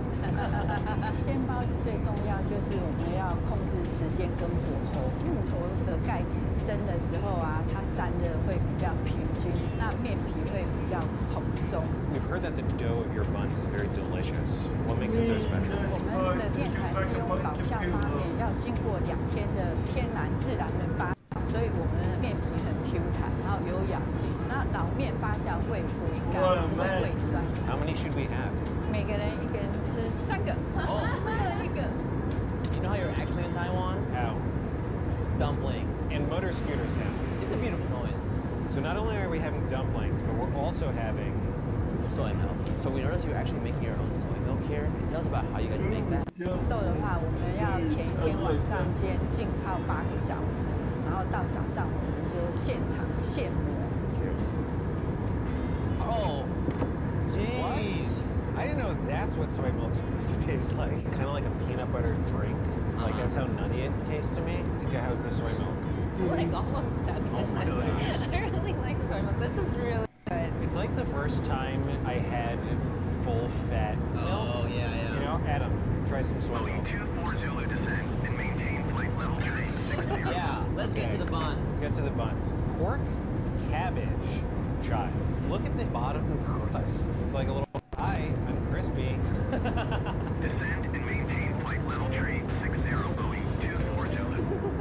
The dough is so good. What was the term for chewy? QQ. QQ. Is that an actual term? Yeah. This is so QQ. I don't know how to describe the weight of it, but It's pleasantly plump. pleasantly plump. Okay, the pork butt.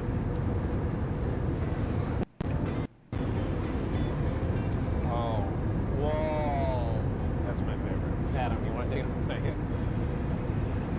You know my problem with burgers? You're playing a game of like Jenga, Tetris as you're biting into it. With a bun, you're not losing anything. Lastly, the cabbage. I love the shape of this one. It looks like a clam. This is 50 cents. We just ate $3 of food, by the way. Okay, this one might actually be my favorite. Damn it. I don't live in Taiwan. 50 cents? I don't even have to be hungry. It's just, it would be foolish not to. The pleasure you get out of chewing really good bread. Yeah. Oh my gosh. QQ. I think you need to put this in America. I can give you my address. Just open up shop next to me because I need to eat this on my way to work, please. 先把英文学好。你可以教我中文，我会教你英文。哦，我还会做老面馒头哎，蒸包哎。That was a dumpling. Well, it's actually a bao, but bao is a dumpling. QQ is my new favorite food terminology. It's quite warm here in Taiwan, so I think before we have our next dumpling, we need a refreshing treat. We're in Taiwan. What kind of treat should we have? Shaved ice! We're going to Showa ice. The Chinese name is 昭和冰室。昭和冰室。冰室。冰室。 This looks awesome. This is one of your favorite desserts. Not this Yeah. but shaved ice. Shaved ice generally. So there's two types of shaved ice here: classic mango chunks on top of milk shaved ice, and then chocolate shaved ice with whiskey. It's really good, but it tastes really different. One full mango. Oh wow. This texture is very surprising. Oh, the mango. Inka, get in here and try this mango. This is like Garden of Eden mango right here. It's so sweet. Of course it tastes good. You drink whiskey with ice and chocolate. We're eating a food that's cooked with steam, and now we're eating ice. So we're just exploring all the, what do they call that, states of matter? Yeah. How many chemists in the room? Oh, excuse me. All right, Kevin. Give me a fact. Dumpling fact. It's not a dumpling fact. Huh? It's related to dumplings, though. Dumpling related fact. Dumpling related fact. Because most foods humans eat are soft, the body and brain have learned to like the novelty of an opposing texture like crunch. Even after all that effort to make a perfectly cute dough, it's still worth it to add the crunch on the bottom. Back to the perfect man. All right, we're off to our next dumpling spot. We're gonna go see Mr. Chen, his steamed dumpling restaurant. Inka, what's the name of it? 顶好紫林蒸饺馆。丁好。紫林蒸饺馆。蒸饺馆。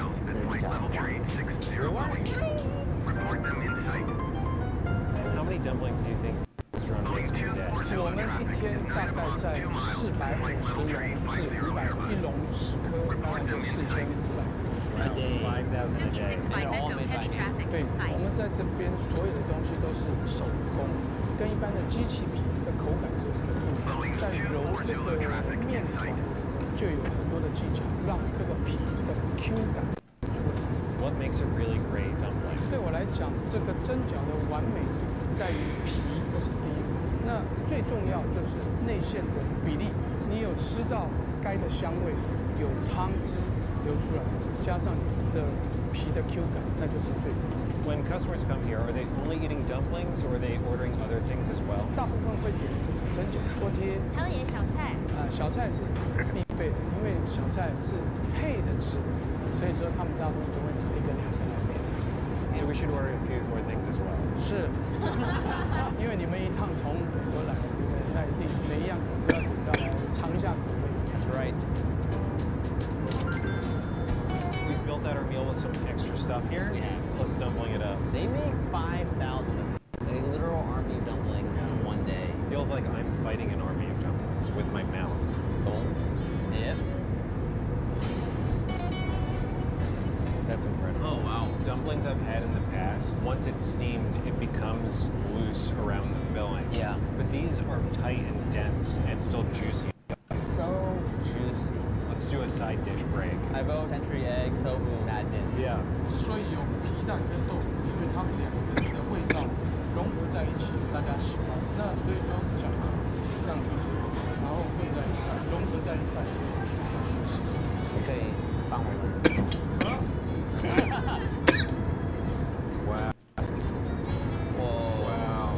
That's not what I was gonna do.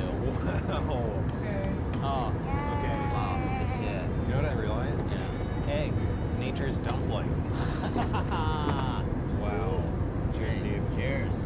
200 years. Oh yeah, hold that up. Hold that up. Yeah, this is egg, and you can see through it. It's very jelly. All right, so here we have the vegetable dumpling. Watching them make these dumplings was like magic. They close their hands, and when they open it, there's a dumpling. It's really like someone's doing a card trick in front of your eyes. Fun fact, this is actually Inca's grandmother's suggestion. Really? Yeah, my grandma was the one who recommended this place to me. Good recommendation. It's so cute. Think about the amount of work that's put into these omelets and how cheap it is. That is the ultimate magic trick.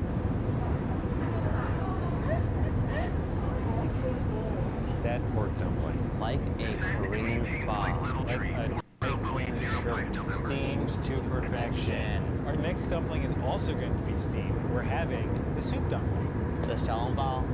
That's right. But before we do that, we're going to have another Taiwanese dessert treat. Sunny Hills pineapple cake. It's one of my, oh my god. It's one of my favorite places. Oh, yeah. So every time you come here, even if you don't buy anything, they will give this to you, like a pineapple cake with oolong tea. That's confidence. That's like, we know how good it is because you're definitely going to get it. Yes, and you will. Cheers. Cheers.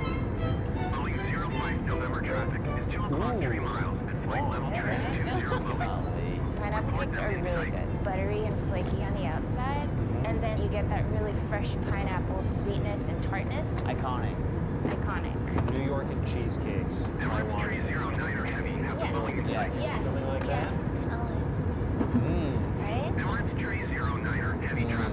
Okay, I see. I got it. Never had pineapple amplified like this. Well, you might want to save to enjoy it while you listen to this. Dumpling fact. What is fact in Mandarin? Oh. Did you say dumpling fact? Doesn't Andrew do language better? Say it again? Whoa, whoa, whoa, whoa. 饺子的真相. 饺子的真相. In 2013 and 2014, chef-turned-writer Christopher St. Cavish created a soup dumpling index measuring the thickness of the dough, the soup volume, and the total weight of each individual xiaolongbao in 52 different restaurants. This data was then calculated with the formula filling plus soup divided by thickness of skin times 100 to assign a score representing the quality of structural engineering of the xiaolongbao. Look, quadratic formula was already hard enough. All right, next up, we're going to a superstar soup dumpling spot in Taiwan. We're gonna meet the boss man, Mr. Young. It originated here in Taiwan. They, right now, at this very moment, have 164 locations worldwide. That's at this moment. That's wild. By tomorrow, there may be 180. We don't know. We're gonna go eat their truffle soup dumpling. Truffle. Have you had it before? Not truffle. I'm not bougie. I'm just gonna walk away from that comment. 鼎泰丰是我父亲在1958年创立的这个油行，然后1972年改成鼎泰丰小吃店。Was it always soup dumplings? 对，小笼包是我们最初研发是我们在72年一位师傅教我们做出来，我们经过不断的改良。How do you get the soup inside the dumpling? 那是秘密。开玩笑，那个怎么讲？是用这个猪皮的皮冻去做成的汤汁。So when it's steamed, it becomes liquid. 然后蒸的时候就变化掉。对，馅料是大概在18度的环境之下，在我们的中央厨房制作出来。当客人这个要的时候，我们就会现做，然后18折的呈现。What's important about that pleating process? 如果折不够哦，可能太粗也不好看，折的太多折，感觉可能也不是这么好。How do you maintain such high quality around the world? 品质好就是要靠这个大家共同努力去把它完成。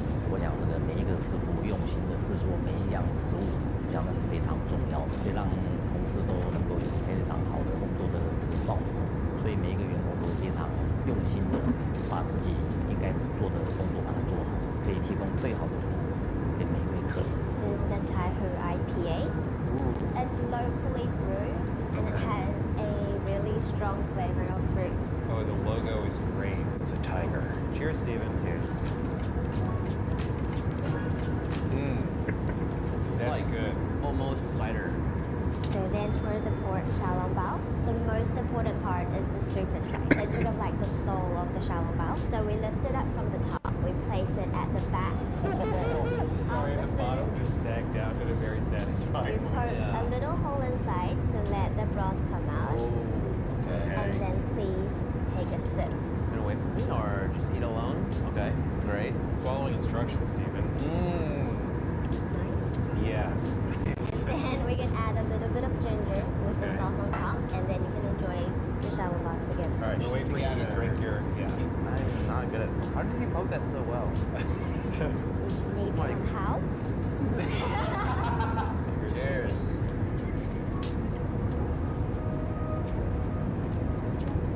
Oh, yeah. Yeah. That's really good. It's almost cloth-like, the Like bottom a fabric.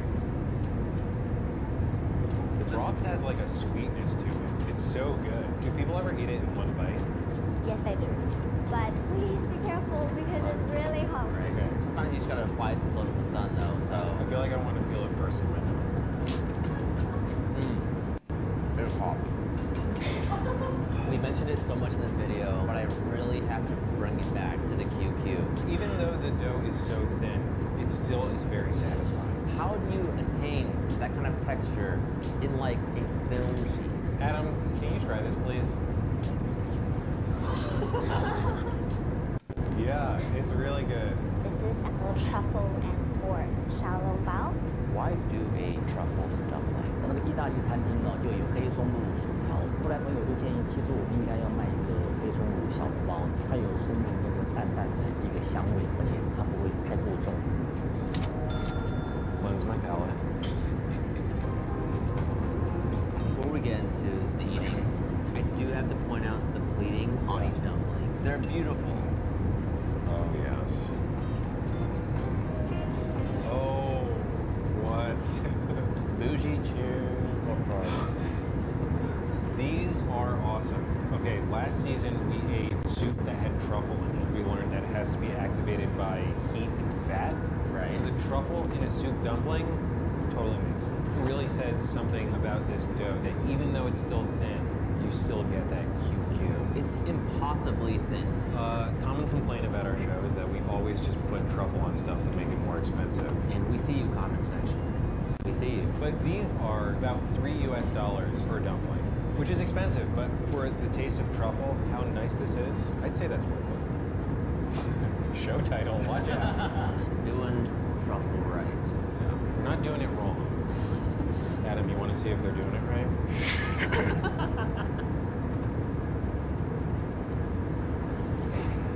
So we're here at Rauha Night Market because Inka suggested that we come and eat their stinky tofu.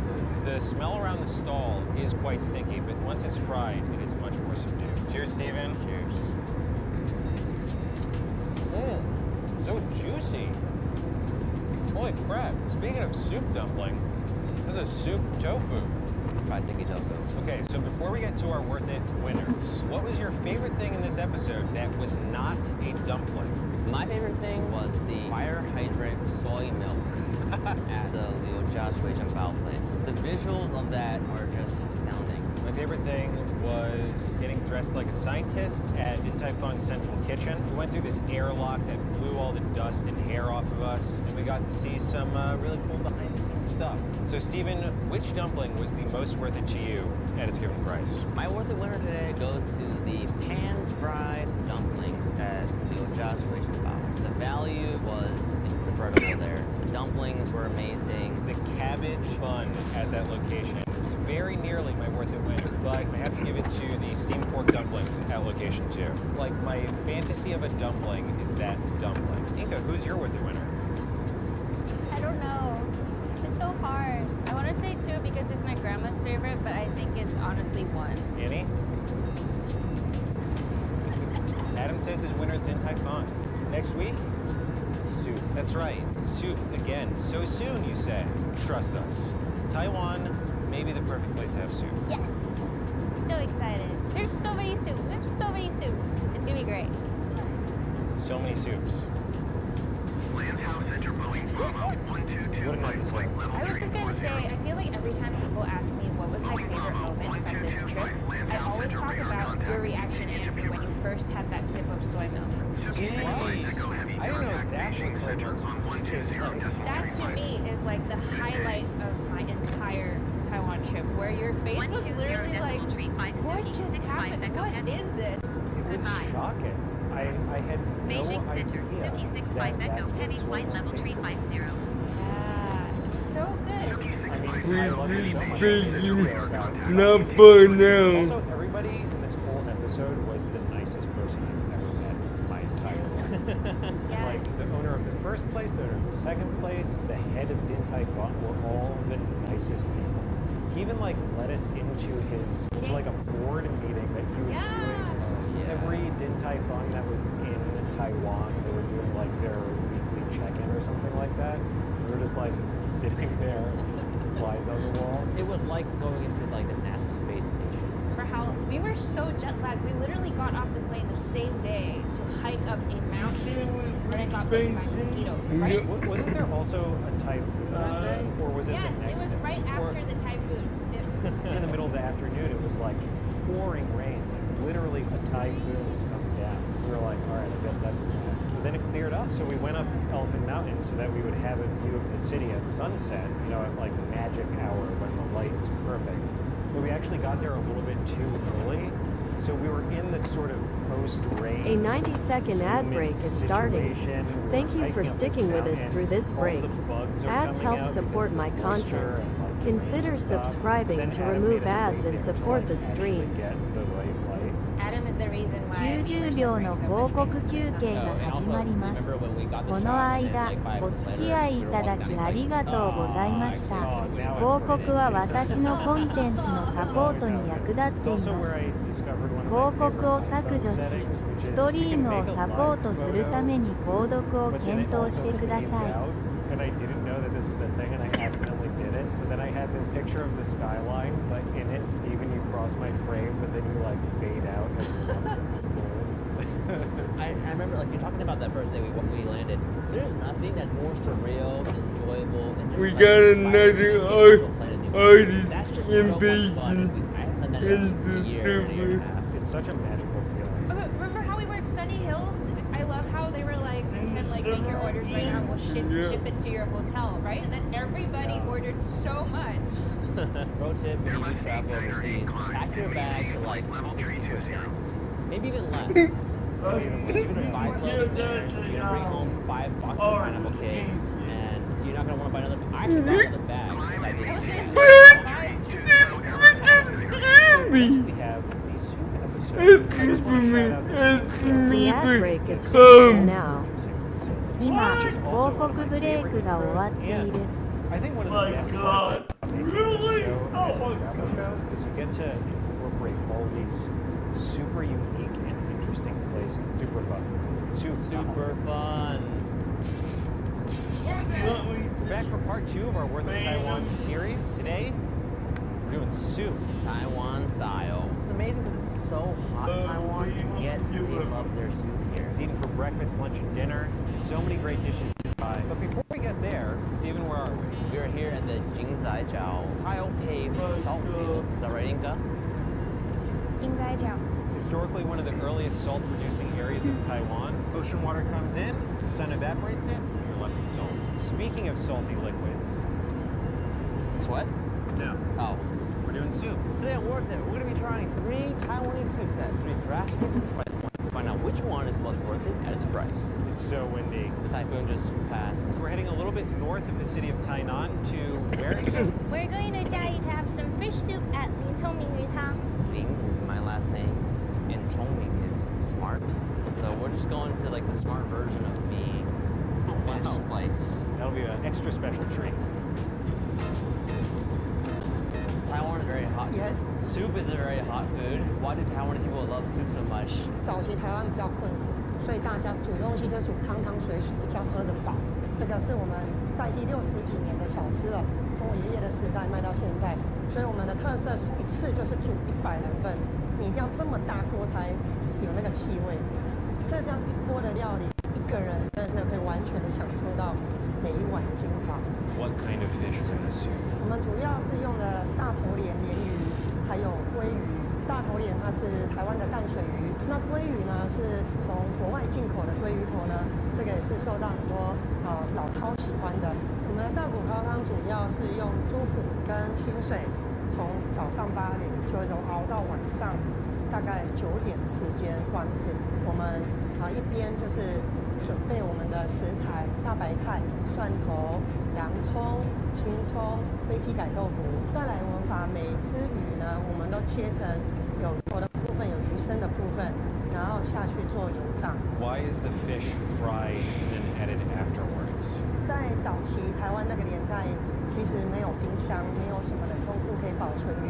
那我爷爷就是选择把鱼油炸以后，让水分减少，加上把它放入菜肴里面，入味以后还可以吸附汤汁。I noticed that customers can come back with their bowls and get more broth. 在我们店里面，这是一个传统，希望它当成是自己的家人一样，在家里就是要吃。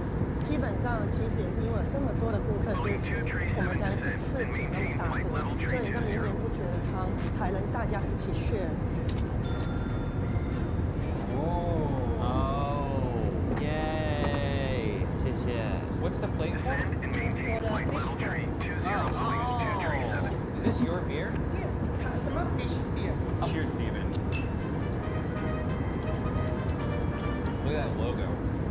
Fish, soup, beer. I'm blown away. Cheers in Mandarin is ganbei. Is that right? Ganbei. Okay, that was very unexpected. Wow, again. Wow, 1,000 times. Very refreshing. It is. Give me one word. Wow. So this is the marquee piece right here. I'm just gonna bite into this. This is like a dish that dares you to want something else. You want vegetables? Boom, we got it. You want tofu? Forget about it. You want pork? We got it right here. You want fish? Boom. Fry it? We can do it. Yeah, when she was listing ingredients, it was just like the NBA All-Star game. Wait, only 3.5 hours. Next time, cabbage. Y'all ready for this?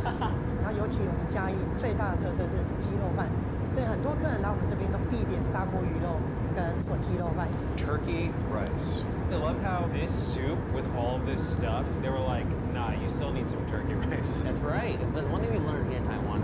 You cannot leave a restaurant hungry. They will assault you with food in the most lovingly way possible. Yeah.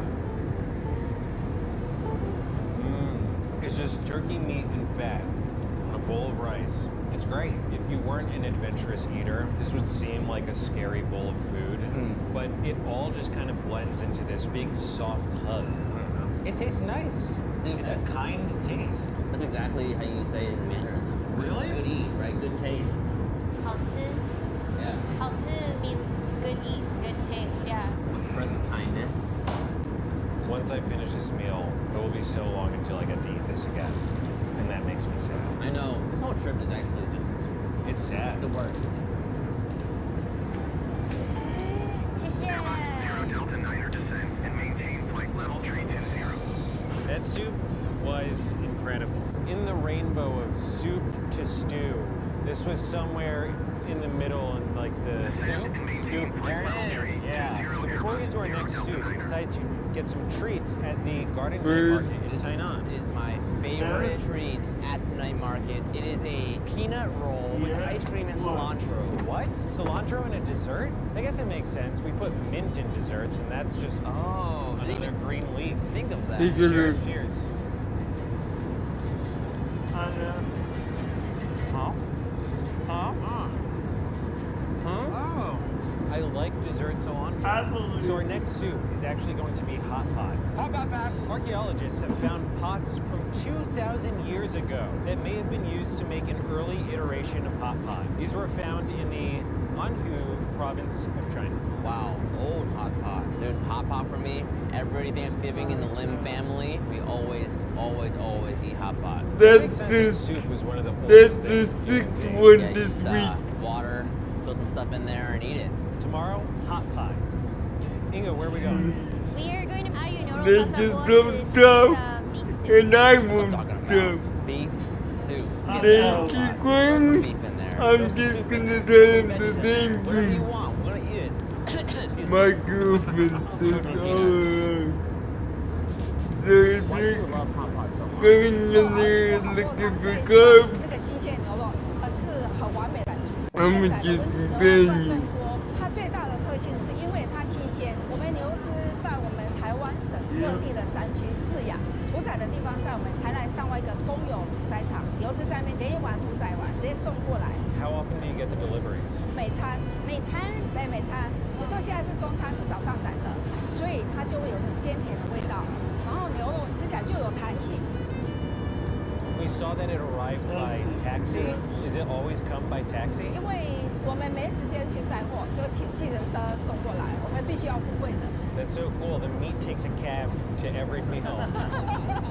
熬一锅高汤大概6到8个小时，它里面第一层是骨头，第二层呢就是叠到满的牛腩，大概200斤，然后其中里面又要一包蔬菜，又要一包水果，这整锅满满的，然后悄悄。 There's also vegetables in the dish already. 锅底里面的蔬菜是为了提味，那主菜是高丽菜，那个味道啊可以结合我们那个高汤的味道，结合起来就更完美。 For someone who's never had hot pot before, how do you eat it? 下去滚了汤里面大概涮了3下就可以使用的。然后我会先建议客人先吃原味的，不沾佐料。第二个才加一点点我们的特调的佐料。I knew this was coming. 老板负责把一块肉取最精华的地方，那个现在的牛肉它是软的，它必须要很厉害的刀工，不然你会切不好。然后用它很厉害的刀工，切了每一块肉的厚薄都一样。 We also have this pork rice. It's free for all the customers. 老板的个性是比较豪爽型的，他希望客人品尝到好吃的牛肉，还可以配一碗肉燥饭，捷配100分。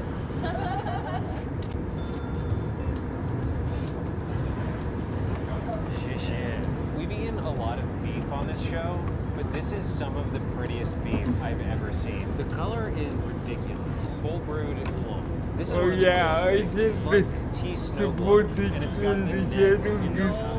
under certain circumstances they can Want to start with this one? Let's do it. they can Cheers, increase Stephen. the shutdown time. 1, 2. Okay. Wow. Yeah. Going in. And I'm gonna end Oh no. and I said yeah. That's nice beef. We're just getting to eat really nice steak Yeah. with soup. You eat it the second it's I done. asked Okay. for one I'm gonna try the same and piece of meat this time, provided but the now details. dipped. Look, sometimes it's way too short. I mean, I get back from the bathroom and find my shadow off. I mentioned to them in the picture I have been Dip is awesome. a loyal customer since 2015. And Two great I ways have to enjoy beef. cerebral Either cook it palsy very and briefly or done cook it a really long time. takes But this is me the a best of long both worlds. way It's a quick cooked beef and also to a get super long cooked beef. Because the back soup is a 10 to 12 hour steep simple beef bone things soup. But enough like about the beef. bathroom and Pork stuff. break. Yeah. At first this did not make I'm not. sense, but it's because the beef is I so was not precious, asking it breaks this up the flow, to so I don't just crush my plate of remove beef all in one my bite like I shadow want to. Well, and also, this extend. bowl of rice is bringing me more comfort than my body pillow. What? I've had the same one for over 10 years. It's hard to sleep without it. Wow. No, I wash it. That explains a lot about you. It's like a teddy bear. We all have that like item. Yeah, but now mine is in my parents' attic. But it's not really 2 hours. Why would you give up something that's so comfortable? All right, we're gonna have the broth now. We've finally reached the soup part of the meal. The smell, though. What happened when the streamer reset? Ooh, that is nice. It's not so beefy, actually. It's got like fruity flavor. Like apples or something. This is the best way to about this meal. Yeah. Hey, good. Gentle landing. It's like when you have a Well, delicious sauce. we're almost you want there, a piece by of the way. bread to mop it up to get the Last sauce. night, Here, you just drink the sauce. plane crashed like 5 miles away from Canada. That hot pot was Due so to- good. Oi. Okay, so we've come to Taichung for Due our to a final fucking soup. But before we schedules, have that, we're gonna have some AFK drinks. shutdown timer, like, I'm Bird glad to be was here in Taiwan, where it's actually from. configuring the and plane for approach and landing and schedules, but I'm gonna shut down now. Soup is drinking. Even though you're still using it. Yeah. So, That's what we're doing it Unsweetened again. iced tea. That's all I want. Instead of another soup fact, we're actually gonna have a boba fact. Oh yeah, by the way, boba tea was invented in the 1980s in Taichung. Rhea, Genius out here putting boba and milk tea together. There are controversies around who actually invented boba milk tea. There's multiple reports to your office.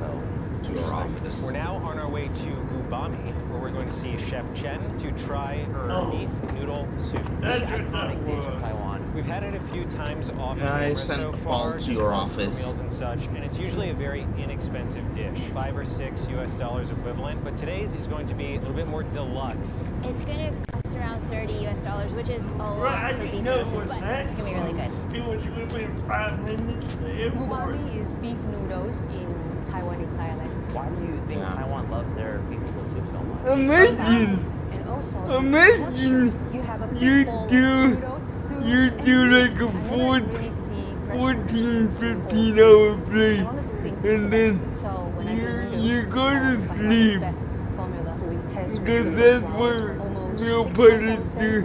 They sleep for 5, 6, 7 hours if it's a ultra long haul, and you find your PC shut off. Two different What is your background? Like, where did you come from?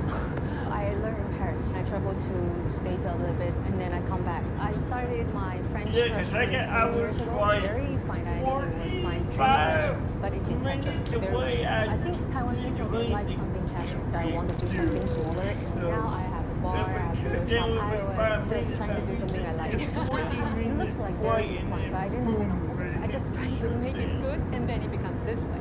That's not even one full hour. We have tofu skin cooked in some of the beef stock. This is the radish with lemon and olive oil, zucchini, confit and goose fat, some kind of green bean, and beef mushroom deliciousness. I know there's a lot of delicious stuff in front of us. I cannot Everything is wait absolutely to fine, right yeah. now, but Thanks I for will be asking. patient. Call me if you need anything. Roll. Pour on the soup.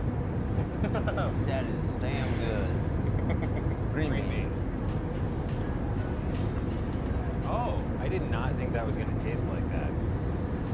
What? It's a smoky, porky green bean tofu skin. That looks super juicy and meaty. Cheers. That's the best one. No, this is the best one. No. Zucchini. Confit and goose fat. Every time I eat something green, I expect it to taste like a crisp vegetable. Wow. Instead, it tastes like a fatty animal. This is awesome. Wow. Finally the beef. Oh. I'm ready to eat some beef. I know. Ooh. Thank you. How's your day going? They just started. I can't believe this. I can't believe this. Yeah. I can't believe this. This is a $30 bowl of soup. Broth, cheers. Wait, is it okay if I ask a central call to let's do the voice check, Rhea? Sure, you don't have to ask. Wow. You know you have my permission. Jeez. Okay then. Thanks. I literally just ate a pastrami sandwich in one bite. Yeah. And the juices of the soup just bursting out. You could have some.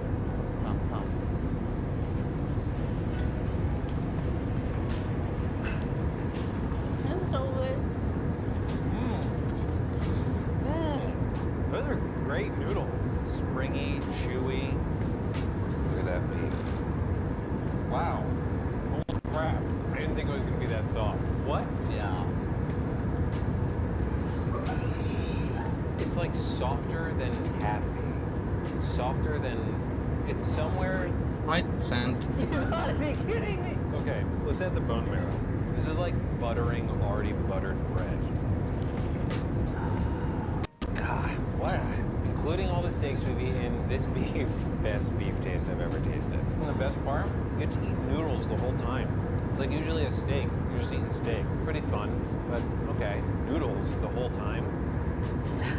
Yeah, I've had a lot of beef before, and it's never bad. It's always satisfying and comforting, but this one is like, boy, I was born in Akron, Ohio. Part of the chosen one of these playing magazines when he was 14. Turned out to be a great basketball player. Who is this? LeBron James. Oh, god damn it. Every time. Umami. One of the best soup dishes I've ever had. One of the best noodle dishes I've ever had. One of the best beef dishes I've ever had. I like what we did there. Before we get to our Worth It winners, Andrew, what was your favorite thing that was not a soup in this episode? The craft beer at Smartfish. Oh. I never thought I'd see a beer with a fish soup logo. What was your favorite non-soup thing? Beef taxi. There's not even an escort. Yeah. Just beef in the taxi, beef out the taxi. Okay, Steven, which soup was most worth it to you? I thought Smartfish soup was going to be my winner when we ate there. I thought the beef hot pot was going to be my winner when we ate there. But Umami is my Worth It winner today. So beefy, just so much thought put into it. My Worth It winner goes to Smartfish. Oh. That fish soup was crazy. Truly one of the most unique dishes I've ever eaten. Think of Annie? What? Adam, who's your Worth It winner? What? I've never been so... this is a I win today! That's it for Worth It Taiwan Soup. We have one more episode in this mini-series coming up next. Steven, what is it? Chicken! That was great. A lot of soup. And it also won't be the last soup of the marathon, but we'll get to that in a moment. So another kind of funny thing that happens with this show that is sometimes on purpose, sometimes coincidental, is that there will be like a B narrative of food. And for this one, it was the side rice dishes. At the first location, there was that turkey rice. And then at the second location, there was also the complimentary braised pork over rice, which I thought was just amazing. And like, could have been its own subject for a show. It was also a self-service version. Yeah. You could go up and fill up on as much as you wanted, but then you still had this incredible hot pot of soup in front of you. I just want to say for that braised, because braised pork over rice is such like a common food in Taiwan. Like I know that for that location where we were filming, we had to rush off to our next location, but I was like, I need to eat this rice, so I literally like they gave me a bowl and I finished it in like 10 seconds because I was like, this is so good and I have to finish all of it. I also want to point out, because I feel like this is something that viewers would appreciate knowing. When Steven takes the bite of soup and stands up, that is like real involuntary reaction. That is good. Like, it was that surprisingly delicious. We were both just like stunned. Yeah. In the very introduction of this episode, we are out in the salt field. And in the back of the salt field you see in the shot, there's actually a platform. And Adam actually took the time to walk all the way over there and grab a super wide shot of us doing the same scene from a different angle. So that's just the dedication that goes into making this show. Zoom. Okay. I'm gonna wait for Steven to finish his little sip there. That's right. I was trying to give some livelihood to the frame here. Next up, and the last one of this marathon would be our Worth It Chicken episode, which actually features one of my favorite locations. I'm very excited. But the first location is another soup. Worth It Taiwan? I really before. Chicken. Is that a chicken? Yeah, I know. It's a rooster. Just a chicken? Is that a chicken? That's a pigeon. Here at Tainan's Garden Night Market, we just picked up our chicken treats. Tomorrow, the journey begins. We're going to 3 cities for 3 acts of chicken, ending in a chicken finale like we've never seen before. Very fish. simple. Let go. Okay. It's like a pancake. And no. We're going to be trying 3 chicken dishes at 3 drastically different price points to find out which one is worth it at its price. So we're eating chicken, but our first chicken A 90-second ad break is starting. Thank you for sticking with us through this break. Ads help support my content. Consider subscribing to remove ads and support the stream. Sesame oil chicken. What is that in Mandarin? 90秒の広告休憩が始まります。この間、お付き合いいただきありがとうございました。広告は私のコンテンツのサポートに役立っています。広告を削除し、ストリームをサポートするために購読を検討してください。然后我们有很多外地来的学生，因为这边都是学区。刚开始是免费，那些学生当时自己的小孩，没关系，我不给你收钱，你会请，因为这样子很多好几个人叫他干妈。台南的妈妈，可能是因为我们是小摊车而已，然后就有问题啊，就常常收到检举。很多次吃过我们麻油鸡汤，讲说不要结束营业，太可惜了。现在冬天里面麻油鸡汤很好喝，结果从那个时候麻油鸡才开始卖。So this is a family business. What do each of you do? 爸爸他是专门炒鸡肉的，因为他需要煮。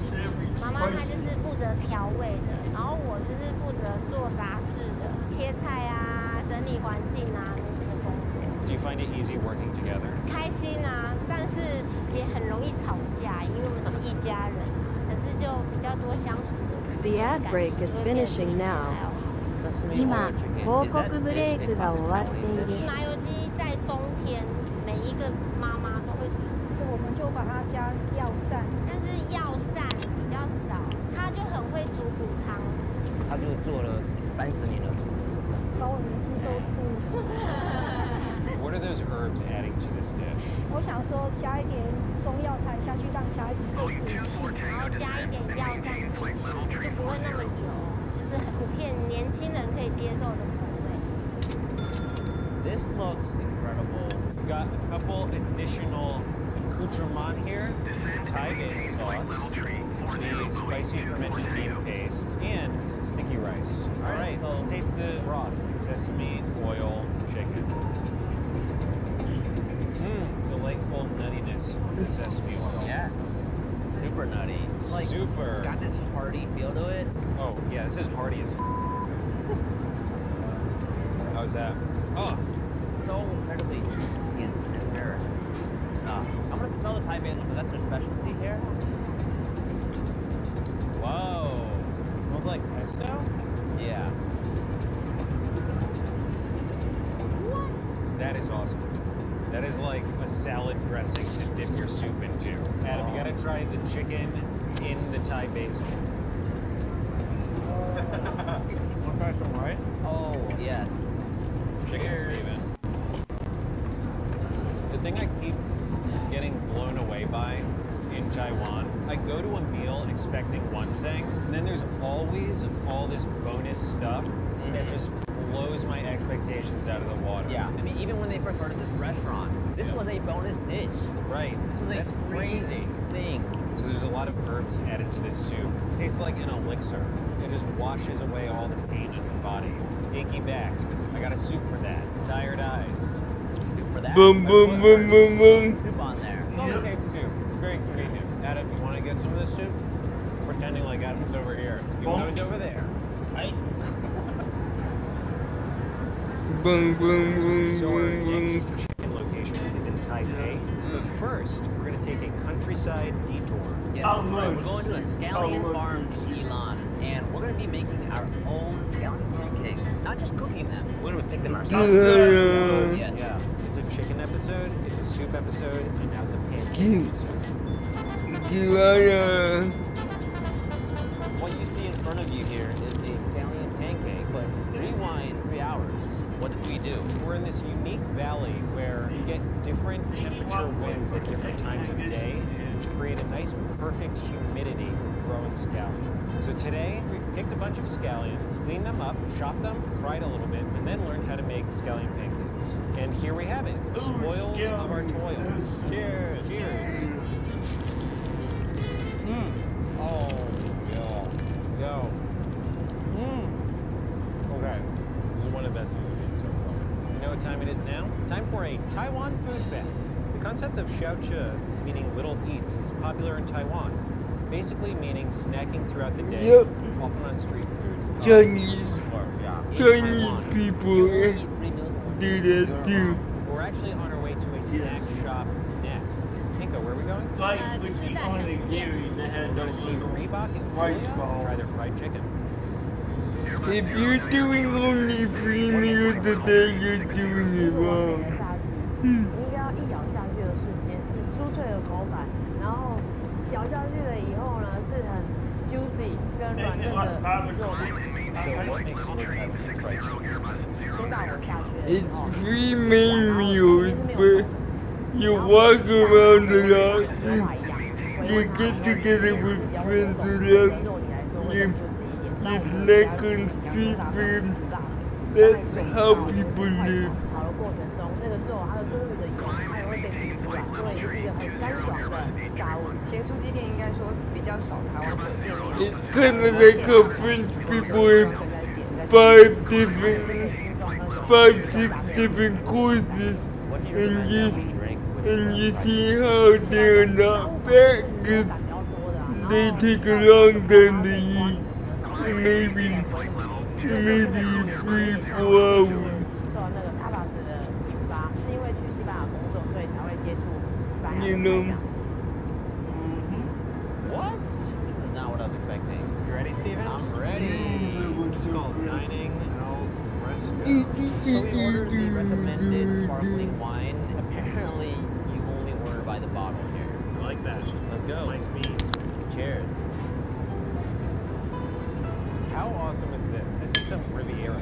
We got each swats hot. Let's go. Whoa. Oh, it's so good. Alright, I'm going to Garlic, go onions, to basil. somewhere for a bit.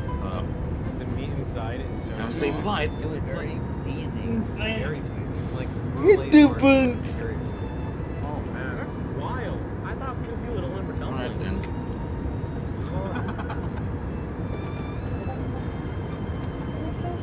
It's almost like chicken nugget-esque. You know what's crazy about this? We've eaten fried chicken in Minneapolis, where the restaurant thought, what's actually the best drink to have with fried chicken? Sparkling wine. And here we are in Taiwan, and this restaurant had the same idea. I see. If there's a restaurant on either side of the world that's doing Japanese sushi, and then Korean sushi. 鸡肉炸完之后，你再一咬它就分开的。今天有准备台湾相关的小吃萝卜糕。 I'm scared to eat this because it's gonna how much I like pork knuckle. Wow. They're always snacking on something. Oh man, watch out, they're gonna put it on my stool. Radish cake is a classic. I've eaten this like every time I go out. You know how they bring on the cars and like they're all steamed, right? It's still hot, but it doesn't have that like break through the crunch texture that this has. You can maybe liken it to a potato pancake. Yep. That's crazy. How should we eat the pork knuckle? 海鲜。 You know what? Like an apple? That routine. Okay. That looks like a donut. Where they bring the routine for the This is like a pork donut. Wow. This is actually cartilage, but it feels like that with how loosey-goosey it is. The gelatin is the jelly of this pork donut. Right. And to wash it down, sparkling wine. Oh, thank goodness for this. How awesome is this? Thank you. This is really good. Yeah. 谢谢。谢谢. We are at the Vision Hotel where they serve a boba croissant. Yes, you heard me right. Boba croissant. You got the matcha, tiramisu, and cold. Which one do you want? My gut is going toward matcha, but I'm going against my gut for tiramisu. Actually, we're gonna pick that one because. Alright, I'll go milk tea. Very satisfying to pick up. Here. Are you gonna bite into it? Yeah. Or open it up? I'm gonna bite into it. kind of sweet.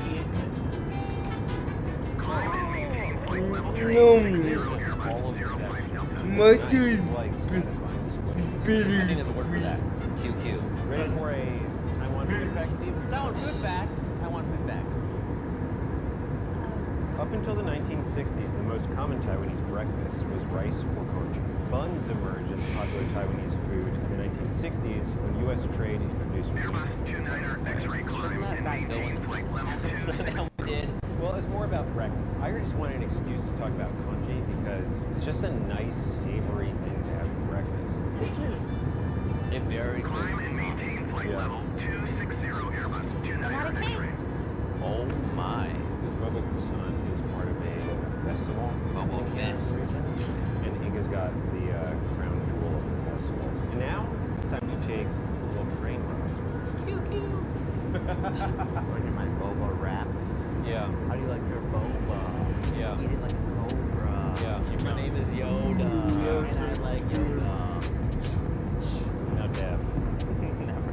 This is a train water bottle that they sell on the train. So once we get done with this guy, we'll be in Taichung. Even that one is high-speed meal. Come on, US. I love high-speed meal. What kind of cuisine is the food here? No. 它是属于广东菜， US high-speed meals. Slowest, slowest snail. 不同的感受。今天来帮我们做叫花鸡的是店里的， I don't even 他也是在 consider that 在香港比赛 high-speed 粤菜的 high-speed 牌的 meal. 奖子。 Tell us about this dish, the beggar's chicken. 那他是以前的乾隆下江南的时候，然后他在路边看到了一个叫花鸡，然后他吃了一个非常 delicious 的一个美食。因为以前的工具不多，他只能用的泥土把鸡放在荷叶里面，然后加上了少许的调味料。因为乾隆在那个时候他刚好肚子非常的饿，那就品尝了一下，那后来就给他命名为叫花鸡。What happened to the beggar? 我不晓得。我想再给人来一个超市。大家好。还没到呀。香龙的厨师 Why make the chicken? 对，因为它是土焖着，像我们那个焖锅一直焖猪脚，焖到这样会很软 Q 这样子。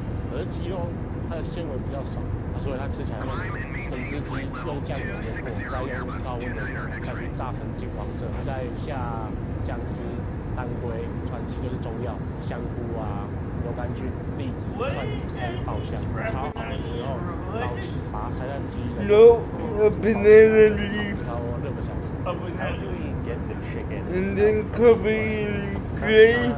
到你的那个 table 旁边的时候，要先点火，点火完了之后，然后我会邀请说，有没有人要共襄盛举？拿着那个锤子，就用力的1敲、2敲、3敲这样子。敲的时候，就是所有的朋友都非常高兴的。Which one of us gets to do it? I'll do the hammering. You do hammer time. Yep. You just automatically assume that you get the hammer. And then what? 可以吗？可以啊。 Both do it. Two hammers? Yeah. Okay. Resolved.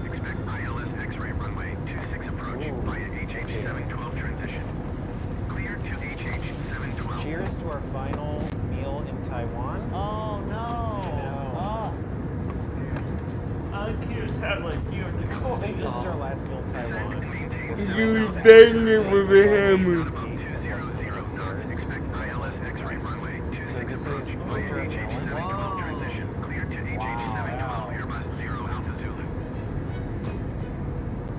Whoa. What? Hey, why did you Look at it coming out pouring on the fish's head. These look too real. Look Koi at the scales fish. on these guys. Honestly, every time I've seen a koi fish, I thought they looked like a tasty fish. Cheers, Steven. Fish kiss. That's a good dumpling. Oh, super good. This looks like in Hook when Robin Williams is imagining the food. Have you seen this movie? It's all like vibrant colors. Do yourself a favor, go watch it. Yeah. Yes, dumplings make me sick to my stomach. Literally, I think. Just shot all 3 episodes here. But I like to coming down First, we're eating like pepper, and then we're taking a journey to discover the chicken. Food is all about storytelling. Well, and taste. But also storytelling.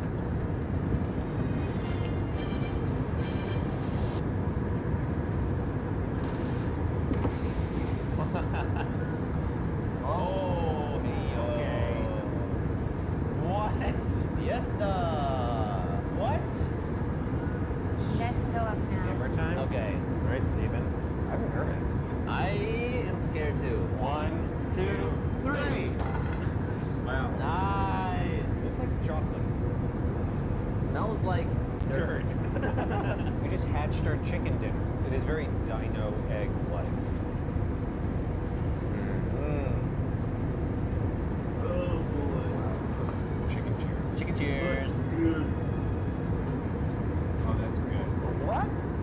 so soft. Some people say chicken's boring. I would say those people haven't had it Deep fried, big play. stuffed with pork and aromatics. Is pork in the chicken? Yeah. So now she's just adding like a sauce. I think it's like an oyster sauce slurry. Oh. That tastes like my mom's fried rice. Whoa. That's weird. Mom? You know what this chicken is? It's a time capsule. Uh-huh. For flavor. Buried under dirt, much like a regular time capsule. But it's also a dish. Maybe nice. Is there a letter written in there? Like, Dear Diary. Do I still taste good? Yeah. Very soft.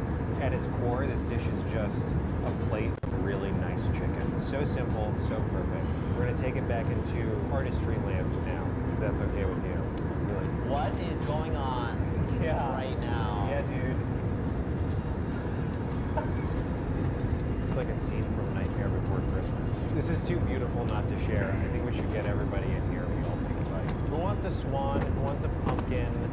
Cheers, everybody. Cheers. What?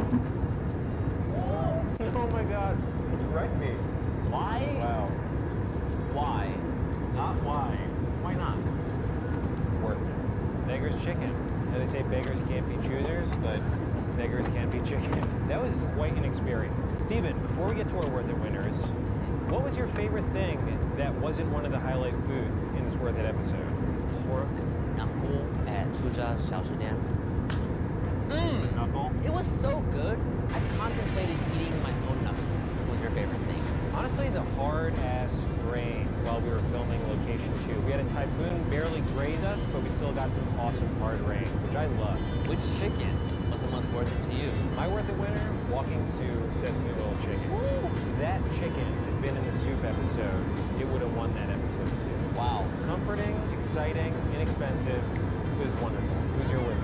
Okay, Walking Sioux, totally new experience. Yeah. Yin Shang Lo. If you could eat with your eyes, that place would have won. But Hey, how's it pork knuckle, so effing good. Hopefully everything's Worth working. The winner must go to Suzhou Xiaoshitian. Ingo, worth the winner. You're hearing music. You're hearing beat. With Reebok and Julia. Annie? Adam, who's your Worth It winner? Cool. Ooh, I gotta fried work chicken. what I gotta work on doing next is setting up Taiwan. Very special starting thank you to the Taiwan Tourism Bureau. Who helped us out tremendously with this trip. We couldn't have been here without us. All right, let's get out of here. Yeah, I'm flying this All right. bizarre ass airplane called the Dublin. Just also say that for the second location. And I have no idea where I am.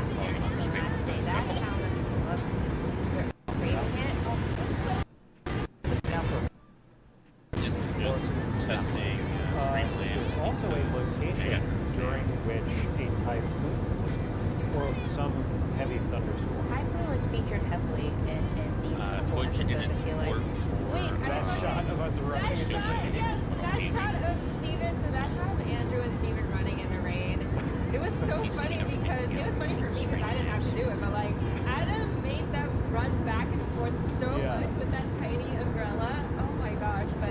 And it was right outside the hotel cab stand. So all of these hotel patrons were standing there waiting for their taxis, and we're just like running in the rain. Running in the rain. We are at the Regent Hotel. It was good though. That kind of stuff makes rounds out the episode.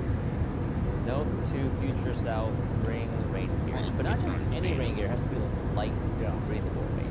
So Adam wants me to point out that we had a little mix-up, and the second location is technically per dish less expensive than the first place. And like we just got our arithmetic wrong.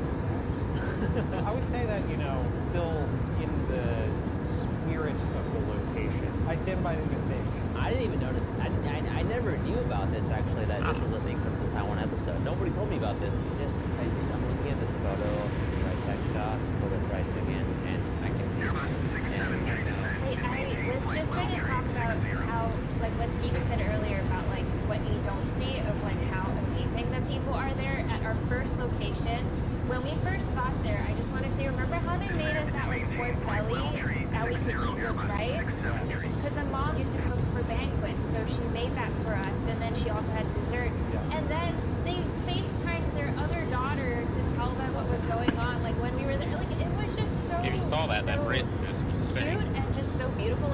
those moments are the moments that like I wish we could share with people because it's just so genuine, you know? Yeah.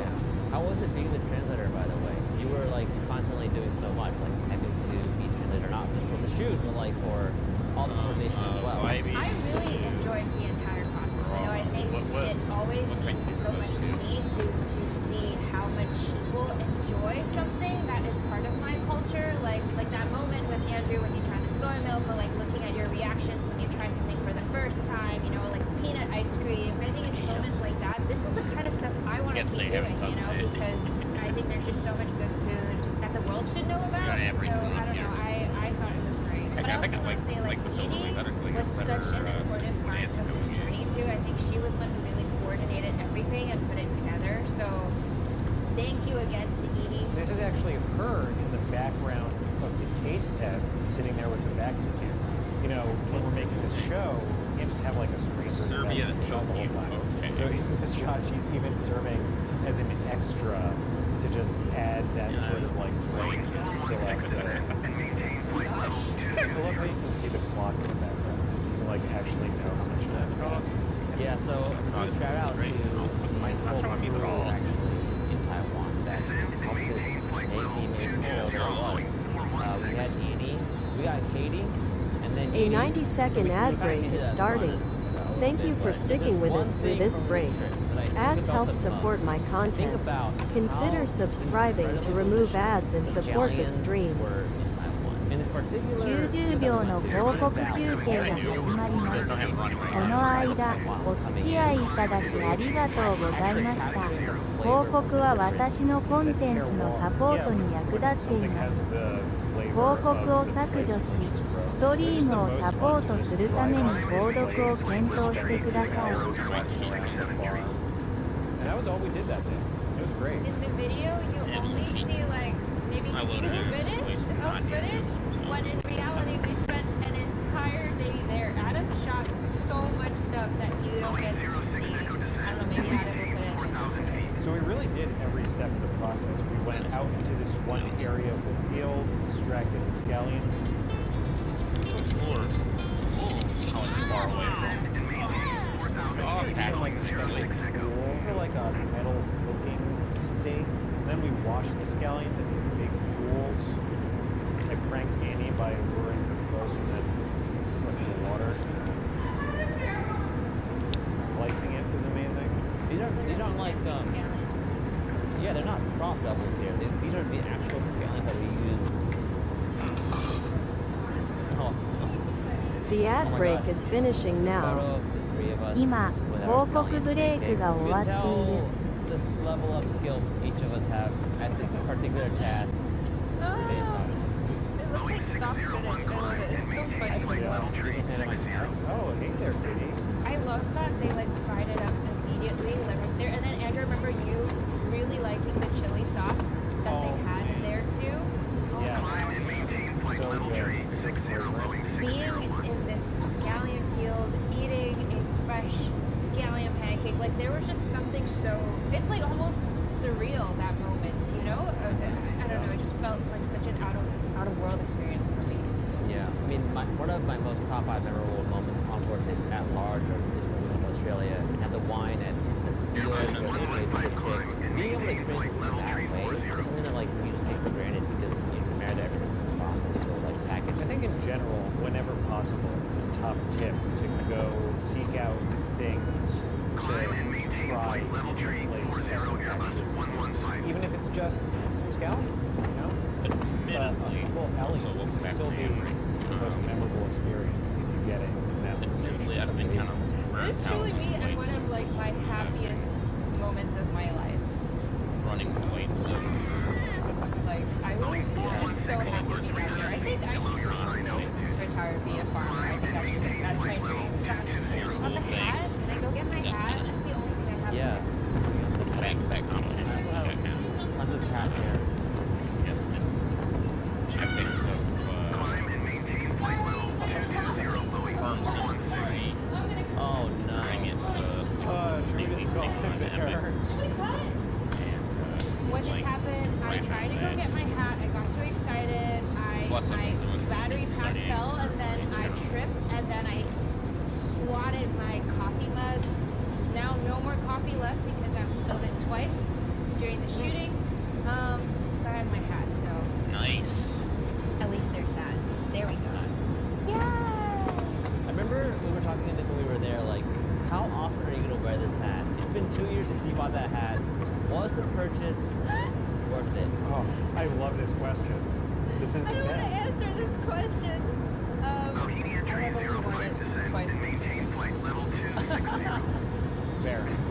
But you didn't, was it worth the purchase? It was worth it. It was, you know what? It was worth it just for that moment in the video. I do not regret it. This was great. Thanks for bringing me on ATE. Thanks for stopping by. Thanks for hanging out, discussing our fond memories of this trip. And if you want to see more of Steven, check him out. Thank you. Yeah, I can't wait to make more work of it. And is he going on this channel? That will, yeah. Oh, I never got to talk about hotel flaps. breakfast in Flaps. Taiwan. Was my Found. favorite food I've ever eaten. Flaps, too. Oh my god. The hotel breakfasts in Taiwan were so good. Just like anything you wanted. Yep. You want like savory noodle soup at 8 a.m. You got it. Also the fruit, unbelievable. And it's like all you can eat at hotel breakfast. It's funny that you say that because in America you think hotel, you're like, oh no, I don't want that breakfast. Yeah. But in Asia, hotel breakfasts are like cream of the crop. Also, if you want more behind the scenes content, you can check out this video that I made while we were on the trip. There were a lot of really fun moments and a lot of really good memories. Let's cut all around. Cool. No. A little soon.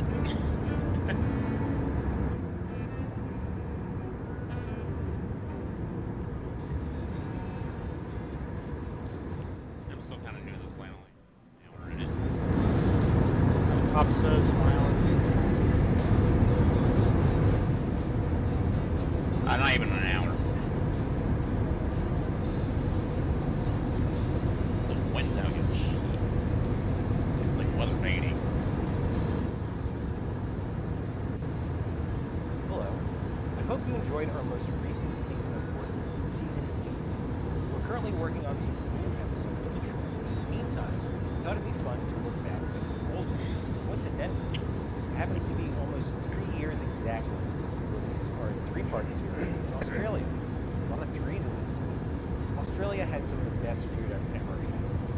So yeah, a bunch, even though this thing is a multi-inch, freshwater marathon. I know a lot of It was airlines. quite a good. So here's a marathon of all 3 episodes. You can watch them all at once in the full experience.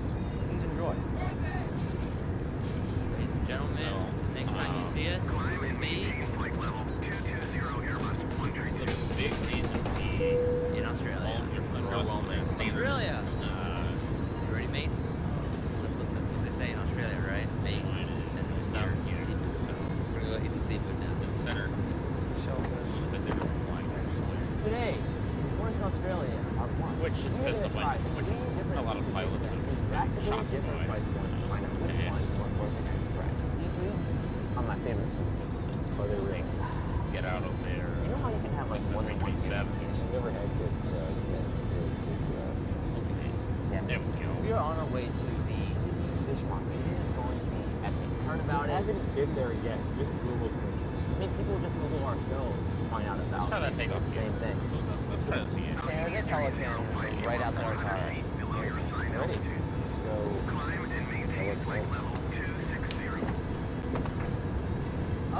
Oh, I get it now. Got big tires. That little crank. That one. Fish head. What about blue crabs? Orange crabs. The cutest. Yeah, the tires are getting dirty. The cuttlefish. Let me see those prawns. Tigers.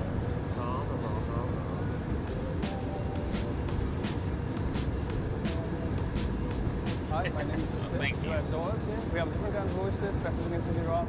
Whatever you want, you can try it over here. So you guys are sourcing these specific oysters from literally the place that is on the sign, right? Yeah, they are like dealers that And they off get we the oysters go. from. Not all the lot tastes the same. They are from the different harvests. When the new lot comes, I try it, so I'm better confident. So I can explain to customers what it actually tastes like. Coffin Bay, Pacific oysters and salty oysters. Sydney Rock, they are more of a strong flavor, creamy and sweet. Creamy and sweet sounds nice. Yeah, truth is that I had my oysters a year and a half ago.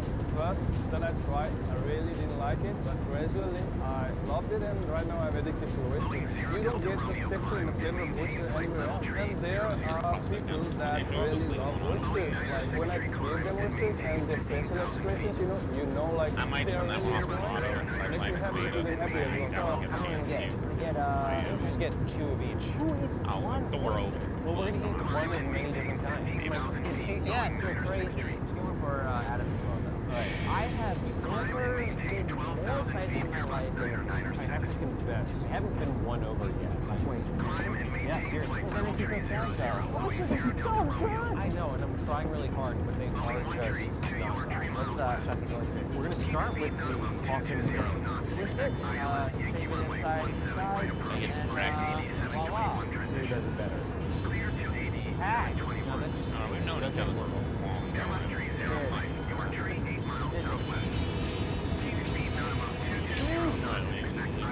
That is the salted source I've ever had. I'm not disgusted. Hey, one with me. I mean, when you're doing an episode about seafood, that is as pure a taste of the sea as I think we're gonna get. You want to go with the rock now? I'm very curious to see the differences between these. That's the funnest part about eating oysters. You get these tight little packages, and each one is going to be a little bit different. That is very pretty. Oh, that was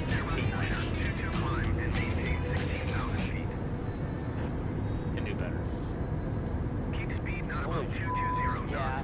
Oh, that is so... I forgot it does that. Imagine a world where humans have not ruined the world with our smog. Ocean beach, amazing waves, and that fresh breeze of air. That oyster perfection. I could eat a dozen of those, and that's the first time I've ever thought that about an oyster. Oyster boy now? I think I might be an oyster boy. I think I figured that out. Okay, I think it's fine. They're oyster boys too. It was crazy. I've had a lot of oysters in my life. The American ones. I haven't really noticed it feeling much of Sorry. 2014 other than Windows. It stopped being up Windows. That is really my favorite location, food, anything that we've ever done. I think, no, there's some other things like around here. Like, did you know that the Australian seafood industry is like $20 billion? With a B? With a B for big ones. Just by looking at it. I don't think it was worth it being No, that Australia played so much because there was some. So we're on the way to the next location. I cannot imagine if I'm close to that kind of experience of what that. But wow, we're gonna try. This is the premise of the show.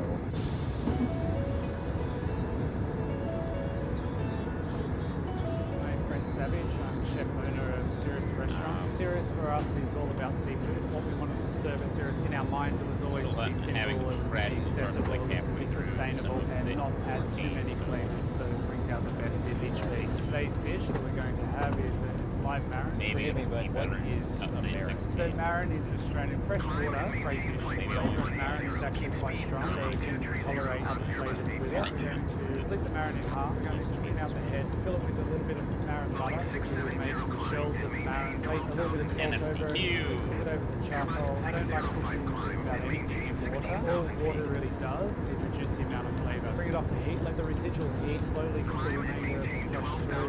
We're going to serve it with a yuzu kosher sauce. Yuzu kosher is a type of ferment. We have the native herbs, which is sort of bursts of saltiness. We're finishing the dish with a little bit of finger lime. Finger lime is an ingredient which is native to Australia. It's got layers of the sweet meat, sour from the finger lime. Yeah, I don't really see much of a need for quite a delicious dish. So we started the day off a little casual. To be fair, I now don't we're have getting a a little voice. serious.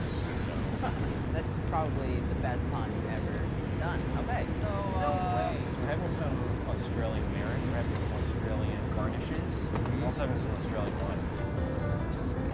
You like it? I can't tell. Nice. Like it. They have I like it a things lot. like really strong. This is the most excited I've ever been for a dish. Plating, I garnish, want the meat, developers beauty, of just this aircraft. everything. Have been.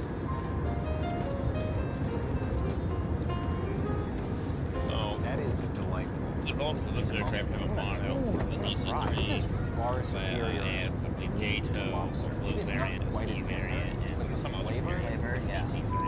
Oh yeah. It is so good. You want the marron flavor, and they doubled up. But You can really see it come through. The that little one pearls does. of the finger line, next level. This is Because very you don't What I'm taste wanting it is until they burst in your mouth. I don't want to finish this because I just don't want variants. You got some meatloaf over there.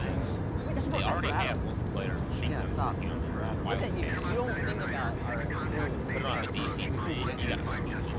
Now imagine 3 or 4 spookies firing all at once. Right? Beautiful. That was mad good. Double mirror. Surprise fact. Here's a fact that I got interested in while eating at Cirrus, and I took the time to Google it just now. Lobsters, they're shellfish, like the crayfish we just had. Start one color, then turn another when they're cooked. And that's because there are a bunch of different pigments in the shell of a lobster, but there's one that's called a Stexan fin. That is the only one that's stable and heat. What color do you think will come out? It would just be a burst of light on Yeah, the the real world Same example as of this many seeds aircraft. that you can in Australia. I believe has been Perth, destroyed Darwin, because Sydney, Brisbane, Melbourne, the guy messed up his water skiing. Alice Springs. I also know where we're going because this. And this wasn't actually real life aircraft. It is Melbourne. By the power of Tries to moving that, wrap you out will not have to anything, sit with us for the next 5 hours. Unfortunately, I will. Yeah, I keep going straight move. It's cold. Melbourne.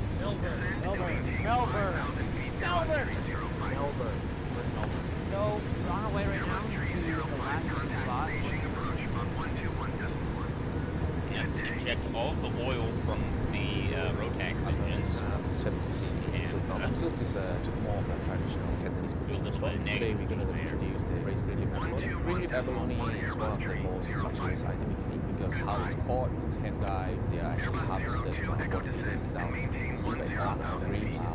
You said it's a luxury item, the most luxurious seafood you can get. How much is it to order here? It can be a bit pricey. It's $178 per 100 grams. Do we request like I want? That's where actually a lot of people come in and they have a sharing. If you're gonna have that for the entree, it's a lot.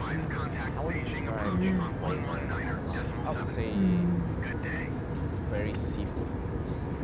It's flavoursome. It's a whole mouthful. We received the live abalone from one of our suppliers. We shop them and we clean off the guards, clean off the skirtings. After that, we blanch, we fill it in the bag with the stock, oyster sauce, and Chinese wine. I know the traditional way we do straight, the abalone straight. And what we realize is that we use it straight. So what we do is we actually sous vide slow cook it and maintain the shape in the flavor, in its own juice. So double the flavor. We serve it actually with a Japanese mushroom, serve it with bok choy. Very simple. The amount of Very details simple, they very put in classic, but it's very flavorful. Like if you look at This is the Mongolian tank that silk. It's usually not for cheap people. and the hydraulic fluid, But I had to do it. reservoirs, they slosh around with the airplane. Now we've flown all the way to Melbourne to try the green lit abalone. Brake lines, actually a thing. That's why I like how you now have references of how gold should be How are you served. doing? It is awesome that this is dived for by hand. 40 meters down. You basically have to be the ocean version of an astronaut to do that. Scuba diving? Yeah.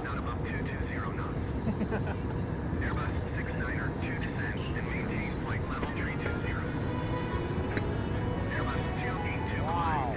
This is not my usual stream of Wow, it's pretty good. It's a very satisfying texture. It's both firm but supple.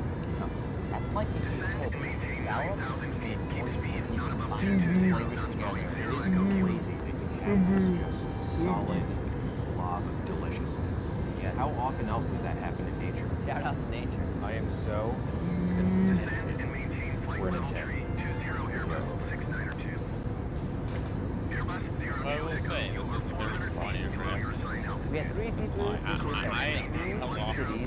Which seafood was the most worth it? And who had its given price? Here's the deal. I had the best oyster I've ever had at Doyle's Oyster Bar at the City Fish Market. I will admit one is But absolutely Cirrus, the grilled herring, that was really one of the best sea creature eating experiences I've ever had. Enormous Snyder, can you hold this?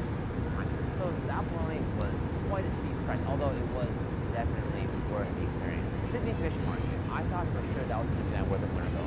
But all that being said, Cirrus is also my worth a winner today. I mean, come on, that place was ridiculous. Adam, what's your worth it winner? Nice. Worth it three-way? No. Three-way worth it winner. Does it? Yeah. For part one, we're here in Australia. We got more coming. We're gonna do wine. We're gonna do steak.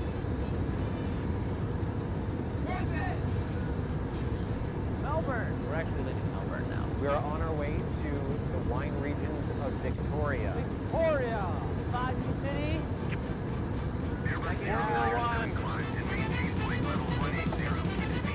We are now in part 2 of a 3-part series where the Worth Hungry Boys. Well, today we're Thirsty Boys. Taking on today on Worth It Wine Australia edition, we're going to be trying 3 bottles of wine at 3 drastically different price points to find out which wine is the most worth it at its price. So I did some more independent research about Australian drinking culture. I learned from my driver Sam alternative to say cheers. This one is a little bit more of a thinker at yours. It's not a thinker, It's a stinker.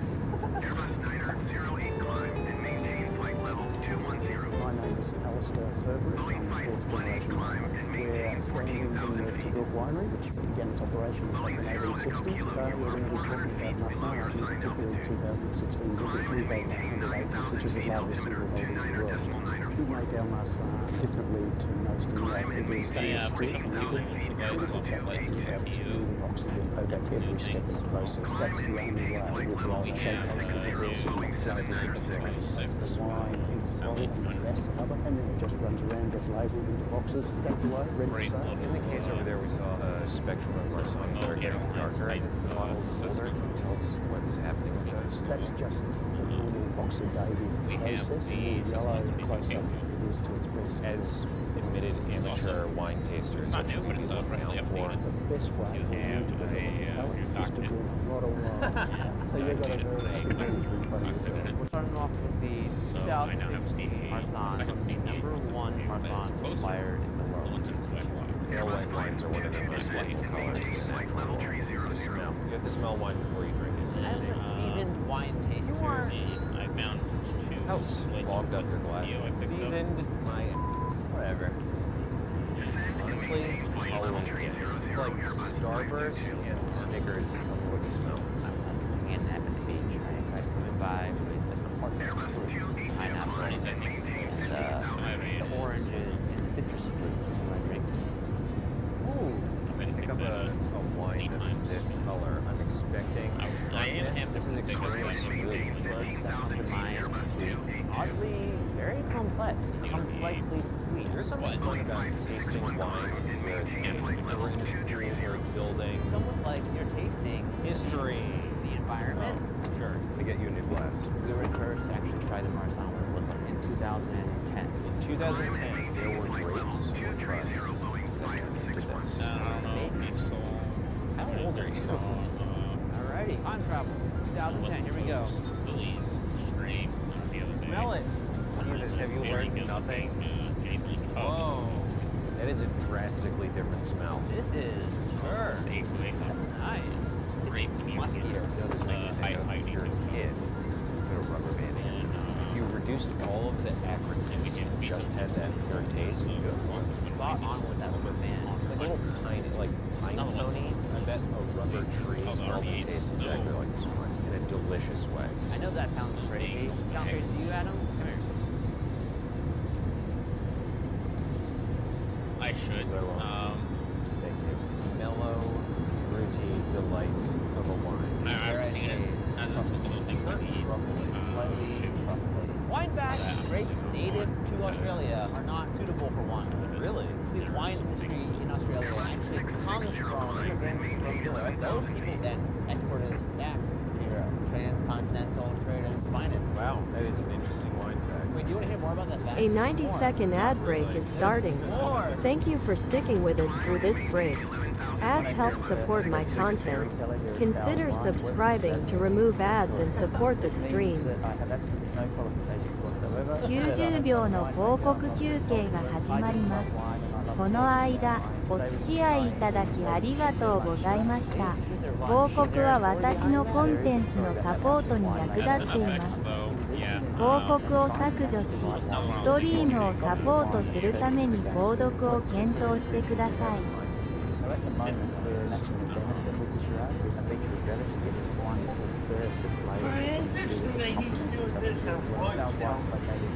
He's a blessing, God the creator. There, I told you. He's a long-term friend of mine and Lily.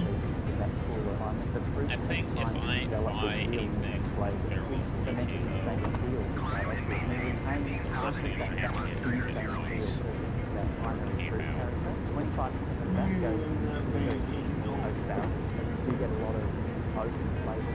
The last 25% we put into 140 those three components and then blended that together to create a fine wine. What's wrong with you? 10 minutes. The ad break is finishing now. 今、広告ブレイクが終わっている。 Why? Because it's the most romantic setting possible. That's the wine of that gets. Just take a moment and appreciate this. There you go. All right, the boys who drink their lunch. That's delightful. It's gorgeous. Little speaks of choice by just the wine. What sort of mouth movement should I do when tasting a wine for the first time? Yeah. Let's taste our wine for real this time. That's like a whole other wine. Okay, I got exactly what that tastes like. It's fruity. It actually makes you thirstier the more you drink. This is a dangerous wine. Wine is often regarded as a pretentious beverage. Something, he knows what I'm talking about. Something that's enjoyed in lounges, but this is in fact the proper setting for wine to be enjoyed. It's not for dark dining rooms. It's for bright, crisp vistas. Yeah, alcohol is definitely there. I'll tell you that right now. It's feeling great. So here we have venison. Deer for the uninitiated, with a little beetroot chutney on top. Cheers.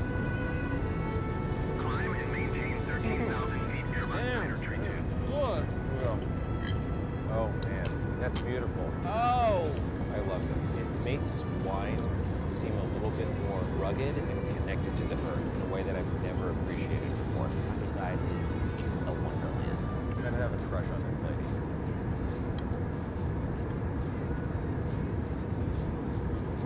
The boys who drink their lunch. Wine fact, Australia actually exports more wine to the UK than France does. Really? Yeah. Australians seem like they would share anything with anybody. Made a bunch of wine, come have it. The French, on the other hand, seem like, oh, I just keep it in my cellar. No one drinks it forever. Hey, look, cows. Sheep! Stephen loves sheep. Oh, not enough space on my phone. Womp womp.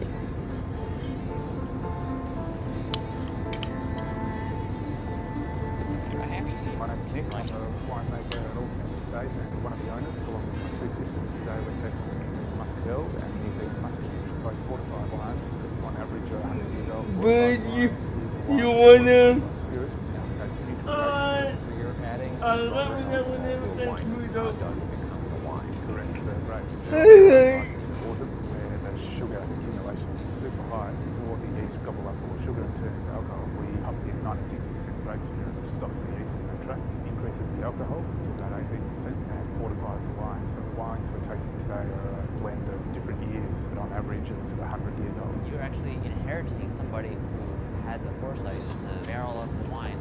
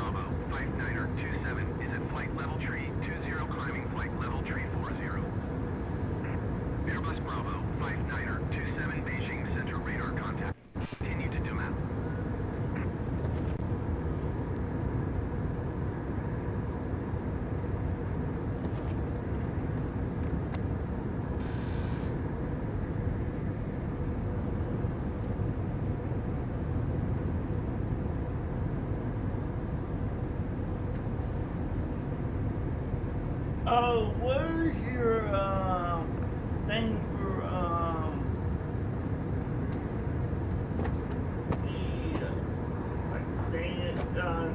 never listed, but where's your control for it? SRC? Right there, behind me. Okay. Okay, no one's looking to see